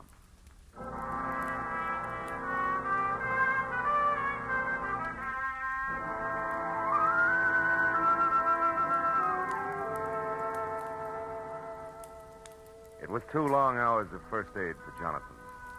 Arrest on the charge of murder for both Crowley and the accomplice before and after the fact, Martha. And questions and answers and triplicates to the police before Maida and I were finally alone and back in my office waiting for a call we put through to, of course, Eagles Rock, Montana. But even then, the gentleman vagabond couldn't quite get over things. Then, in other words, Mr. Marlowe, this Crowley, who introduced himself to me as Hirsch, had his fiendish plan already formulated. And on one of his trips down from Canada, saw me when his train stopped at Eagles Rock. I was raking leaves around the depot. And he saw me, and he hired me on the spot because he needed someone to fit the part of his corpse. That's it. And you'll admit you were well qualified for the job, alone in the world. Except for Jesse, Which you didn't happen to mention. And the fact that you were bald. That's true. Don't be sensitive. You see, Crowley or Hirsch was also bald. What? All that hair of his a wig? That's right. Toupee, every bit of it. And incidentally, you see, the reason I caught on to things, Johnny, a policeman found a newspaper picture of Newcomb and Crowley in Newcomb's wallet. Which told you that I couldn't be Crowley. That's right. It also told me more. When the policeman accidentally put his thumb over the bald part of Crowley's head, it gave me a different picture. Then I only paid attention to what I could see, features blurred though they were. Which then you were Hirsch's. Uh-huh. Well, Miss Jessie. Yeah, wait a minute. I know. Hello? Mr. Philip Marlowe, please. This is Marlowe speaking. On your call to Miss Jessie Gavins in Eagles Rock, Montana. One moment, please, sir. Here, take it, Jonathan. Me? Yeah, go ahead, speak. All right. Hello, Jessie. Jessica. Yeah, this is Johnny. Yeah, Cuddles. Yeah, it's me, all right. I'm in Los Angeles with Mr. Marlowe. Cuddles, you don't have to shout so loud, you know. She's clean up there, the Eagles. I know, but she can hear you. Just talk. Jessica, you guess what happened now. I'll tell you. A man hired me to work for him. To pose, impersonate a Mr. Ross J. Crowley, because he said he had to be free to investigate some crooked people who would try and contact me. Yeah. And since he offered good money right on the spot there, Jessica, I took the job. I thought you'd be proud of me making extra money. No, wait a minute, Jessica. Mr. Marlowe, I better cut this short, hadn't I? It's long distance. It's cost money. Don't worry about it, Johnny. There's no hurry. Take your time. Oh, Jessica. Now, what this man really wanted, you there, Jessica? Was to use me as a corpse. That's right, a body. No, his. I feel fine. If he was going to put his rings on me, another identification, then knock me unconscious and get me to the river.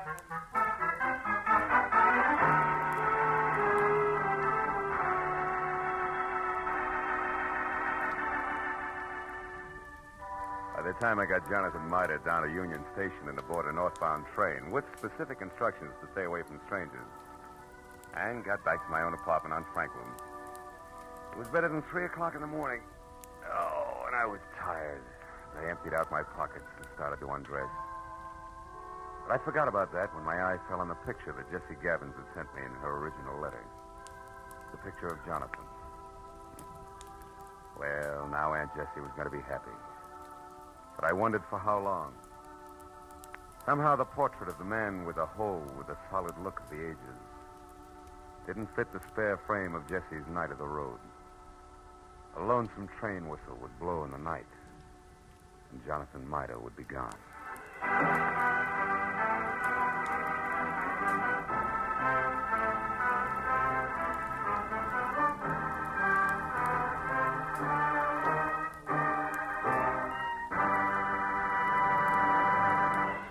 The Adventures of Philip Marlowe star Gerald Moore and are produced and directed by Norman MacDonald. Script is by Mel Donnelly, Robert Mitchell, and Gene Levitt. Featured in the cast were Georgia Ellis, Hans Conrad, Ann Morrison, Herb Butterfield, Wilms Herbert, and Bill Boucher. The special music is composed and conducted by Richard Arant. Be sure and be with us again next week when Philip Marlowe says... The lady tourist was a school teacher out after glamour, and she got it. But only after she learned that in Hollywood, the 3 R's could be reading, done in a dark room, writing found in a dead man's pocket, and arithmetic that added up to murder, ×2.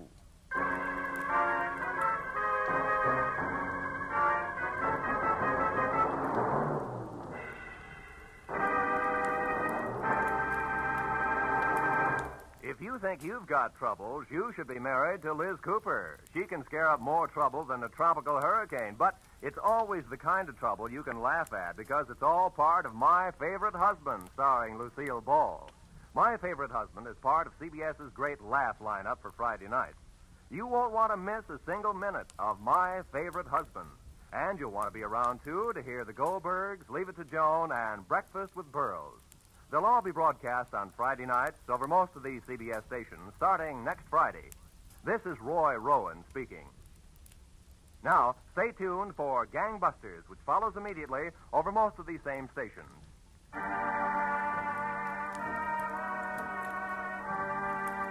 This is CBS, the Columbia Broadcasting System.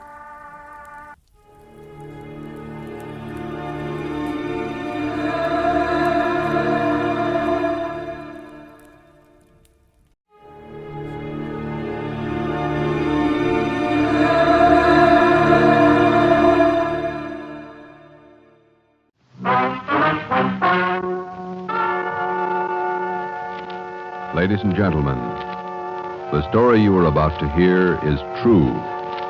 Only the names have been changed to protect the innocent. NBC brings you Dragnet.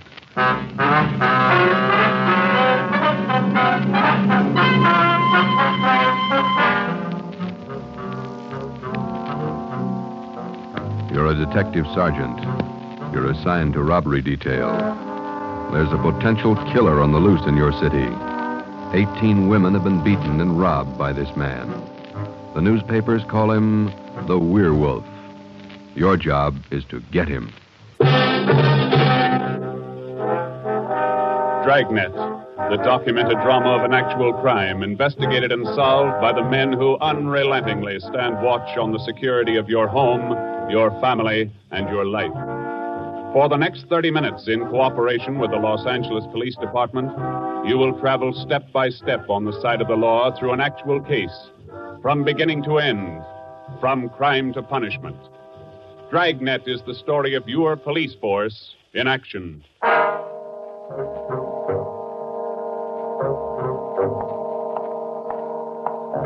was Thursday morning, February 2nd. It was raining in Los Angeles. We were working the early morning watch out of robbery detail. Detectives in Los Angeles work in pairs. My partner's Ben Romero. He's a sergeant, and so am I. My name's Friday. The boss is Ed Backstrand, chief of detectives. I was on the way back from the teletype room, and it was 3 a.m. when I got to room 27A, robbery detail. Hi, Ben. What's up? Keep your coat on, Joe. Just had a hotshot call. Coming, Skipper? Right behind you. Let's go, Freddie. Well, what was it, Ed? Another woman robbed, almost beaten to death.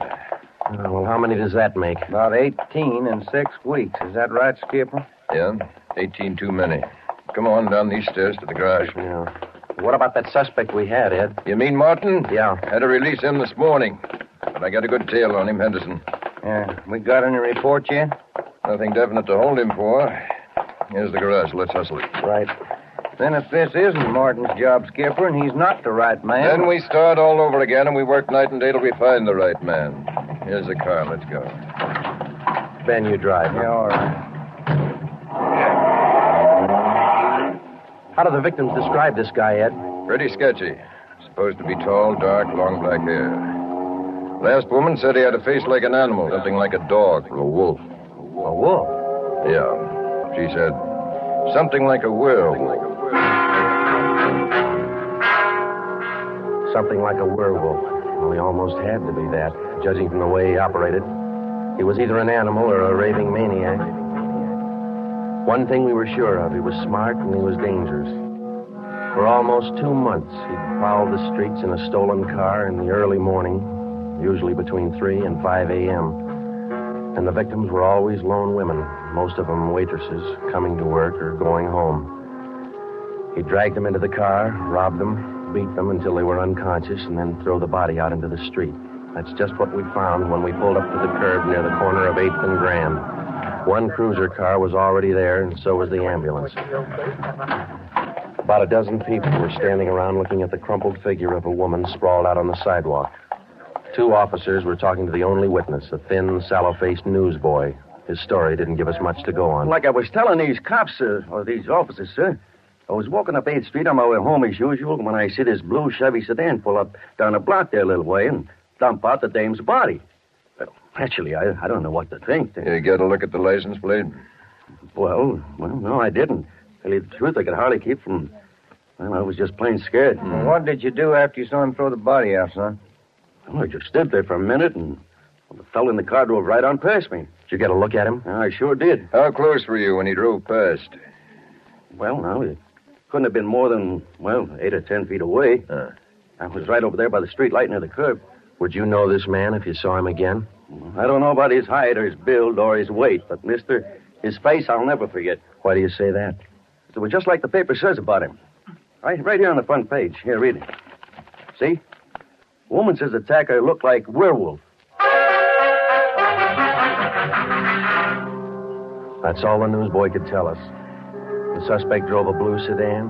He had a face like a werewolf. We covered the neighborhood for clues, and we questioned a dozen people, but we got nowhere. We took the witness's name and address, and we drove down a couple of blocks to an all-night gas station. 14-hour out to Metropolitan. I'm going in here and call the office and see if Henderson's called in on Martin.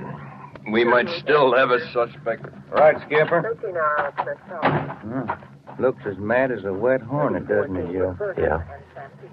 Did you get a good look at that woman's face when they moved her in the ambulance? Yeah. Sure does like to mess him up.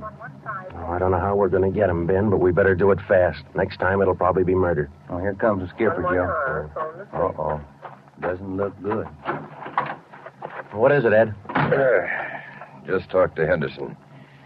He tailed Martin to a bar in Long Beach. He hasn't been out of his sight for 2 minutes since yesterday.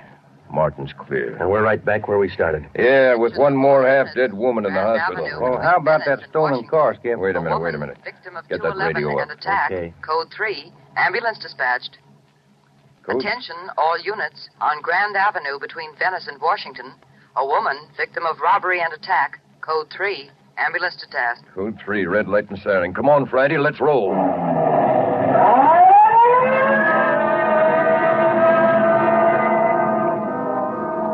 We couldn't be sure, but it sounded like another one. 6 minutes later, we were there. Same story. Werewolf. The next day, the chief ordered the number of cruiser cars doubled in the Central District. This was for the early morning watch with plainclothesmen to back them up. Then the newspapers played it big, and in 2 days, the story was on the front page of every paper in town. Maybe that should have made the werewolf lay low, but it didn't. Because at 4 o'clock that morning, while Ben and I were patrolling with the other cars, he got his 20th victim. Attention, all units. Whittier between Soto and Matthews. A woman, victim of 211, an attack. Code 3. Ambulance dispatched.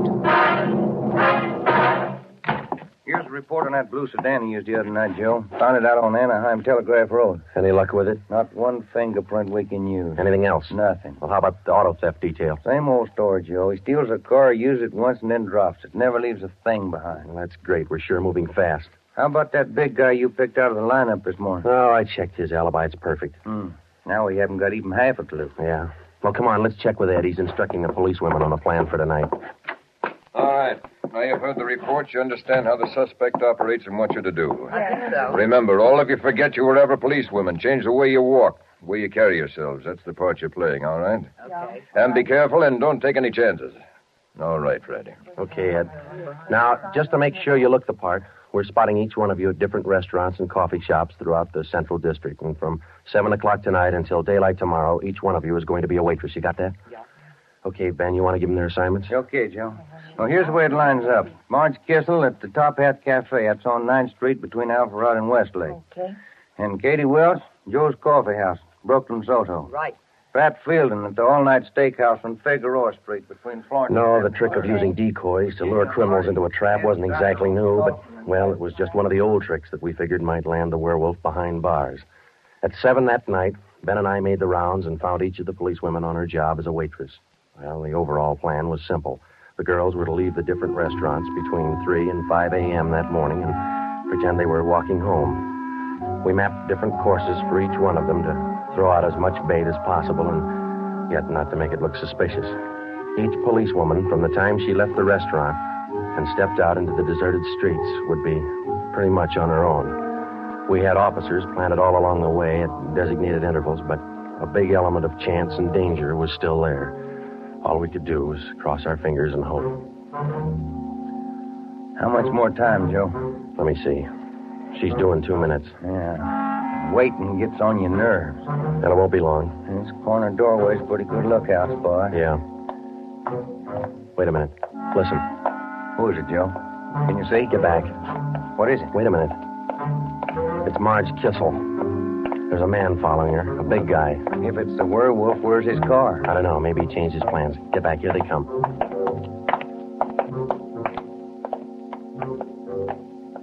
Get a look at him, Joe? Oh, pretty good. Not too suspicious. Might be coincidence. Well, I got a pretty good lead. Come on, let's go. Stay back in the shadows.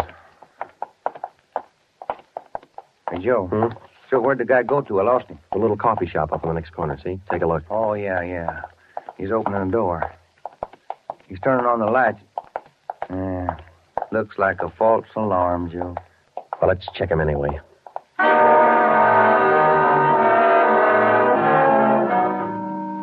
Well, I didn't think we'd be that lucky on the first try, and we weren't. We asked the man a few questions, and it didn't take him long to show us he wasn't our man. He owned the coffee shop. So, Ben and I went back and took up our posts again and waited for the next decoy. We covered that 10-block course 6 times that morning, back and forth, following the bait, but it was almost as if the guy could sense a trap. Not once did we get a nibble. By the time our last decoy finished the route, it was almost daylight. Joe, I never was so glad to see that sun come up in my whole life. My feet feel like they're puffing right up out of my shoes. Yeah, me too. Come on, let's get over to the car and check on the other squad out in Boyle Heights. Huh? Oh. Hit the radio, will you, Ben? Yeah. Joe, there must be some easier job on the force than this. Yeah, you and me both. Now, let's see what happened to the others, huh? 80K to Unit 104K. Come in. 104K to Unit 80K. Go ahead. 104K, this is Friday. You do any good out there? This is Miller. I'll call Curtis. Stand by. 80K to 104K, Roger. What do you think, Joe? Maybe a bite? I don't know. Oh, this guy seems to work like a mind reader.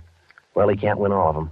104K to Unit 80K. This is Curtis. Go ahead. This is Friday, Al. How'd you do out there? Any luck? Just checked in the last gal, Joe. Katie Welch, not a sign. Okay, Al. Have the men check in. 80K clear. KGPL.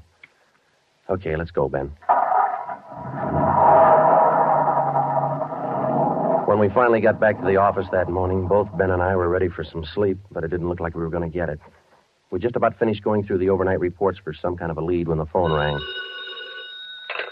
Robbery Friday. Hi, Joe. This is Wilkerson, auto theft. Hi, Wilkie. You got something for us? Not much, Joe, but it might work into something.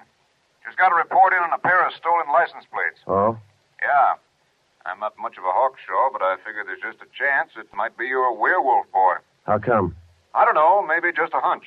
After 13 years in this business, you get to know thieves pretty well. Sometimes you got to even think like them. Okay, Wilkie, thanks. We'll check by in a couple of minutes. Right, Joe.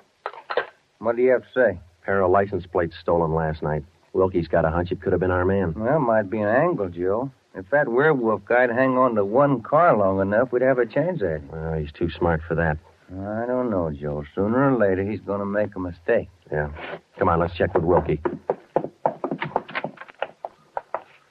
Well, we checked with Wilkerson. We got the best piece of news we'd had in days. On the average, 95% of stolen cars are recovered or located within 24 hours. In the remaining 5%, Wilkerson, by a simple process of elimination, narrowed down the number of cars the suspect might be driving. Wilkie figured 6 cars. There they are. Now, I'll bet you if you picked up your man tonight, he'd be in one of these cars. Let me see, huh? 2-door black sedan, yellow convertible, another sedan, green, blue coupe, black coupe, and a gray convertible. Well, that's good work, Wilkie. At least we got something to look for now. Yeah, you're right, Joe. Wilkie, you got the numbers of those stolen plates you're talking about? Yeah, right here, Ben. They're already on the hot sheet. Good. Keep us posted, huh? As usual, Ben. See you later, Wilkie. That's a good break, Ben. Something to keep us busy tonight. Tonight? What do you mean? We're setting another trap. Same thing as last night. Same police women, same everything. Yeah, only this time let's hope he steps into it. You know, Joe, this werewolf character's getting me mad.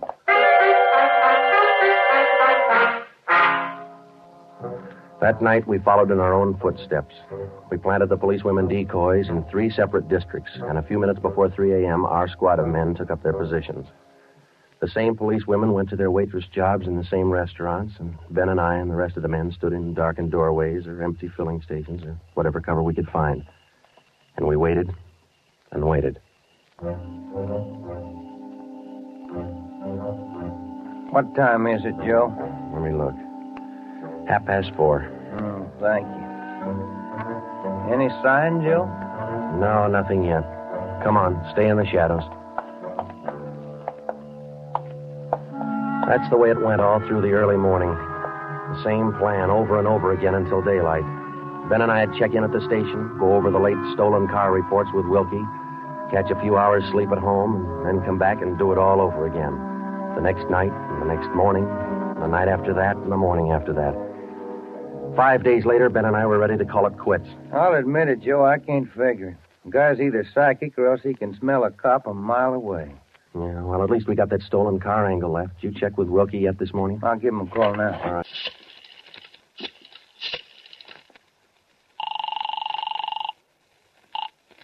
Auto theft, Wilkerson. This is Ben, Wilkie. You got anything for us this morning? Yeah, just going to call you. You fellas ought to let me solve your cases for you. Why? What'd you get? The boys picked up 3 of those 6 stolen cars since late yesterday. Great. Now, what does that leave us with? Oh, here are the 3 still missing. Yeah. 4 X-ray 763. Yeah. 5-6 Young 342. 6-1 Robert 385. Yeah. Got those? Yeah, thank you, Wilkie. Check you later. Good news? Remember those 6 missing cars? Yeah. Wilkie says the boys found 3 of them since late yesterday. Here's what's still out. The blue coupe, the yellow convertible, and the gray convertible. Yeah. Well, this feels like the right track for a change, Ben. Righty. Romero, got a minute? Sure thing, Skipper. Come on, Joe. What do you got, Ed? Woman out in Hollywood just called in with this. She said she walked down to the corner from her house last night to mail the letter. On the way back, a guy pulled up in the car and tried to drag her inside. Any description? Big, heavy set, dark, same thing. Well, how'd you get away from him, Skipper? She said she started running as soon as he made a motion toward her. When he saw her run up the steps of her house, he jumped back in the car and took off. Well, how come she didn't call in before this? She hasn't got a phone. She's afraid to leave the house again until this morning. Sounds good, Chief. You got her address there? Here you are.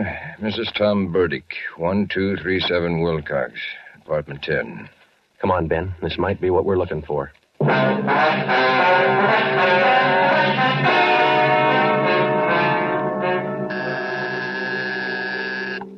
Who is it? Who's there? Sergeant Friday, ma'am. Police. Oh, just a moment. I'm Sergeant Romero, Miss Burdick. This is my partner, Sergeant Friday. We come out to check on your call about that little trouble last night. Oh, well, I don't know if I'm going to be much help to you. I was so frightened about all I could do was just run. Well, could you add anything to the man's description, Miss Burdick? I mean, other than what you told the chief on the phone? Well, now, honestly, I don't think I can. All I saw was this tall, dark man jumping out of his car and starting for me.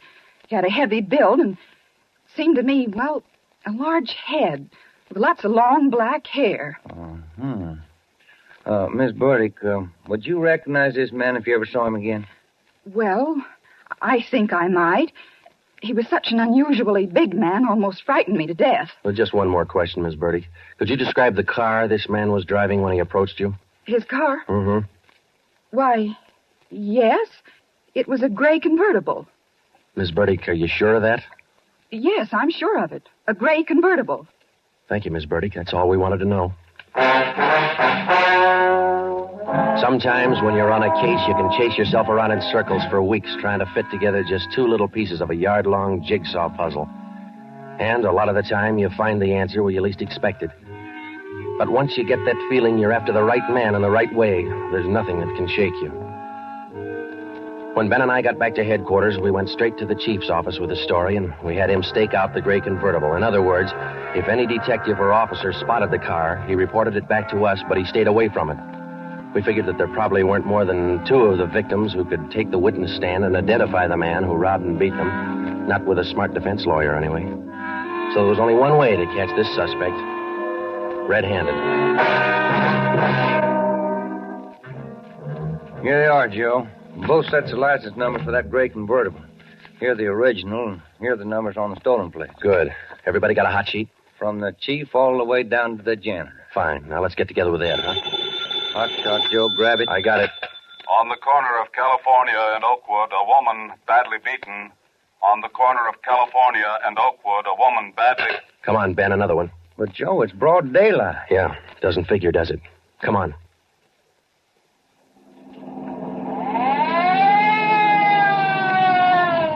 That vacant lot over there, Joe.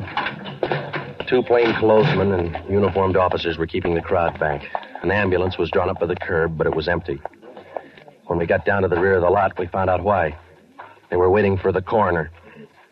The woman was young, not much more than 30. Her body was half sprawled across the muddy ground, and her face was turned upward. It had been badly beaten. They figured it happened last night, Sergeant. Have the fingerprint men been notified? Yeah. How about the crime lab? Just called them. That's good. Now, let's keep everybody out of the area. How about the crime lab? Just called them. That's good. Now, let's keep everybody out of the area till they get here. Right, Sergeant. Who found the body? One of the kids in the neighborhood. The woman was dead when he found her. Did she live around here? About a half mile away. I hear she's got 3 kids. Or she had 3 kids. Uh-huh. You've seen enough, Ben? Yeah. Let's get on back to headquarters.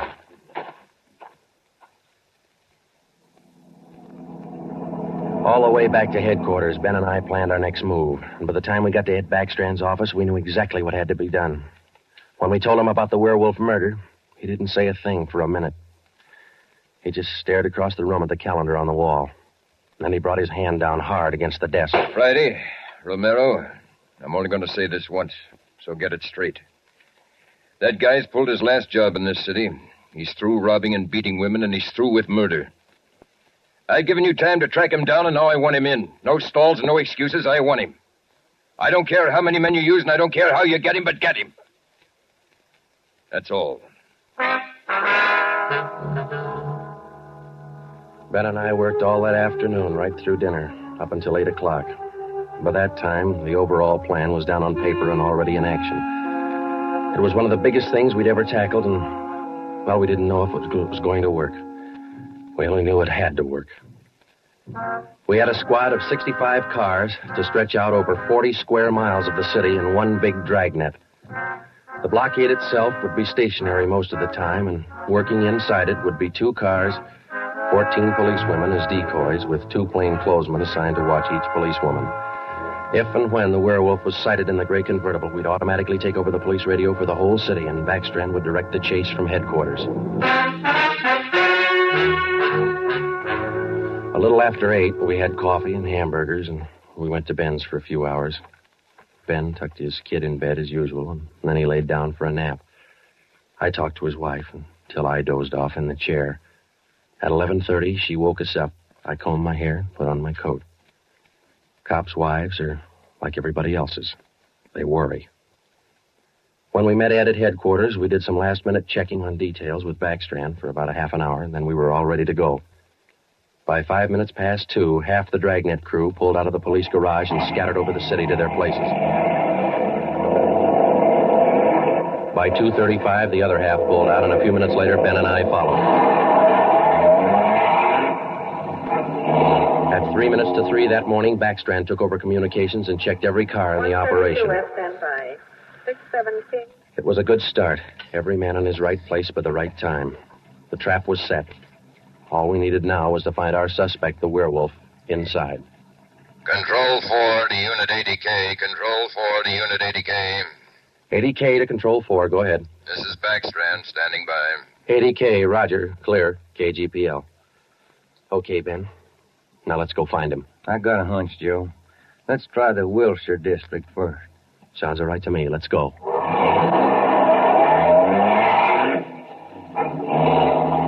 For the first hour and a half, we raked the Wilshire district back and forth. Not a sign.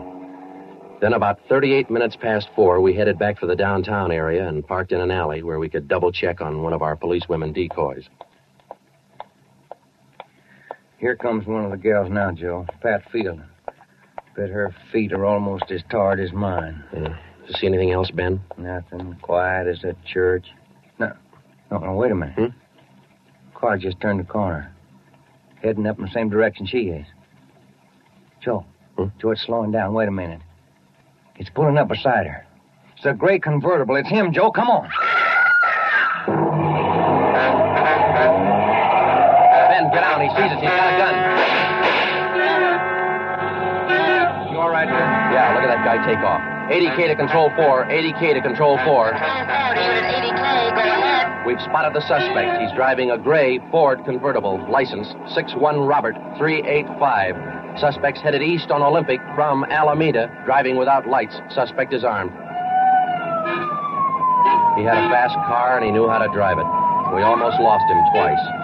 2 minutes after we sighted him, Backstrand took over full radio control. Control 4 to Unit 80K, your location? 80K to Control 4. We're traveling at a high rate of speed, headed east on Olympic, crossing Soto Street. Control 4 to all units, stand by. Units 11A, 12, and 13R close in on the intersections at Olympic and Lorena. Units 41, 42, 45, and 104K move on the next 4 crossings east of that. To the north and south, units 105K, 14A, 17R, 43T. Block all main arteries.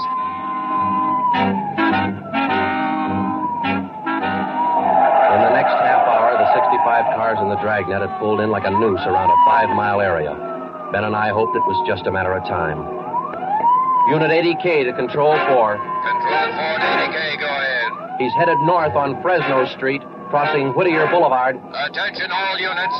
80K now pursuing suspect north on Fresno from Whittier Boulevard. Units 15, 105K, 11R, and 18A block off the intersection on Fresno and 4. Hey, Ben, up there ahead. What's he trying to do now? Look, he's turning around. Yeah, and he's coming right for us. Watch it, Joe. Look out! Pretty close. 80K to Control 4. Control 4 to 80K, go ahead. Exchanging shots with suspect. Watch it, Ben. Here he comes again. Sure likes to use that gun, doesn't he? Sure does. Hey, Joe, look. Look, he's turning east. He's running for Hollenbeck Park. Yeah, 80K to Control 4. Control 4, go ahead. Suspect just drove up over curb and into Hollenbeck Park. Control 4 to all units. Control 4 to all units. Converge on Hollenbeck Park. Suspect is in the park. He's armed. Use caution. Code 3.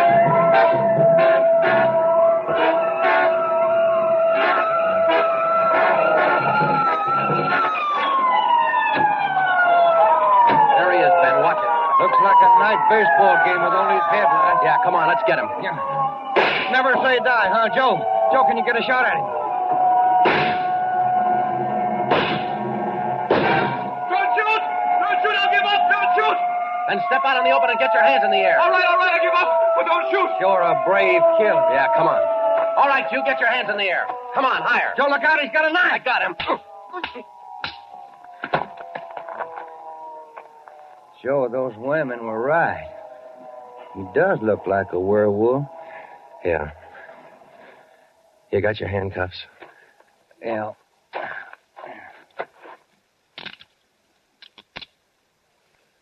Okay. Got a cigarette? I've been out for an hour. Little place across the street. Maybe we can get some there. Okay. There's the crew from the 41R. Hey, fellas, take him into robbery, will you? Okay, Friday. I think there's a vending machine in there. Uh-huh.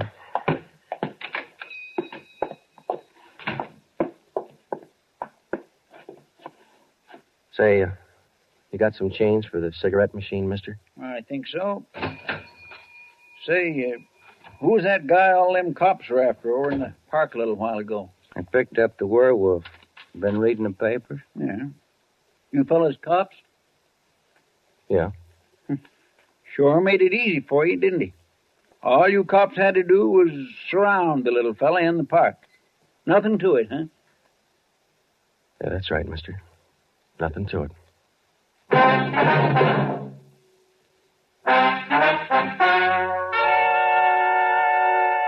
The story you have just heard was true.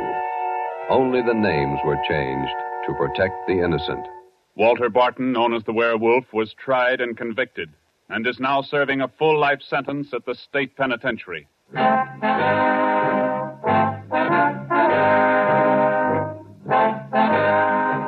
This has been Dragnet, the third in a new series of authentic cases from official files. Technical advice for Dragnet comes from the office of C.B. Harwell, Chief of Police, Los Angeles Police Department. Tonight's program is dedicated to Sergeant Mario Victor Dairo of the Los Angeles Police Department, who, on the morning of January 1st, 1943, gave his life so that yours might be more secure.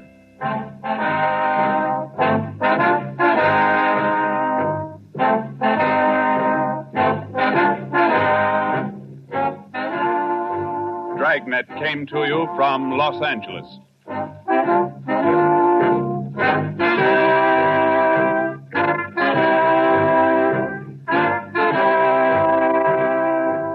This is NBC, the national broadcasting company.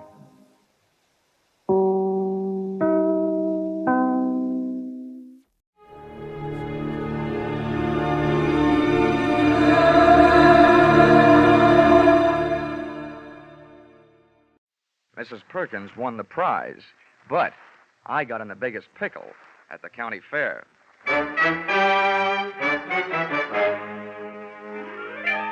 This is another in the adventures of America's fabulous freelance insurance investigator, Johnny Dollar. At insurance investigation, Johnny Dollar is only an expert. At making out his expense account, he is an absolute genius.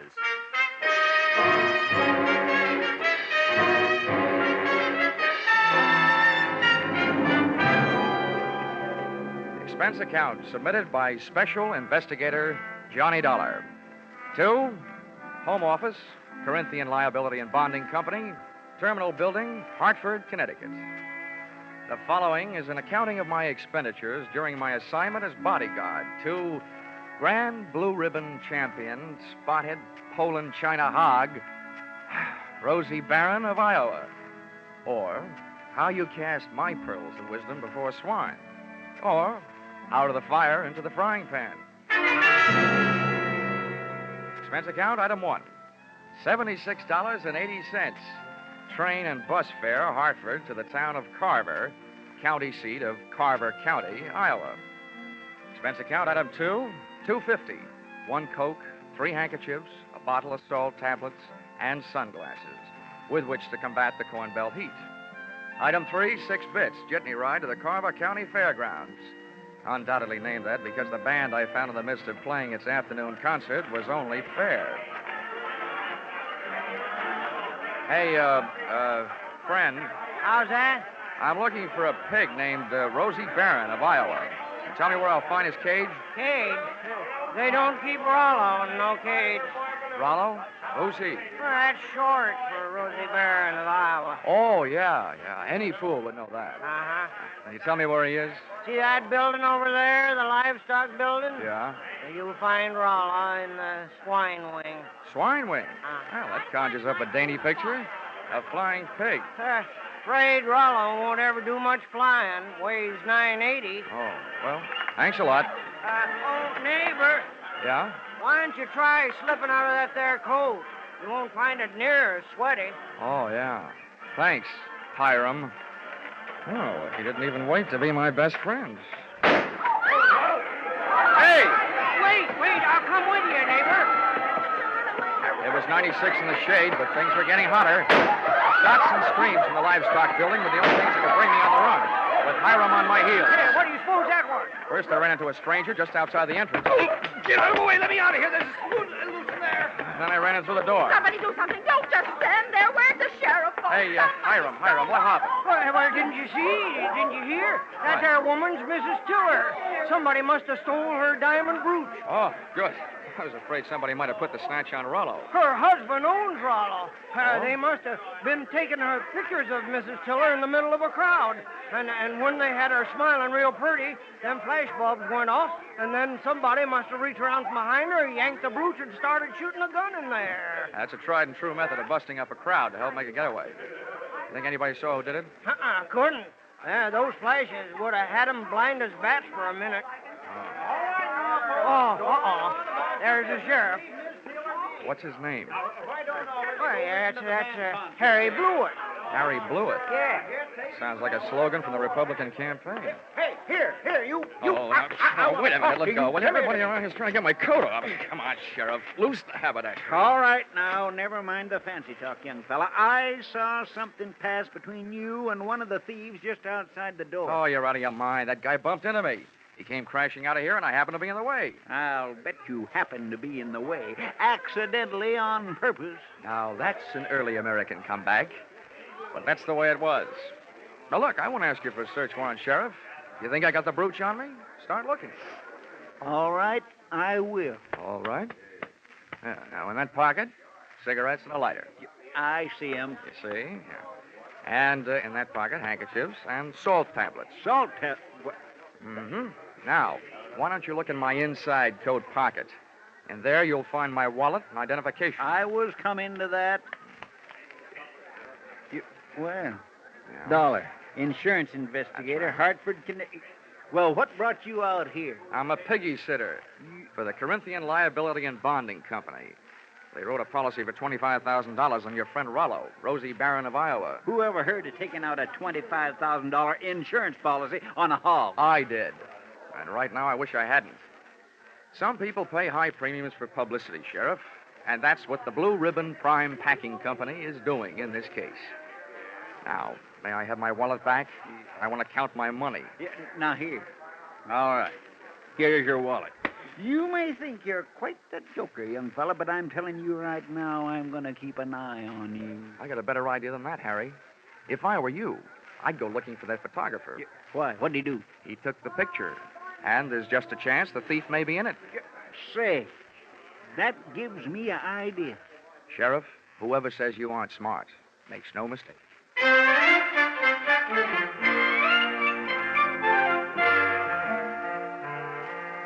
Rollo, the prize porker, wasn't hard to find. First, I followed a few signs. Then it was a matter of closing in on a contented series of juicy, slurping grunts that came blurping up out of a succulent mound of Louisiana yams. Rollo was all fat and a yard wide. His table manners weren't much. He didn't look very smart, but he sure looked healthy. 980 pounds on the hoof. A fine figure of a pig. Pardon me, miss. Could you tell me who's in charge around here? Well, just for the moment, I am. Well, I'm trying to find a Mr. Worthington Tiller, who I take it owns this monster. Monster? What? What's the matter? Have I said something wrong? You certainly have. And you've also said it to the wrong person. In case you don't know it, my name is Alva Anderson. Oh, my name is Johnny Dollar. How do you do? What's all this got to do with Rollo? Nothing. I just raised Rosie Barron of Iowa from a suckling, that's all. Kind of got away from you, didn't it? I'm sorry, Miss Anderson. I apologize. To you, too, Rollo. I'm sorry about the interruption, Miss Anderson. Some fool made off with my wife's diamond brooch. How's this excitement affecting Rollo? I hope he hasn't lost any weight. Well, he took it very well, Mr. Tiller. Oh, good. This gentleman wants to see you, Mr. Dollar. Oh, yes. Oh, from the insurance company. That's good, right. Good. Well, I'm glad you're here. We'll have your picture taken right away with my wife and Rollo. Oh, it'll make grand publicity for Blue Ribbon Prime Packers. Oh, I don't mind having my picture taken. Just so long as your wife doesn't mind having people pinch her diamond brooches. Oh, well, now, don't worry about that. It was fully insured. Oh, that kind. The thing I want you to worry about is Rollo here. Mm-hmm. As president of Blue Ribbon, I paid Miss Anderson $10,000 for this magnificent swine, and I don't want anything to happen to it. You bought him for $10,000, insured him for $25,000, and you don't want anything to happen to him? Well, I don't mind paying those exorbitant premiums when I get back the kind of publicity this will bring in. I can see it in the papers now. America's fabulous insurance investigator, Johnny Dollar, sent from Hartford, Connecticut to guard the life of that fabulous prize swine, Rosie Barron of Iowa. Well, Mr. Tiller, I don't mind getting my name in the paper for a pig, just so long as it is not in the obituary column. I just couldn't stand having my tombstone read, Johnny Dollar no longer am. He gave up his life for a great big hand.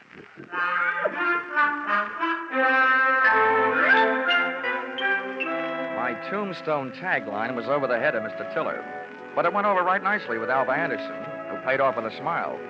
I parlayed that into a conversation to help me pass the time while guarding Rollo, the poor man's blue boy. By the time it was over, Alva knew a lot about me, and I knew a lot about pigs.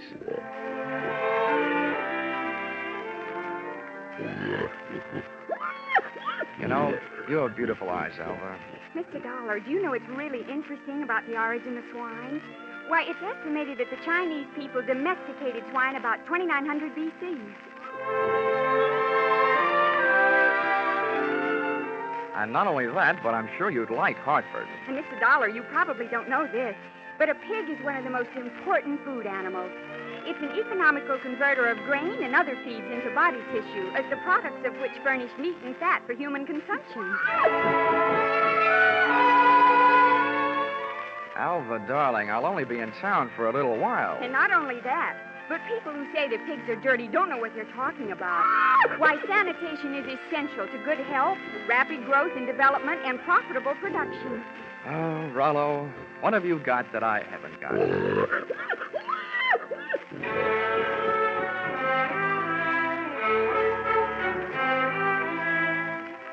I still don't know whether Alva stuck around because of my charms or Rollo's. But she was still there at the changing of the guard when Mr. Tiller, in person, came to relieve me long enough for a trip to the dining hall. And what do you think they had for dinner? What else? Baked ham. Oh, dinner was wonderful, Johnny. Coming from you after eating baked ham, that sounds practically cannibalistic. Oh, Johnny, stop. More coffee? Nah, I've had it. Alva, you know, there's something I've been trying to say to you for the past 5 hours. Yes, Johnny? Well, it's just that, well, I want... What? Oh, it's the sheriff. Oh, why doesn't he blow his siren? Well, I have to be going. It's time to get Rollo ready for the winner's parade past the grandstand. I'll just run along. I'll just go with you. Hey, Dollar, I want to talk to you. Well, I'll see you later, Johnny. Yeah. Well, Sheriff. Hey, you being a sort of investigator, Dollar, I knew you'd be interested in my methods. Well, you're sure interfering with mine. Huh? Yeah. Oh, well, do you know what I did? What? I found that photographer, had that picture developed, and rushed it up to the state capitol. And they just called me. Dollar, there's a known criminal in that photo. He's got that brooch, and he's on the loose. Do you know what that means? Yeah. It means that you shouldn't be sitting here talking to me. Who is this villain? They say he's the... Ooch over here. Yeah. What? They say he's known as Little Rocky. Originally hailed from Arkansas. You'd know him if you saw him. He's the fella that bumped into you. Oh. I want you to help me look for him. I take only one job at a time, Sheriff. Right now, I got a pig to mind. And there goes the Grand March. Boy, in case I'm interested later, how much do you pay your special deputies a day? $7 and expenses. Sheriff Blewett, I'm afraid that blows it.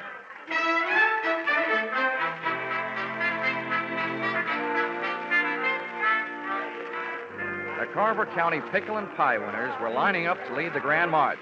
By the time I got to the grandstand, down at the tag end of the livestock echelon, there was a shiny white cab and trailer, sporting the markings and mottos of the Blue Ribbon Prime Packing Company. And high upon it, perched on a platform and surrounded by a sturdy iron railing, stood that champion, the pride of the pork set, Rollo, Rosie Barron of Iowa. It was lovely. It was divine. I had a feeling that swelled my heart with pride. Here they were, products of the American home and the American soil. A fanfare of foodstuffs flowing from the horn of plenty. Just because of my association with Rollo, I felt that I was playing some small part in this gallant parade as it was started the first leg of its journey. It was inspiring. It was thrilling. It was... Boing! All of a sudden, it was downright frightening. As Rollo's chariot rolled by, I got an eyeful of its driver. It was my comrade in collision, the guy who had put the snatch on Mrs. Tiller's diamonds, Little Rocky from Arkansas. I added to my treasury of thankless tasks by trying to pin a tackle on a 5-ton truck. I got a door handle with one hand, running more with one foot, and a clout in the teeth from an unexpected adversary. Knock him loose, Marlowe. He's on the running board. Hey, what? I was flat on my back. Everybody was screaming and hollering. The truck went crashing to the fence. And Rollo, Rosie Barron of Iowa, was one little piggy who wasn't staying at home.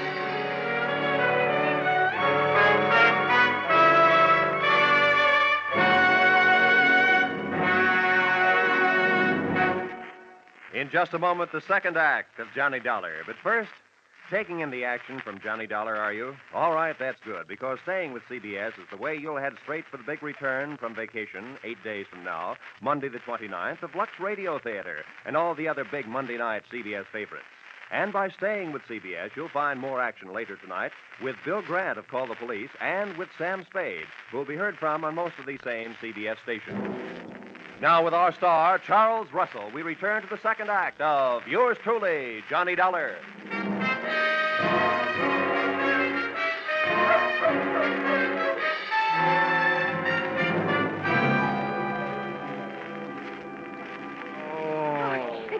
Johnny, are you all right? Can you get up? Oh. Well, the spirit's willing. I'm not sure about my spine. Here, let me help. I'm the guy who goes around telling kiddies never to hitch rides on trucks. Well, nobody can say I didn't make a dent in Iowa. It was wonderful the way you tried. But what are you going to do now? Right now, I don't know.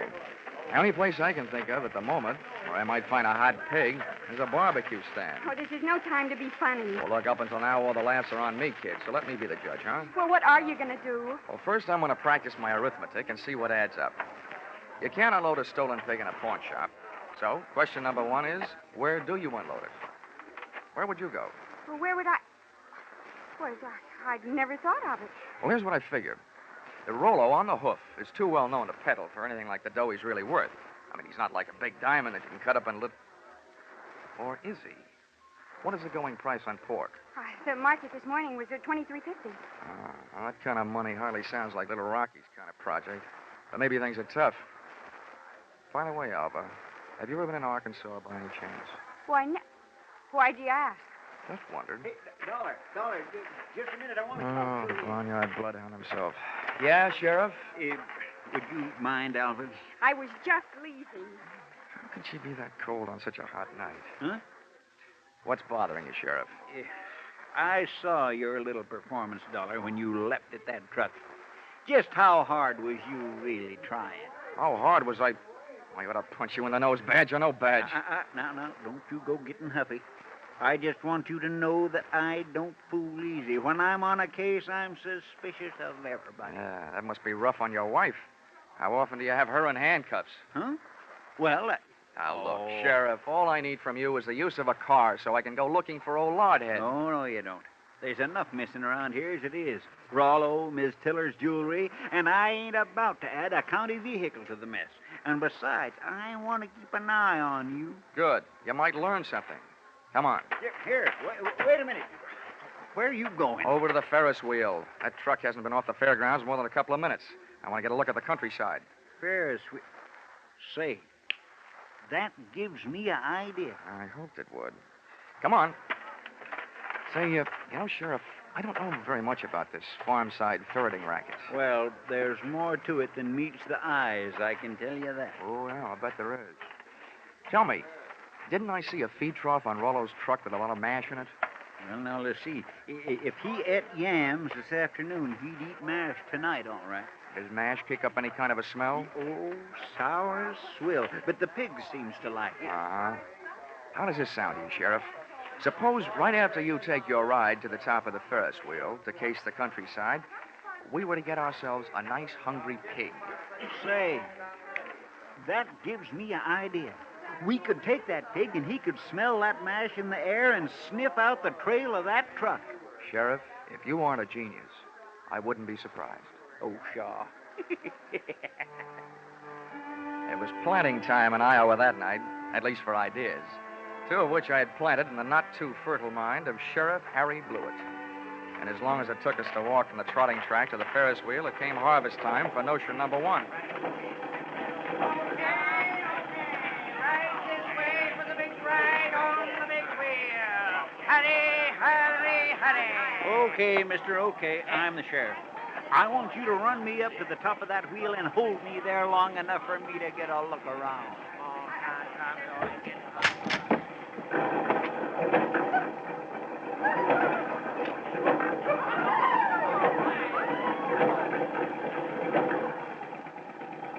When the wheel came to a stop with Harry Blewett sitting in his little cage at the top, I pulled a low trick on a high sheriff.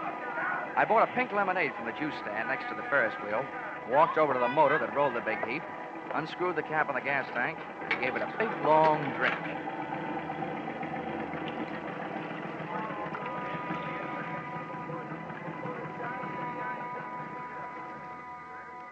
I hope it wasn't doing to people's stomachs what it did to that motor. You might well remember this harmless little deceit the next time you have occasion to get rid of a sheriff.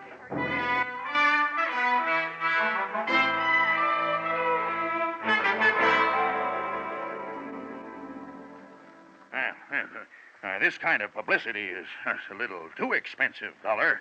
I demand that you do something. Now, don't worry, Mr. Tiller. I am going to do something. Yes, and I'll thank you to remember that the only ones who stand to get hurt right at this point are the insurance companies that wrote the policies on your pig and your wife's diamond brooch. Why, Worthington, I hadn't thought of that. Huh? Why should we worry? My brooch is insured for way over the value, dear. We can... Hortense, you keep flapping that loud tongue of yours, and the first thing you know, they'll be accusing us. Why, they wouldn't dare. Oh, yes, we would, Mrs. Tiller. But we're just not the type A $15,000 profit on a pig, and whatever else you could make profit on a pig, and whatever else you could make on your jewelry, might make anybody the type, Mrs. Tiller. Now, see here, Dollar. I've had just about enough of your slanderous implications. I have a few thoughts you might profit by. Go ahead, Worthington. I'm always interested in profit, Tiller. My father had the same thing happen to him back in 1902. That's right. Remember, dear? Yes. In Nebraska. He bought a prize pig at a fancy price. And then the scoundrel that sold it to him turned around and stole it back. There, see? What do you think of that? Would this be a suggestion that we throw the young lady who sold your pig to you in the pokey on the strength of something that happened 37 years ago? Well, That's for you to decide, Dollar. Right. Just don't say I didn't warn you. I see. Yeah. If you don't have an orchid to pin on a young lady, try suspicion.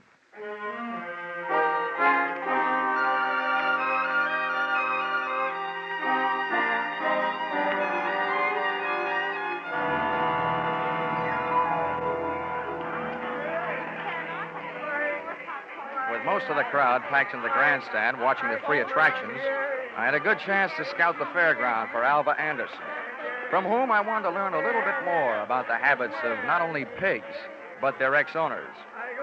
Our trail led me past the home-baked cakes, hybrid corn, the watermelon pickle, tractor and harrow exhibits, and all the way back to where I'd first met her, Rollo's pen in the swine wing of the livestock building. But when I got there, Rollo's cupboard was bare. Alva was leaving for the rear door in the company of a small, tough-looking gent carrying a sack over his shoulder. Name of Little Rocky from Arkansas. I could hardly believe it, but they piled into a car and hauled off up the road. At the risk of adding one last insult to the most recent injury I'd inflicted upon Sheriff Blewett, I stole his car and went dusting up the highway in hot pursuit. There's nothing easier to follow than a red taillight on a clear night. And the bright Mazda Ruby tacked onto the rear of Little Rocky's car led me around the village of Carver and 11 miles out to the pastures, to a shack hidden in a grove of elm trees 100 yards off the road. I parked the car and legged it in. From 25 feet away from the house, I could call the roll through an open window. They were all there. Little Rocky, the strong-arm man who would knock me off the running board, Alva Anderson, and last but not least, there was Rollo, all 980 pounds of him, and most important to me, still alive. Here you are, Marlowe, you stupid clown. Oh, stop. This is all the sweet potatoes that was left. First we go through them, and then we'll be ready for you, Alva. Oh, but I told you I don't have it.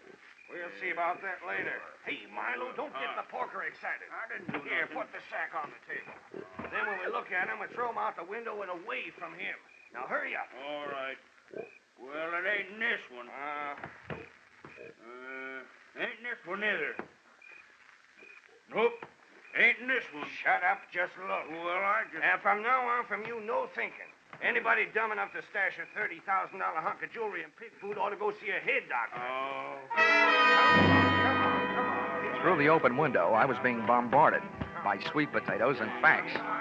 While making a getaway after ripping the brooch from Mrs. Tiller's throat, Little Rocky's accomplice had suffered a sudden attack of panic and had hidden the brooch in one of Rollo's lunchtime yams. Whether that yam was inside the piggy or out, they and I were apparently just on the verge of learning. That does it. Yes. Ain't here. Then that means... That means your little friend here had a $30,000 snack today. which right now is giving me a great big bellyache. You know all about pigs. What do we do about it? Well, Rocky was yellow. He wouldn't rub 'em out. Look who's talking. Here, take my 38 if you're so tough. Yeah, I thought so. Now shut up. Well, I ain't killing no piggy with him just standing there looking at me. If he'd only make a break for it, I'd mow him down. You. Now look, baby, we'll kill him if we got her. We want that chunk of ice and we want it fast. Marlowe, tease him into the corner with a sweet potato. We're throwing them all out the window. Oh, please, Mr. Rocky, You don't. shut up, too, and sit down. Close your eyes if you want to. Oh, please, Mr. Rocky. In the manner of Sheriff Blewett, I had an idea. Given to me, of course, by Rocky. Alba was sitting in the corner. Rollo was scratching his side by rubbing it against the opposite. And Rocky and Milo were standing shoulder to shoulder in the middle of the room, ready to advance on him. I groped around in the dark until I found one of the yams, and taking the sweet potato delicately in my hand, I tossed it through the window so that it would roll to a point just behind Rocky and his pal Milo. Look out! He's charging! He's shooting! Oh, Daddy, help! Rollo took my bait and, getting to it, knocked his two would-be executioners in a heap on the floor. I took over from there, jumping to the window and applying a kitchen chair dutifully to the prescribed areas, reducing enemies to a state of unconscious surrender. They gave out, Alba gave up, and Rollo gave me a dirty look.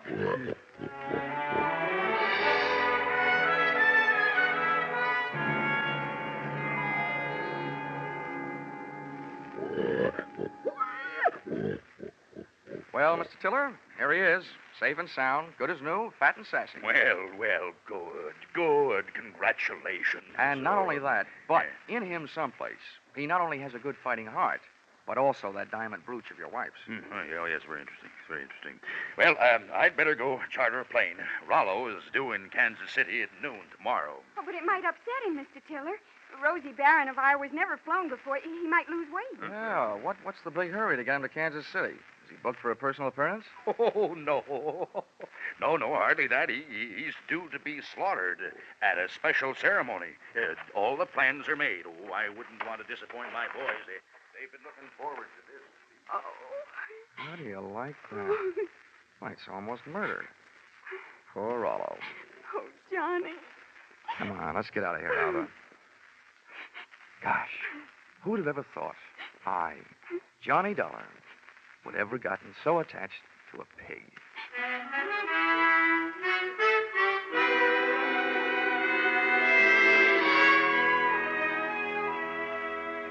Expense account, item 4, $3.50.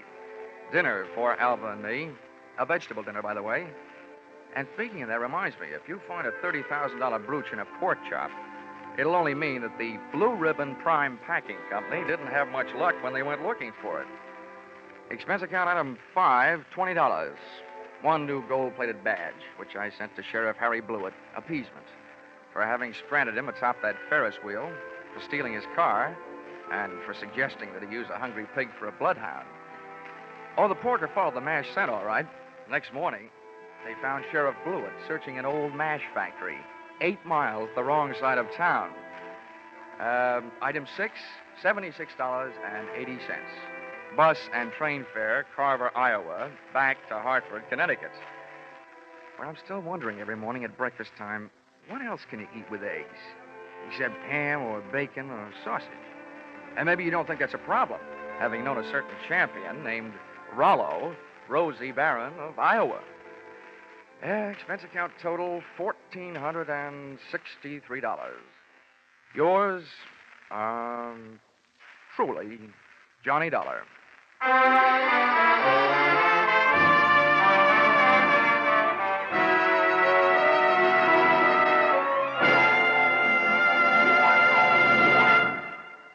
Yours truly, Johnny Dollar, is produced and directed by Norman MacDonald and stars Charles Russell with script by Paul Dudley and Gil Dowd. Featured in the cast were Parley Bear, Sammy Hill, and John Daner, with Junius Matthews, Ann Morrison, Jack Crucian, and Paul Dubov. Pinto Colvig was Rollo. The special music is written and conducted by Leith Stevens.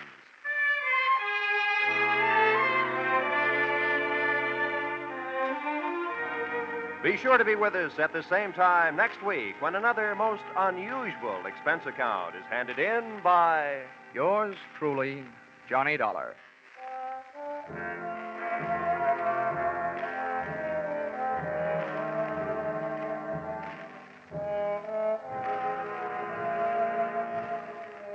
Your hit parade on parade will be back tonight in the familiar CBS Jack Benny time with the great tunes of August 12 years ago, Sweet Leilani and Where or When. Many another still green in your memory will be among the hits you will hear. Speaking of hits, put down August 29th this year in your little book. That's when Arthur Godfrey and his talent scouts, the stars of Lux Radio Theater, My Friend Irma, and Bob Hawke return to join Inner Sanctum. So make your Monday nights a regular date with CBS. This is Roy Rowan speaking. Stay tuned now for your hit parade on parade. This is CBS, the Columbia Broadcasting System.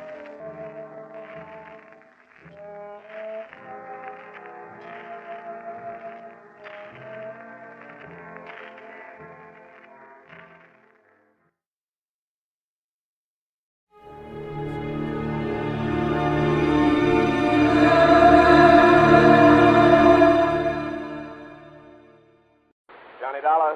Bob Douglas, Corinthian Light, Johnny. How soon can you leave for California? Right away. My right big toe needs defrosting. What's the matter? A policyholder, young fellow named Jefferson, went west on an oil deal and he's disappeared. It might be murder. Well, I guess I'd better pack 2 shirts. Looking for one man in a big state like California can be murder.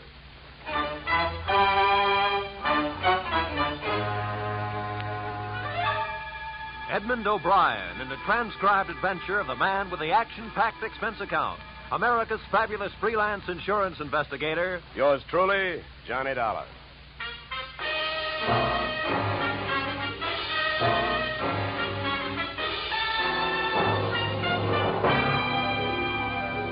Expense account submitted by Special Investigator Johnny Dollar to Great Corinthian Life Insurance Company, Hartford, Connecticut. The following is an accounting of my expenditures during process of search for your missing policyholder, Youthful Millionaire Alec Jefferson, or how they were drilling for oil, for what they struck was me. Expense account item 1, $186.13. Airfare, Hartford to Los Angeles. Item 2, $15. Hire car, airport to office of Rebel Wildcatters Incorporated on potential oil land in the New Hall Saugus district. I arrived at 9:30 a.m. A handful of dirt dentists were hard at it, drilling at a rig not 30 feet from the shack-type office. Pull it over, will you? Better stand by, driver. My man may not be here.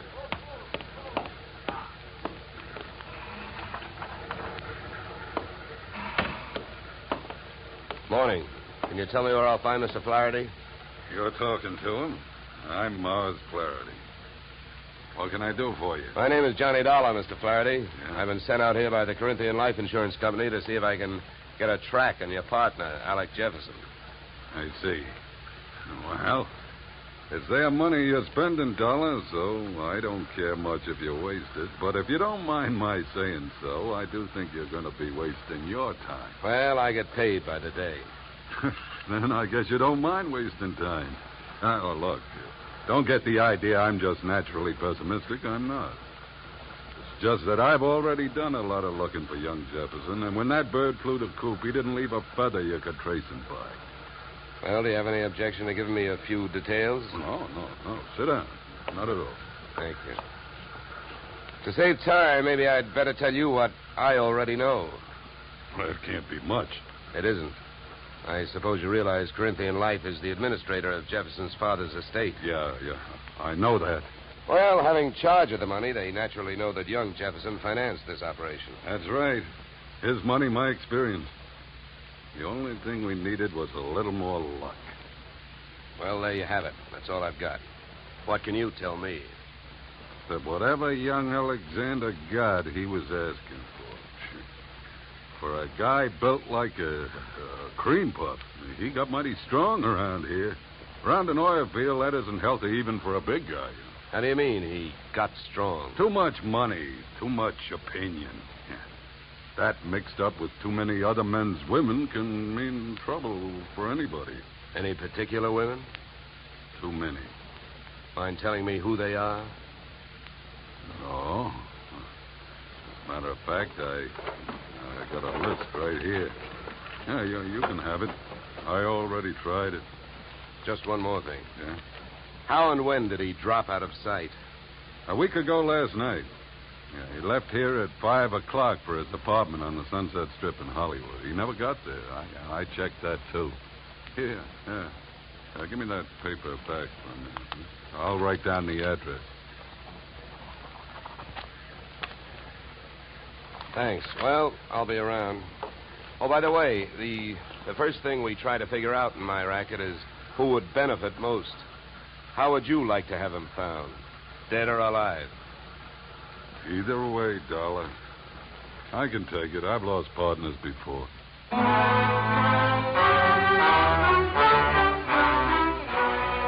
I spent the next 20 minutes on a long shot, thinking I could pick up some information from the drillers. But it was a long shot that missed. Those guys wouldn't have told me it was a nice day. The outdoor life having got me nowhere, I decided to give the indoor type a try. First stop, Jefferson's apartment on the Sunset Strip. The lock was foolproof, but I wasn't fooling.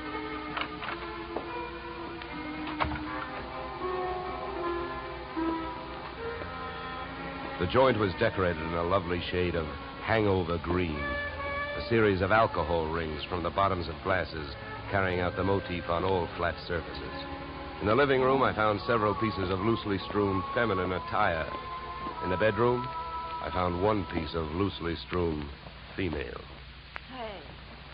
Hey, who are you? What do you want? Oh, sorry. I understood this was Alec Jefferson's apartment. It is? Oh, You can drop your eyebrows, mister. I'm his wife. I beg your pardon? You heard me. I'm Mrs. Alec Jefferson. Pass me that robe, will you? Now to make coffee? Yeah, why? Well, how about making me some while I go put on a face? I guess so. You'll probably have to wash the percolator. To me, the best grounds for divorce would be coffee grounds and an unwashed percolator. Oh, I washed it. I also made the coffee, wondering the while how she had made the matrimonial grade. Right then and there, I'd have given her the Bad Housekeeping Award. She looked like the kind of a girl who could get into a beauty contest, but like she'd never win it. Any way you looked at her, she was a new complication. Your coffee's ready. Yeah, thanks. Good. Find any clean cups? No, but I washed, too. Here. Thanks. Now, would you mind telling me who you are? I'm an insurance investigator. I'm looking for your husband. Well, we should find him. I could use some money. How long have you two been married? Few weeks. Why? Routine question. Tell me, when was the last time you saw him? I was waiting here for him the night he disappeared. Any witnesses? If I need him. Okay. Tell me this. Do you have any idea why he disappeared or where he is? Not the slightest. Do you know a man named Morris Flaherty? Yeah. Yeah, I sure do. How well? I was his girl. So? By the way, have the police come to you yet? No, I went to them. You see, I'm the one who reported Alec missing. Do you know whether they've come up with anything? Nothing much. Up until now, he's just a missing person. They put Alec's picture on a television every night. I don't know that they're doing much else. They keep calling him a Caucasian. Look, please don't get so hysterical about this. It makes you so hard to question. Huh? Oh, nothing. Oh, I get it. Excuse me if I seem dense this morning. Morning. It's 3 in the p.m. All right, so everything about me's wrong. That's right. Look, you can think that I married him for his money if you want to. Suppose you're used to suspecting everybody of everything. But have you heard? There are two sides to every marriage. Do I look strong enough to have carried him to the altar? I never weighed him. But answer me this. If he swept you off your feet, why did he pull a fade out in the middle of the honeymoon? What should I know? Maybe he'd never seen a dame without makeup on before and had to go someplace to think it out. I wonder if there's anything to eat. I'm hungry. Look, I think I'd better be going. I'm not much of a cook.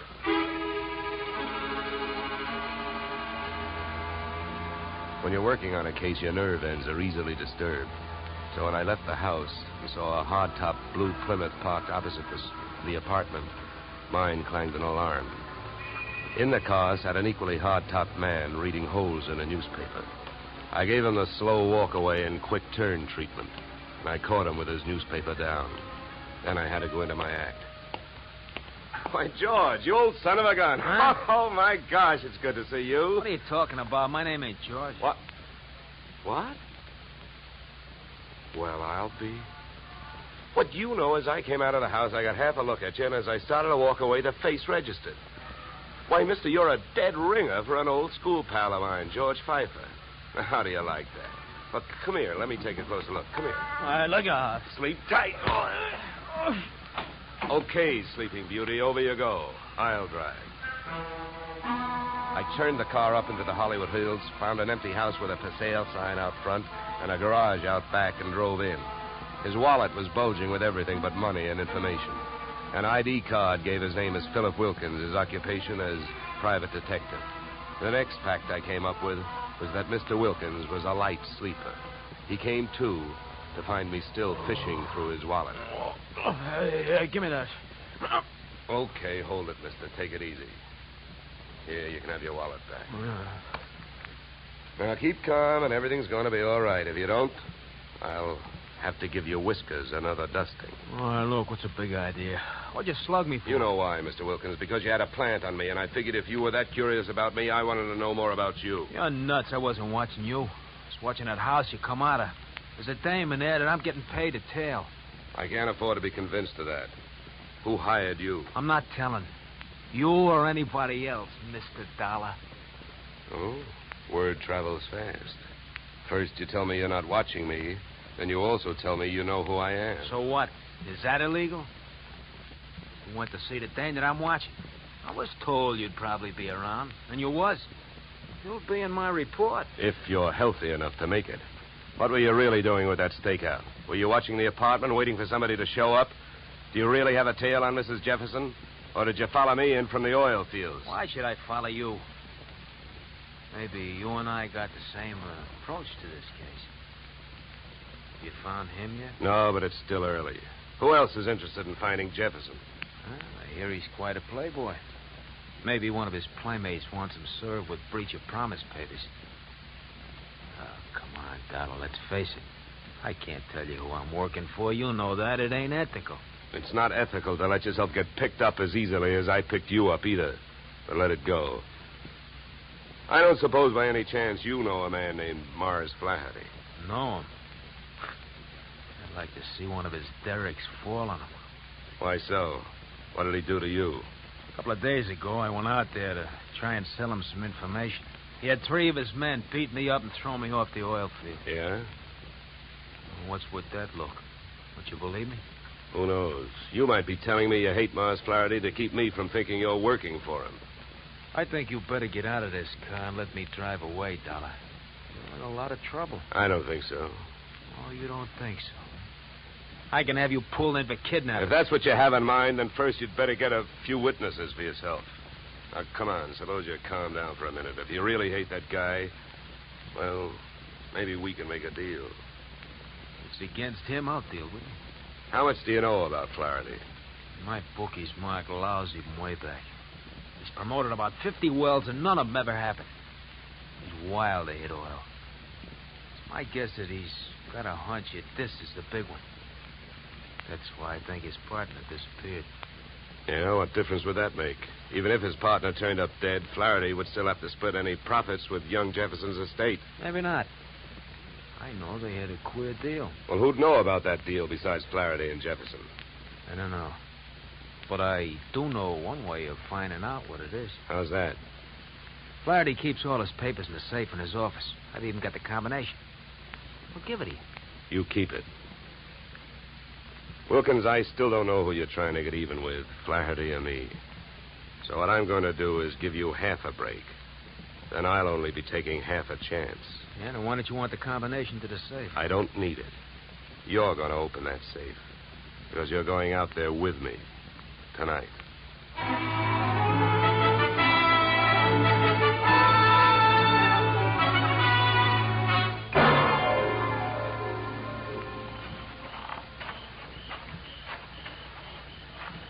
Here. This window. Okay. Now, here.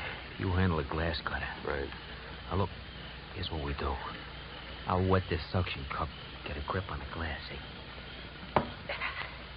Now, you cut around the outside edge, and I'll lift the paint out in one piece. Lesson number 1, straight from the burglar's handbook.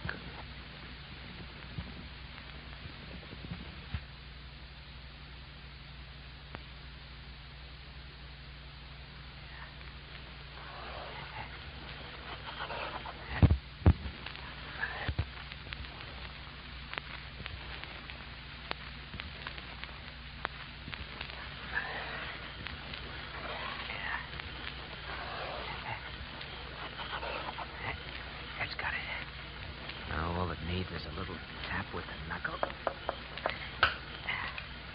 That's it. Okay.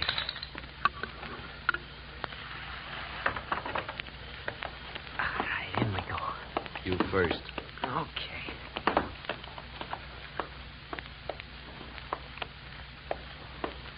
Now, the safe is over here. Get your fingers over that flashlight. For all I know, you might still turn out to be the local Paul Revere. Yeah, that's right. I might.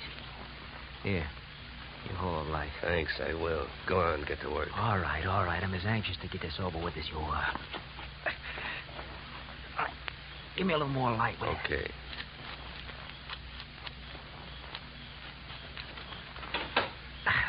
There you are. All right, go to it. You go to it. You reach in. And if your hand comes up with anything heavier than papers, I'll cream your skull. Will you stop your worrying? Here. Nothing here. Nothing. No. All right, you got him, that's all. Stay down there. I don't want to walk off with anybody's government bonds. Here. I got all I want. You put these back. All right. Now, close it up.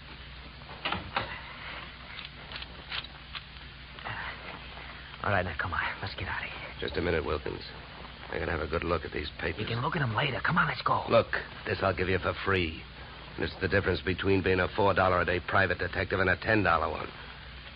What you've got printed in your memory, nobody can take away from you. So hold your horses while I take a look at this partnership agreement. All right. But hurry up, will you? Got a couple of watchmen around here. Yeah, here it is. Okay, let's go. You first.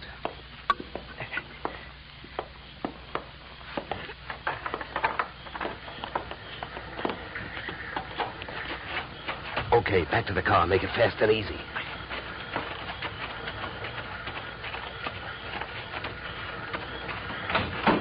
Get in. Over here. You drive. You know, Wilkins, I had a clammy feeling for a while back there that we weren't going to make it. Don't go starting any celebrations. You didn't make it.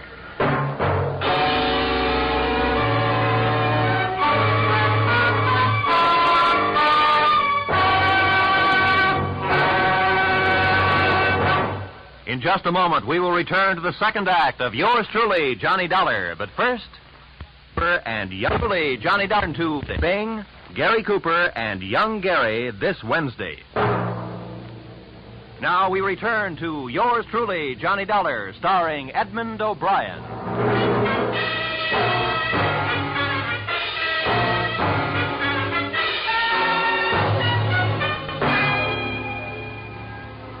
There I was, wearing a gun muzzle for a back collar button.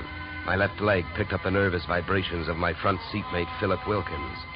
Mars Flaherty in the back seat was so close I could almost identify the brand of the bourbon he'd been drinking.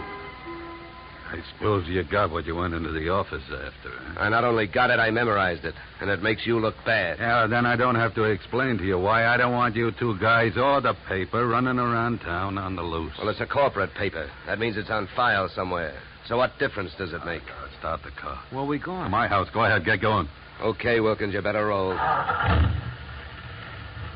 What's at your house? The reason that paper makes a difference right now. The guy you came here looking for showed up. Alec Jefferson, where is he? He's where we're going. My place. Well, then I guess maybe my employers have got nothing to worry about. Nothing but paying off on his life insurance. Alec Jefferson's dead.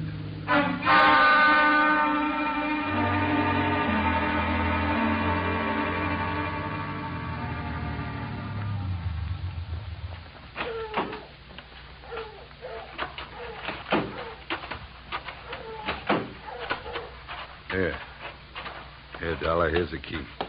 To open the door. Stand next to him, Wilkins. Close.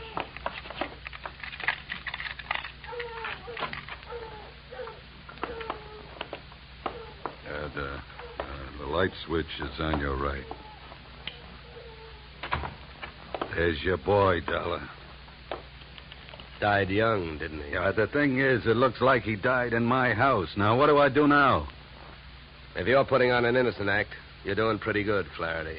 How's the rest of it go? Look, I've been around killings before, so I know how the rest of it goes.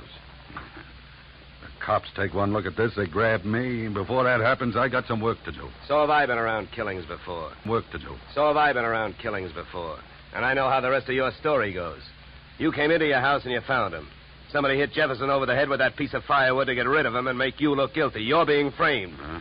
The next chapter reads you've got 8 witnesses to prove you were at a church social at the probable time of death. That's the way I wish it read, but I haven't got any witnesses.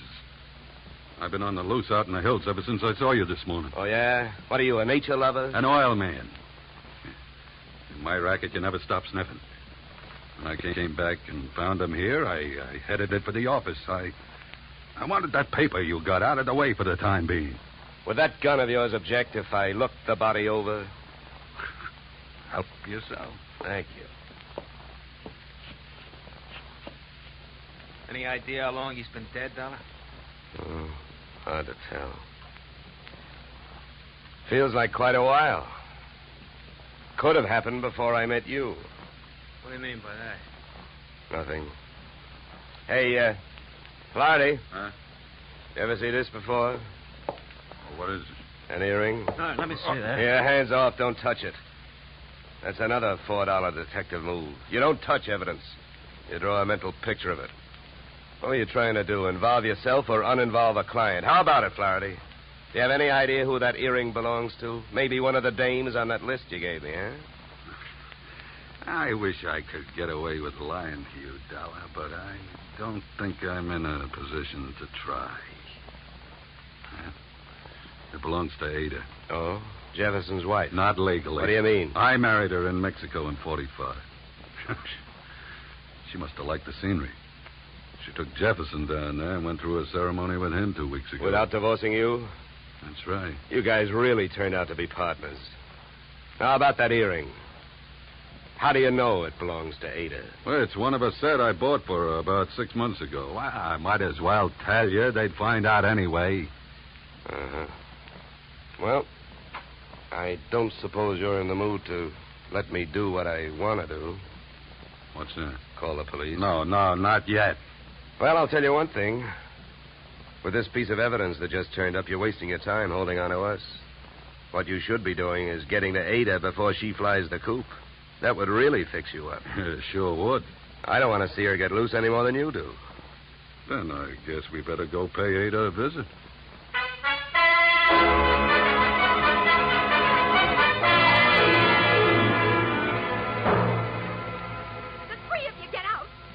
All you got is one lousy earring, and if you think I'm going to stand here and listen to you try to pin a murder on me, you're nuts. Mars never bought me anything. He never gave me any earrings. How about it, Flaherty?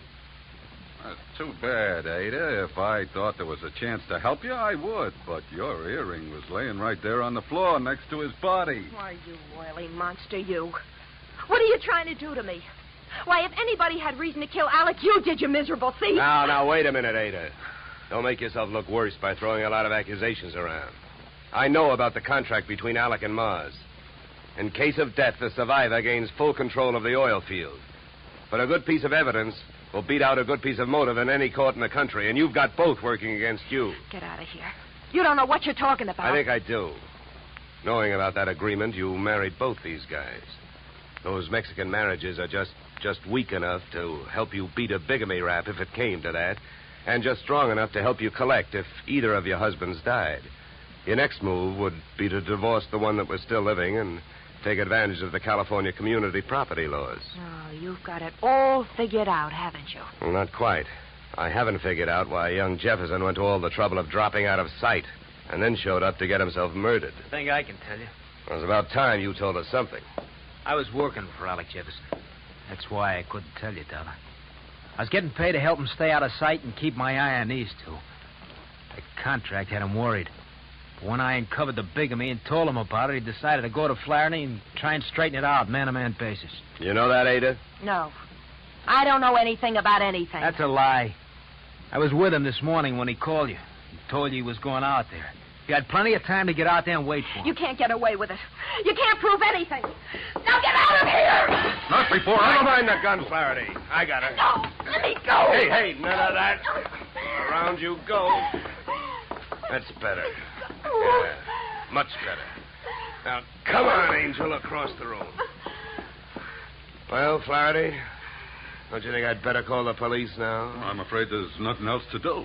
Okay, then you hold her. You get your hands off me, you dirty puppy! No! Get me police, operator. My name is Dollar. I'm calling from apartment 3C, Horizon View Apartment, Sunset Strip.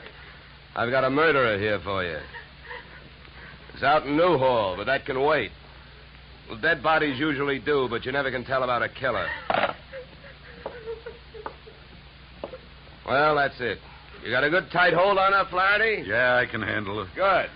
Then handle this. Are you nuts? What'd you do that for? I wanted to keep him on ice till the police get here. Mars Flaherty is our boy. What? Come here, Ada. What is it? Wilkins, take a look at her ears. What? I don't see nothing wrong with them. Well, that's just it. That earring we found near the body, it was made for a pierced ear. Ada's aren't. She never could have worn it.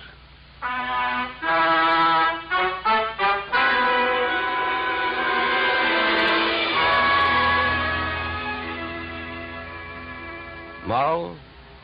If Flaherty had been a nice enough guy to buy jewelry for his wife when he had her, he wouldn't have bought the wrong kind of earring when he wanted to set her up as a patsy.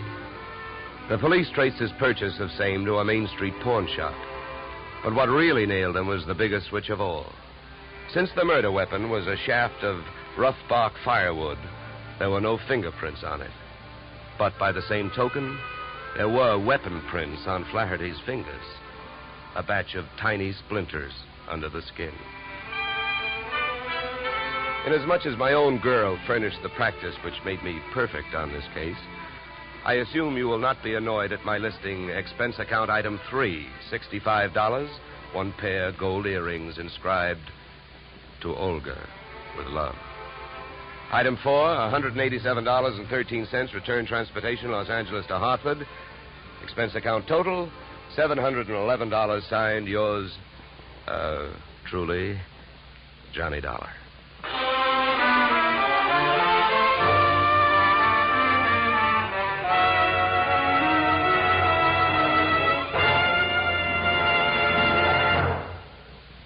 Yours truly, Johnny Dollar, stars Edmund O'Brien in the title role and is written by Paul Dudley and Gil Dowd, with music composed and conducted by Leith Stevens.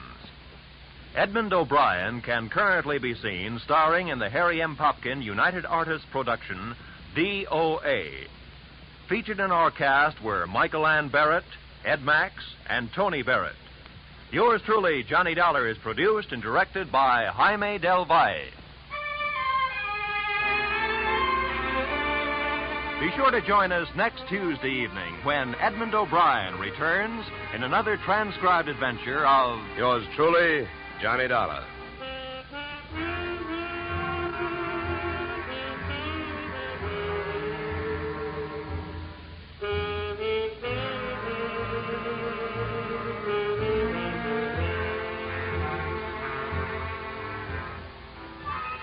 Blizzards in the western states, floods in Texas, hurricanes in Florida, tornadoes in Louisiana. Wherever disaster strikes, the American Red Cross stands ready to lend assistance. The Red Cross helps victims not only at the terrifying moment when disaster strikes, but also in rehabilitation. This is just one of the many nationwide activities of the Red Cross. Give generously to its latest drive. Now stay tuned for the adventures of Philip Marlowe, which follows immediately on most of these stations.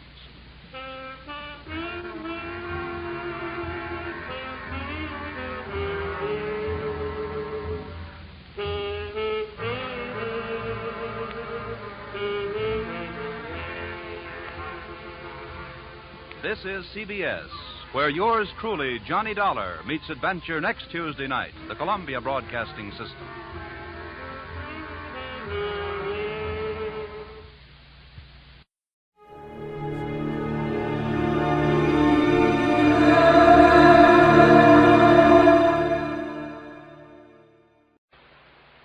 Time now for Edmund O'Brien as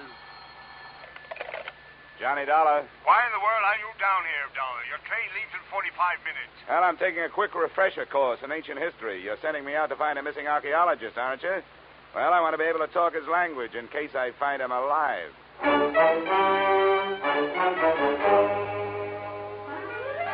Edmund O'Brien in a transcribed adventure of the man with the action-packed expense account, America's fabulous freelance insurance investigator.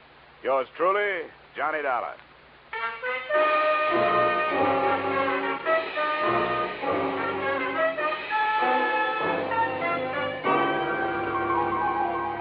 Expense account submitted by Special Investigator Johnny Dollar to Great Corinthian Life and Liability Company, Hartford, Connecticut. The following is an accounting of my expenditures during my investigation of the disappearance of Bruce Lambert, the archaeologist who never should have left his tomb. Expense account item 1, $7.50, railway and taxi fare from my Hartford apartment to room 317, Brighton Arms, New York City, a hotel whose front rooms had a depressing view of an 81st Street mortuary.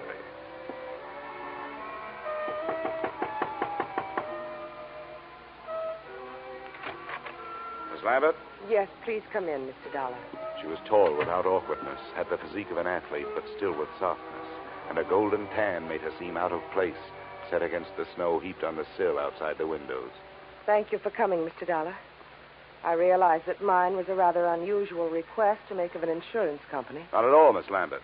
The company doesn't want to lose a policyholder any more than you want to lose a brother. But there are a lot of good private detectives in New York. I couldn't afford one. I had thought of notifying the police, but I realized that Bruce's case would be just one of many to them. They're so impersonal. And if there's a chance of any notoriety... Miss Lambert, if you mean that for some reason you'd rather the police didn't find him, you'd better tell me about it. Yes, of course I was going to. I don't see how it could make any difference. Please sit down. Maybe we'd better start way back at the beginning, huh? That would be in Egypt, wouldn't it? Yes. In the desert some 100 miles west of Thieves. My brother's an archaeologist, and he'd uncovered some ruins. It was quite an important discovery, something about the 12th dynasty. I don't know much about it. You were with him? Yes, I didn't spend much time at the excavation site. I stayed in the village. But the reason the police might make it difficult is that Bruce discovered some relics that he didn't declare to the authorities there. You mean he swiped them? Well, if you're in the habit of using extreme bluntness, I suppose you could put it that way. All right, I'm sorry. Please, Mr. Dollar, this is quite unpleasant for me. If Bruce had stolen all the relics, you wouldn't expect it to make any difference in how I felt about his disappearance, would you? Well, I'm afraid I can't do anything for you. I've got to know these things if I'm going to help you. Wait. I'm sorry. I'll tell you everything I know. All right. What were those relics that your brother didn't declare? Well, I'm not sure how many there were. There was some statuary, an obsidian head of some old king, and then there was a scarab. It was supposed to have been the official seal of this king. Do you know how valuable this stuff is? I'm afraid that it might be very valuable in some circles. That's what I was afraid of, that someone harmed Bruce or even... But there's so many things to be afraid of. He isn't strong. Maybe even his mind. He was injured quite severely in a traffic accident in Alexandria just before we left Egypt. I've got to find out. What could have happened to him? Oh, come on. Now. We can't find out this way. What does your brother look like? Is he light or dark? Here's a snapshot. Oh. He's blonde. His hair is straight and was quite long when I last saw him. And that was 4 days ago? Yes. The day our ship docked, I was arranging for my luggage. He just disappeared. What else? What's his bill? Slight, medium, heavy? Slight, I'd say. What about his clothes? Well, he was wearing a dark blue suit and a gray overcoat. The right sleeve of both would be empty because his right arm and shoulder are in a cast. Uh-huh. A traffic accident. Huh? Yes, both were fractured. I wish I were able to be more help. But I've told you everything I know. He just vanished. Did he have any enemies that you know of? No, there's not even that. I can't let myself lose hope. But what can we do? How do you start looking for somebody with so little to go on? Before I answered her question, we started at the beginning again. The second run-through was pretty much like the first. But disappearance from a foreign ship in the port of New York is not as easy as the telling of it.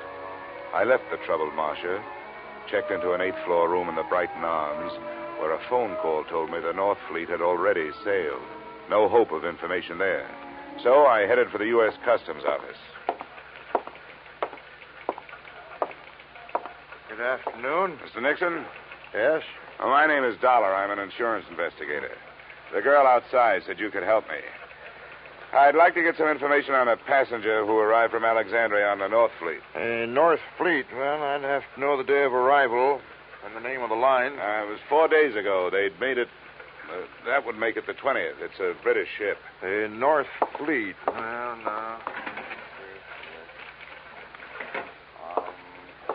What was the passenger's name? Lambert. Bruce Lambert. Did he clear any luggage through customs? Bruce Lambert. Yeah. Witnessed the examination of one piece of luggage, a suitcase, personal effects, one piece of statuary purchased in Alexandria, no duty. What address did he give you? Bruce Lambert. No street number, no hotel, the Brighton Arms. Oh, the Brighton Arms. Well, don't count on that.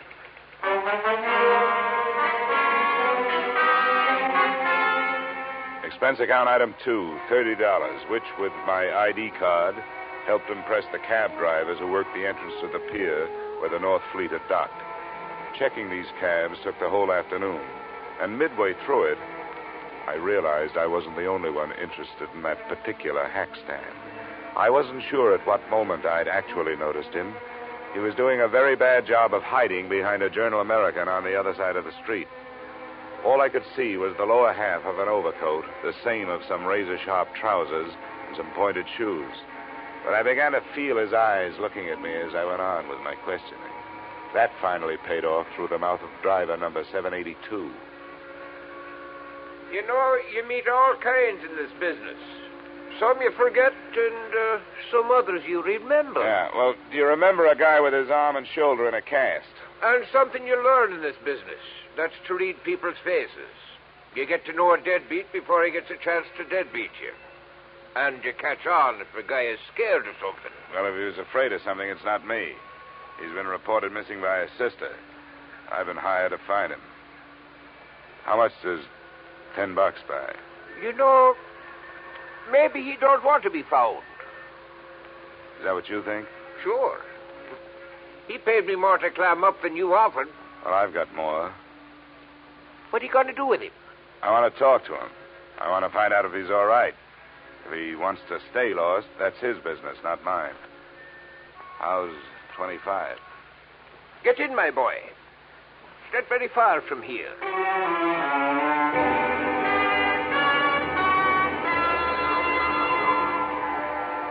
Our destination turned out to be an old red brick hotel near 39th Street between 10th and 11th Avenue.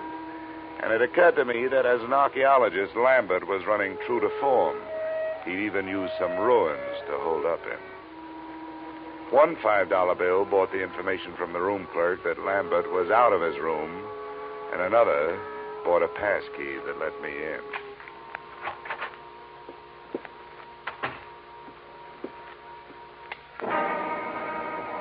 The first thing to catch my eye when I switched on the light was a black piece of statuary shining dully on a chipped bureau, a crowned head with exaggerated features sculptured in obsidian. I posed myself this riddle. If it was so valuable, why didn't Lambert take better care of it? But before I had a chance to try for the answer, a foot nudged the door open behind me. As might be expected, it was wearing a pointed shoe and was followed into the room by a slight yellow ivory-skinned man who rather resembled the black statue. I must thank you for leading us to the hiding place.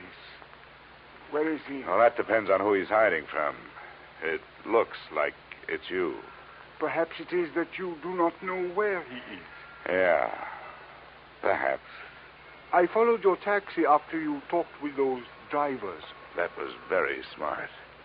Where did you think I expected you to go? What's your interest in Lambert? You were employed by the girl to find him. How much does she pay you? I never talk money with a stranger. Perhaps we will not be strangers for long. The point of importance is that you have not yet found him. Mr. Drummond will pay you $2,000 to do so. Mr. Drummond is generous, but what makes you so sure I haven't found Lambert? Because he is not here. But that only means he's someplace else. Please, I have no wish for violence. Well, then put that thing away. In the first place, gunfire, even in this neighborhood, is going to bring the law. In the second place, that's a lady's gun. One of those handbag jobs. You know, you ought to be ashamed of yourself for carrying it. Please, I have no wish to use it. Then get rid of it.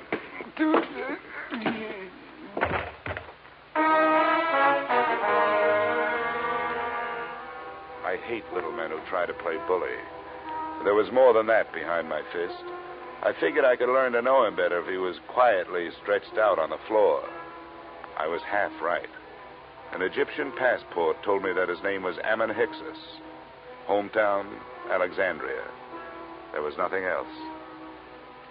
I could turn Hicks over to the police on an assault charge, or I could wait until he woke up and try knocking some information out of him. But I didn't do either. I left him there in the lobby. I gave a message to the room clerk for Lambert, telling him to stay out of his room when he came back and to phone me at the Brighton Arms.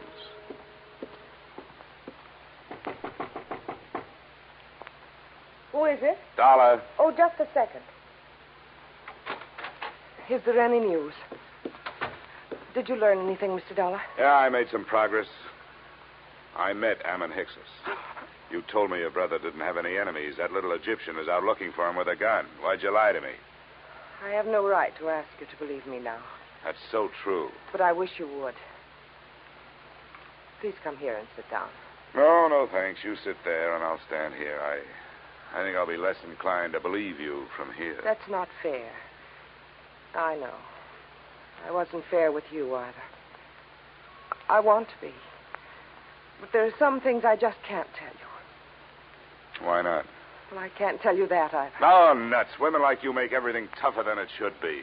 You demand all, but you give nothing. You ask to be trusted, and you won't trust. You make yourselves look soft when you're as hard as steel. You've got warmth, but you only turn it on when you get something out of it. You're wrong. I was trying to help him. Or us.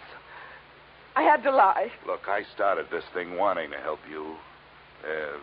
There was something personal about it. But you wanted me to do things your way and not mine. Well, we just stopped doing that. Please, leave me alone. Just go away. Go back to Hartford and forget you were ever here. I wish I could. But I'm working for an insurance company looking for a missing policyholder. Well, I'll be up in my room if you decide to help me find it.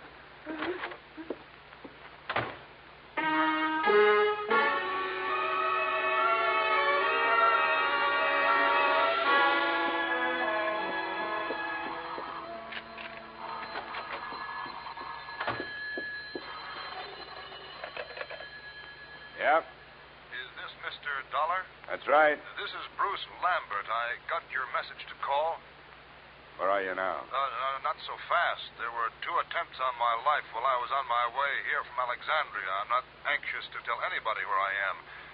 How did you get into this? Marcia called your insurance company when you took the run out. They hired me. Good for Marcia. Is she all right? Well, that depends on your point of view. I suppose she's being the helpful sister to you, but for me, she's done nothing but act mysterious. I don't get it. She won't tell the truth about you. I hope you do better. She told you she was my sister? Well, sure she did. Why shouldn't she? Well, I can't see why she'd do that. She isn't your sister? No, I don't understand it. She's my fiancée. I don't understand it at all.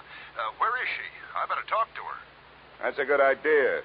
Room 317, Brighton Arms. I'll be there with her, waiting for you.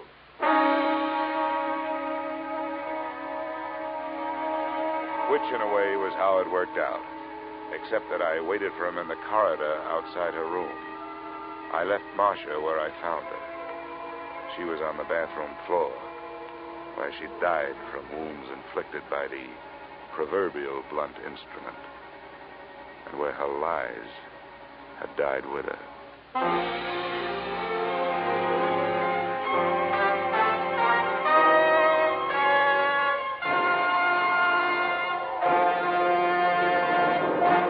In just a moment, we will return to the second act of yours truly, Johnny Dollar. But first...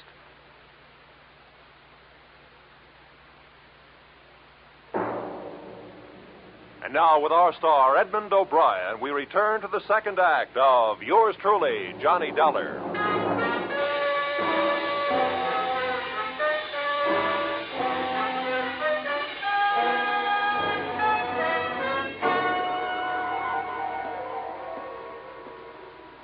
Bruce Lambert? Yes? It's all right, I'm Dollar. Didn't take you long to get here. Where'd you phone from? Just around the corner, a bar. Why do you ask? Where's Marcia? Marcia's dead. I don't believe you. I want to go in there. She isn't dead. Let me in there. Come on, use your head, will you? There's nothing. Oh, your arm. I'm sorry. Look, you don't want to go in there. Believe me, you don't. There's nothing you can do for her. She can't be dead. She can't be. Come on. Where? Why? I want you to come up to my room with me. You've got to do 2 things. First, give me every reason you can think of why this should have happened. And then, before the police get here, you'd better start rehearsing a story of your own.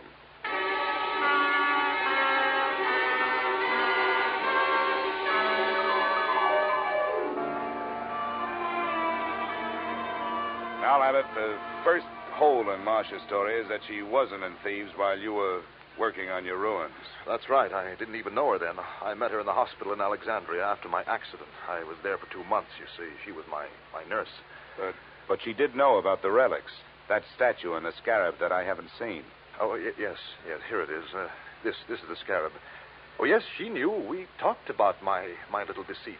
Well, how little is it really? You talk about 2 attempts on your life. Now we have actual murder. You'd better let me have that scarab. Oh, yes, of course. But surely you don't think the relics are at the bottom of this? They're rare, but not valuable enough for this. Unless someone knows more about them than I do. I doubt that. I've made a thorough study of the 12th dynasty and King Amenemhet III. It's a carving into his head. What do you know about a man named Ammon Hyksos? And another whose last name is Drummond? Hyksos? Ammon Hyksos? Do you know him? Does it ring any kind of a bell? No, I'm afraid not. Drummond means nothing. Oh, all right. Let's try the 2 attempts on your life. What about them? Well, they happened on the nights of the 17th and the 18th. Both of them could have been accidental, except that, well, the same small man stood near me both times. It would be too much for me to hope you could describe him, I suppose. Well, it was dark. Well, both times I was on the promenade deck, and something heavy was thrown or pushed from the deck above. I reported the second one, and the ship's officer apologized for the carelessness. But you thought enough of it to disappear? Oh, well, I certainly did. Instead of going to the police? Yes. Oh, I suppose it was wrong, but you must understand, I was desperate. Well, we'd better go down to the 3rd floor. I hope the police think more of your story than I do.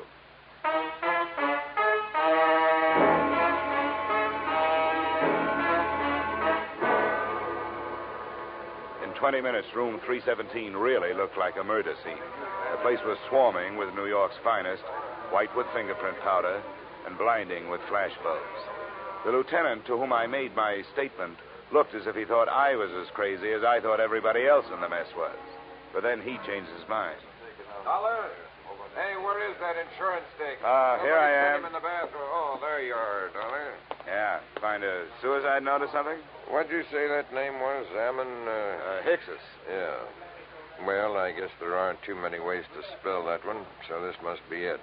Pillbox. Let me see that. Prescription from Alexandria. Dr. Ammon Hicksus. We'll put a tracer on that phone number you took off him first thing in the morning. Yeah. Hey,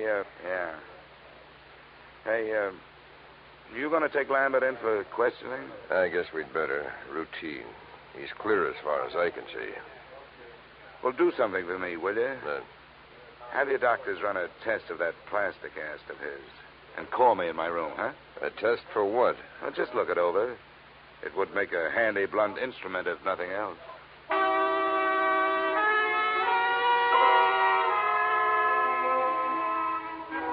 Expense account item 3, $7.50. A few late cocktails, a rare steak, and coffee in the Brighton Arms dining room. After which I picked up an armful of extra editions so I could catch up on what I'd been doing. I self-operated my way to the 8th floor and started toward my room. I was looking forward to a hot shower, but I didn't get it. I was still looking forward, but into a familiar gun muzzle. This is the one, Garrett. Ah, yes, Mr. Dollar. May I introduce myself, sir? Garrett Drummond at your service. Our meeting has been postponed too long. Well, there's a difference of opinion on that. You will please open your door. How can I refuse that pint-sized invitation you're still carrying? After you, sir. And I needn't remind you that my friend here is prepared for any rash move upon your part. Look, I'm tired. I don't have a rash move left in me. Close the door, Ammon. I suggest that you sit there, Mr. Dollar, in that unsightly straight-back chair. Thanks a lot. Now, sir, I shall plunge right to the point. Where is that scoundrel, Bruce Lambert? Well? I think I just decided that I don't know. Please, we have no wish for violence. You always say that with a gun in your hand. Well, let's get started. You make your pitch, I'll make my refusal, and we'll see where we go from there. I have already made what I consider to be a generous offer for so unimportant a bit of information as merely the whereabouts of Lambert. $2,000. But if it will expedite matters, I am prepared to expand my offer by another 1,000 on the spot, sir. The higher you bid, the greedier I get. What makes Lambert so important to you? A problem which is entirely out of your province, my boy. How much do you know of Egyptian legends, sir? Oh, no more than $1 worth. Ah, pity. A fascinating subject. Well, sir, Bruce Lambert has in his possession a certain object of great importance, both culturally and economically. Certain landowners in Egypt hold it in such high esteem, sir, that as a reward for its return to them, they would throw open to exploitation untapped oil fields, the richness of which would shake the very foundations of world economy. Are they shaky enough as it is? My boy, think what it would mean to a civilization fast approaching the depletion of its petroleum sources. New horizons, sir, a brave new world. Lambert owes to us all relinquishment of this object so that it may serve humanity. You're right. And it may be easier than you think. Splendid, sir. Where is he? Which relic is it? The black statue your playmate could have picked up for free? It is King Amenemhet Scarab that I would discuss with Lambert. I demand to know where he is. Why waste time on him? I've got the scarab. I find that most difficult to believe, Mr. Dollar. Well, I'll show No. Keep your hands away from your pockets. Ammon will save you the trouble. Ammon. Please remain still, Mr. Dollar. My wish is for peacefulness. Sure. Right coat pocket. He speaks truly, Garrett. Here it is. What's the matter, Garrett? You don't have that brave new world look anymore. I should be the first to admit, sir, that the lie has been put to the tale I created upon this useless gewgaw. But, Mr. Dollar, now that we are forced to fall back upon the truth, I remind you that it sometimes hurts. Your position has not been... The desk knows I'm up here. Answered, Mr. Dollar. but be cautious. Unfortunately, I do not share Ammon's aversion to violence. Yeah, Dollar? that's right. This is Lieutenant Black. Say, was that a hunch you had about that cast of Lambert's? Why do you ask? Well, if it was a good one. The doctors won't let us take it off, but we cut into it. It was put on in 3 layers. The middle one was wrapped in narcotics. Yeah? Don't be so modest, Dollar. There must be $300,000 worth. No, sometimes it's a whole month before we get that much. Looks like the work of your friend, Dr. Ammon Hickses. Yeah. Oh, wake up, Dollar. I want to check Lambert's statement with yours. I'll have you there in 10 minutes. Goodbye. Okay. I commend you, sir, upon your show of intelligence. Who was it? The police. They're looking for Lambert. Oh, and what did they give as their reason? Narcotics. The story of a man bound for America who cracked up in a car, and while he was unconscious and being patched, said narcotics were put in his cast by a Dr. Ammon Hickses, probably assisted by a nurse named Marcia. But there's no proof. Ammon, we'll waste no time on evasion. Yes, we used the boy. A courageous scheme, but for that silly goose of a girl. She was the true conspirator and the traitor as well. She happened to fall in love with the guy. The romantic Atlantic crossing. An empty proposal of marriage suddenly becomes more important than actual coin of the realm. But enough of that. The police are looking for him, and odds teeth, so am I. Where is he? I don't know. Ammon, call his hotel in 39th Street. No, wait, my friend. The police must be watching that. Are they, Mr. Dollar? Well, that's where his personal things are. If I were the police, I'd be watching. Yes, we seem to find ourselves in such a position that we must at least pretend to see eye to eye, sir. Very well. We shall wait here. The chips are down, so to speak. Ammon. Yes, Garrett. Take the pistol. Into the bathroom with you. With the door slightly ajar, you shall have a splendid command of the arena, as it were. Yes, Garrett. And remember, the stakes are high. Yes, Garrett, I will remember. And now, Mr. Dollar, it would seem that little remains but the waiting.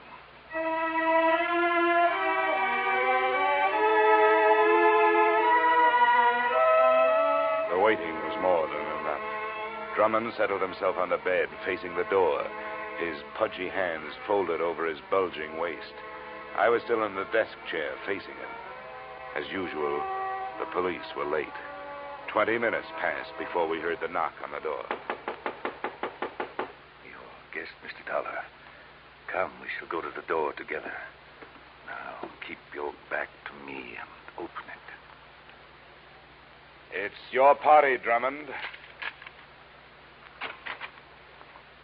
Come in, Lambert. Not Lambert, the police. Ammon, shoot! Ammon, my friend, help!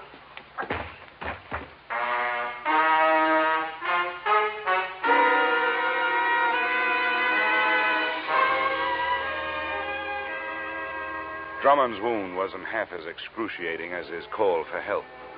The doctors report that his shoulder will be in a cast, that as soon as the state of New York can gather a jury, he will stand trial on the charge of first-degree murder. The body of Ammon Hickses was taken to the morgue. As an insurance company, you are probably less interested in that than in the fate of your policyholder, Bruce Lambert. That's explained in expense account item 4, $280, hospital bill, paid in advance. In view of the possibility that there may be others interested in that $300,000 cache of narcotics he has to carry around with him until his arm is okay, I thought it would be safer to keep him under wraps. Oh, by the way, while he was lying there helpless, I sold him a policy for you covering the scarab and that carved head. Expense account total, $456.90. Yours truly, Johnny Dollar.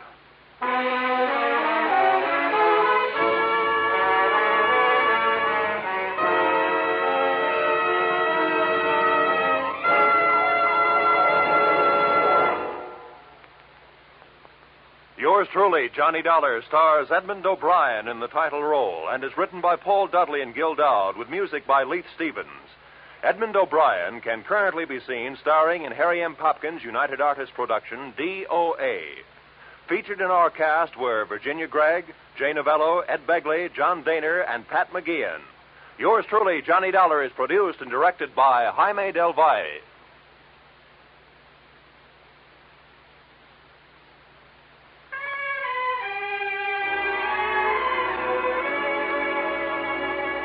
Join us again next week when Edmund O'Brien returns in another adventure of Yours truly, Johnny Dollar.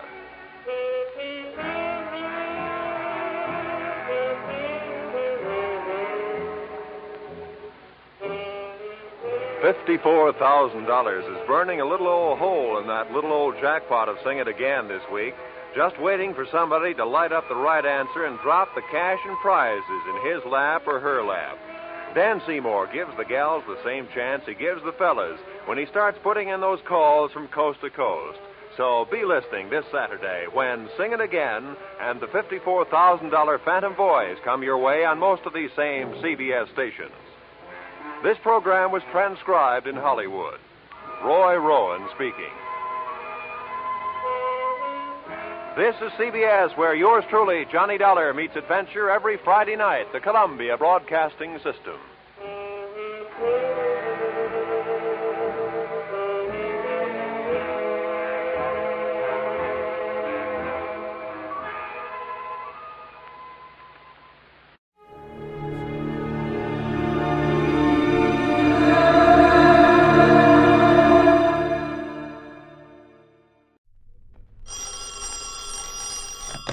Johnny Dollar. So you've stayed on there in Miami? That's right. Good. And if I had any sense, I'd stick around in Florida the rest of the winter. Why not? Instead of going on back to the snow and cold of Connecticut. And who are you? This is Don.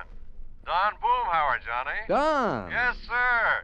Right across the state from you here in Sarasota. Well, Don, it's nice to hear from you. How did you know I was down here? From Pat McCracken at Universal Adjustment Bureau. Uh-oh. So I told him I'd try to catch up with you before you head up on north again. I think I will. What? Yes, sir. Nor rain, nor sleet, nor snow, nor anything else shall keep this insurance investigator from heading home. Huh? What are you talking about? Getting away from here in one piece. What? Well, you're still holding down the office of Tri-State Life and Casualty, aren't you? Of course, and that's exactly why... Well, I love you dearly, Don. I've been paid a lot of nice fat commissions by that company of yours. Exactly, and it's because of that very But the last 2 or 3 cases I've handled for you have been so risky, so dangerous, and so darned unprofitable. Johnny! No, please, Don. Let me duck this one. But all I need is 5 minutes with you.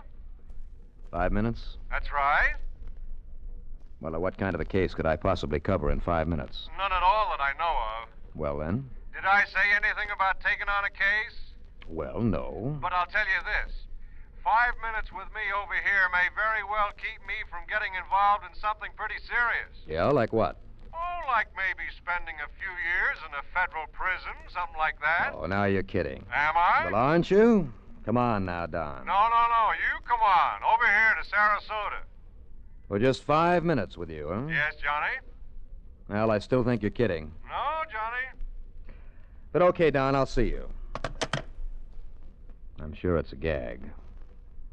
Has to be. And yet, coming from Don Boomhauer...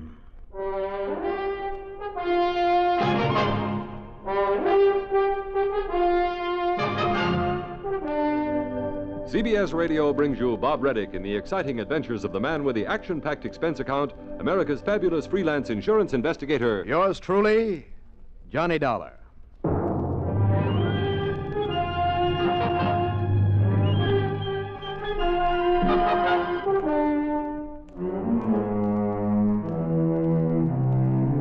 Expense account submitted by Special Investigator Johnny Dollar to the Tri-State Life and Casualty Insurance Company office in Sarasota, Florida. Following is an account of expenses incurred during my investigation of the big date matter.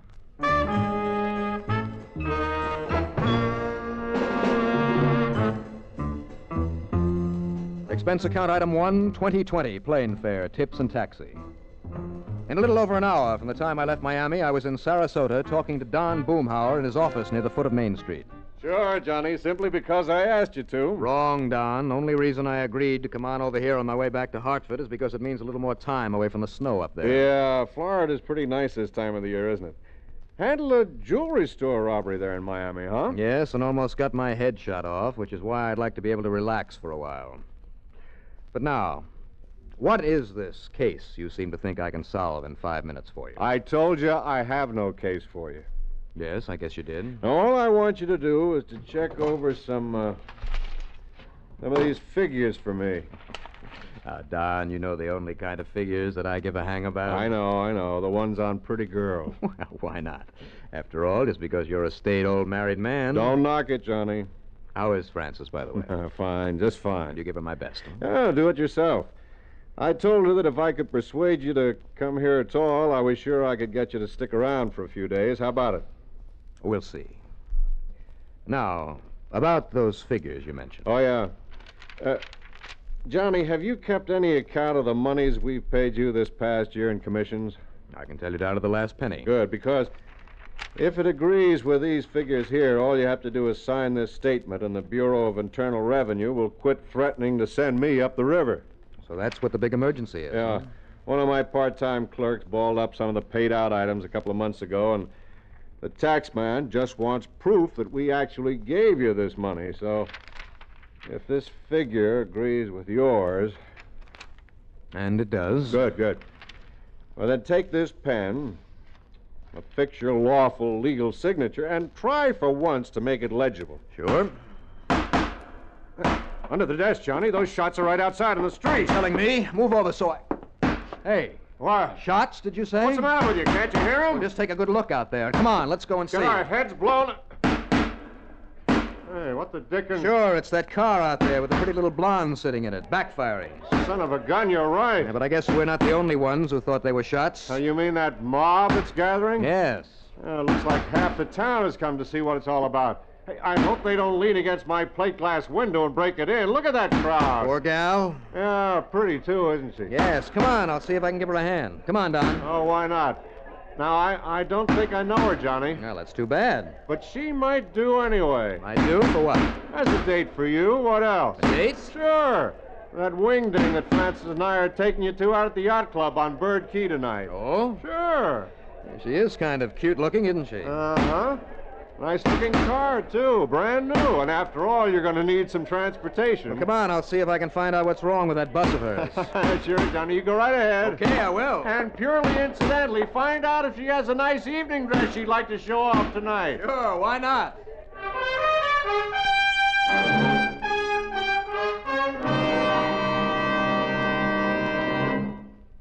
A number of years ago, it was said that, in spite of the large population of this planet, men and women remain the most inaccessible things on it. Today, we see this lack of understanding among peoples of the world reflected in headline stories. But it isn't because the people of the world are enemies. All people want to be friends. Long before the termination of World War II, Reverend Eugene Wood, a Methodist minister from Oceanside, California, went into a Scottsdale, Arizona camp where German prisoners of war were interned and offered his services to the imprisoned men. Among other things, Reverend Wood taught the men English, and he taught them about the United States of America. During the following years, after the men had been repatriated to their native Germany, nearly half of the internees corresponded frequently with Reverend Wood. Those men expressed a unique understanding of the people and the country of the United States of America. This great feeling of friendship and understanding prompted the minister to make a pilgrimage to Europe to seek out the men he had befriended in the prisoner of war camp in Arizona. This gesture on Reverend Wood's part gained him a fantastic welcome everywhere he went. In all the places he visited, he spread the gospel of love and friendship and had it returned to him. There were no enemies, only men with the love of freedom, the right of all men.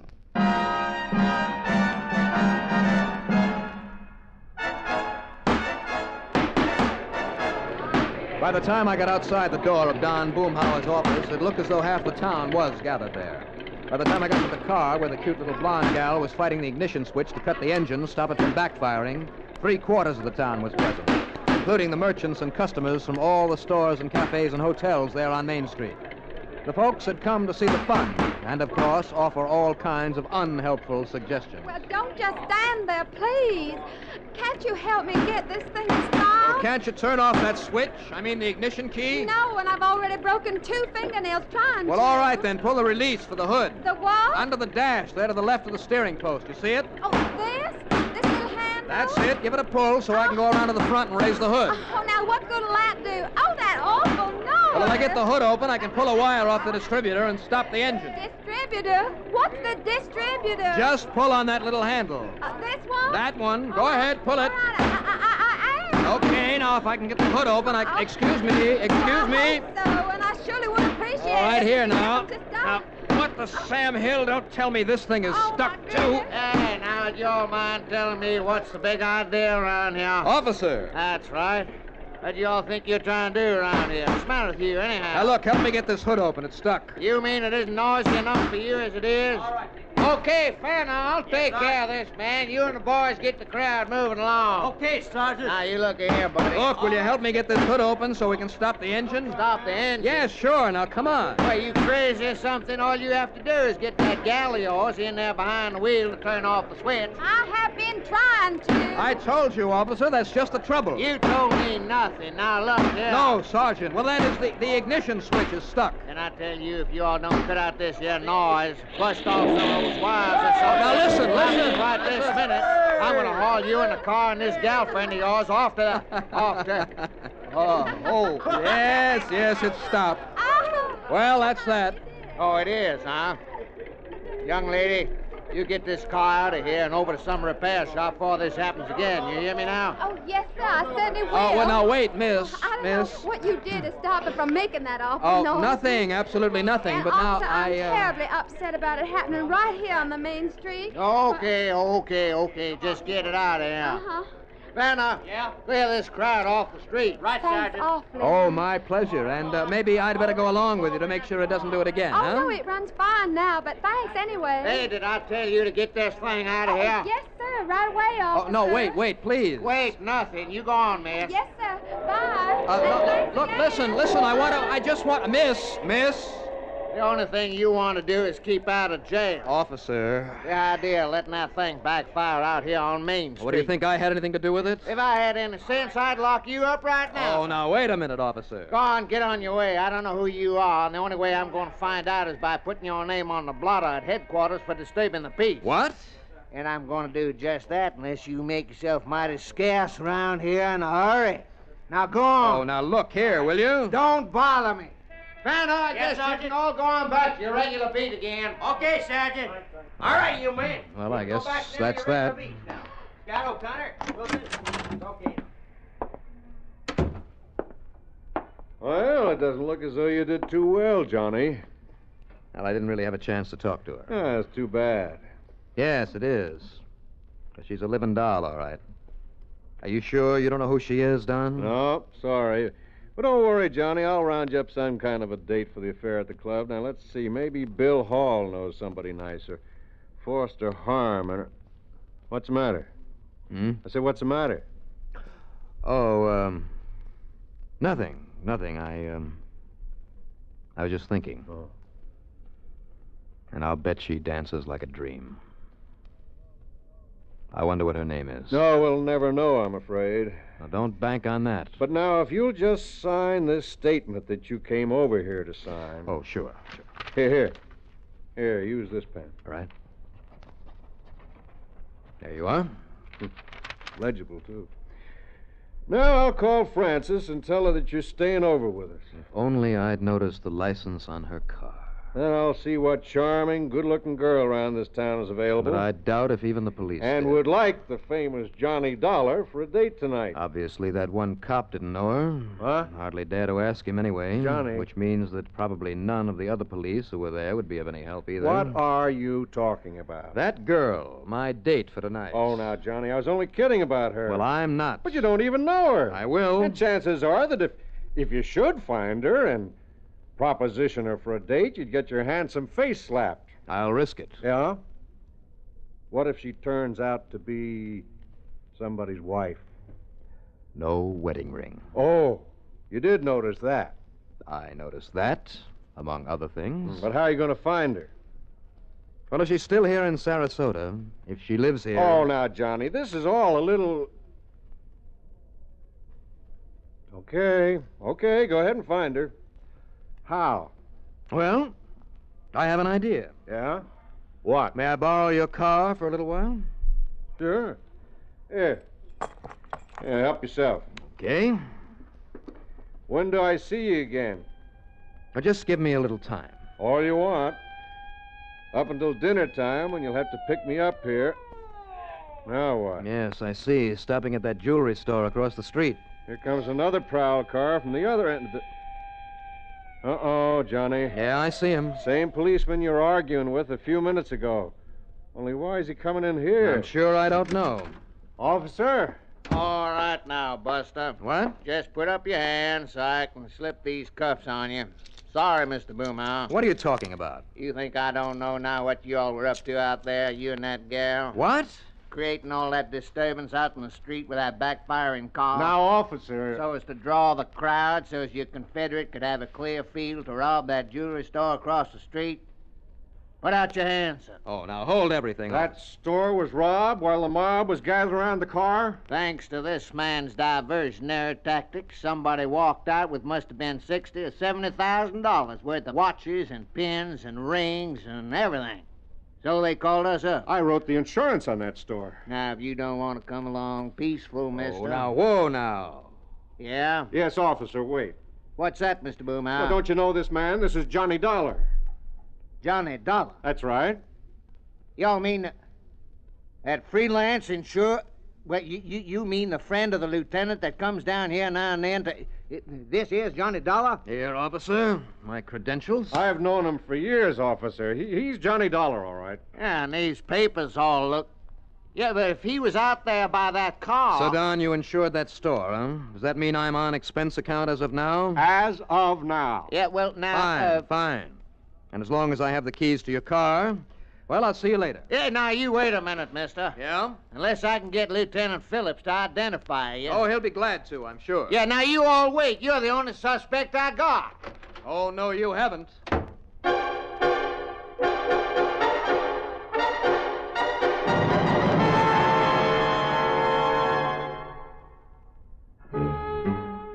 By the time the officer had recovered his wits enough to barge out the door after me, I'd raced around to the back of his office and taken off in Don Boomhauer's car. Stop number one was the car agency that sold the same make the gorgeous blonde had been driving, that backfired there on Main Street. No, they hadn't seen either her or the car in the repair shop. Well, anyhow, one of our nice new models kick up and backfire like that? No, sir. Then I made the rounds of every car agency in town. Nothing. All right, that clinched it for me. I mean, the reason for that car acting up as it had. But how to find it? If, that is, it was still in Sarasota. I drove aimlessly all over the place, hoping and praying that somehow I'd just happen to spot it. Yes, and hoping that Don Boomhauer had been able to explain things so the police wouldn't track me down and cramp my style. I racked my brain for some idea how to find that girl and her car. And I guess the strain on my so-called brain made me a little foolish, for I suddenly found that I'd driven way out of town, way out on Bee Ridge Road. I started ahead into a little side road on the edge of the swamp to turn around, and then... Well, don't tell me there isn't luck in solving these cases. Stalled there a couple of 100 yards up that dirt road was the car I'd been looking for. And standing beside it, waving for somebody to stop and help her, was the luscious little blonde.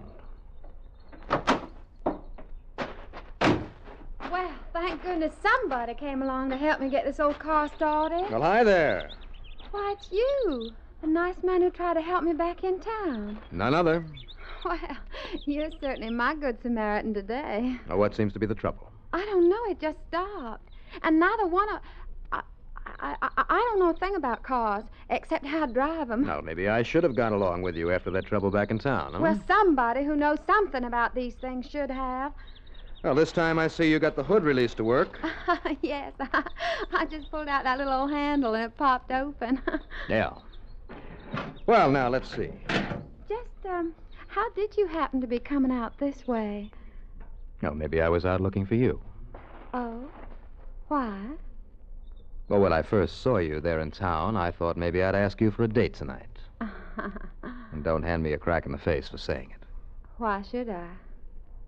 Well, thanks. You're cute. What's your name? Johnny.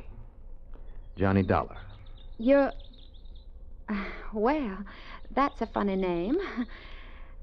Gee, Johnny, I hope you can get this running again for me. Well, I'll take a look. Uh-huh. So I took a look, with one eye watching her. But she didn't make a move, just stood there smiling. I replaced the ignition cable that had jogged loose. And then I saw it. That simple little device that meant this car had been rigged for backfire deliberately. Just like the old Chicago mobsters did it in order to cover the sound of gunshots. And then I thought I heard a noise inside the car. Somebody hidden behind the front seat, maybe? When I walked around and opened the back door, I see. Yeah, that's right, Mr. Johnny Dollar. You see a 38, and it's aimed straight at your belly. Shall I pick up a rock and slug him, Jim? Just relax, Sal. And that sack in there full of the loot from the jewelry store? What else? Did he fix the car, Sal? Yeah, I think so, Jim. Oh, it's fixed, all right. So if you two would like to continue on your merry way... Sure, after I take care of you and sink you in that car of yours in the swamp. Go ahead, Jim, and let's get out of here, Yeah, sure. Turn around, Dollar. Okay, now, Jim, listen. Turn around. So I can be nice to you. Give it to you in the back of the head so you won't know when it hits you. Oh, no, wait. So you won't know when it hits you. Oh, no, wait, Jimmy, look. What? Look, that car that's coming. Well, it looks like they followed me after all. It's a prowl car. The cops? Uh-huh. Blast him, Jim. Come on, blast Too him. late, baby. Hey, you okay, sir? Everything under control, Mr. Dollar? Sure, Sergeant, and I suppose I might have known you'd be tailing me. Yeah, well, yes, sir. Well, thanks. Thanks very much. Well, it's a pleasure, Mr. Dollar. And now, what about her? Johnny? Now listen, Johnny. Well, you see, I'd kind of asked her for a date, officer. Oh, I guess he did. But how about if she has a date with you instead? Say at headquarters?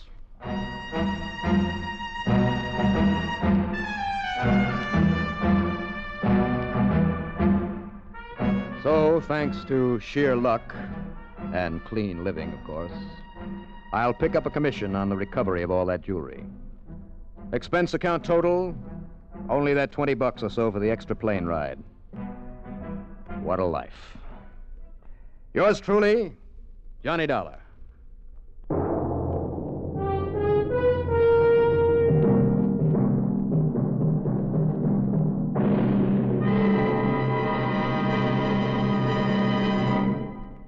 They say that clothes make the man. A smart-looking uniform can do even more. And oddly enough, military uniforms usually have been patterned after the civilian clothes of the day, with some pretty fancy additions, of course. The buckskin-clad rifleman soldier of 1775 was dressed the same as the frontier trapper.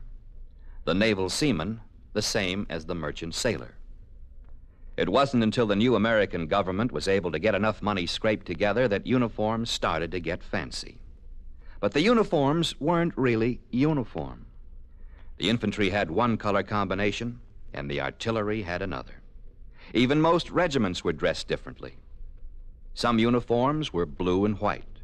Some were red and white. And others were red, white, and blue. Oh, yes, it looked like a pretty patriotic army. But each man also made an excellent target. It was more than 100 years before it was decided that all the frills and colors, plumes and gold braid would make a better dress uniform than fighting clothes. As battle tactics and weapons changed, so did the uniforms. Today, the American fighting man has a greater chance of survival in a uniform that blends with nature. And it's a uniform to be proud of for the great American heritage it represents.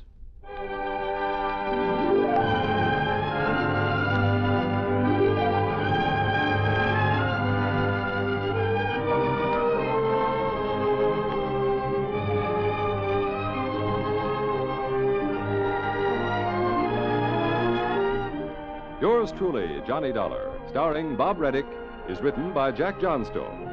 Produced and directed by Bruno Zerato, Jr. Musical supervision by Ethel Huber. Heard in our cast were Madeline Sherwood as Sally, Robert Dryden as the Sergeant, Carl Frank as Don Boomhauer, Larry Haynes as Jim, and Larry Robinson as the car dealer. Be sure to join us next week, same time and station, for another exciting story of yours truly, Johnny Dollar. This is Art Hanna speaking. Johnny Dollar has come to you through the worldwide facilities of the United States Armed Forces Radio and Television Service.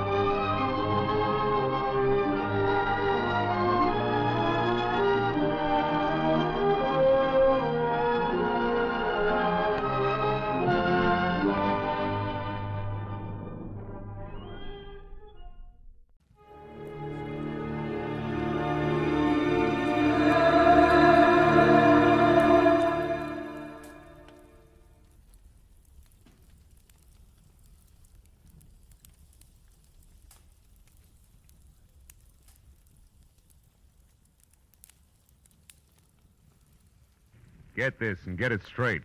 Crime is a sucker's road, and those who travel it wind up in the gut of the prison of the grave. There's no other end, but they never learn.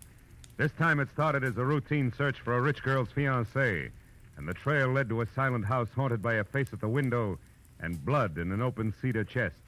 But before it was over, it became a search for a corpse that wouldn't sit still. From the pen of Raymond Chandler, outstanding author of mystery, comes his most famous character and crime's most deadly enemy, as we present The Adventures of Philip Marlowe.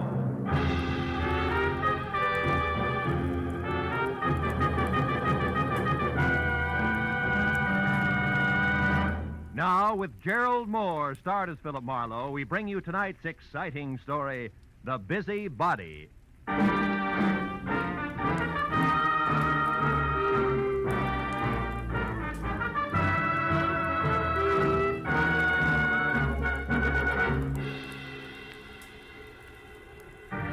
Jerked me up off my back and out of the sports page at 9:30 in the evening of an already too long day.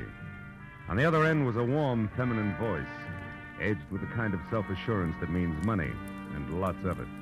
But the words were both hurried and panicky, so after I hung up, I reluctantly waded through the sports section with my feet instead of my eyes and headed for the coffee shop at Franklin and Bronson, where my new client, who had identified herself as Liz Stewart, said she'd be waiting.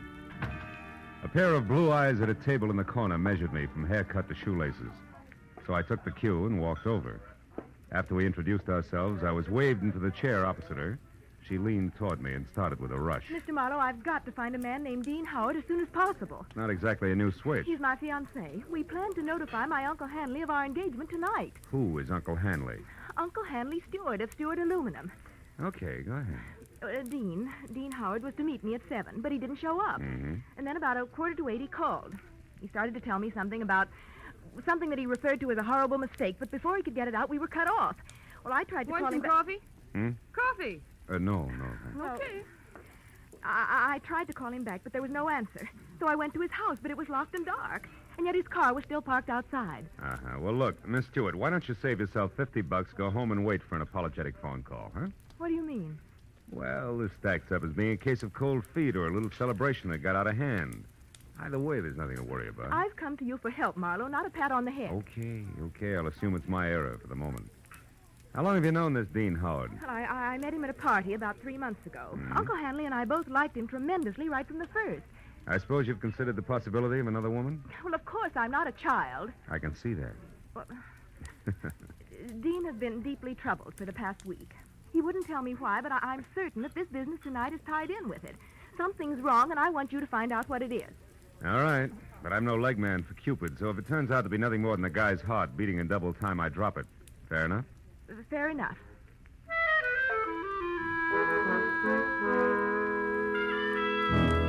She gave me a short list of posh joints she and Dean Howard sometimes visited, and his address, which was 312 Normandy. She said I could reach her at home, which was 28 Roxbury Drive in Beverly Hills. Well, $50 is $50, so after she left, I spent a handful of nickels checking the list by phone and drew a complete blank. So I drove out Los Feliz to Normandy and found the number, 312. As I walked up to the door and leaned on the bell, I got the feeling that I was being watched. There was no answer, so I tried the door. It was locked. I threw a look over my shoulder as I walked around the side of the house and caught a glimpse of a face in a window next door, just before the curtain was dropped back into place. The back door of 312 was locked, too, I found out, as did the face next door, which was watching me again from one of the rear windows. There was one answer to that, so I went out in the street and up the steps of the house next door and knocked, good and loud. What do you want? My name's Marlowe, lady. I'm a detective. You may be able to help me. A detective? Mm-hmm. Well, come right in, Mr. Marlowe. It's about time's all I have to say. I'm Agatha Lambrigger. What's he been up to? Who? Well, you're investigating that bachelor next door, aren't you? Yes. Oh, how'd you know? Stands to reason. I've known all along he's a suspicious character. Yes? Lived there a year now. Comes and goes at all hours. Drives that fancy car out there. Wears fine clothes, but nobody seems to know what he does or where he gets all his money. Well, look, Mrs. And girls. Oh. Well, believe you me, they don't come to clean his house. Never gets cleaned. But they come just the same. Why, only tonight there was one. Some blonde in a white dress. I tell you, I've never Mrs. seen Lambrigger, did the girl go inside? Well, no. But she tried to. The door was locked. And it's Miss Lambrigger. Oh, how stupid of me. Well, tell me, did you notice Mr. Howard come home tonight? Well, I didn't exactly see him come home. But he was over there all right. And not alone either. Is that so? Another girl? No, it was only some man. Oh. But it still bears out what I've been saying. Because I just happened to glance out of my window at this one here across from that one of his, you see. Yes, sir. Well, a light was on over there. And I could look straight down a hallway. And do you know what? What? Those two grown men were roughhousing like a pair of hoodlums in that hall. Wrestling they were, like ordinary ruffians. I tell you, I never saw the like. I got a good look at him, and I'd certainly know him if I saw him again. Well, how'd the fight come out? Fight? Yeah. What the... Oh, the fight. Well, I can't say about that. My phone rang. It was Lenore Crowley. She simply talks her ear off you when she gets does. started. So when I finally got back to the window, when I happened to look out again, it was dark over there. So I never did find out what actually happened. But Yes, I well, think thanks that very much for your help. I really must run. Oh, and another thing. The noise and the drinking that's gone on in that house. Why, you wouldn't believe it. Oh, you're leaving? As soon as possible, yeah. But you still haven't told me what he's up to. Well, I'm not at liberty to do that. Oh, well, that's a shame. Yeah. Well, I'll be here all the time, you know, and I'll certainly keep an eye on that house. Oh, I can't tell you how much I appreciate you're going to all this trouble just for me. Bonsoir, Miss Lambrigger.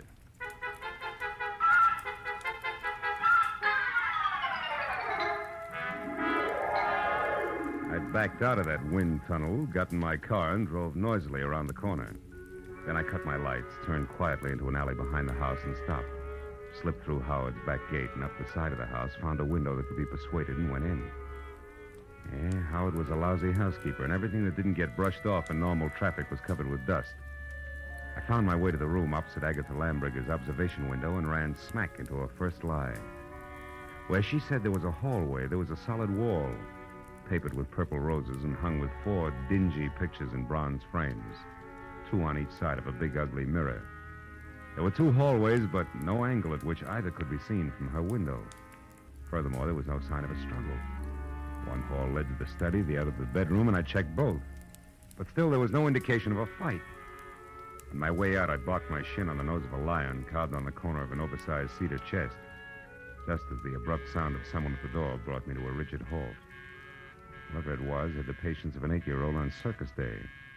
So I set myself up as the type who might live in a joint like this and answered. What's the matter with the lights, Howard? Blow a fuse? Or could this be some new economy measure? I like it this way. I don't think I know you. You should, Howard, you should. I called you yesterday about a certain money matter. The name is Leo. Don't go for your gun, Howard. Well, since yours is pointed at my third rib, why should I? Well, like I told you on the phone, my boss is anxious. You're way overdue, Howard. I want that $50,000 the boss loaned you 3 months ago. Have it for me the day after tomorrow. All of it. Without fail. He knows I'm good for my debts. Why all the pressure? Well, maybe he figures your investments aren't so smart. Like maybe you've been blowing too much on that second-rate canary, Carol. Oh, yeah, Carol. I remember. She's your girl. Well, that's none of my business. See you day after tomorrow about the same time.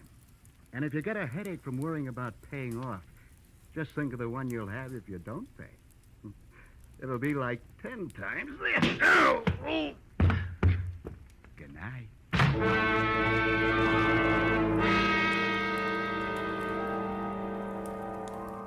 The .45 in his hand caught the side of my head, and I went out cold. When I opened my eyes, the room had shrunk until there wasn't enough space left to stretch out in. And the climb to my feet, was as easy as roller skating through a log jam. It wasn't until I found a match and had a light that I knew why. Somebody had moved me from the front door and crammed me into a broom closet like a bag of wet wash. When I got out, I saw that my cubbyhole was off the hall of the bedroom. I listened, but there was no sound in the house, so I started moving. But stopped when I noticed something else.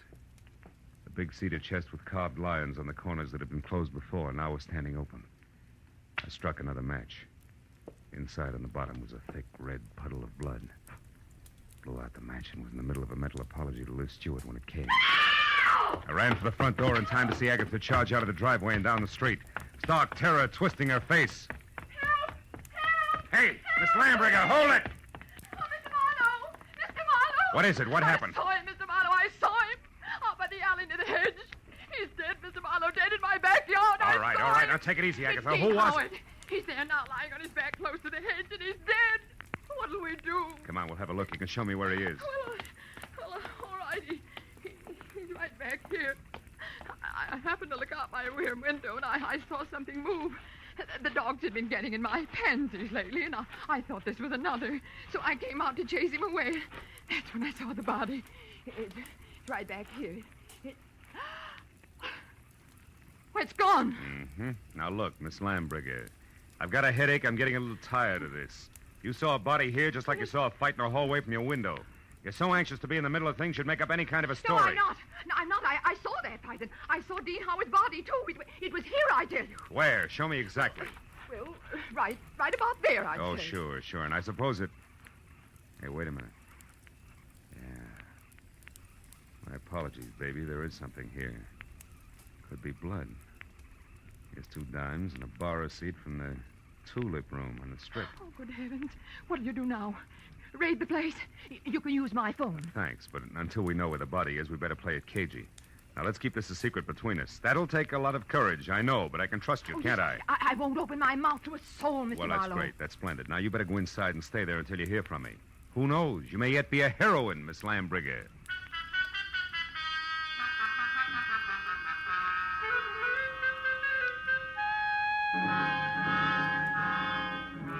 The bar receipt was a long shot. When I was still 2 blocks away from the tulip room, I knew it had paid off because a fluorescent banner, 4x12, draped over the front of the squat square building, extolled the vocal virtues of one Carol Cody. I parked across the street, went in, and found a dressing room door and knocked. She distinctly said, "Come in," but when I did, I thought the room was empty, until a small handful of spangled satin costume hopped up from behind a screen in the corner. I made a sight-unseen introduction. It was only a moment later that a tall brunette, filling a white silk blouse and snug, dark slacks, stepped out, tossed a few pounds of glossy black hair away from her face, and gestured me into a chair. Which paper did you say you were from, Marlowe? I didn't, honey. I'm a private detective. I can't use it. Don't give odds on it, baby. Not yet, anyway, huh? Let's talk first. For instance, what's with you and Dean Howard? Dean Howard is a low-crawling thing. That's strange. Had it you loved him. I didn't till tonight when I found out that he has 2 heads. That's so he can lie and keep a straight face with one while he laughs up his sleeve with the other. Nuts to him. Nuts to Liz Stewart and her money and nuts to you. I hate Dean Howard enough to kill him, and I might just do that. I don't think you will, no, because somebody beat you to it. You mean Howard's dead? Looks that way, yeah. I'm not sure because he won't stay in one place long enough. Well, if you're trying to shock me, you're wasting your time. I'm not sorry. I think we've got company. Keep talking, I'll get him. As you say, my friend, the music business is just as lousy as any other dodge, and I can prove it. Come here. You're a good listener, Bud, so join the party. Who are you? Why are you listening out there? Come on. No. Just a minute. I wasn't listening. I was looking for you, Marlowe. I'm Ward Odom, Mr. Hanley Stewart's assistant. You're doing fine. Don't stop now. Well, ever since I learned that Miss Stewart hired you, Marlowe, I've been trying to talk to you. I followed you here from that place on Normandy because I must know what you found out so far. Why? What business is it of yours? Because, Mr. Marlowe, I doubt very much that you even know of the robbery. Robbery? What robbery? More than $40,000 worth of negotiable securities was stolen from Mr. Stewart's safe this evening. You get all your information at keyholes? And I have reason to believe that the man you're looking for took them. Of course, I don't dare accuse him without proof of his relationship with Liz, Mr. Stewart's niece. If I were wrong, it would cost me my job. Odom, did Liz know about the robbery when she hired me? Why, of course. Oh, brother. Look, see this? Her name is Carol. She's involved right up to her mascara in the whole mess. Don't let her out of your sight till I get back. Me? Why, you cheap shot. Shut up. And as for being cheap, I'll take care of you when I get back.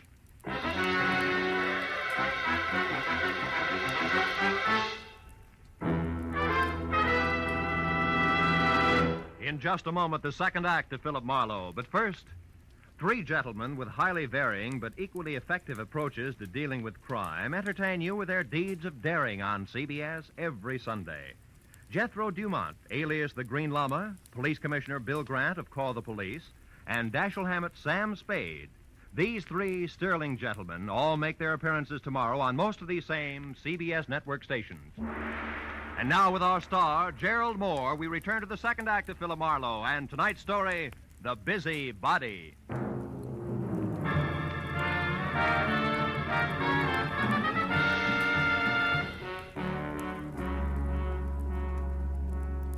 After convincing Ward Odom that his greatest contribution to the cause would be staying close, but not too close to the violent lady in slacks, I piled into my car and started for Beverly Hills in a beautiful liar named Liz.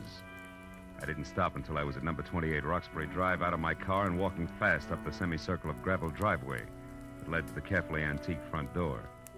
But then, for two good reasons, I stopped again. The first, a squad car parked ahead of me that said everybody except Marlowe knew all about the bonds Mr. Hanley Stewart could no longer call his own. The second reason, and more important, was my client, Liz Stewart, sneaking out of a side door and hurrying toward a gray coupe.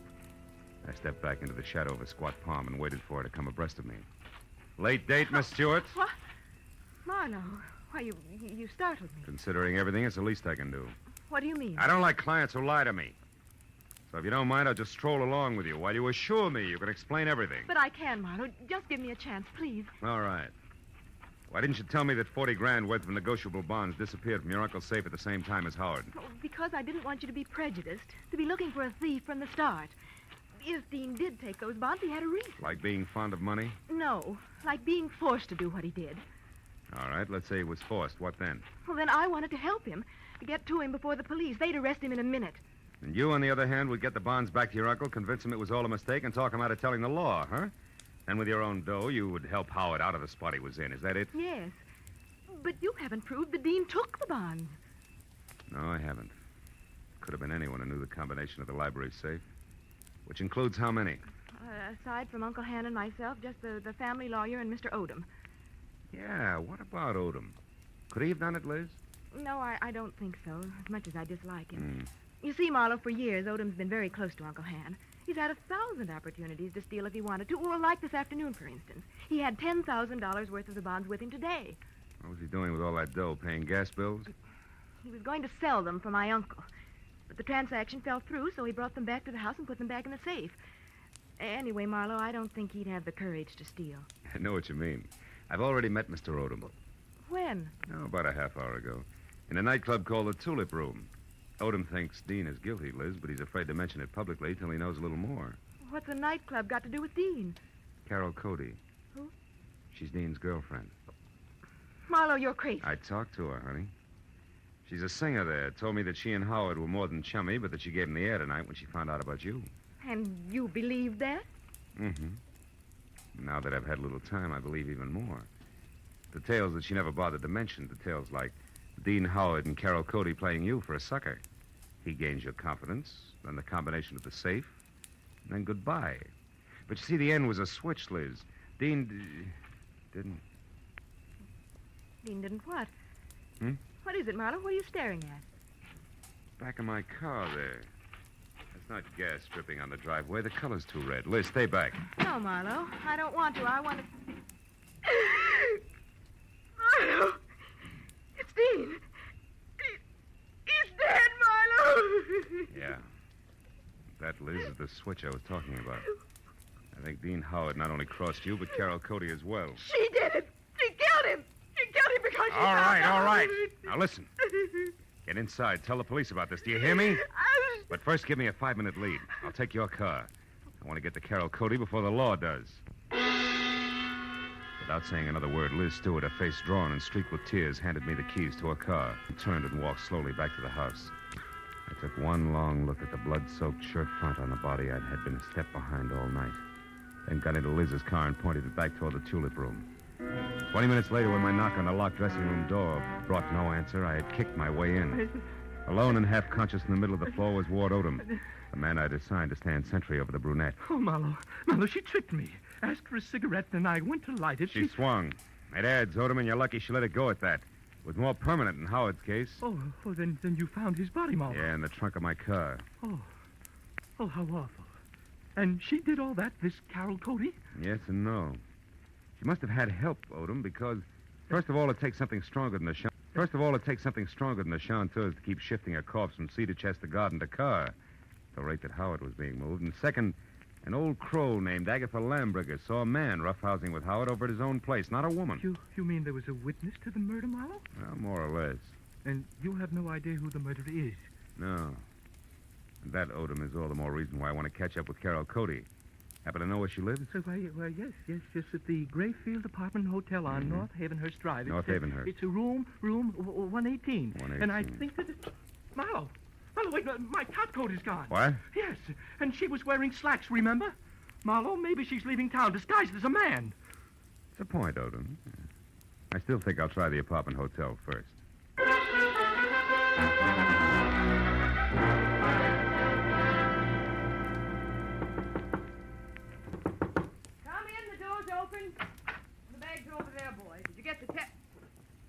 Marlowe, what are you doing here? Not doubling for a bellhop, so get over there, sit down, and keep your hands in your lap, because if I have to, I'll shoot. What? I don't understand. I'll make it real plain. I think you murdered Dean Howard because he double-crossed you after he emptied Hanley Stewart's safe. And I think you're out of your mind. Which brings us to a position called stalemate, and that in turn makes this a good time to call the cops. I didn't kill Dean. I swear I didn't. Oh, listen to me. What you said about Dean double-crossing me after he stole the bonds is true, but not the way you think it is. Second verse. He didn't want to just cut me out of my share, Marlowe. He wanted to return all the bonds intact. He really fell in love with Liz Stewart and decided to play all-American boy. You mean he decided to call it all off after he'd stolen the bonds? Yes, Marlowe. That was the reason we argued tonight. Well, it's a stronger reason than one I already had for your committing murder. Baby, you wanted that money bad. No, you're wrong. Come back here. Why did you belt Odom and run? And don't bother denying that you did, because I just left him. And he's minus good health and that top coat over there. So if you think that you... I can explain that. I was scared that a confession out of Dean would get me into hot water. And when you showed and then Odom, Just a minute, Carol. But Marlowe, Just a minute, will you? I think I've got the answer. What answer? It's dust, Carol. Dust and what an old gossip swears she saw from her window. Right now, I've got to get over to her place before she ends up looking like the late Mr. Howard. Well, then you believe me, Marlowe, about not killing Dean. I don't know. But since you've been in this cheap swindle from the start, we'll just tuck you into an old-fashioned wardrobe. Just for safekeeping, baby.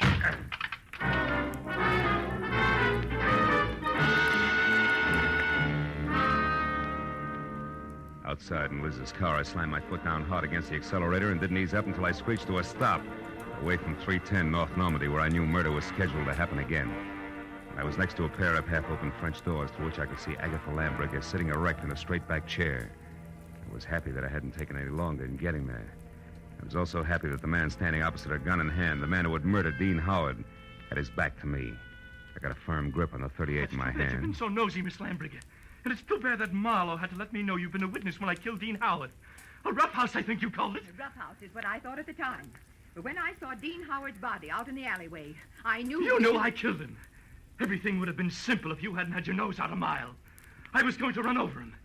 And it would have looked like an accident. But I had to move the body after you saw it. Marlowe's car looked good until I could dispose of it. But there's no point telling you all this. You won't be able to gossip about it, Miss Lambriger. I'm sorry. Sorry, but that's the way it has to be. You or me. I vote for you, Odom. Drop your gun before I close the polls for good, real noisy like. Come on, drop it. No, don't shoot. I dropped it. Okay.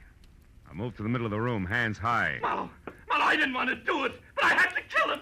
Dean Howard was going to return the bonds he took. Marlowe, and that please would have left listen you in to a me. spot, wouldn't it? Because Howard only stole 30 grand out of that safe. You were taking 10 grand to legitimately sell for your boss. I know what And when you went to I know what return them, you happened. saw there'd been a theft. And you decided to make the most of it and let somebody else take the rap for the whole 40 grand. Keep your eye on him, Mr. Marlowe. He's just Don't going- worry, a man who shoots another man in the back has no guts. He won't try anything while I'm looking at him. No, Marlowe. I don't have any more guts than it takes to jump behind a woman's skirt. I'll leave you choked to death if you take one more step. Now lower your gun and listen. All right, let her go, Odom. Sure, let it go. Just as long as you cooperate, Marlowe. Marlowe, don't be a Shut fool. up! Shut up! Marlowe, shoot! You kill me anyway. Shoot! No! Shoot! No, don't shoot! Marlowe! No, don't shoot! Don't shoot!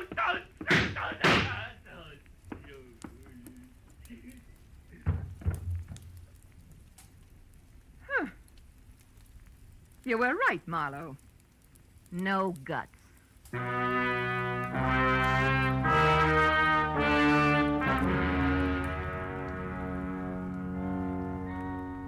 It was an ambulance, a half a dozen squad cars, and a police captain included, and 3 long hours of questions and answers in triplicate later, before 310 North Normandy and Environ settled back to being just another quiet house on just another quiet street. With, of course, the exception of Miss Agatha Lambriger, who now would never return to normalcy. And as we sipped hot tea together and a clock someplace deep in another room struck twice, Now, Philip, so I'm sure I had this she was right. still going strong. Dean Howard owed money, so he and that worthless singer decided that he should get friendly with your wealthy client and then at the propitious moment rob her uncle, correct? Correct, yeah. But what I don't understand is how you knew it was that awful man Odom. Well, there were 2 things, honey. His anxiety to get me to Carol, together with a streak of dust the length of Odom's topcoat sleeve, all added up to a hunch. That, Philip, I don't understand. Well, you got to take them in reverse order. I saw dust on Odom's topcoat sleeve when I was in Carol Cody's apartment. That reminded me of the dust all over Howard's place. Oh, a mess, that house. Yeah, luckily. And the dust was the length of the sleeve, as though somebody had brushed against the wall, coated thick with it. As one would in searching for something, hmm? That's right. Now, there's another thing. You saw Howard and another man roughhousing in a hall by looking out of that window there. Mm-hmm. Where, Miss Lambriger, no hall is visible, but where there is a mirror. Oh, then you mean I actually saw a reflection. Yes, darling, you did. Dean Howard hid the bonds behind the mirror. Which tilted so that I saw the reflection of a side hall. That's right. Well, now, Philip, one last question. Why did Odom move the body?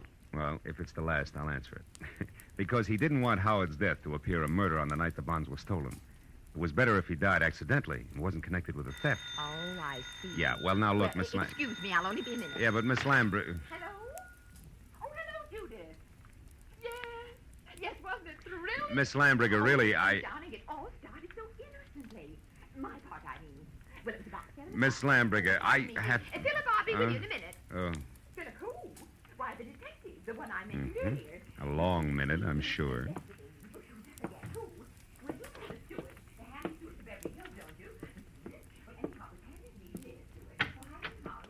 Goodbye, girl.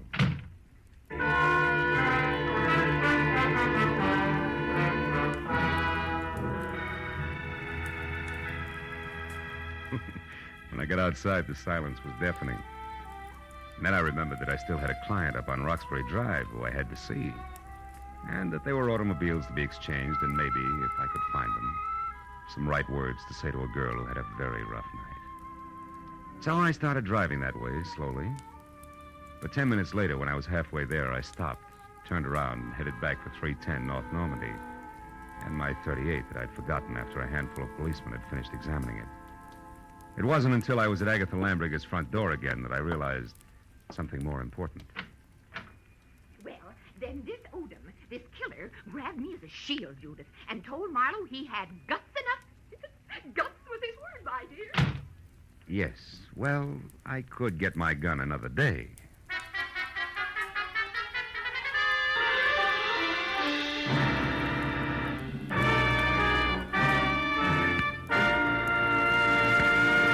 The Adventures of Philip Marlowe, bringing you Raymond Chandler's most famous character and star, Gerald Moore, and are produced and directed by Norman MacDonald. Script is by Mel Donnelly, Robert Mitchell, and Gene Levitt. Featured in the cast were Lois Corbett, Lorette Filbrandt, Lynn Ellen, Peter Leeds, and John Stevenson. The special music is by Richard Orant. Be sure and be with us again next week when Philip Marlowe says...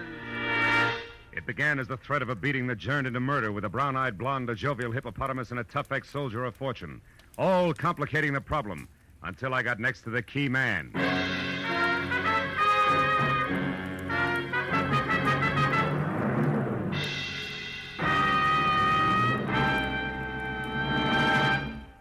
Will you be listening when $51,000 go on the block during Sing It Again tonight? $26,000 in fabulous prizes for solving the mystery of the Phantom Voice, and additional $25,000 in cold, hard cash for answering only one more question about the Phantom. There's many another prize, too, for unriddling the smart, tuneful little riddle songs that keep Sing It Again moving at a terrific clip for the hour that it's on the air. It'll be here a little later on most of these same CBS network stations. This is Roy Rowan speaking. Stay tuned now for Gangbusters, which follows immediately over most of these same CBS stations. This is CBS, the Columbia Broadcasting System.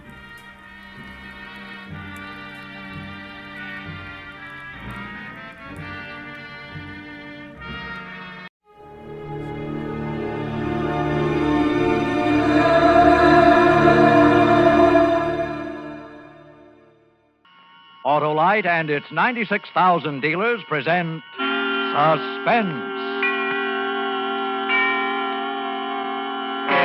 Tonight, Autolite brings you Mr. Edward G. Robinson in A Case of Nerves, a suspense play produced and edited by William Spear. Say, Hap, where'd you get that medal? Won it at the carnival last night, Harlow. Shot 10 clay pigeons out of 10. Well, that's real firing, Hap. Sure as an Autolite spark plug. Guess I qualify as an expert, eh, Wilcox? Well, Hap, the clay pigeon field is a bit limited. But take Autolite engineers. You see, they design and build Autolite spark plugs to work as a team with the coil, distributor, and all the other important parts of the ignition system. That means Autolite spark plugs are ignition engineered by experts, and they're world famous for quality and dependability. I guess that's why Autolite spark plugs are unexcelled in quick starting, smooth performance, and gas mileage. Right, and these same Autolite engineers developed the famous Autolite resistor spark plug, one of the greatest advances in spark plug design for automotive use in the past 20 years. So, friends, see your friendly Autolite spark plug dealer tomorrow. Have him replace worn-out spark plugs with ignition-engineered Autolite spark plugs. Whether you choose the resistor type or the regular type, you can't buy a better spark plug for your car because you're always right with Autolite. And now, with A Case of Nerves and the performance of Edward G. Robinson, Autolite hopes once again to keep you in suspense.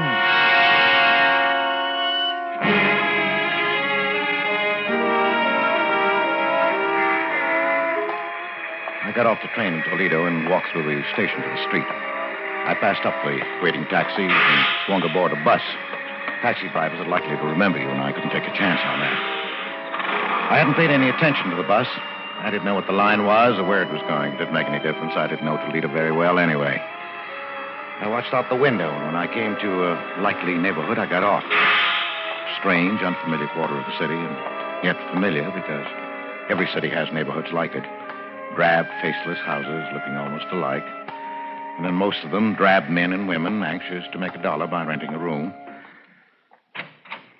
Now, this here is a nice room. It's the best one I got. Your windows on two sides. There's a nice soft bed. Well, I'll take it.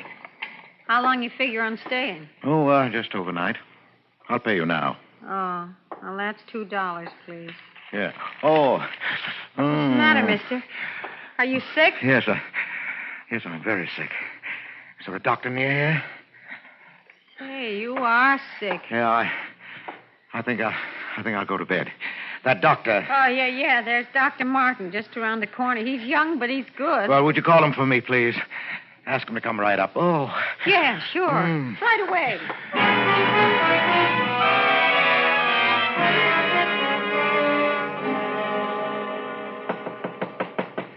Come in. I'm Dr. Martin. You're Mr. My name is Wentworth, Doctor. James Wentworth. Oh, yes. I just got into town. I'm afraid I'm in for my old trouble again. Oh, what's that, Mr. Wentworth? Trigeminal neuralgia. Ah. I had bad attacks before. Just where is the pain? Here. And here. Oh, yes. Now, if you'll... No, don't touch it. It's like a red-hot iron, even the draft of air. I know. Really, you should have that nerve operated. Yes, I'm going to have it down when I get home. Oh, and where's that? Cleveland. Cleveland. I know a lot of men there. Who's your doctor? Dr. Fletcher. Lawrence Fletcher. No, Andrew. Andrew R. Fletcher. I don't recall him. But he's waiting to clear up a heart condition before he operates. Oh, yes, very sound. Now, how did this attack come on? Oh, the way they always do. I was shaving, and I touched the nerve with the razor. Oh, yes, the trigger point. It's very typical. Well, that doesn't help me when that nerve starts jumping. When will you be back in Cleveland? About 3 days. I'll give you a prescription. This is morphine, quarter grain. You've taken it before? Yes, that's the only thing that gives me any relief. Well, then I don't have to tell you about it. I'll drop this off at the drugstore and have them send it up. Well, thank you, Doctor. Tell him to hurry. And I'd better give you a shot right now. Huh? You know, Doctor, I think the pain isn't so bad now. I don't like to take more than I have to. Oh, well, if you're sure you can get along. Well, yes, I can make out all right. I'll hold the tablets until later.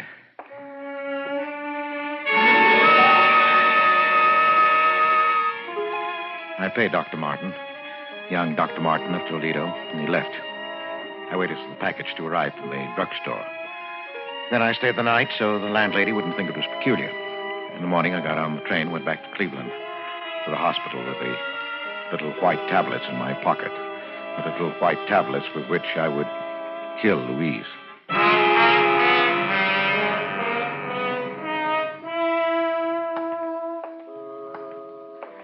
It had been so simple to deceive the young, impressionable doctor.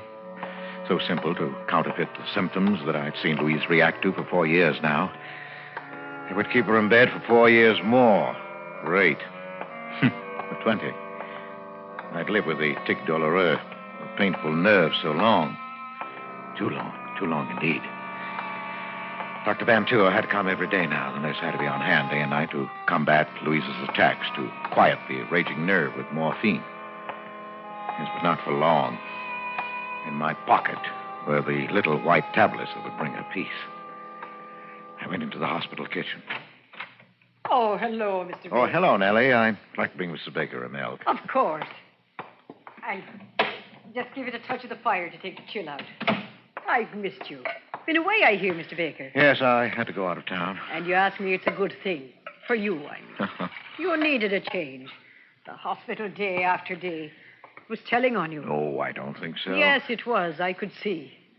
You're a good man, Mr. Baker. Believe me, it's like a saint you're bearing your trials. Not like some others I could mention. Well, isn't the milk ready, Nellie? It is. There we are. Spoonful of sugar.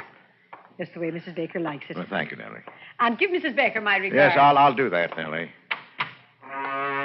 Now, it was just a matter of stepping into an alcove on the way to Louise's room, dropping the white tablets into the warm milk. The sugar would mask the bitter taste. Oh, here. An ideal spot. Mr. Baker. Huh? Oh, nurse. Did I startle you? I didn't mean to. No, of course not. Oh, bringing Mrs. Baker a milk, I see. Well, I'm going up there myself. May I keep you company? Yes, of course. Nurse White walked beside me to Louise's room. My chance for the night was gone. Another night of pain for Louise. I felt the sudden anger of the nurse. And a moment later, I realized how unreasonable it was. It was hard to be angry with anyone so pert, so alive, so beautiful.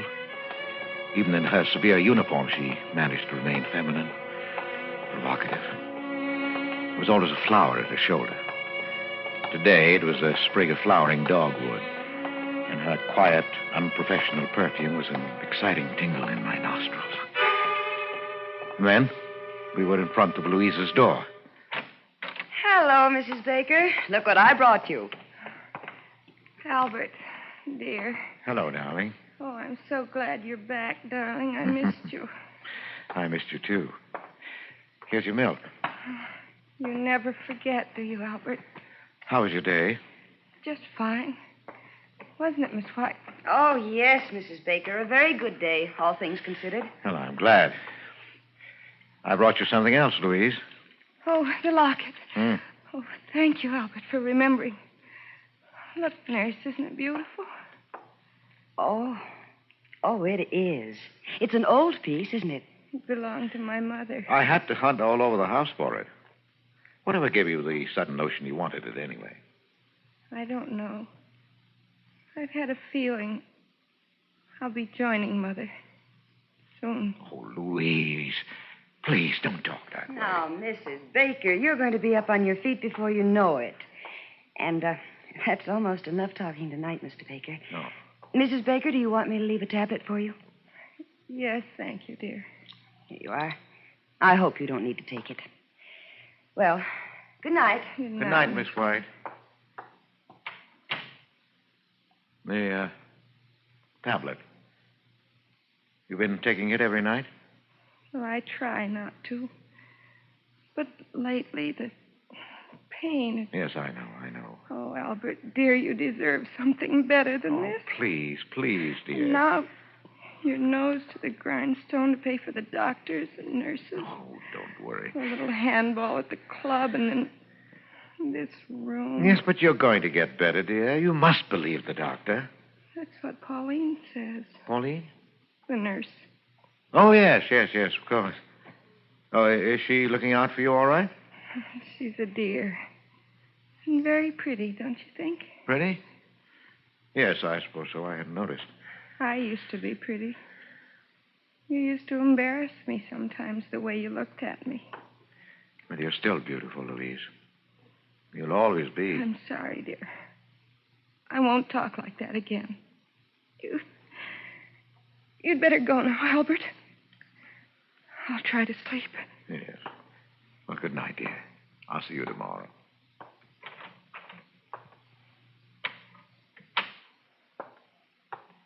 Mr. Baker. Oh. Miss White. I thought you'd gone. I wanted to talk to you, Mr. Baker. Yes? It's about Mrs. Baker. She worries me. Her mental state is very low. You heard how she talked about her mother, the locket. Yes, I heard. She needs something, I don't know what, to snap her out of this mood. I just thought I'd mention it to you. Yes, thanks. Oh, where are you going? To put the morphine away. You know, I don't see why Dr. Van Tour doesn't give her more of that stuff. She needs it. Yet you ration it out as though it were poison. Well, it is poison, Mr. Baker. That's why I'm particularly careful about Mrs. Baker. But you don't think she'd actually... Oh, well, usually the ones who talk about it don't do it, Mr. Baker, so I wouldn't worry. Well, good night. Wait a minute. Yes? Miss White. Pauline, isn't it? Why, yes, I didn't think you knew. Well, would you mind, when we were alone, if I called you Pauline? I'd like it. Thanks. Well, you know, this is an awful thing to ask, but, well, you know, it's been pretty lonely for me. Oh, yes, I know. That is, I can guess. Well, would you let me take you to dinner this evening?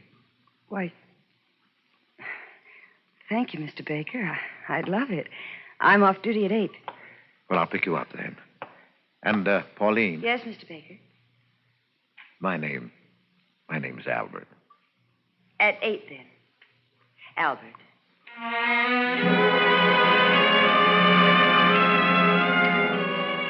My heart sang. She was perfect. Everything was perfect. I had my poison. I had my witnesses.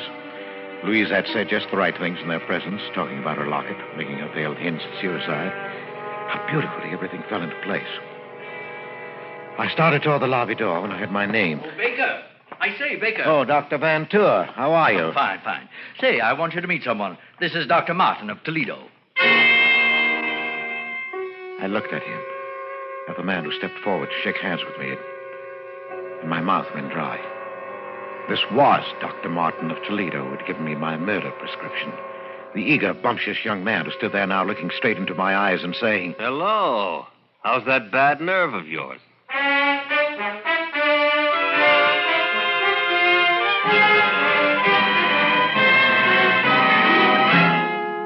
Autolite is bringing you Edward G. Robinson in A Case of Nerves, tonight's production in radio's outstanding theater of thrills, Suspense.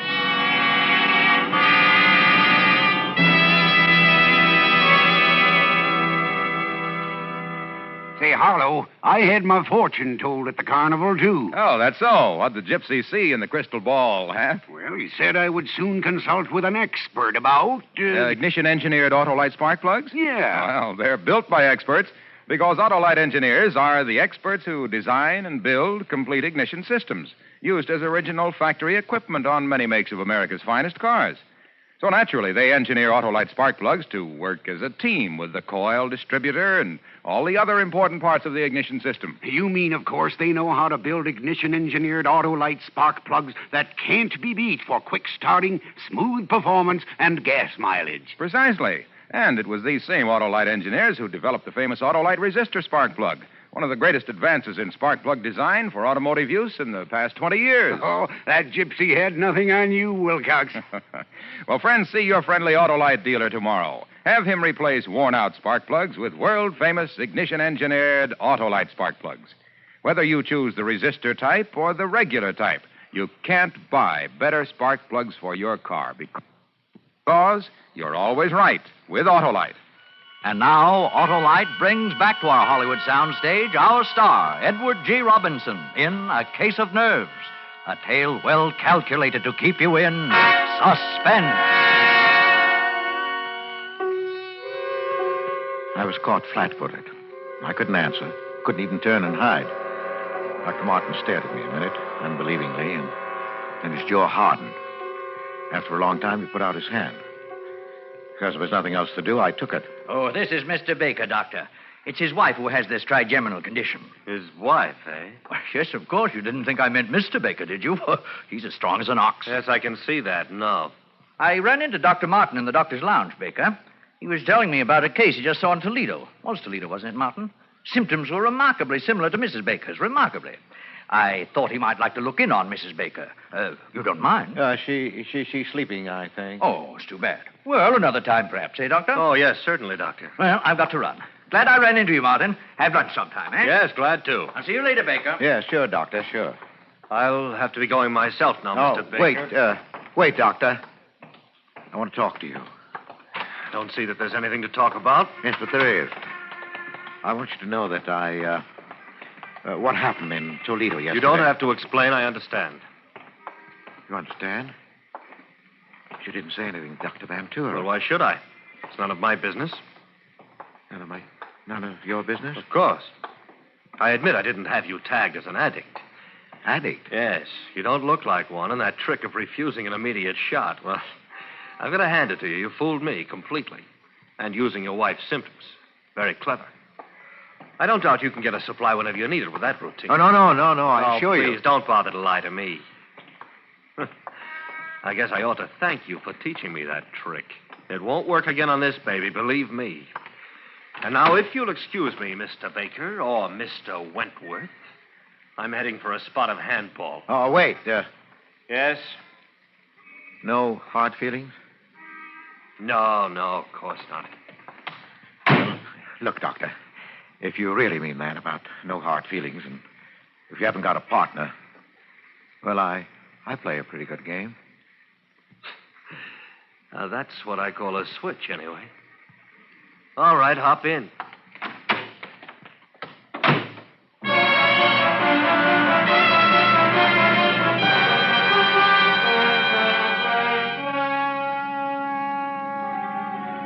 An addict. He took me for an addict, working on any dodge I could to get a supply of dope. Yes, but later, when he heard of Louise's death, he'd remember. I had no idea what I was going to do. I only knew that I couldn't let him go. He drove me over to the athletic club. He wasn't a member, but he held a courtesy card from a Toledo club, and he signed me in as his guest, laughing as James Wentworth. He was a fast man on the court, younger, too. I'd have had a hard time keeping up with him in any circumstances, but as it was, he beat me easily. I could think of only one thing, that he was dangerous. Dangerous, and I had to get rid of him somehow. It's a nice backhand you've got there, Baker. Wish I could handle those tough ones half as well. Oh, never mind the compliments, Doctor. Just remember the final score and be satisfied. Say, how about a sweat out? They've got a good steam room here. Yeah, sounds good to me. Here, this way then. Oh, take your towel. Oh. Boy. Oh, boy, this is hot. Sit on your towel. Yeah, good idea. Oh. That was lucky for me you came along. Place is dead today, not a soul here. Well, I enjoyed it. Oh, hot, isn't it? Yeah. Say, Baker, I misjudged you. Sorry. Oh, that's all right. Forget it. You really could do something for your trouble. Yeah? We've got a sanitarium in Toledo that have been having pretty good luck with addiction lately. I scarcely heard him. I only realized that we were alone, clouded in steam, not even visible to any casually curious person looking through the glass square in the door. This was my chance. I'd never get another like it. Take nerve, of course. I picked up my towel. Plenty of that. What are you doing? I'm sorry, Martin, but there's no other way.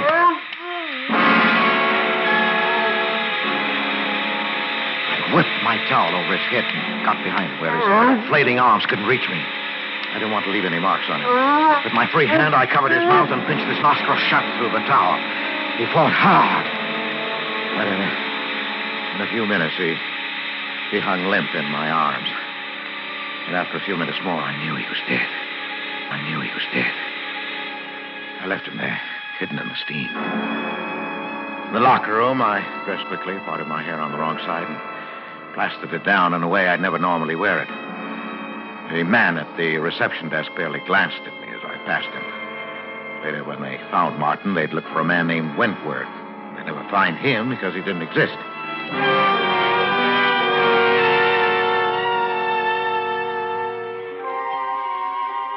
It wasn't even that close.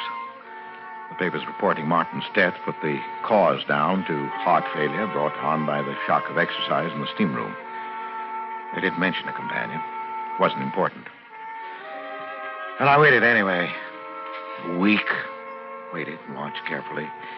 Because now not only Louisa's future was at stake, but my own and Pauline's. There's the nurse's quarters, darling. You better not come any nearer. Oh, Pauline, dearest. I know, darling, I know. Oh, you must let go now. I'm late already. No. Albert. No, yes, dear. I'm leaving the hospital. I'm taking a job in Chicago. You know what? Yes. This is hopeless. I can't stand it. Taking care of your wife, smiling at her, seeing the two of you together. But you can't do it. I couldn't live without you. Now that I found you, What do you think this is going to do to me? But I can't. When are you going? I'm giving notice tomorrow. Tomorrow? Oh, my darling. Goodbye. Pauline!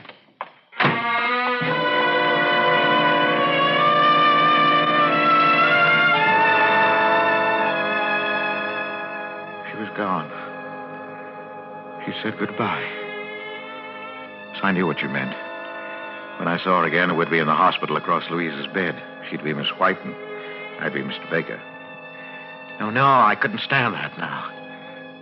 Yes, but there was one sure way to hold her. The little white tablets were still in my pocket.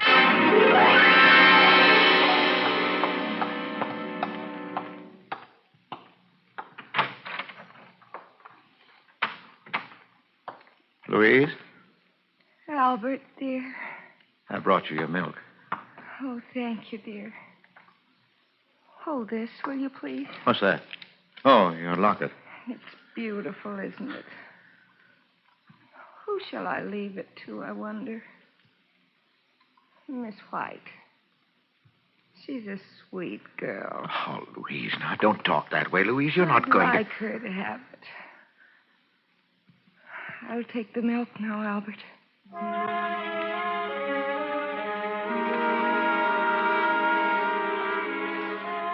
She drank it. I had to clench my jaws to keep from crying out. She smiled and held out the empty glass to me. And it was over.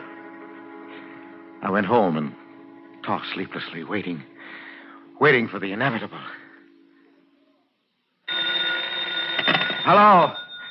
Yes? Yes? No. No, I'll be right over.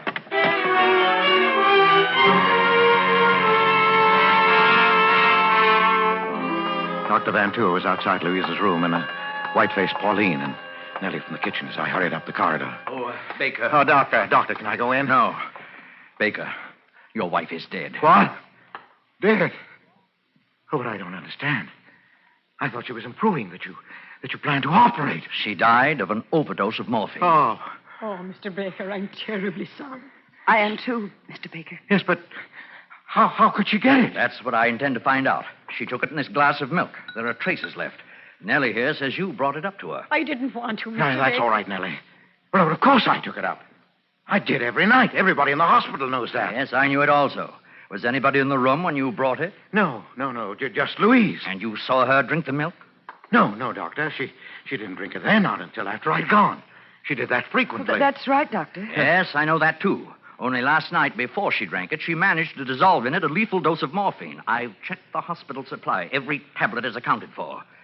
We keep a very strict count, you know. Yes, I know that. Have you anything to say, Baker? Well, I hardly know. I'm stunned. Doctor, what do you mean? Surely you're not accusing Mr. I'm Baker. not accusing anyone. That will be up to the police. Now, wait a minute, Doctor. You're making a mistake. It seems perfectly clear. Yes, but I didn't kill her. Oh, no? Then how did she die? Well, she took her own life.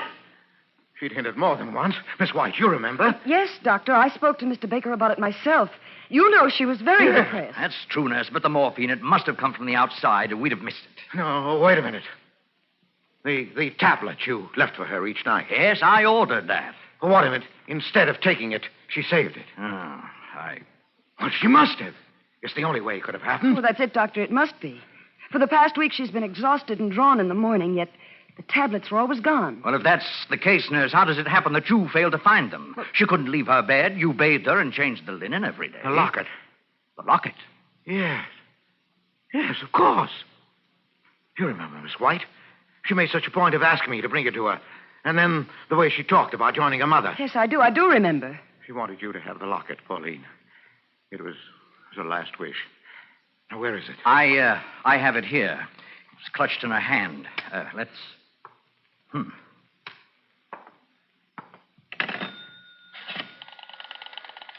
Police headquarters, please. You have to notify them? Yes, I do. Police headquarters, give me homicide. Please. Homicide? Yes, I'll wait. Are you out of your mind? I just got through explaining everything. Yes, you explained everything, including what still puzzled me. You see, Baker, you were right about this locket. Your wife did have a reason for wanting it. Look, I'll open it. You see? It's full. 1, 2, 3, 4, 5, 6, 7 quarter-grain morphine tablets that she saved at the cost of 7 nights of agony. And she would have taken them last night. Only you beat her to it.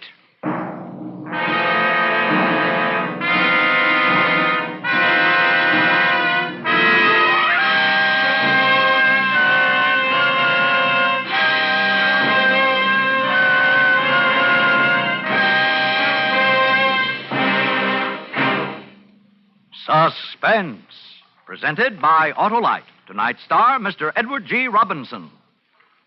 Say, Wilcox, do you know what else the gypsy saw in the crystal ball? Well, Hap, if it was a really big crystal ball, she might have been able to see more than 400 products made by Autolite for cars, trucks, planes, and boats in 28 plants coast to coast. These include complete electrical systems used as original equipment on many makes of America's finest cars. Generators, coils, distributors, voltage regulators, wire and cable, starting motors, electric windshield wipers.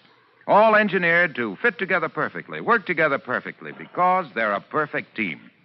So, friends, if your Autolite-equipped car needs replacement parts, ask for and insist on Autolite original factory parts at your neighborhood service station, car dealer, garage, or repair shop.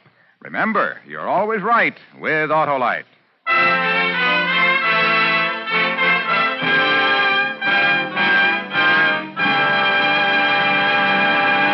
Next Thursday for Suspense, our star will be Charles Boyer. The play is called The Case of Henri Vibard. And it is, as we say, a tale well calculated to keep you in suspense.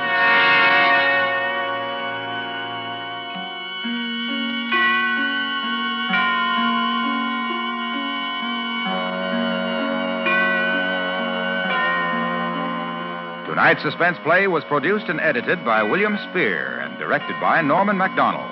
Music for Suspense is composed by Lucian Moraweck and conducted by Lud Bluskin. A Case of Nerves is an original play written for radio by Lawrence Goldman.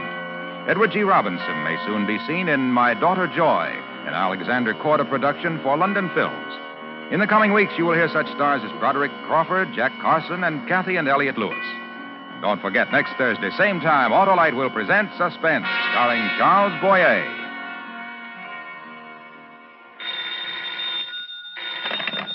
You can buy world-famous Autolite resistor or regular spark plugs, Autolite stay-full batteries, Autolite electrical parts at your neighborhood Autolite dealers.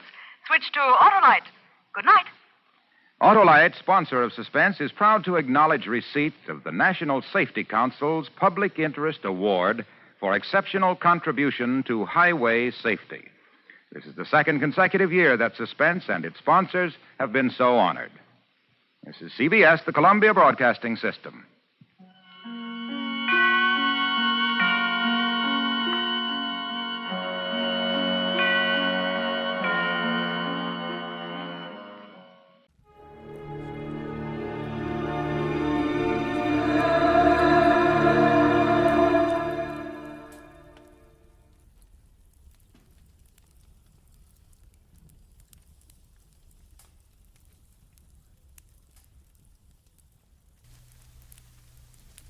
We delay the start of our scheduled program.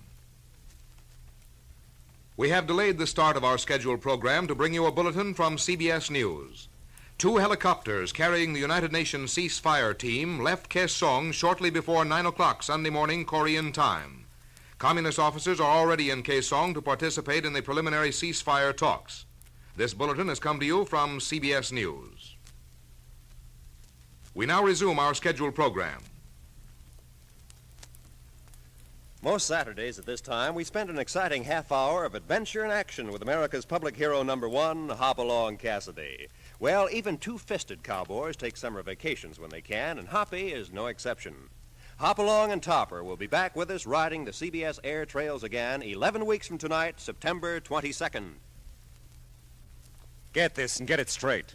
Crime is a sucker's road, and those who travel it wind up in the gut of the prison of the grave. There's no other end, but they never learn. From the pen of Raymond Chandler, outstanding author of crime fiction, comes his most famous character in The Adventures of Philip Marlowe.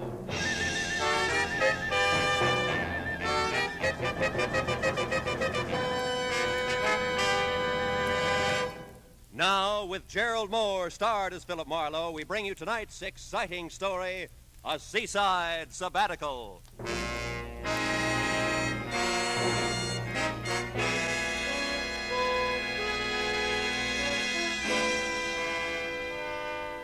Wire in my hand said it all. Need your help, urgent. Meet me at 8:30 tonight, Ship's Galley Cafe, Long Beach.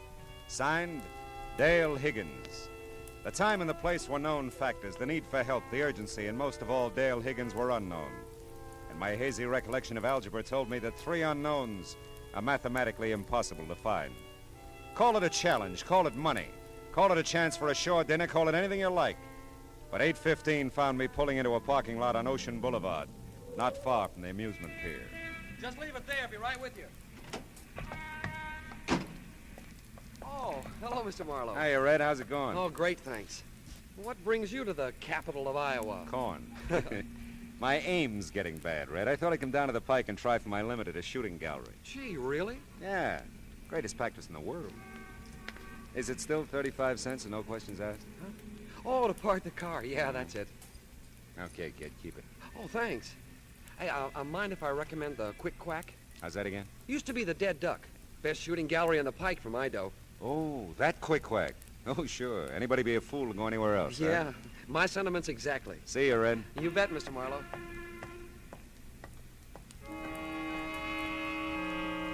Red's a nice kid. His name was a natural. He was blonde. I bobbed along Ocean Boulevard in a direction that instinct and a blaring blue neon sign indicated would lead me on course to the ship's galley. The night was muggy and close. You wore it like an extra coat. And the ocean breeze I'd anticipated had retired in favor of alternate waves of fog that rolled in, engulfed you for a moment, and as suddenly rolled out again. I was very nearly on time for my 8:30 appointment with Dale Higgins as I turned blue beneath the ship's galley neon and stepped inside to be greeted by tight little groups of faces that opened and closed to admit food, drink, and talk, all indigo. The door behind me closed on two thoughts. My dreams of a shore dinner were blasted, and the ship's galley emerged as the last place in the world for anyone in need of urgent help to discuss his problems. But then, I didn't know Dale Higgins. Are you Philip Marlowe by any chance? That's right. Yeah, it looked like you were looking for someone. I'm Higgins. Oh, how are you, Higgins? Do we talk here? Probably not very well. No. Walk along the beach? Oh, fine.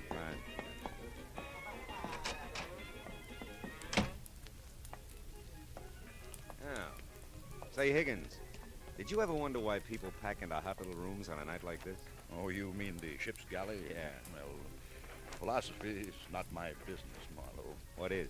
Well, I don't quite know how to tell you, I guess. Well, your wire said urgent. That's good enough for openers. Yes, well, the truth is, I was a little quick sending that wire. Oh? Pretty upset about a situation at the time, but things have resolved themselves now, and I won't require any help. Uh-huh. Well, you ought to know. I expect to pay you, of course, the trip down and your customary fee. That'll be $25 a day in expenses. 7 cents a mile for 23 miles, and, oh, yeah, 35 cents for parking my car. 7 times 23, $1.60, 61, $35. $1.96. $26.96 altogether. Is cash all right, I suppose? It always has been. Marlowe, I am sorry about this. I didn't set out to bring you on a wild goose chase. Yes, looks like I've got the right amount. Thanks. Don't worry about it, Higgins. Anybody can change his mind. Yes, I guess that's right. Well, thanks for your trouble. Not at all. Yeah, well.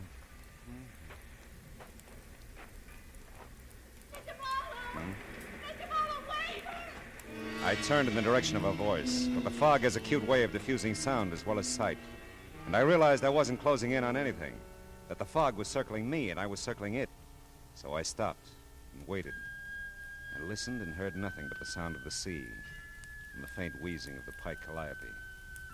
Then suddenly it hit me. Somewhere along the fog-swept beach, a girl had called my name. And nobody knew I was in Long Beach except Red at the parking lot and Dale Higgins. Yeah, the choice was obvious. Did she find you okay, Mr. Marlowe? Yeah, Red, she did. You tell her where I was? Oh, I sure.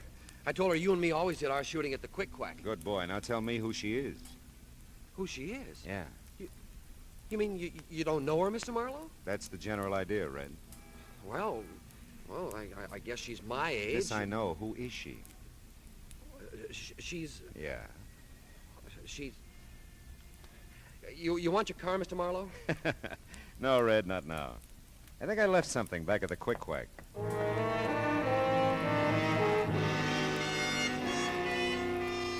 Everything that was young and pretty along the pike was hanging onto a sailor's arm. Around Gene Arno's Quick Quack, the nearest thing to youth and beauty were the neatly lined 22s poised across the counter. Try your luck, mister? No, thanks. Just looking, not buying. Yeah. See, I just lost my girl. Well, don't blow your brains out here. These guns is for shooting ducks. I see what you mean. We said we'd meet here if we got separated. Have you seen her by any chance? She's 7, 8 feet tall, glandular case.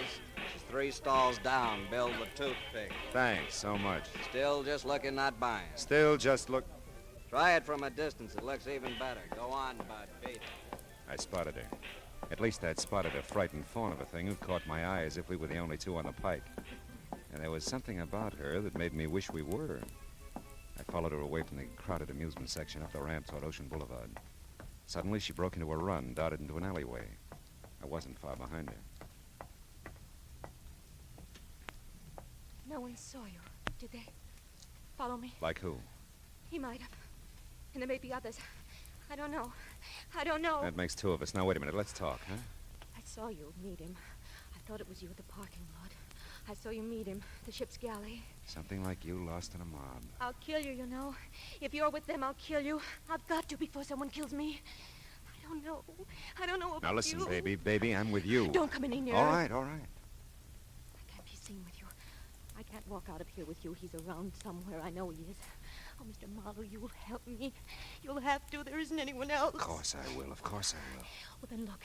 As soon as you can, get your car. Don't let Val see you now. Val? You know Val. Listen, in your car. Meet me at 7th and Anaheim. I'll get there. I'll have to. And then we can talk. Yeah, but wait a minute. 7th Hold it. and Anaheim, Mr. Marlowe. Oh, I'm Dale Higgins.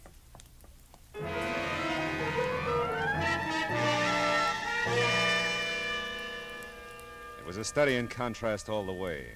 The din and kaleidoscope of Rainbow Pier against the lonely sound of a foghorn. The gray feel of fog and the dank gray-black of the warehouse district at 7th and Anaheim. An urgent wire signed Dale Higgins. Dale Higgins. And a guy who called himself Higgins. Husband? Lover? What? Well, here we go again, Marlowe. I parked the car and waited. The fog hugged the streetlight, but the sign was intermittently visible. I had the right place. I don't know how long it was before I heard the footsteps, but it was long enough for me to stretch my legs out along the car seat, lean my head back against the door, and feel the damp touch of fog sweep against my face from an open window.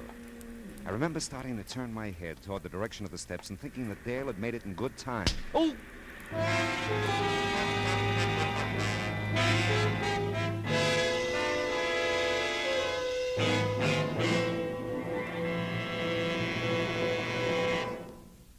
In just a moment, we will return to the second act of Philip Marlowe. But first, just as systematic exercise builds a strong body, so does systematic saving build a strong future. Save systematically for your future and for your country's future with United States Defense Bonds. And now with our star, Gerald Moore, the second act of Philip Marlowe, and tonight's story, A Seaside Sabbatical.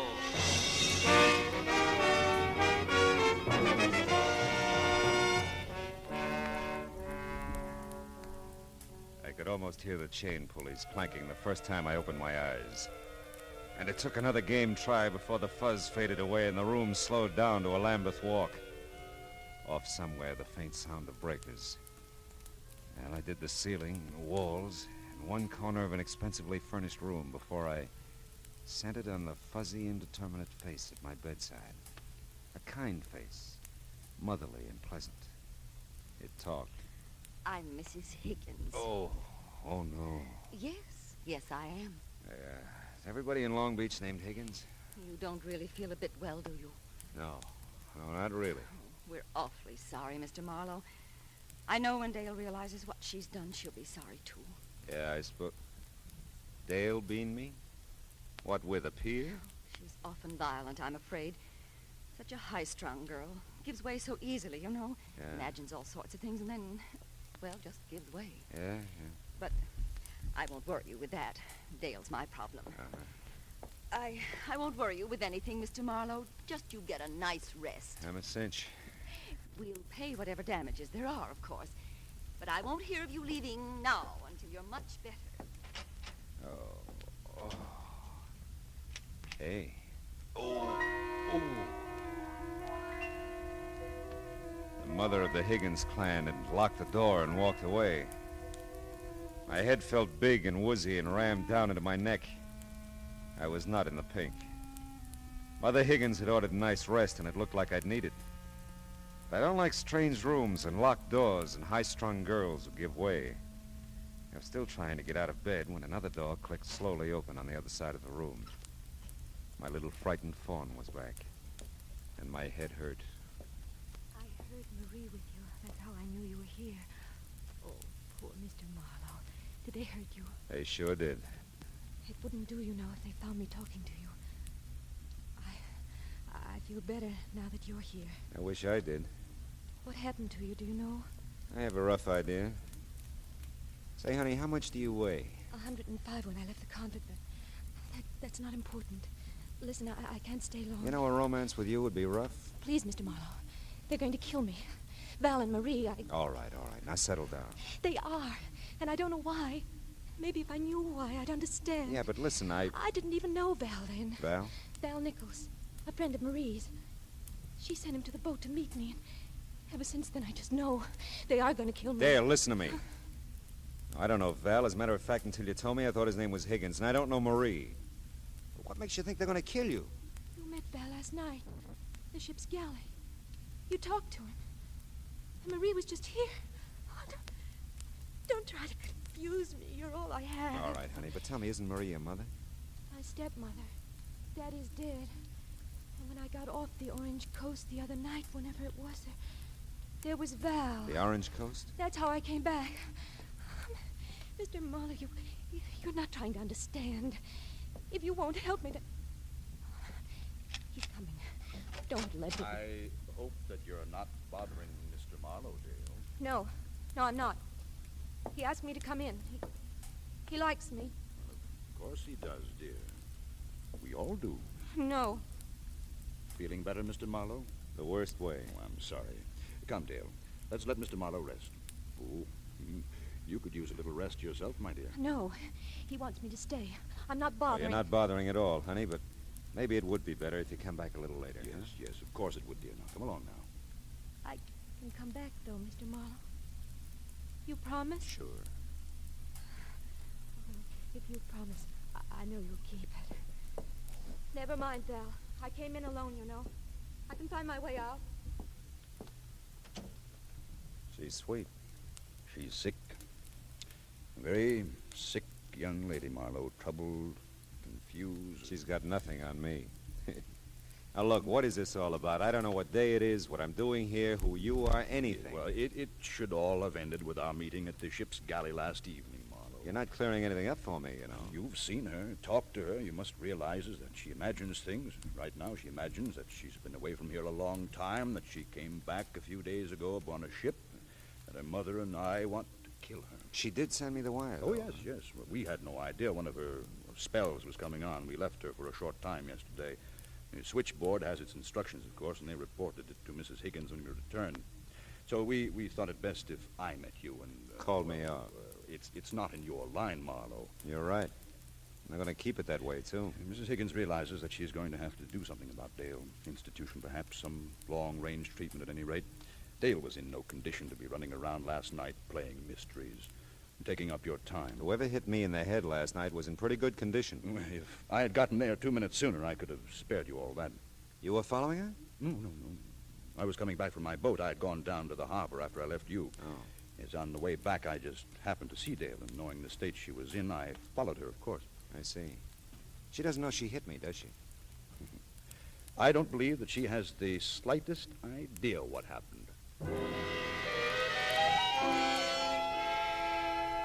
Things started swimming again. Val Nichols became part of the draperies. I was trying to think, but it hurt. Everything hurt.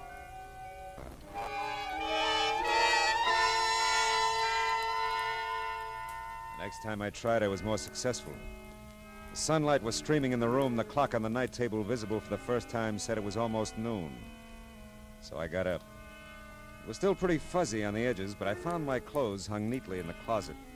Managed to get them on in the right order and made it to the door that had been locked before, but it wasn't this time. Mr. Marlowe, you shouldn't be up. Well, I'm always flying in the face of great odds, Mrs. Higgins. Bill's character. Even so, you should stay in bed a while. Oh, really, I'm fine, thanks. But you're not leaving. I won't think of it. You'll lunch with us at least. No, really. I've got to go, but I'd like to see Dale first. I sort of promised her I would. Oh, my. She's sleeping, Mr. Marlowe. Oh? We gave her sedative. Doctor's orders, of course. She's had such a trying time, you Oh, know. I wouldn't want to disturb her, no. But maybe I can call later, Oh, huh? that would be so thoughtful of you. I know she'll be disappointed at not seeing you, but I... Oh, Val, Up and about so soon, Marlowe? Yes, Well, she's sleeping, isn't she, Val? The sedative and all. I mean, I was just telling Mr. Oh, Marlowe yes. She's resting very well, Marie. Now, don't fret about her. Well, I'll take you to your car, Marlowe. Oh, yes. Well, Mrs. Higgins, it's been... Oh, it's been downright dreadful, and I know it, Mr. Marlowe. If I can do anything to right this terrible wrong, please let me know. Well, if I can think of anything, I'll let you know. Goodbye, Mrs. Higgins. Tell Dale goodbye for me, will you? Oh, yes. Yes, of course I will. Well, Looks like another lovely day, doesn't it?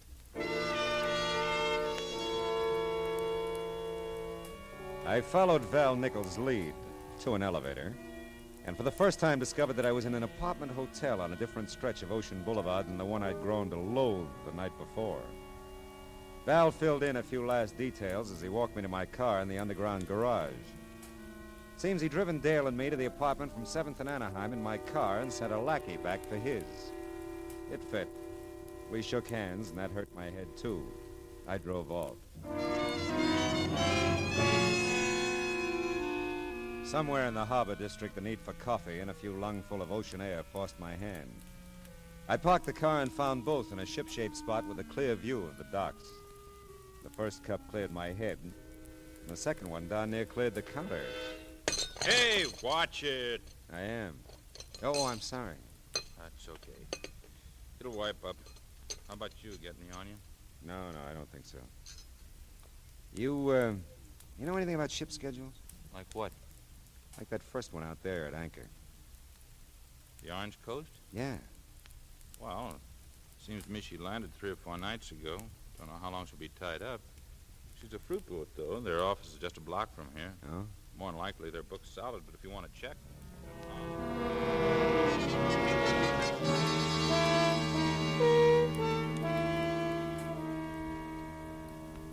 Yes, Mr. Marlowe, there was a passenger Higgins on the Orange Coast when it docked Tuesday. Miss Higgins it was, Miss Dale Higgins, according to our records. Any record of where she boarded the boat? Let's see now. Oh, yes, at Macapa. Macapa? Brazil. Macapa, Brazil. Macapa, Brazil. Was she traveling alone by any chance? I really don't know. There's nothing here to Any other Higginses aboard? No. How about a passenger named Nichols? Any chance of that? No Nichols either. Okay. Thanks. Thanks very much. It was my turn to send a wire, only it was a cable this time. And it was going to be a while between answers, so I checked into a nice, clean, inconspicuous hotel. Had some food and a half bottle of aspirin and placed 2 phone calls. Dale Higgins was still resting comfortably, according to her stepmother. But Muff Benjamin was still willing to do anything for a buck. He was there in no time. I heard you were here, Marlowe. Something big? Could be. You tell me. You're the guy who hears things. About you being here? Mm-hmm. Oh, you know how it goes. People see people, people tell people. It's nothing. Yeah, I know. It happens all the time. Now, look, Muff, I gotta know things quick. Well, For money. Who and what? All right. I get this. The name is Higgins. Man old enough to have an 18-year-old daughter. I don't know his first name. He's dead, I think. But the daughter's name is Dale. You got that? And the wife that survived him is called Marie. They have an apartment on Ocean Boulevard, the Shore, I think it is. I got it. Okay. Now, a guy named Val Nichols, check on him, too. And if Higgins is dead, find out about a will. I'm ahead of you. Good. Get back as soon as you can, huh?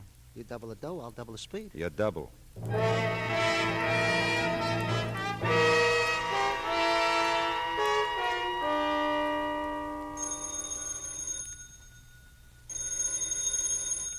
Hello.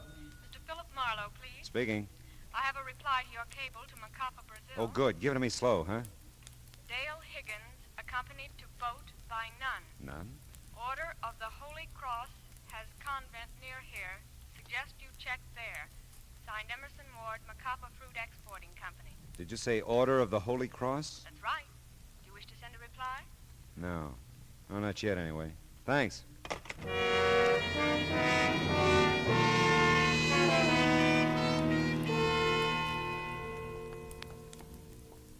So you see, Father, if you could help me contact the convent in Brazil, I could find out how long Dale was a student there. That might shed some light on the situation, huh? I see. I'm not schooled in your ways, Mr. Marlowe. Still, we're both seekers after truth, aren't we? In this case, a very specific truth. That's right, Father. I want to help, of course.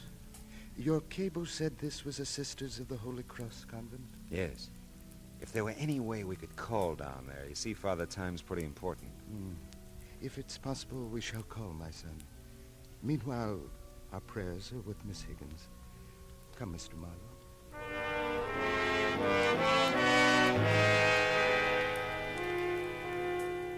My prayers were with the phone company, too. And with Muff. And, of course, Dale. Because if her version of things were true, she was in real trouble. And until I knew what it was for, There was very little I could do for her.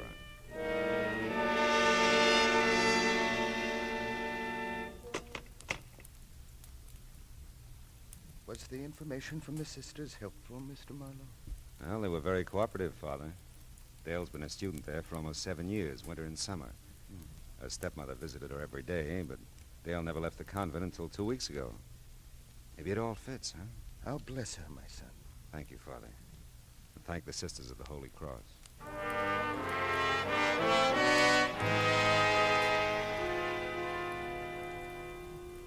Muff Benjamin was waiting at my hotel when I got back.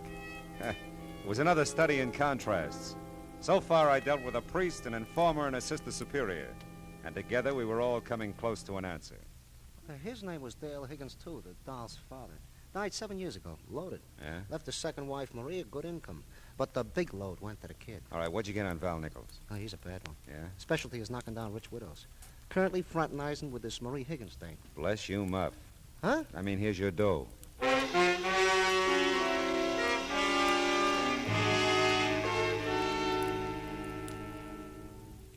You do look so much better than when you left, Mr. Marlowe. Really? Is Dale still sleeping? Why, yes. I think I'll look in on her, huh? No, I mean, I'd rather you didn't. Where is she, Mrs. Higgins? Mr. Marlowe, you have no I wonder right. if she liked it at the convent. What? 7 years is a long time to be away from home. A lot of things can happen in 7 years, you know, Mrs. Higgins. You can even end up legally dead. Why, I'm sure I don't have any idea. Dale's dad must have thought a lot of her. I'll bet she was pretty close to him, too. She was. Mr. Marlowe, what are you... You tell me, Mrs. Higgins. There's nothing to tell. Dale seems to think there is. Which room is hers? She isn't here. Oh, Mr. Marlowe, don't ask any more. Oh, she's with Val, huh?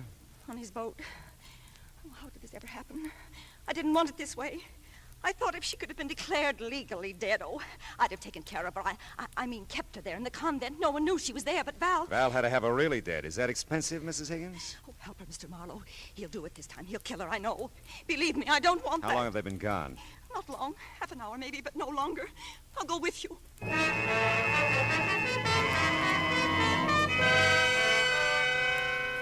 Marie really cracked on the way to the harbor. It was going to be a fishing accident in the channel. And Val would get away with it, too, unless we found something that could outpower his 30-footer. It was called the Queen Marie, one guess who had given it to him. I found the boat I needed, all right, but the skipper seemed reluctant to go for it. Wildest thing I ever heard of. I tell you, it's a matter of life and death. The Coast Guard can't go on every... Look, a month ago we needed you off Balboa when our motor conked out and you came. But we've received no distress call from the Queen Marie. What do you think this is I'm giving you? Please, don't waste time talking. All right, come on, how about it? Okay, but if this isn't on the level, you're in some trouble, Marlowe.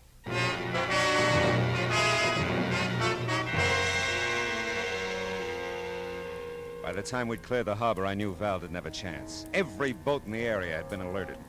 I didn't know about Dale, though. I just hoped the sedative Val had given her was merciful.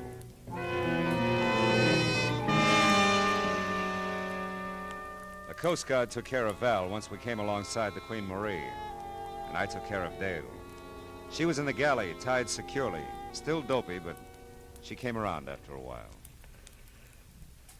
Oh, Mr. Marlowe, you... Take it easy, baby. You're okay. I was afraid you'd forgotten your promise. No. But you didn't, did you?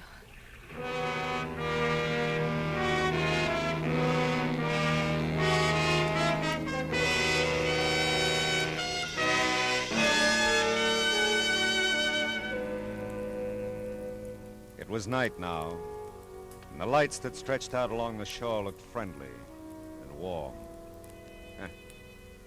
Friendly and warm. I wonder when people are going to realize that the only happiness there is in the world is what they can give each other. Happiness, that is. Not a stab in the back. But you know, there's one thing about me. Yeah, I have to admit it. I'm an optimistic fella.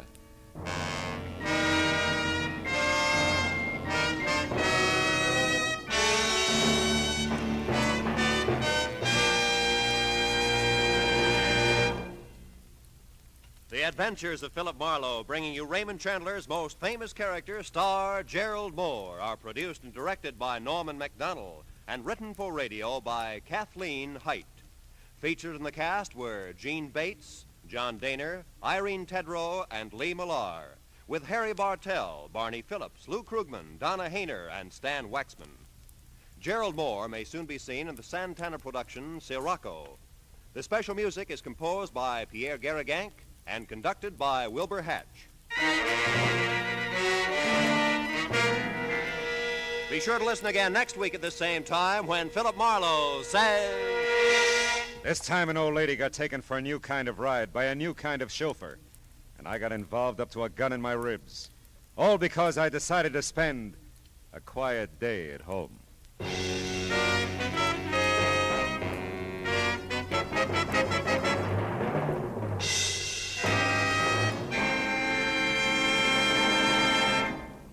Don't miss Broadway's My Beat, featuring Detective Danny Clovers, the cop who knows every character, every star, every crook frequenting the Great White Way. It's tomorrow night at the Star's address. Now, stay tuned for Gangbusters, which follows immediately over most of these same CBS stations. This is Roy Rowan speaking.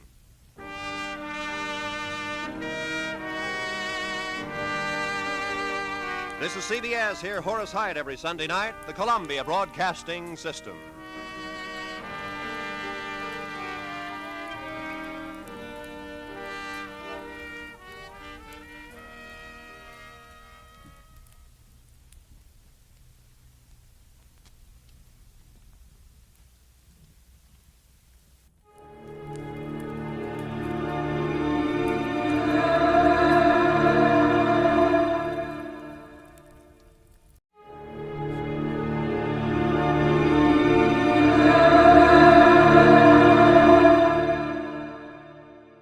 And now, another tale well calculated to keep you in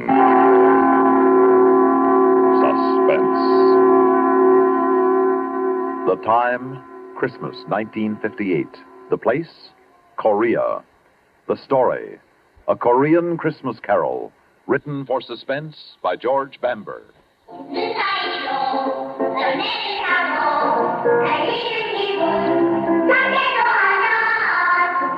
Sounds good, doesn't it? They hear kids singing, I mean. I can't understand the language, but I know what they mean. They sound so fresh and full of promise, almost as if they knew. But then I'm getting ahead of myself. The name's Connolly, PFC Larry Connolly. I'm a soldier in Korea. I was sent here just about a year ago this time. That's where this strange story begins. Christmas, 1958.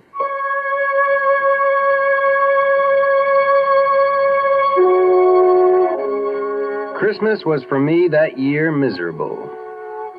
I'd been stuck on guard the night before, and so I planned to stay in bed the next day and forget about Christmas. I hadn't counted on my first sergeant. Since I was the first man he came to in the barracks, it's only logical that I should be the man he picks to drive a truck all the way to Seoul and back.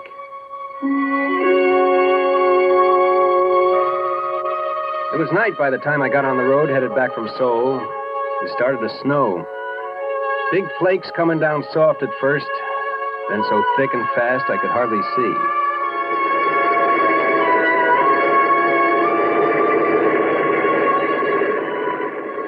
I was just over that first range of mountains. Was starting on the twisting, slippery way down when I saw him. The sight of him scared me wide awake. He was standing bareheaded, the wind whipping the snow and his hair around his face. When he raised his thumb, I had the strangest feeling he'd been expecting me. Almost as if it were unnecessary. As if he knew I'd stop. You want a lift? I'm going as far as Camp Santa Barbara. Well, where's that? What do you mean, where's that? Everybody knows where Camp Santa Barbara is. Don't stand there with the door open. Hop in. All right. Well, you picked a lousy place to hitchhike. Almost didn't stop. Oh, thanks. Happened to your gloves? Your hands look half frozen. Gloves? Well, I must have lost them. Must have, don't you know? Yes. Yeah, sure. I must have left them laying on the counter of the PX back there. Were your hat back there, too? No. I lost my hat in the dark. I fell. I suppose that's why your uniform's muddy and your jacket's torn. Oh, yes, that's right. Of course. I was walking along the edge of the road and I slipped in the dark. And I slid halfway down the embankment before I could stop. I see you managed to hang on to your bag. Oh, yeah, I can't afford to lose that. It's important. I'm late as it is. What outfit you from? 3rd Recon, 7th Division Infantry. Infantry? There's all artillery up this way. The infantry stationed about 7 miles back. You're headed in the wrong direction. Yeah, well, 3rd Recon is a special detachment. We're off in the hills, all by ourselves. It's just off this road. I've heard of it before. My name's Connolly. Larry Connolly. What's yours? Oh, thanks. Mine's Richard Dombrowski. Good to know you, Dombrowski. Say, look, if you can let go of that bag long enough, I'll let you wear my gloves till your hands warm up. Oh, no, thanks. That's all right. I'll put them in my pockets. Say, is it okay if I set my bag on the floor? Oh, sure, no sweat. Say, you don't have a cigarette, do you? I'm fresh out. Well, I don't know. Wait a minute. Yeah, here's some. Let me light it for you, though. You watch the road. I saw a whole truckload of troops disappear over that curve up ahead. Killed all but 2. Yeah? When that happened? 1951. 1951? Yep. You were here when the war was on. I guess you could say that. Tell me, Dombrowski, what were you doing Christmas Day? Bet they didn't send you all the way to Seoul with an empty truck on a wild goose chase. That's what I did today. What'd you do 7 years ago? Well, you see those lights up ahead? That's the village of Cheongju-ri. We marched through there the day before Christmas. Were you scared? Oh, I think everybody's scared. Hey, look out. You'll burn yourself. What's the matter? Cigarette burned all the way down to your fingers. Oh. Isn't it burning you? Well, that? No. I guess it burned itself out before it got to my skin. Anyway, you see that hill over there? Well, Christmas Day, 1951, my platoon was all dug in around that hill. No kidding. Mm-hmm. We went out on a patrol from that hill. And that was one time I was plenty scared. As a matter of fact, it happened just 7 years ago tonight. It hadn't snowed that day, but there was snow on the ground. I can remember because the guys were joking that at least we had a white Christmas. And what a Christmas it was.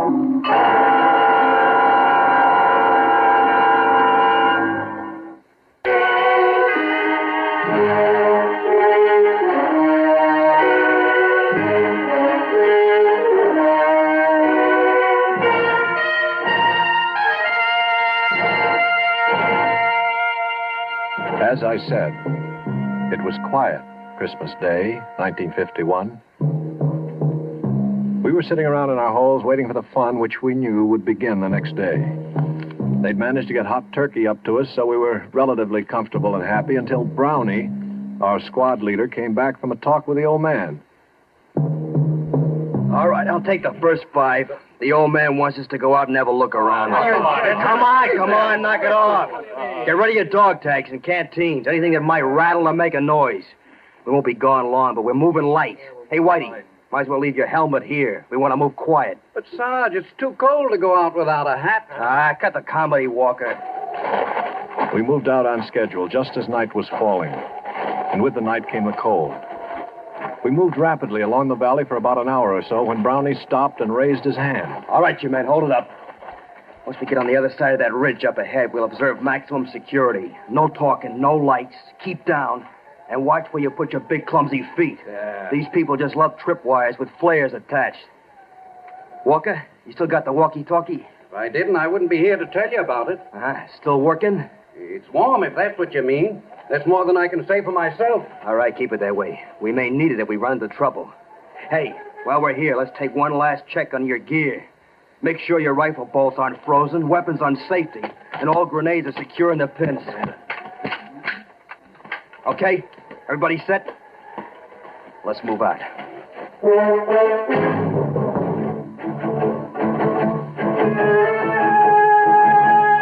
And so we did move out. The M1 felt light in my hands, like I'd never realized how light and easy it was to carry a rifle before. The going was easy. The rice paddies were frozen over and covered with snow, and we stepped carefully between the clumps of rice stubble left over from the last harvest, so the dry straw made no noise.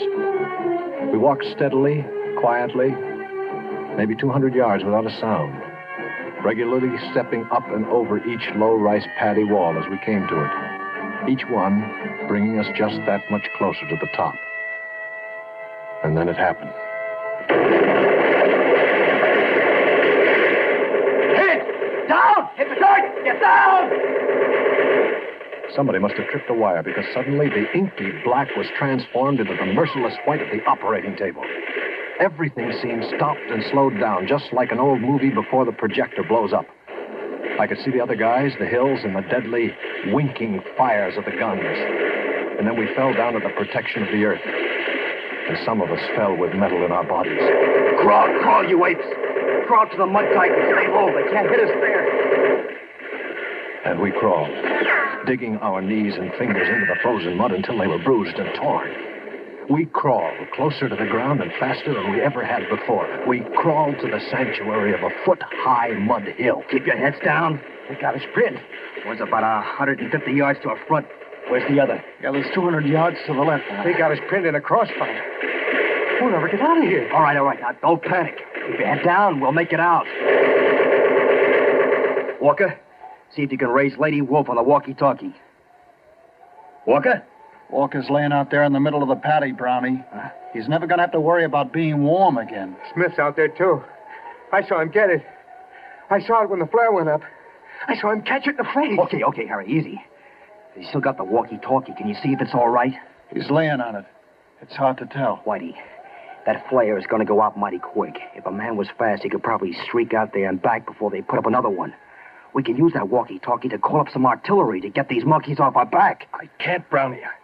I must have been hit. I can't move my legs anymore. I can't even feel them. Easy. Are you bleeding bad? No. Harry, you all right? As far as I know. Stevens? Sure. I'd like to take a whirl at that walkie-talkie. Wait till that flare burns out. It's dying now. Just a few more seconds. Go. By the time the flare lit the sky, Stevens was halfway back, the walkie-talkie dangling from his right hand. He dove for us, but in midair, some huge, invisible hand slapped him to the ground. I'm hit. Oh, God, I'm hit. Easy, boy, quiet. Where'd they get you? I'm hit. Look him over, Harry. They busted his arm. See any other places? No, just his arm. Wrap a dressing around it and button it inside his jacket. Hand me that walkie-talkie. It's no good, Brownie. The walkie-talkie smashed. What? It's useless. We're going to have to move out of here fast. Well, how are we going to pull out? We can't crawl back down the paddy. They'll slaughter us. All right, look. We'll move along the dike to the edge of the rice paddy. From there, we can duck into the underbrush and move back down the mountain. We'll never make it. They'll spot us when we try to make across the clearing to the underbrush. They'll swing their guns around. We gotta try it. We can't stay here. Stevens, can you crawl? Yeah, I can make it. Okay, now you lead off, and I'll follow you. I'll crawl backwards and pull Whitey along behind me. Whitey? You heard me. Well, we'll never make it with... Quiet! All you have to do, Harry, is follow along behind and pick up the pieces. Take his weapon. It'll make him lighter. Keep your hands off me, Harry. Come on, Whitey. We haven't any time to fool around. I'm not fooling. I'm not going with you guys. Come on, you lost too much blood already. That's just it.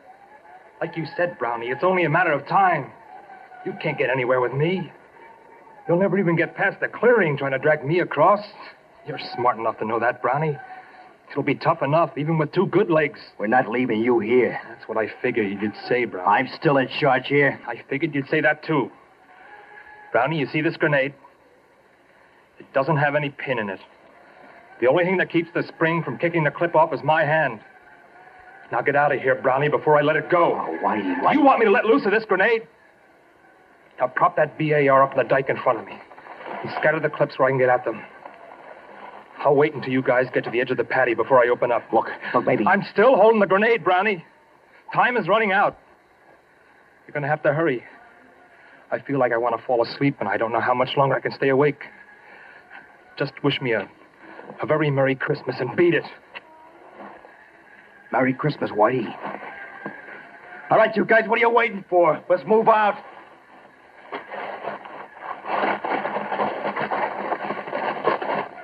See, that's right. This is Christmas. Oh, little town of Bethlehem, how still we see. What's the matter? Don't you people like Christmas carols? Well, machine gun fire always was better getaway music than Christmas carols. Above thy dark and dreaming.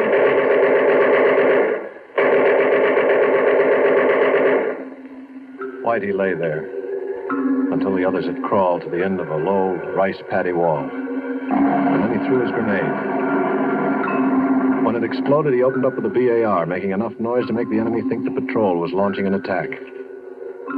Both machine gun nests zeroed in on him, but Whitey stayed well below the little mud wall of the rice paddy, humming his Christmas carol, loading the BAR with a fresh clip every time it went empty, and perhaps wondering briefly why he was going to die so far away from home, on a little pond of frozen mud he didn't care about or even own. Still firing and singing, even after the rest of the squad had escaped into the underbrush, and until either the machine gunners found their mark, or else he finally fell asleep.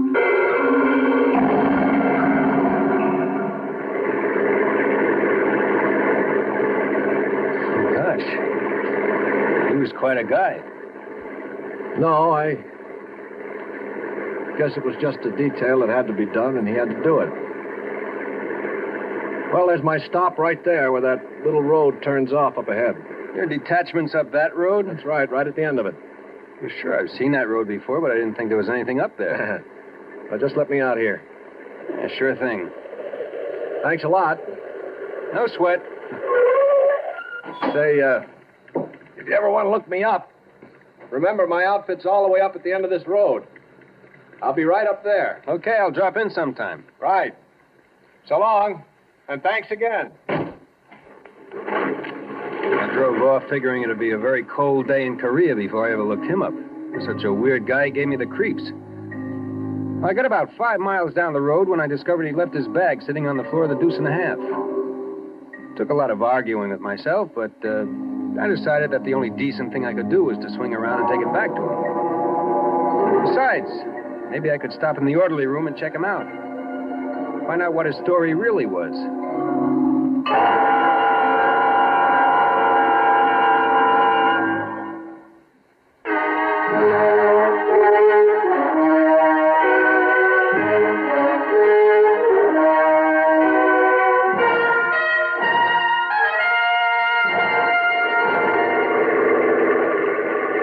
On the way back, I almost missed the road because it was so small and seldom used. I drove up it for about 10 minutes. I was beginning to wonder if I hadn't gotten the wrong road after all, as I passed no other vehicles or GIs or anything to indicate there was an infantry company around. Just when I was ready to turn back to the main road, I saw lights twinkling up ahead from what looked like a couple of Quonsets. It seemed impossible that an infantry outfit could be housed in 2 Quonsets, but I pulled the Deuce and a Half to a halt outside the gate and cut off the motor. I picked up the AWOL bag, got out of the truck, trying to figure out which one was the orderly room. I walked across the hard-packed snow of the yard to the first Quonset. I still couldn't figure it out. Light and warmth seemed to pour from the windows along with the music I remembered from somewhere, but couldn't quite understand. I stepped up to the first window I came to and looked inside. There were kids all over the place, kids of all sizes and descriptions, kids just old enough to sit by themselves, kids just losing their first teeth, some just starting their teens. I stood in the snow spellbound, just watching them sing. Finally, I tore myself away and headed for the front door, eager to be inside. A plaque made out of the howitzer shell stopped me. In the faint light, I could just barely make out the words engraved on the polished brass. But finally, I read it all. It said, "This orphanage has been erected and maintained in the memory of Corporal Richard Whitey Dombrowski, who somewhere north of the village of Chungju-ri, Christmas night, 1951, willingly gave his life that others might live." Suddenly, I didn't know where I belonged anymore. The AWOL bag dragged at the end of my arm like a 1,000-pound weight. I could figure what was in it, but I tore it open anyway. The bag full of candy, soap, and toothpaste and gum shined up at me, looking as rich and rare as frankincense and myrrh. I closed the bag, laid it up against the door, close, so they wouldn't miss it. And then I banged on the door as loud and long as I could, until I was sure that they heard me. And then I ran. I ran back down the road to my truck as fast and as hard as I could.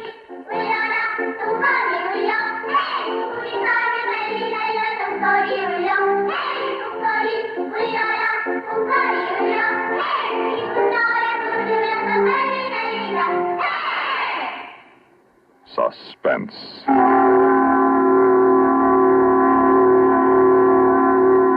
You've been listening to a Korean Christmas Carol written for Suspense by George Bamber. In a moment, the names of our players and a word about next week's story of Suspense.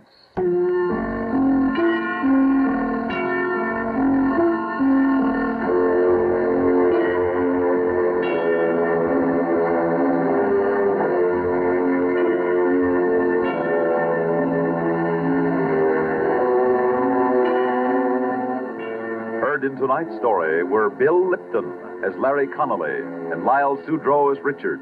Also heard were Larry Robinson, Lawson Zerby, Phil Meader, Alan Manson, and Guy Rep. Listen again next week when we return with Moonlight Sail, written especially for Suspense by William N. Robeson. Another tale well calculated to keep you in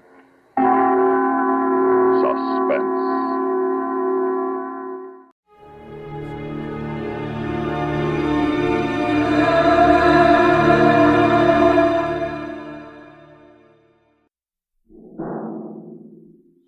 Suspense. And the producer of radio's outstanding theater of thrills, a master of mystery and adventure, William N. Robeson. We try to avoid cliches and platitudes on Suspense. For instance, you will never hear a victim say to a criminal, "You can't get away with it." Or hardly ever. Yet the bad guys hardly ever do get away with it, even when they plan their crimes brilliantly and set their getaways with the most meticulous detail. If the law doesn't catch up to them, more often than not, they catch up with themselves, as Joseph Dunlop, alias Andrew Burt, does in A Good Neighbor, a strange story of retribution starring Mr. Jeff Chandler. And now,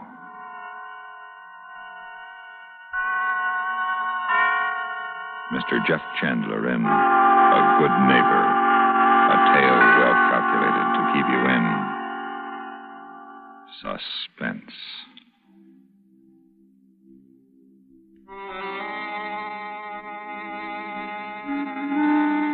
I am a thief. I have stolen $150,000 in diamonds from my employer's firm.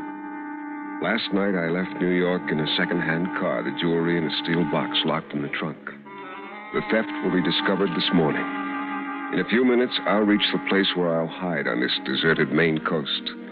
Then I will take the cut stones out of the settings and put them with the other unmounted stones, and in a few days, I'll leave for Mexico. There, I will sell the stones to an agent I have contacted, and then I will go on to South America. My name now is Andrew Burt. I have identification cards and a passport to prove it.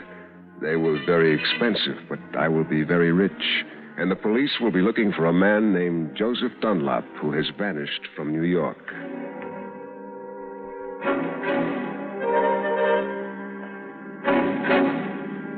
It'll be dawn soon. And as the narrow back road winds closer to the sea, I can feel the wind rising against the car. The fog is moving in, and the headlights bounce back from it. But I can't slow down. I have to reach my hideout before dawn. And suddenly I saw an old woman standing in the middle of the road waving a flashlight. I'm almost to the house, almost safe, and now this. What is it? What's wrong? Oh, I'm so sorry. But have you run into a tree branch or anything along the road? No, I haven't. Oh, well, good. Then it must be farther along. Do you mind? Before I could answer, the woman yanked open the door and popped in beside me. Could be quite dangerous, you know. Well, something like that lying on the road. You drive very slowly. I'm sure we'll come to it. She was a short, skinny little woman. She wore a heavy coat and a thick scarf tied around her head. I suppose I should introduce myself. I'm Mrs. Poe. I live just over that rise. Oh, well, you can't see it in this fog. What's all this about a tree branch? I can't hear you very well. Just a moment and I'll take off my scarf. Always wear it when it's windy. There, now. What did you say? What about a tree branch? I'm not so sure it is a tree branch. Just something large and solid. If a car ran into it, there could be an accident. You drive slowly now. We'll find it. Well, how do you know it's there if you don't know where it is? I don't think I must explain. I saw this big thing lying in the road, and I got out of bed and came out to find it. Now, when we move it off the road, I'll go right on back to bed. It's much too early to be up. When did you see it? This time I was sound asleep. I woke with a start, and I saw it right before my eyes. Second sight, young man. I have second sight. I see things before they happen. Look! I could see it through the fog. A large, gnarled tree branch lying across the road. Second sight. I didn't believe her, and yet there it was. Oh, I am, right? I am. Oh, that's very gratifying. Can you manage it? Drag it off to the ditch. Will my light help? She turned on a big square flashlight and aimed it at the trees along the road. See up there? A fresh break on that big elm. Oh, how exciting.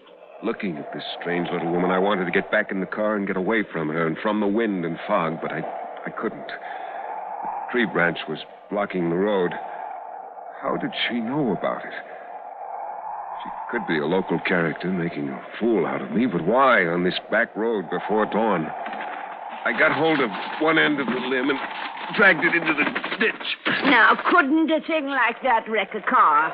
Oh, yes, it could. I'm so glad you came along. I couldn't have managed it alone. No, I don't suppose you could. Odd that you should come along. I wondered who it would be. Everything's planned for us, you know. There's no coincidence. Are you driving far? I noticed all those groceries in the back seat of your car. I could tell her I was going north, but my house was too near, and she was old. She couldn't have walked far. She must live near my house. I had to tell her the truth. I'm just driving on to my house. It's near here. Where? Well, I've got a map in the glove compartment. I'm not sure just where. It's your house, and you don't know where it is. It was left to me 2 years ago. It's been rented until recently. This side of the village, there are only two houses. Mine and that old place on the cliff. Well, that must be my house. Such a lonely place for a young man to want to live. I knew it was vacant, though. Watched those renters move out last week. And to tell you the truth, I wasn't sorry to see them go. They weren't very friendly folks. Oh, that's too bad. Mrs. Poe, is it? Poe. P-O-E. Who are you? My name's Andrew Burt. Oh. But was anything wrong, Mrs. Poe? Oh, no. Just that I have feelings about people, Mr. Burt. And you... Oh, I mustn't keep you any longer. Your road is just round the bend, and there's a footpath behind us. I go that way. We're neighbors, you and I. I watched Mrs. Poe start down the road, tying her heavy scarf around her head. Then she was gone, swallowed up by the fog. Around the next bend, I saw the turnoff to my house. My driveway was a narrow, rutted road that wound up a sharp grade to a bluff above. As I drove over the top of the hill, I felt the cold wind from the sea rush against the car. It almost seemed to be pushing, trying to hold me back. The fog was thicker here, and I couldn't see the house. My house. I had visited my great-uncle here once, many years ago, but no one knew about it now. No one except the lawyer in Boston who had traced me. He had died a year ago. Suddenly, the fog thinned, and I saw my house. It stood square and bleak on the rocky land, 100 yards ahead. A gray, lonely house, weather-beaten and neglected. There were no trees, nothing to break the emptiness of the land. I put my car in the garage and went into the house. Inside, it was plain, almost bare, but clean and weather-tight against the wind. The wind. Did it ever stop? The wind and the fog. I'd be glad when I was finished and could leave this place. There was a note from the tenants telling me the telephone was connected and that my number was ring 2. They added the name of a man to call for ice and coal, but there was cordwood outside, and I had food to last a week. I wouldn't have to call anyone, and it was a cinch no one would call me. I won't answer it.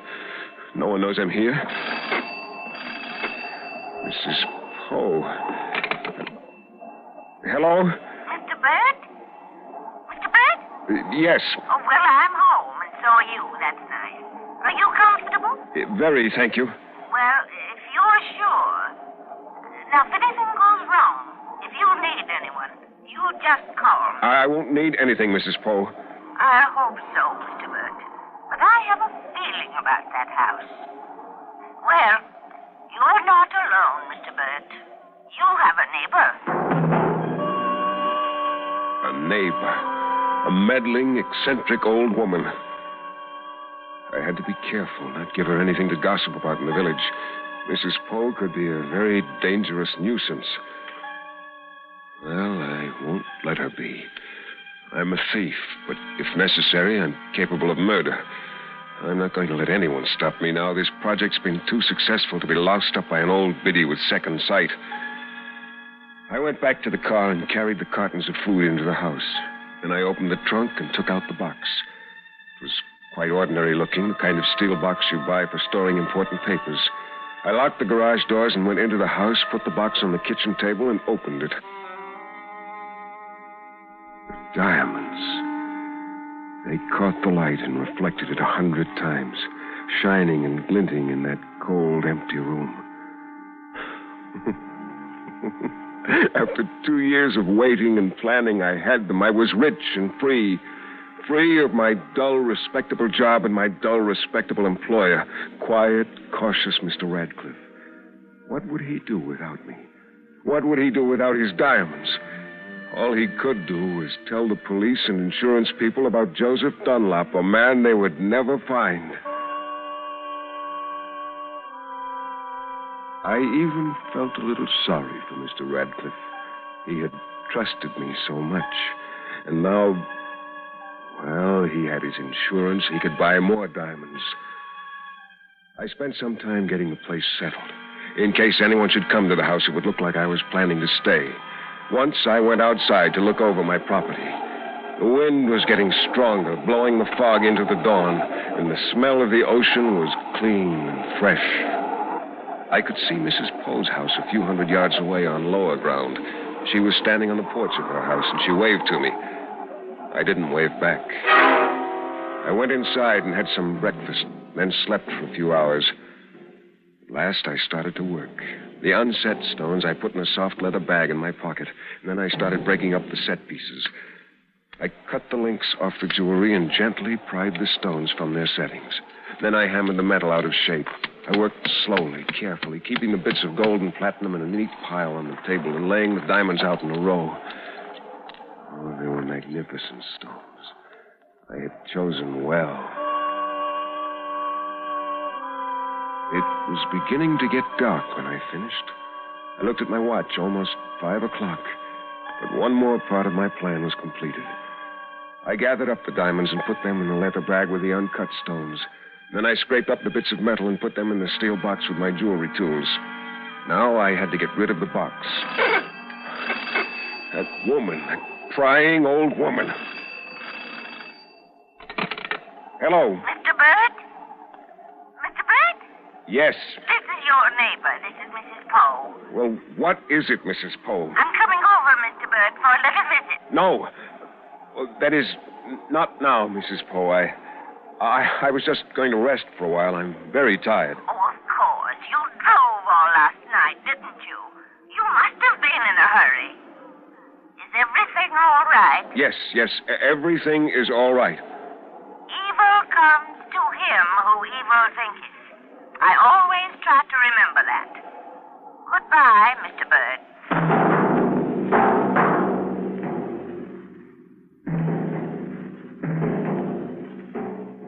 In a moment, we continue with Suspense.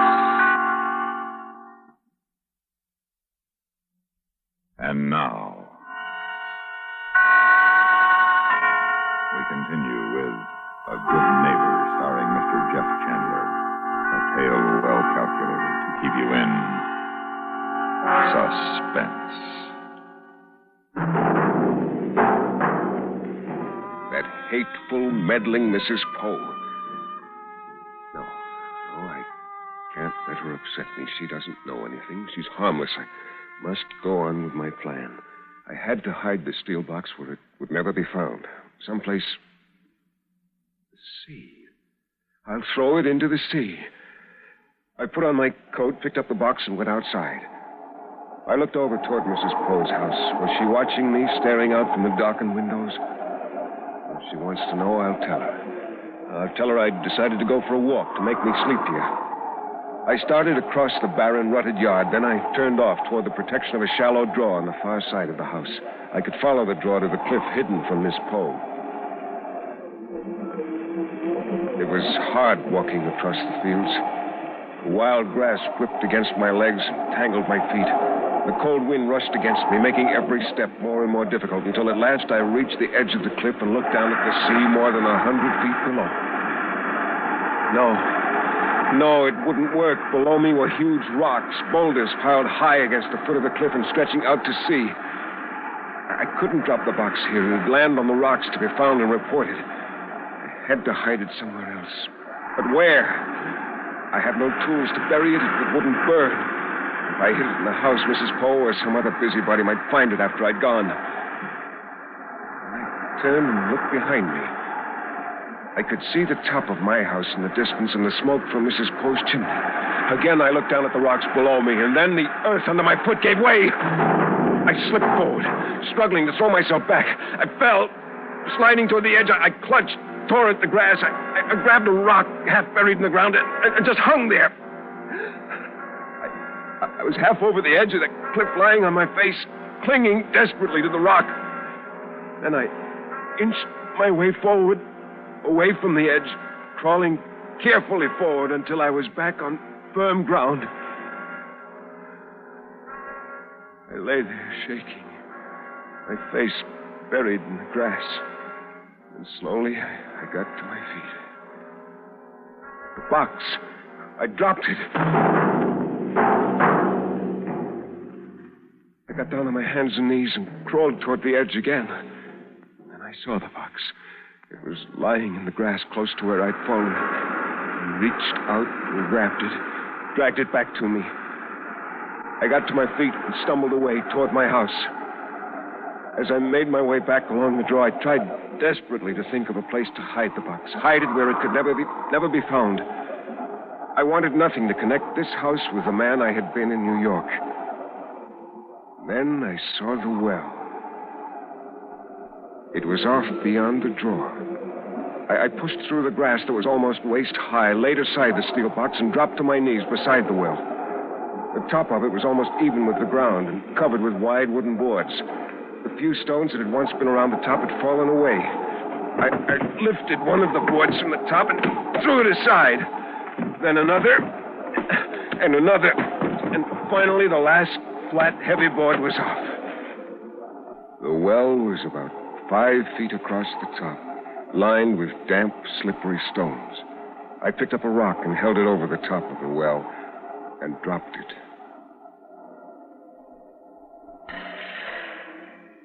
The well was old, abandoned, and the water at the bottom was deep. A perfect place for the box.